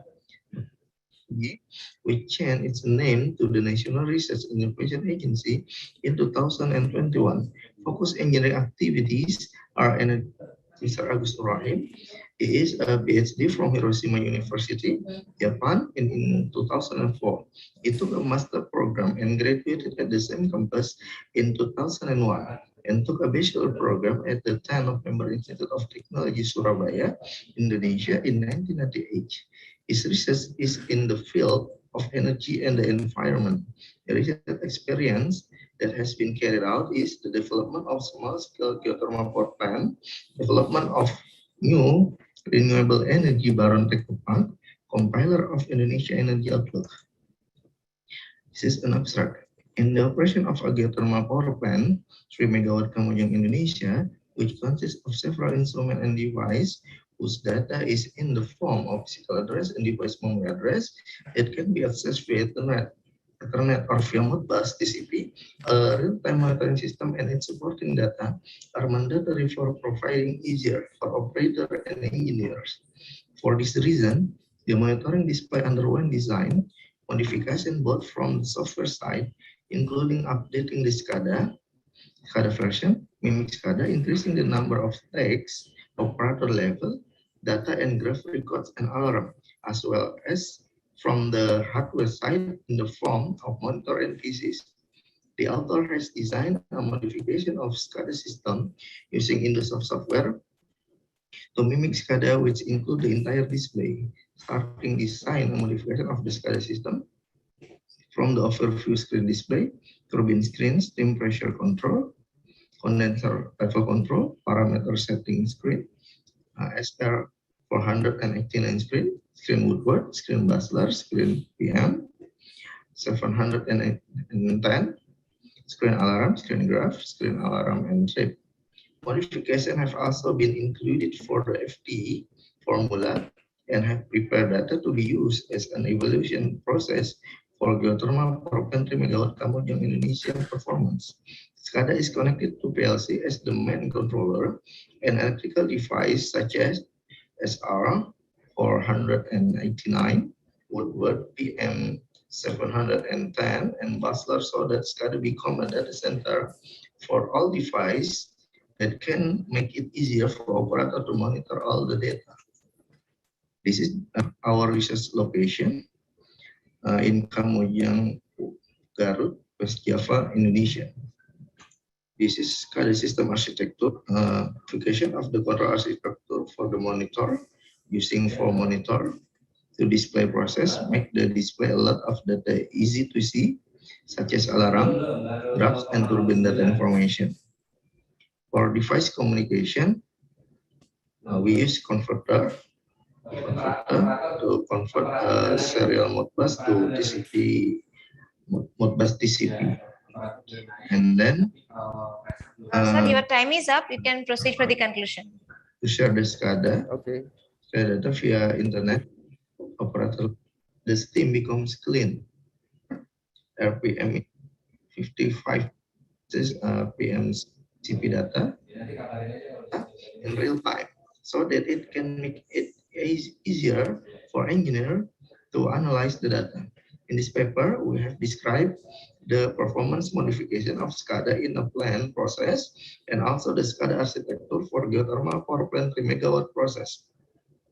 The interactive SCADA configuration with an attractive graphic display will greatly assist the operator in facilitating the operation of the power plant. This is the appendix. This is my reference. Thank you. Never stop learning, because life never stop teaching. Thank you so much for that presentation. And now I would like to invite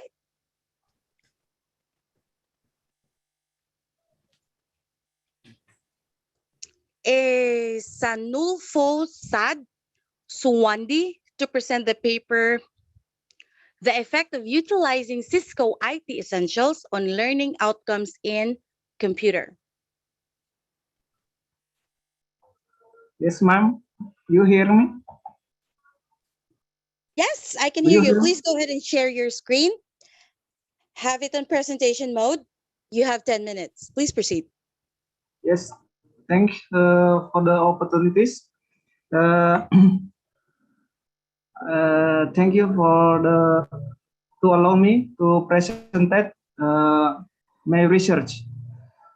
The effect of utilizing Cisco IT Essentials on learning outcomes in computer installation processing course. Department of Information Management, Amik Nama Populon Resopeng, during the COVID-19 pandemic. This is me, and my partner is Surahmat. I am Isanul Fatwandi. I'm a lecturer of Amik Nama Populonro. My Magister of Educational Technology and Vocational State Makassar University, or in my country we say Universitas Negeri Makassar. Yeah. Now I will read the abstract. This research aims to determine the effect of using Cisco IT Essential on students' learning outcomes of the Informatic Management Study program in the Computer Installation Processing course related to computer equipment installation material as a digital demonstration simulation that can help lecturers and instructors to convey material to students, so that hardware installation procedures are carried out. Computers are more understood as a practical solution during the COVID pandemic, which is later described in an article at this conference. Yes. The use of Cisco IT Essential in learning can affect for study learning outcomes. We'll see. In the design of learning media, research use AD, and we will talk about it in the next page. Yes, I try to explain quickly because of the time. Yes. According to this Cisco IT in education during the pandemic COVID-19, education during the COVID-19 pandemic result in several quite complex problems, especially in the process of providing material in the classroom, which had to be stopped instantly. Because the government regulation of the Minister of Health that will be formed are also part of the type of legislation, so that their formation must also use the night standard and methods. According to this study, describe the learning outcomes of interactive multimedia, Cisco IT Essentials. Virtual desktop describe,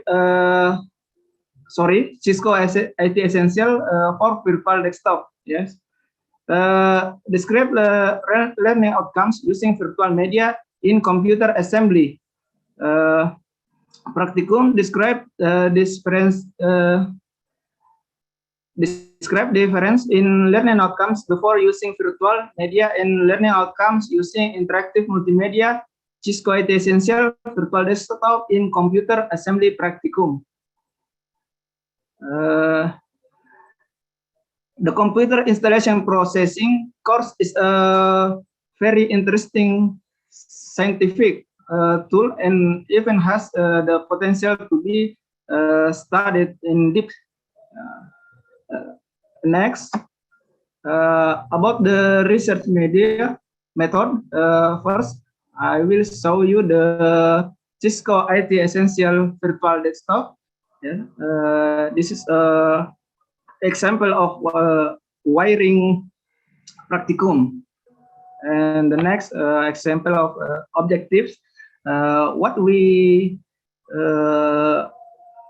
share here is the describe the three models of the virtual laptop, remove and install laptop components in the virtual laptop, participate in discussion of various teaching strategies to use with the virtual laptop. So, how the look of the virtual laptop like this. This is a virtual laptop in simulation, yeah. Okay. Then we talking about the research method is the type of research method using research and development (R&D) research and development method called research. The research and development method is described with the following stage. We say it AD. Yes, AD is analysis, design, development, implementation, and evaluation. Where the evaluation is the fifth stage. It's not only care about the end, but the every stage. Yeah, every stage we carry out the first, second, third, and fourth. And next, we're talking about the utilization of the Cisco IT Essential Trainer. Use the AD development models. Sorry, the AD development model. Data analysis techniques is a proportion of validity, practically, and effectiveness. The result of this study are: first, Cisco IT Essential Learning Development process refers to AD models, namely analysis, design, development, implementation, and evaluation, and the resulting product is valid. Cisco Essential Trainer Learning with an assessment of 90% media expert, 91% material expert, 92% manuals, 81 lecture response. So we get the data of the lecture, 81 students response, and 84% test. It means pre-test and post-test. Practically, based on one trial, 81.10%, small group 84%, and failed trial 88.18%. Effectively used based on learning outcomes data of 0.72 with a high category on the gain test. So if you wanna use the Cisco IT Essential, according this research is effective. The conclusion is the Cisco IT Essential development process was developed using the AD development model, which consists of 5 steps, namely analysis, need analysis to determine the right problem and solution. Just like what I just continue to the design, and then development, implementation, and evaluation. The second, the resulting product is in the form of Cisco IT Essential Learning Media, which has been declared valid, practical, and effective to be used as a learning media for 2018 students. Because I teach the class of 20 a class of 2018. Yeah. So I think that's all.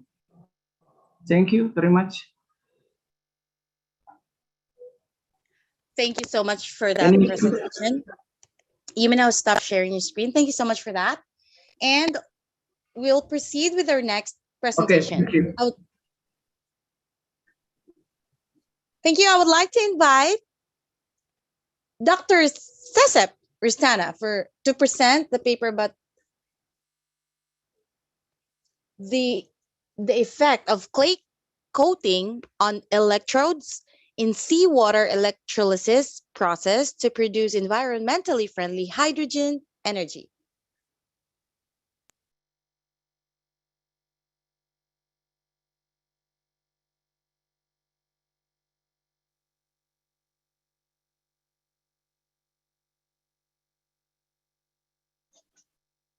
Good evening, Ladies and gentlemen, let me introduce myself.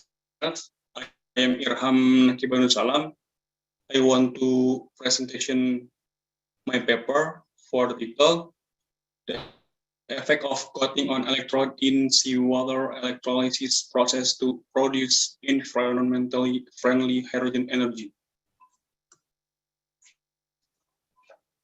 For the first, this is a biography of author and co-author. You can see.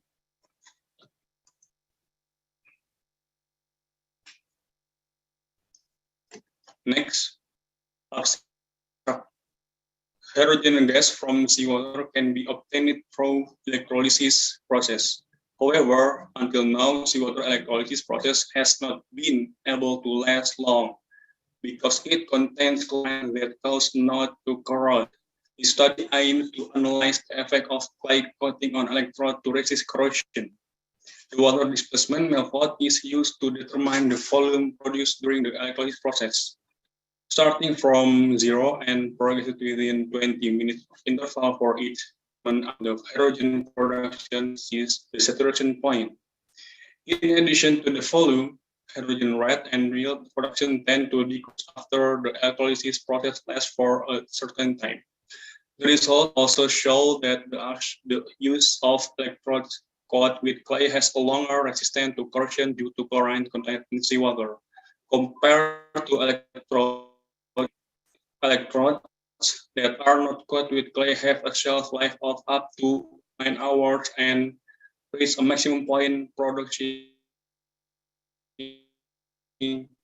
hydrogen at milliliter, while the electrode coated with clay turn out to have a durability of up to 12 hours and reach the maximum point in producing hydrogen at 560 minutes of 15.4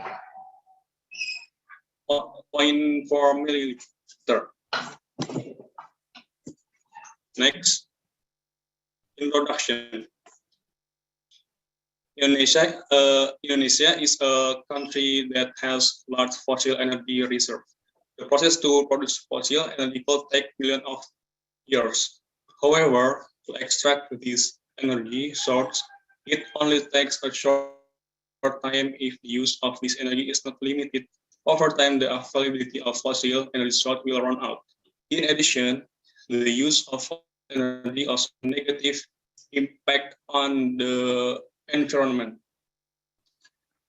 On the other hand, Indonesian oil reserves in 2018 were 7.51 billion barrels, or decreased by 0.27% compared to 2017. Similar to oil, natural gas reserve also decreased by 5.02% towards 2017. Therefore, fossil energy reserve in Indonesia will eventually run out, and it is time to switch to renewable energy. In Indonesia, the potential for renewable energy sources such as solar, geothermal, water, and biomass energy is very large. However, this potential has not been utilized optimally. One of them is that seawater can produce hydrogen gas through the electrolysis process. However, producing hydrogen gas from seawater has a weakness, which is the corrosion caused by chlorine. Therefore, this study aimed to analyze the coating of clay on the electrode to resist corrosion longer. Next, materials and method. The research method used in this study is an experimental method with descriptive statistical analysis. In producing hydrogen from seawater, they studied using electrolysis process. Seawater as an electrolyte solution is put into an electrolysis device consisting of various tools, namely as follows: one plastic box, and this figure real electrolysis equipment, and this figure product of the experimental process with unmodified electrode reached the maximum score at the minute of 200 2018 with a total amount of 15 milli. Yet the volume of hydrogen tended to keep going until the electrolysis process needed to be stopped at the minute of 520. Though the hydrogen was still being produced in the process, however, the clay modified electrode yielded highest hydrogen volume 15.4 milli at the minute of 460. The volume then gradually dropped down the minute of 700 when the electrolysis process was stopped shortly after, though the hydrogen was still being produced. It indicates that the clay modified electrode makes the electrode much more durable toward corrosion in seawater contained with chlorine. In other words, the use of clay modified electrodes in the electrolysis process of seawater can extend the electrode's usage time. Then the figure shows correlation between hydrogen production rate and it can hit hydrogen volume in 15 milli at 280. Its production rate is determined for 0.75 milli per minute. If the hydrogen production rate keeps dropping, then it will result in decrease of volume as well, also on this figure. Next, 0.3% at the minute of 280.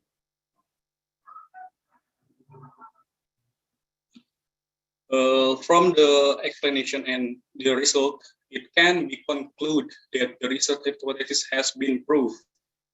There is indeed a significant impact of modified electrode toward electrode durability in seawater electrolysis process to produce hydrogen. And last conclusion, the use of electrodes coated with clay in the seawater electrolysis process is more resistant to corrosion due to chlorine contained in seawater, compared to electrodes that are not coated with clay.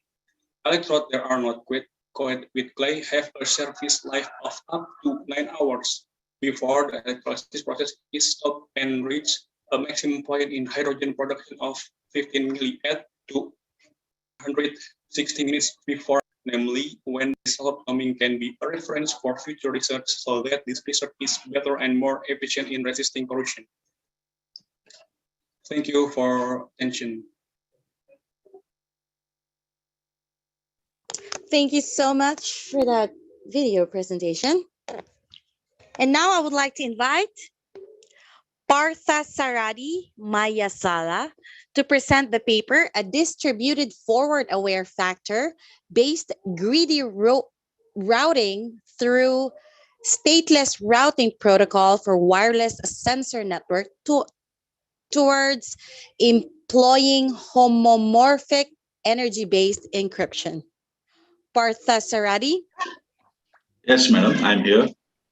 Hi, yes, I can hear you. Go ahead and share your screen. Yeah, just have it in, also have it in presentation mode, and there you go. And you have 10 minutes. Please proceed. Thank you. Myself, Parthasarthi. Here, I'm here to share my experience in the wireless sensor networks with homomorphic energy-based encryptions, which is included in a distributed forward aware factor based with leading routing through stateless protocol for wireless sensor network. Okay. And here, coming to the bibliography, I am a full-time research scholar in the Department of CSC at SVCE and Tirupati, affiliated to JNTU Anantapuram. And my research field is wireless sensor networks. And coming to my supervisor, Dr. S. Murli Krishna. He is a professor in the Department of CSC, SV College of Engineering, Tirupati. And his research fields are text mining, pattern recognition, wireless sensor networks, data analytics, and machine learning. And coming to the abstract, okay, whenever the sensor launched using wireless sensors, okay, and here we have to protect the source locations, and also we have to protect the messages which are forwarded by the sensors. Okay, and here the source location and the data encryption plays a crucial role in the wireless sensor networks. Okay. There are so many existing techniques which provides the source location privacy and the data encryption. But here, one of the major drawback here is they're consuming more resources of a node. Okay. Coming to the wireless, in the nature of the sensors, okay, those are the very less energy efficient and they have the less resources. Okay. For these considerations, I'm proposing a very less energy consumption protocol, which is we call it as a distributed forward aware factor based to gating routing using stateless protocol by including homomorphic energy based scheme. So here I'm saying that it is a homomorphic because of this mechanism requires a less computational complexity. And coming to we have the introduction, there are many privacy problems in wireless sensor networks. Here I'm concentrating on the source location privacy. Okay. And this is the network model which I consider here. The entire wireless sensor network are dividing into the regions. Each region has the regional heads. Okay. In this diagram, the red color circles indicates the regional head sensors. Okay. Again, each region is divided into the clusters. Okay. Each cluster has the cluster head, and cluster heads is directly communicating with the base stations with a one hop or multi-hop channels. Okay. And within the clusters, all the sensors are communicating to the cluster head. Okay. And this is a bidirectional communication. The sensors will sense the sensored data to the cluster, and clusters may commands the sensors. Okay. And here we assumed an attack model, okay, that is a data classification attack model, okay, which provides unauthorized access to the getting information from the sensors. Okay.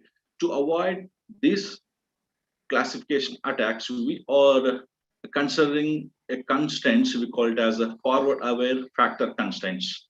Okay, and these are called as node density, number of successful data transmission, request cancellation, rate of data transfer, and energy levels. All these constraints for a sensor would be considered for the forwarding the messages towards the base station and another regional nodes or cluster heads.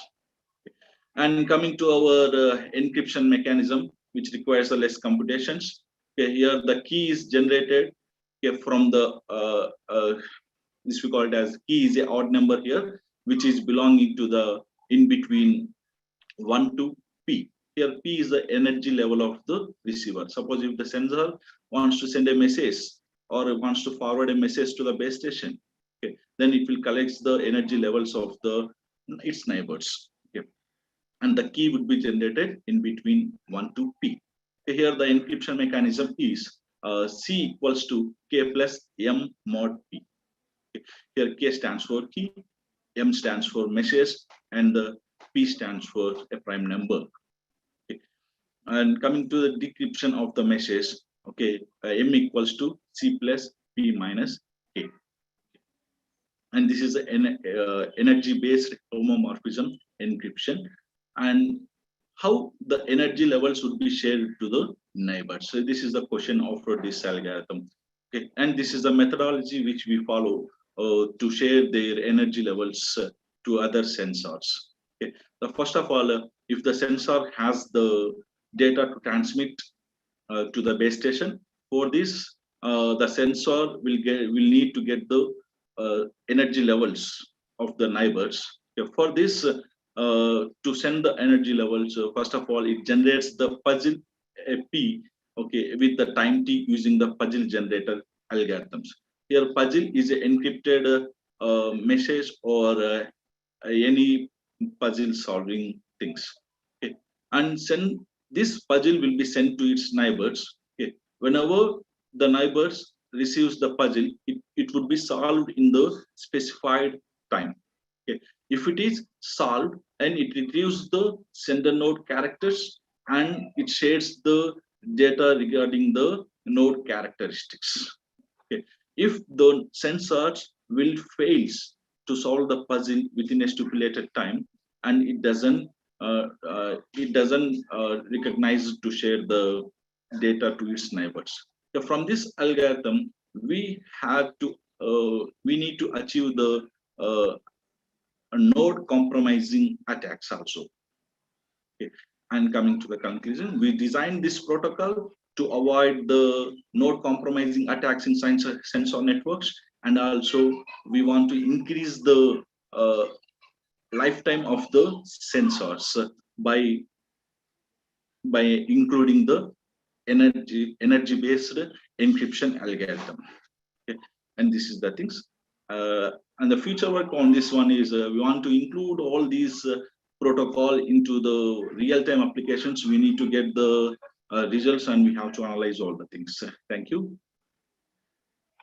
That's it, my side.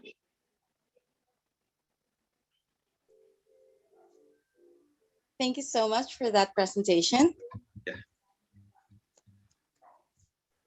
Now, let's proceed with our next presenter.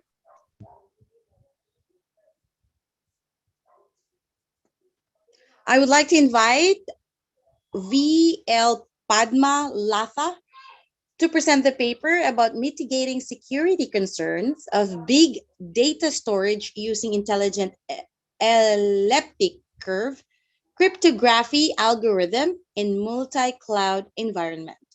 Padma?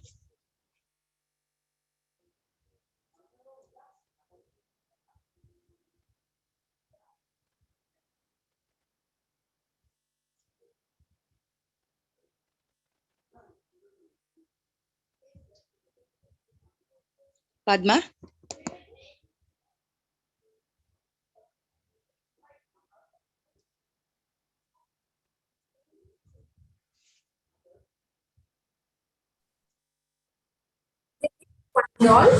And myself, Padmalata, a full-time research scholar in ST College of Engineering, which is affiliated in Jawaharlal Nehru Technological University, Anantapur, Andhra Pradesh, and India.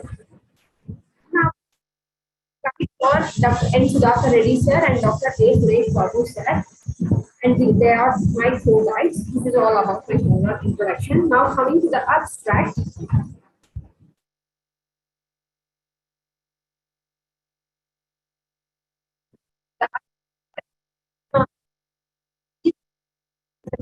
Aware of multiple cloud engines. Here, the multiple cloud is nothing but we are integrating the multiple private clouds and multiple public clouds from different cloud service providers.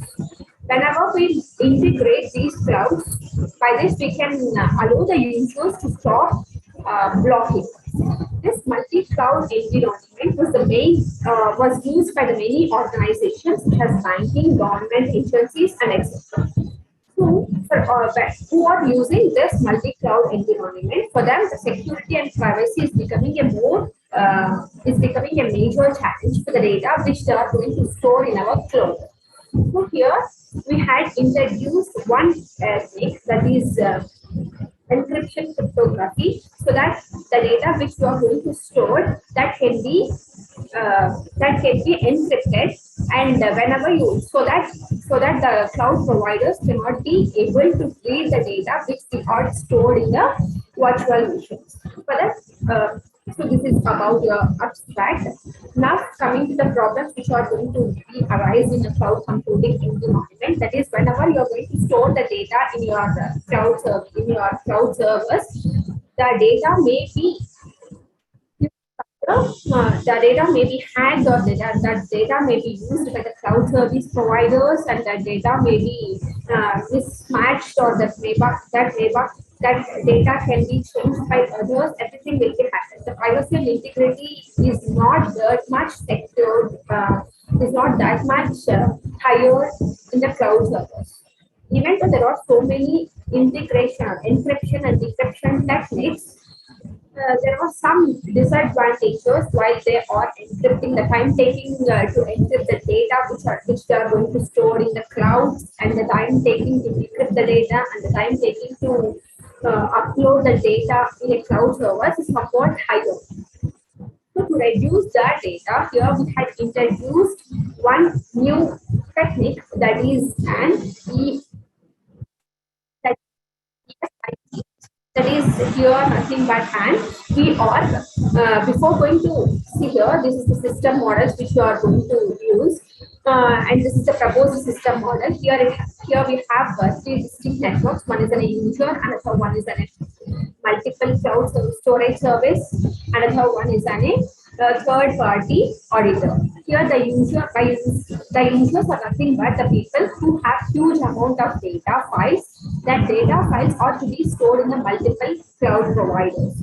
And the next one is cloud storage servers. The cloud storage servers is delivered by the cloud service providers with an important computing power and also the storage space. And the third party auditors are who can certify the integrity of the cloud data on behalf of the cloud service. And this third party auditors will work as an mediator for the cloud users at the same time cloud servers, so that only they can easily certify the data which you are going to be stored will be very secure, will be certified by the third party. Now coming to the working methodology, that is proposed methodology. Before going to store any data on your cloud server, initially user has to create one account with the email ID.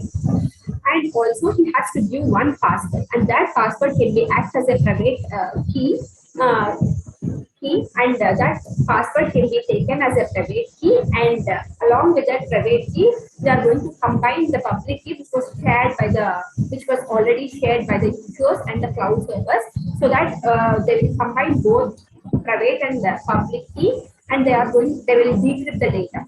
So after decrypting, they encrypt the data, and after encrypting the data will be stored in your cloud service.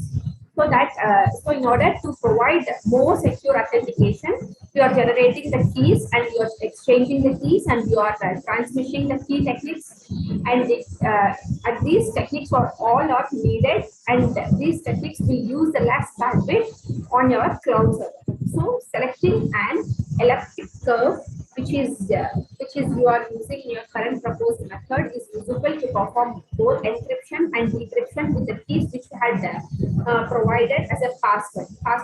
As we have already said that the password which you have done that will be act as a private key, so that they will combine that private key and the public key and they integrate both, and they will generate a new key, and that generated new key will be used for both decryption and as well as the encryption. That cannot be shared by the users, other persons, so that the data which you are going to be stored in our files will be easily secured and no one will hack the data.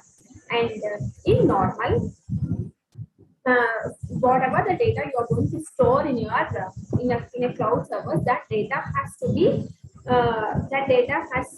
either in sensitive data or either the non-sensitive data. The non-sensitive data is nothing but a normal data. If the data is normal, then it can be easily handled in a single virtual machine. If the data is very sensitive, then the data is going to be divided into the various pieces, various segments or various parts based on the size of the data, based on the size of the file which you are going to store on your cloud.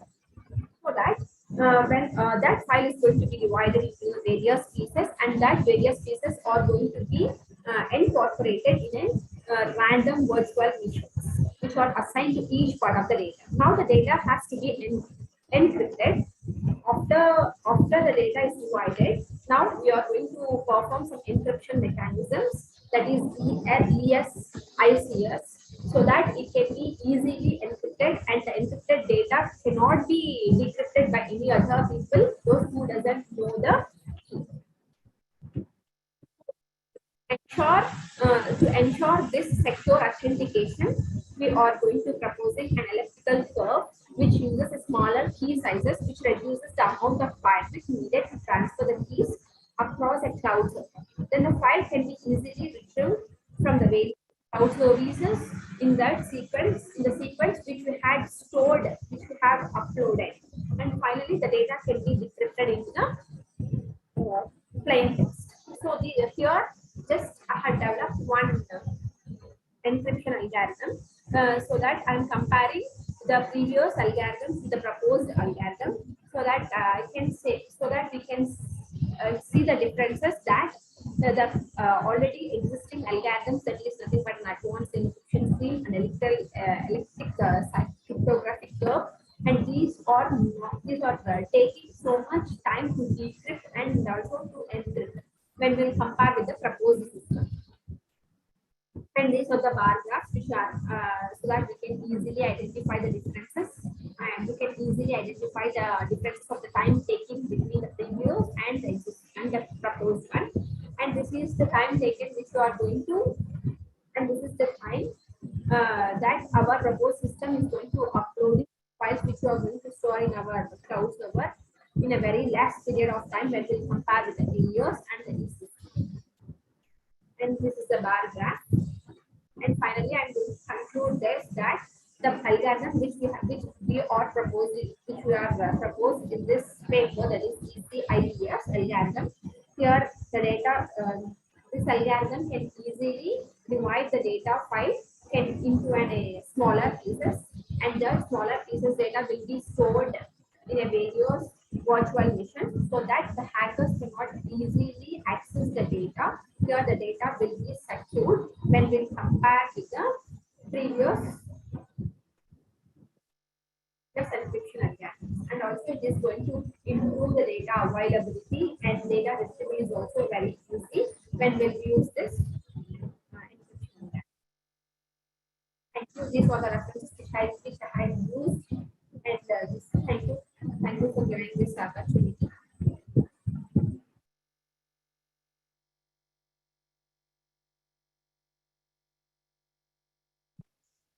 Thank you so much for that presentation.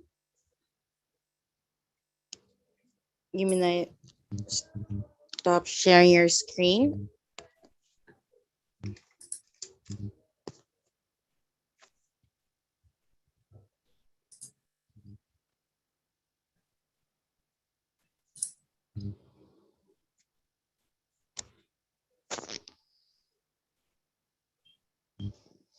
And now I would like to welcome our next presenter, K. Rangaswamy, to present the paper about role of computational intelligence techniques in diagnosing Alzheimer's disease at early stages, a systematic literature review. Have it on presentation mode, please. Yeah, I'll share it. Thank you. And you have 10 minutes, please proceed. Okay, thank you.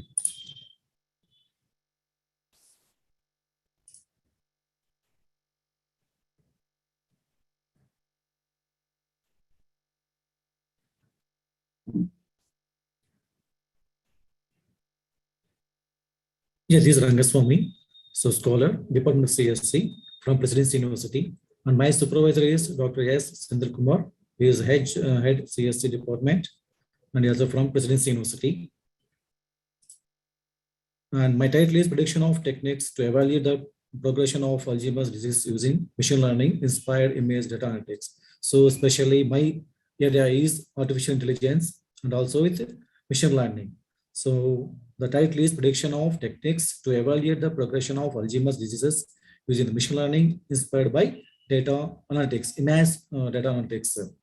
So here, my abstract is, so computer disease diagnosis with the computational intelligence research has shown that several intelligence models already developed to assess the medical data to make assumptions about lines, severity, and early diagnosis. So nowadays, the society is facing the major problem about Alzheimer's.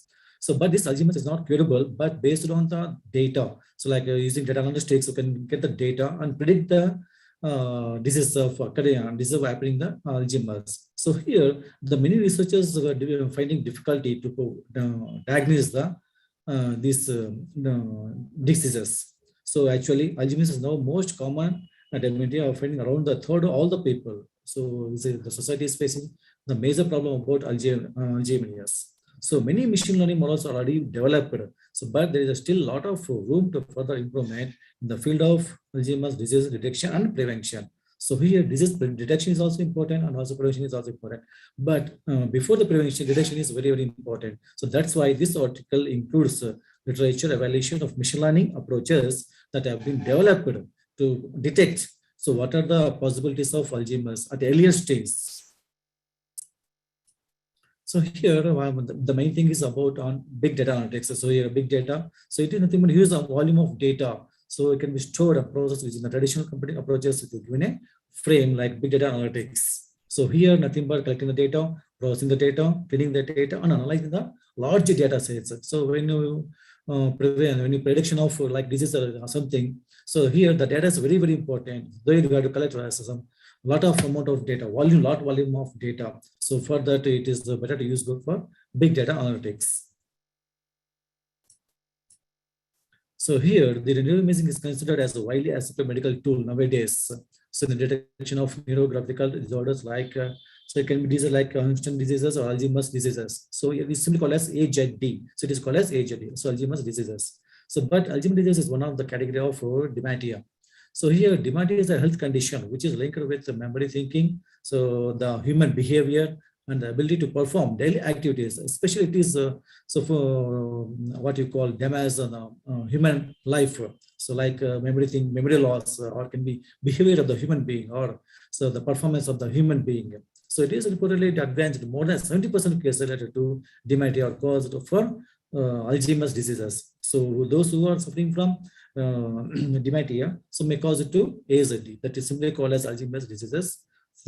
So it is considered as a Bellaire neuro diagnosis phenotype that affects around 50.4 million people around the world. So this is becomes so day to day it becomes very like what you call crucial to the society, to the human life. So Alzheimer's disease is considered as one of the popular brain disorder. So that results is the permanent damage of memory cells. So nowadays the Alzheimer's so mainly affect on the brain, that damages the cells in the brain. So early detection like AHD is shown down progression. The next is that evaluate protects the patient from severe of the disease. So initially find the starting stage. So then it can predict what is the next stage, but there is no prevention. So like this. So, but there is some few evidence is there. So research, so many researchers provided and research runs many data about Alzheimer's. So, but so the new algorithm. So there are many symptoms are there, Alzheimer's symptoms. So based on this, we can collect the data. So how we can prevent Alzheimer's for the human beings. So nowadays the society is facing so much of a problem. So here, so when collecting the data, on researching the data, so we found that early stage, second is called middle stage, and third is called as last stage. So like this.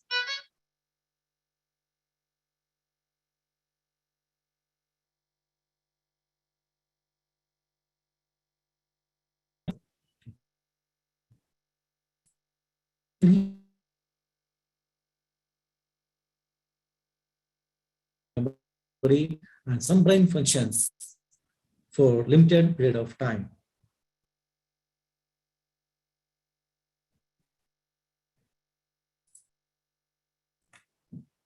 Then diagnosis. So detailed patient history here will require the detailed patient history and information from family and also friends, and laboratory tests, and neuron imaging diagnostic tools like MRI, ECG, and PET scans on data. So, and based on these, all these things, so we are going to propose a new model called EEG, electronic graphic. So neuroimaging technology. So that primarily includes the diagnostic tools like ECG, PET, MRI, and IFERP. So it is nothing but electronic graphy, and PET positron emission terminology, and MRI magnetic resonance imaging. So fMRI functional magnetic resonance imaging. So for this efficient evaluation for neurographical disorders, so we are implementing EEG model so that maximum of the data from the collection of data analytics. So we are around 90% can prevent. We can predict the Alzheimer's disease, so that nowadays the society is facing so much of problem about this Alzheimer's diseases, so that using all these kind of algorithms, so can easily predict the occurrence of Alzheimer's. So here finally you can say that the goal of the current study is to investigate whether it is possible to predict or not only if the subject will progress to AD, but also the moment this progression takes place. So this is examined by using the various components. So especially MRI scans or everything. So therefore, the problem statement for the current as to what extent of normal VMC and AD progression corresponding movement based on the MRI biomarkers. So there are easy algorithm. So provides a better solution to prevent Alzheimer's disease. So thank you. This is from my side. Thank you so much for that presentation. You may now stop sharing your screen. Now I would like to invite Purvang Patel to present the paper text to Braille conversion for real-time teaching, grade 3 Braille. Okay, shall I start? Yes, please have it on presentation mode. You have 10 minutes. Please proceed. Thank you. So this is me, Purvang Patel. A few things about me. I have completed my diploma in ENTC and I went on to do my engineering in the same field. I worked in the fields of audio and video engineering and GSM as well. Additionally, my current project, it focuses on the image and the video processing and how that would be useful for the visually impaired candidates. Apart from this, I also have my certifications in CEH, which is a Certified Ethical Hacker. I am also a CHFI, which is Certified Ethical Forensic Investigator, and I have done my CCNA as well. I recently completed my certifications in data science from NVIDIA. Now coming to my abstract. From the 2 years, we have seen that the lockdown period has started in many parts of the world. So many of the students faced a lot of issues in this. The universe is obviously completely going electronic. Everything is accessible only in the digital and the virtual world. Everyone is taking benefit of that. And the problem is that the physical handicapped people, nobody is thinking anything about them. How are they going to cope up with all of these changes which are happening throughout the world? Most of the available information for the visually impaired people, they are in the form of the ebooks. But if we want to treat them as normal students, if we want to have a real-time facility for them, then such a thing doesn't exist. Hence, this is the reason why I have built this particular project, and this has been my inspiration behind this particular project. Now, as you people can see on the screen, here there would be a laptop. We can use a USB cam over here, or we can use the built-in webcam, which would be capturing the images wherein this person is teaching on the blackboard. Now this image which is captured, that would be converted into the binary form, and then it would be converted into the Braille language. Now on the right hand side, you can see that this is how a Braille box would be connected to a laptop, and this third image shows what a Braille box would look like. Now talking about the descriptions, the main blocks of the Braille box or of this whole process, they would consist of image acquisition, edge detection, image enhancement, filtering, and character segmentation. Now image acquisition. This is going to be the first part of image acquisition. Here we are going to acquire the image, or here we are going to basically capture the image. Image acquisition means acquiring the particular image. Now here I have shown it using this diagram, how an image can be acquired using an optical system. The next part would be image enhancement. Image enhancement means what? Digital image quality is an improvement in the image enhancement. Histogram acquisition helps in the contrast adjustment. The visibility of the image is also increased. Now what you people need to understand over here is the amount of light which is falling on the particular object, that is going to play a vital role while the image are being captured. If the light is going to be very low, then the image won't be captured properly, and also if the light is going to be very high, again then we would face problems in the accuracy. Hence this image enhancement plays a very important role in this. Next part would be the filtering. Now here I have shown the working of a digital filter, wherein there is this delay, there is amplification, and there is summation as well. So within the filtering section, the technique of median filtering is used. A median filter works by selecting the median intensity within which the window during which it is allowed to operate. The median filter, it is also an example of non-linear filtering. In a median filter, to remove noise it is used. So it is basically used for removing any sorts of noise which we have. The next part is going to be the edge detection. Now this edge detection is also going to play a very important role. While we are capturing the image, we would be capturing image of the words, we would be capturing image of the letters. So this edge detection is going to capture the edges which are captured in this particular image. Conclusion. Now as you can see here, I have provided results of what I have done. Now the total request time was 5000 milliseconds. The online text translation response time was 3000 milliseconds, and the total conversion rate was around 1 to 2 seconds. Now all of these times can be changed according to the capacity of a student, how intelligent a student is or how slow a student is. These delays can be varied according to that.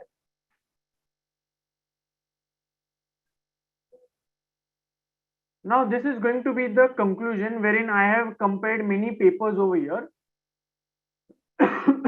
Now if we are going to be using a microcontroller, or if we are going to be using a Bluetooth or the servo motor, the accuracy is very less. It is less than 80%, but here the cost is low. So if you want a low cost device wherein you can compromise on the accuracy, you can definitely go for this particular technology.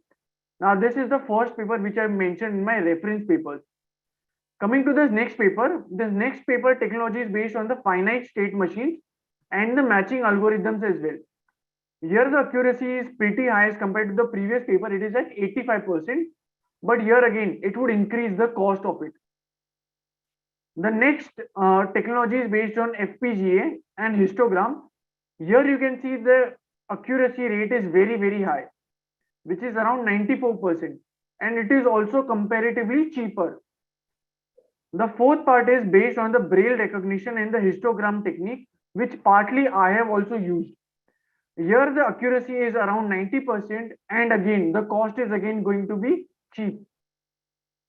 The next technology which would be looking for is a wireless technology. Here we are using a Bluetooth module for it. Here they are also using the finite state machine. As you can see, the accuracy is decent at around 82%. The cost is also very less. The sixth paper which is there, it is based on the optical recognition deterministic tuning model. Here the accuracy is very low. It is below 70%. Again, the cost is also decreasing a lot. Now these sorts of things are used in the mobile applications, wherein a tourist would visit a new place and he is not familiar with the language. So there such type of machines are used. There such type of technology is being used. The next technology, which is a very emerging technology, it is called as deep learning. The accuracy is very high, but it is very expensive. Also, you would have to feed it with a lot of images, and you have to work on this machine for at least 1.5 years. Only then you would be able to achieve this sort of accuracy.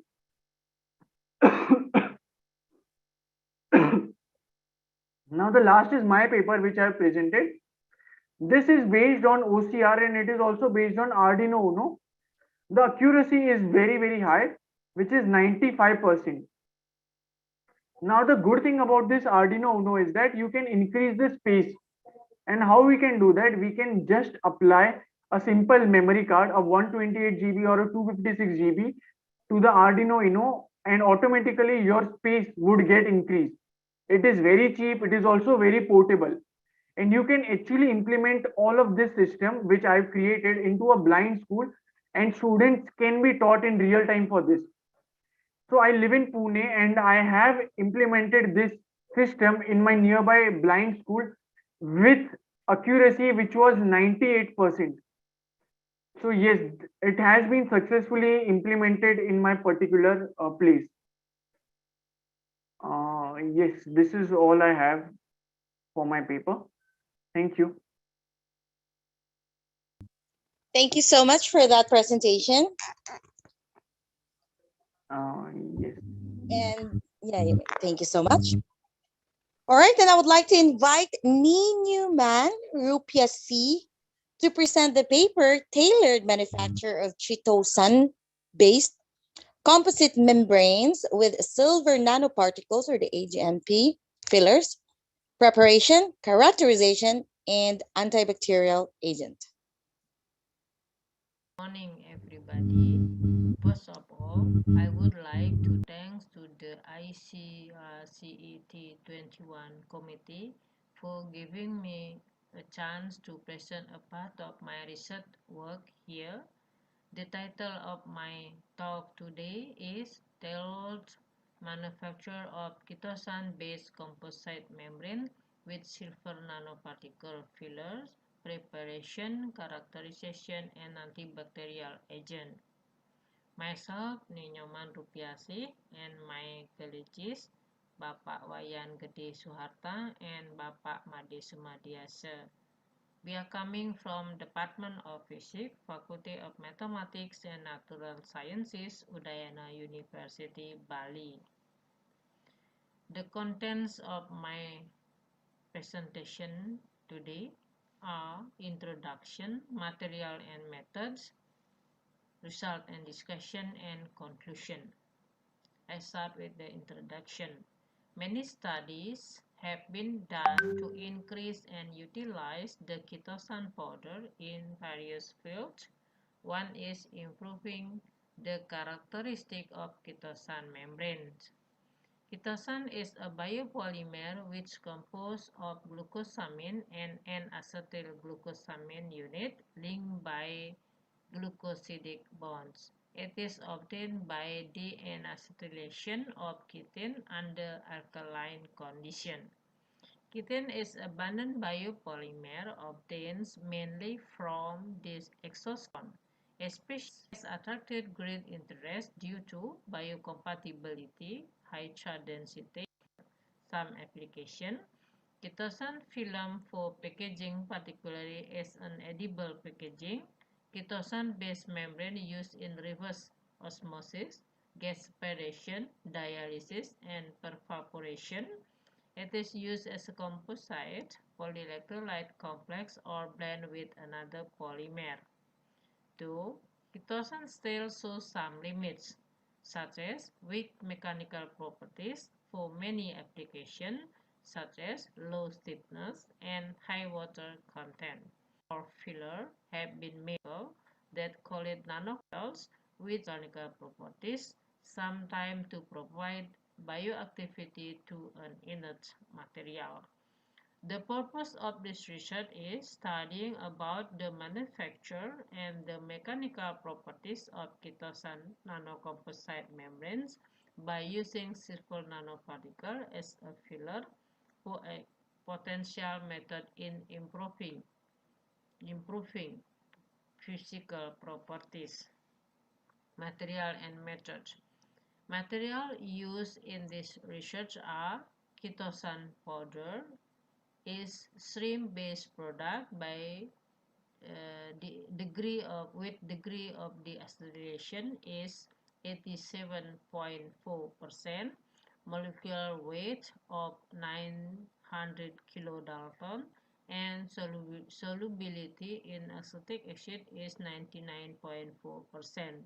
Sodium hydroxide and acetic acid wearing solution. Silver nanoparticle used is the Sambiloto biosynthesized product with particle size about 10 to 30 nanometer with surface plasmon and crystal structure of FCC with lattice parameters of 4.03 angstrom. The nanocomposite membrane were prepared by casting method by using chitosan as a matrix, acetic acid 1% as a solvent, and silver nanoparticle as a filler.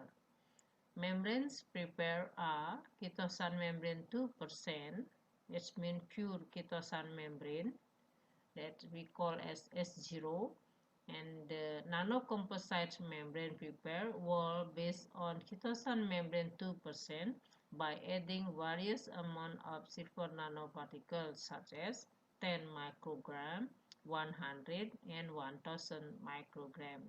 Those membranes named as S1 for Kitosan nanoparticle, kitosan membrane, kitosan nanoparticle membrane with nanoparticle 10 microgram we call S1, and then continue S2 and S3. This is the protocol for the kitosan membrane 2% preparation. This is the protocol for the kitosan nanocomposite membrane preparation. Basically, this protocol is same with the protocol that we have used to prepare kitosan membrane. Just we add some amount of silver nanoparticle in the first step. Okay. Characterization method.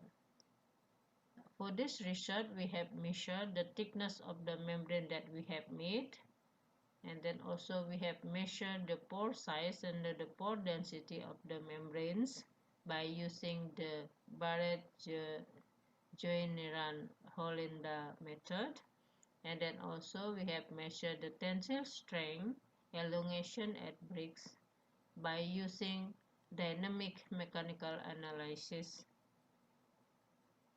And then also we have measured the water uptake capability, Fourier transform infrared spectrophotometer, X-ray diffraction, and also we have done for the antibacterial activity. For the water uptake capability, we have used Formula 1 to measure the water uptake capability of each membrane. Result and discussion. For the thickness of the membranes, we got that the thickness of the membranes is increased as increasing the amount of the silver nanoparticle added. For the pore diameter, the pore diameter of the membrane is increased as increasing the amount of silver nanoparticle added. Also for the pore density of the membranes is decreased as increasing the amount of silver nanoparticle added, except for the S2 membranes. S1 and S2 has the highest Young modulus, and then for the tensile strength, the highest tensile strength is 1. We saw that in this graph is showing the rate of the membrane absorb the water. We can see that at the first 30 minutes, 20 to 30 minutes, the capability or the membrane absorb water very fast, and then after that increase gently, and then finally come to the saturation condition. It means the membranes cannot absorb water anymore. And based on this result, we can calculate the water uptake maximum of each membrane, and we got that the S2 membrane has the water uptake maximum, the highest one. Okay. And then for the functional group analysis, we got the I put the functional group analysis in this table. Basically, all the functional group present in the pure kitosan membrane also present in the silver nanocomposite membrane. Okay. Only the position or the wave number of the peaks was shifting. This result showed that it means no new membrane. This also will question kitosan powder, kitosan membrane, and composite membrane. This is the broad peak below 30 degree. Yeah, this is the broad peak. indicate the semi-crystalline nature of the major component of chitosan. Chitosan powder show two peaks. At first around 11.81 and then the other one. The extended pattern of Hg of silver 18. For the extended to peak, it means this indicate that the crystalline is active against E. coli growth as seen in the figure 5, but no antibacterial activity was observed against the aureus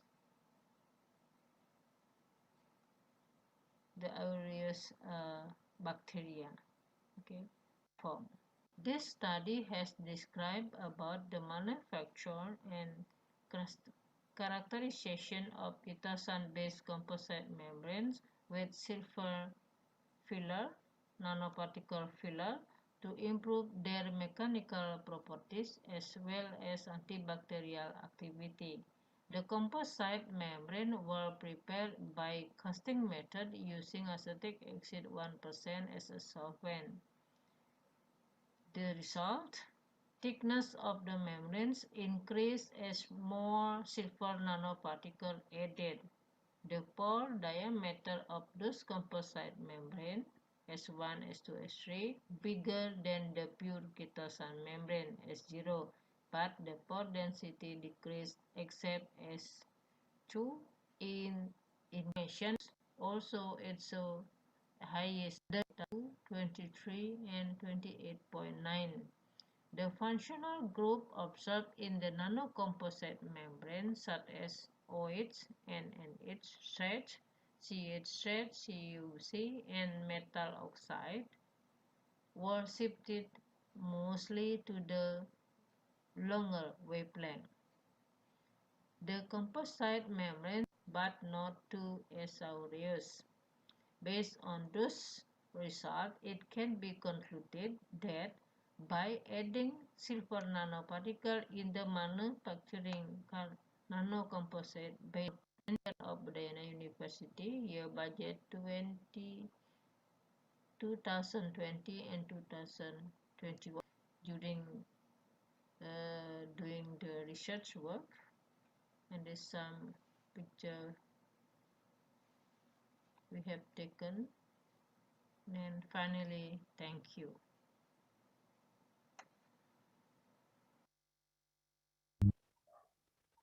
Thank you so much for that presentation. And I believe that's already our last presenter. So it's a wrap. All right. Thank you so much to all participants, and thank you so much for your presentation. Now, here are the upcoming conferences.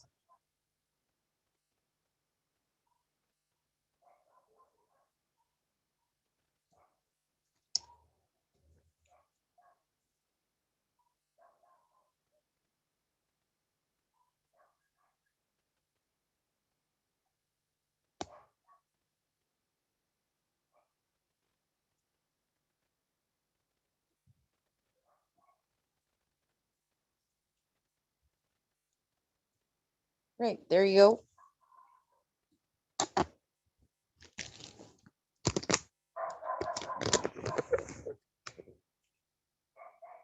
Well, we have International Conference and Multidisciplinary Approaches in Technology and Social Development.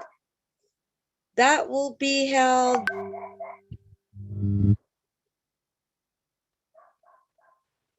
December 16th and 17th, 2021, Carlos Helado Memorial State College, Philippines.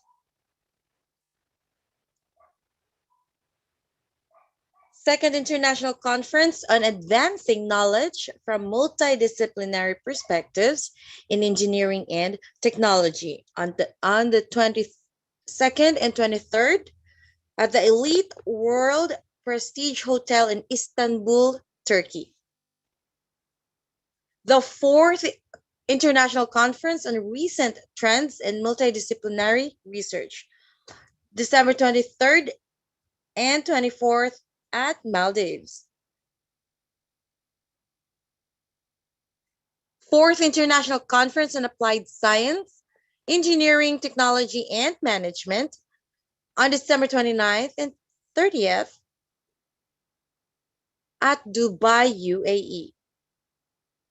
So you can actually access those websites, www.icmatsd.com, www.icakmpet.com, www.ictmdr.com, and www.ictmdr.com. Same.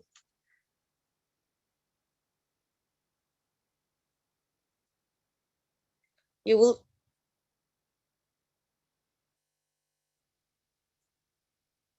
Thank you so much. And here I share the upcoming conferences which are organized by our very own IFERP, International Conference in Multidisciplinary Approaches in Technology and Social Development, which will be held on 16th and 17th December 2021. Oh, yeah, that was the poster earlier. If you are interested for those upcoming conferences, visit relevant conference website or contact conference co-coordinator for more information. I'll be pasting this at the chat box.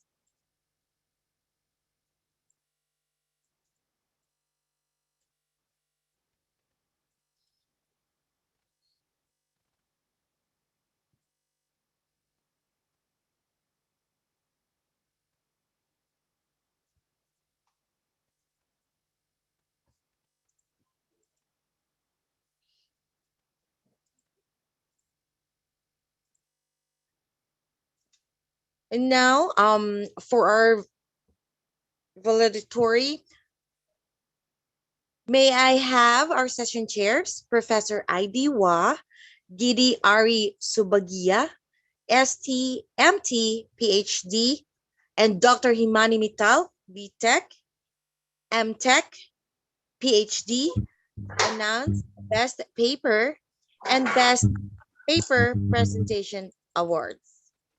Thank you, ma'am. Thank you so much.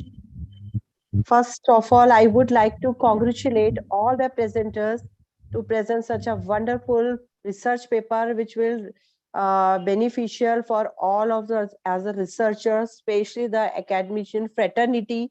All the papers are really very interesting and we'll get a lot to upgrade our knowledge and how to do the more research work. It's all are really wonderful.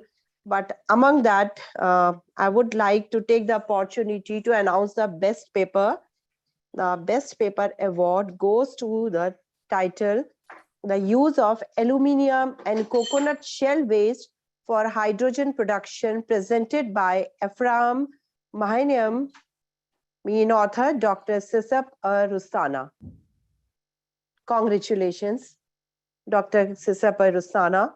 And my sincere apologies if I'm not pronouncing the right name. Thank you, ma'am. Thank you so much. My pleasure, ma'am. Thank you so much for our session chairs. Okay, thank you very much. All in this conference. Yes, indeed. Congratulations to all the awardees. And of course, congratulations to all the participants who shared their research with us today. And now for our feedback session, we would like to know how you found experience of participant on our conference. So I would like to invite participants, all of you guys, to share your feedback, and we will share the feedback link in the chat box. And also we will share it via email to your registered email.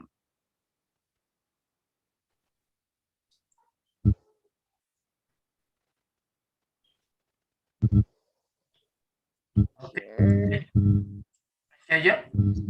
Yes. What the best presenter is okay? Already finished? I'm sorry, you're cutting in and out. What was the question? Hello? Yep. Can you repeat your question? The best paper? For the best presentation. Oh, go ahead, please. Yeah. Already put or not yet? Because I just know about the best paper. No. Yeah. Professor Chair. So here I want to introduce about the best paper, the best presentation award. Yes, please proceed. Okay, yeah. Go ahead, sir. Okay, thank you. So, thank you very much for attending this conference from the morning until night. Yeah, I think it's all presenter still stay in this session. That is appreciate for me. Yeah. And then actually I want to asking something in many presenter today because the time is not enough. So okay, just watching your presentation. So according to the result of the evaluation of oral presentation, in here I choose for the best paper presentation. Yeah. For Mr. Muhammad Sadri Hamzah. Okay. For the best paper presentation award got by Muhammad Safri Hamzah with the title of the paper Development of Single Board Computer Based Self-Driving Car Model Using CNN Control RC Car. Okay, like that. Congratulations for Mr. Muhammad Safri Hamzah.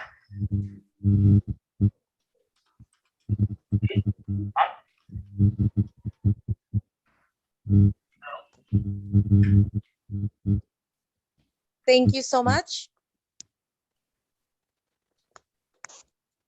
And going back, yes, for the feedback session, yeah, we do recommend everyone to provide a feedback about the conference, about the participants, your observation, and of course, the link is already posted at the chat box. You can go ahead and cap it. Thank you so much for our session chairs, and congratulations again to all the winners or the awardees.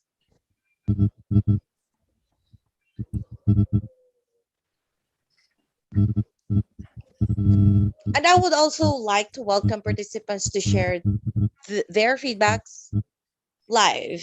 Interested persons, you can unmute yourself and share your feedback with us.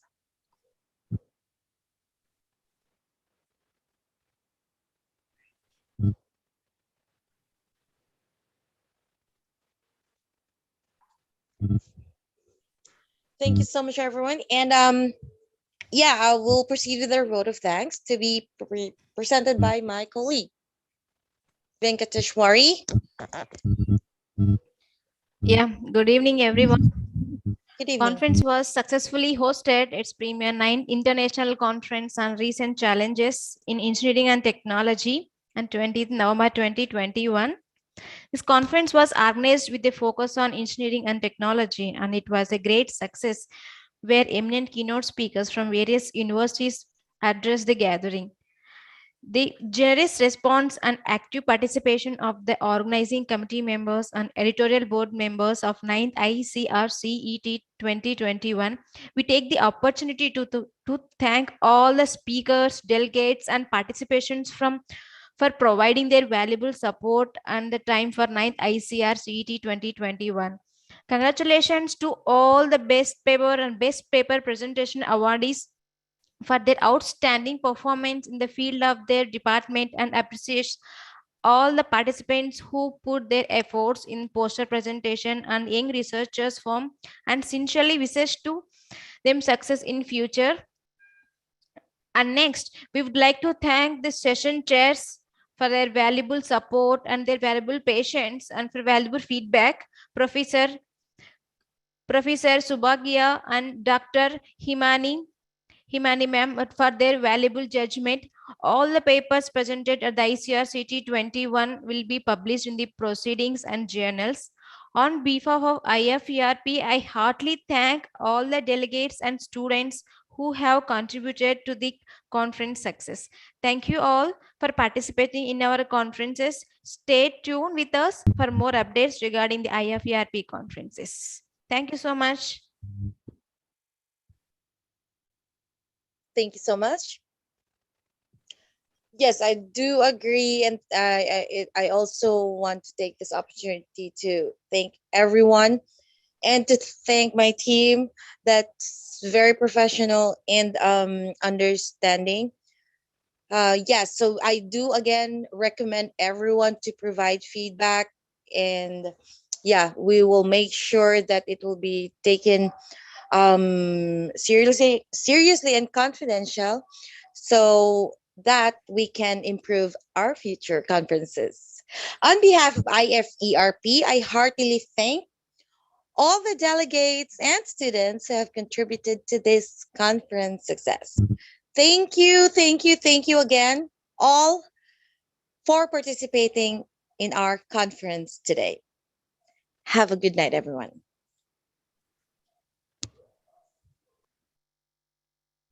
Thank you. Okay, you're welcome, ma'am.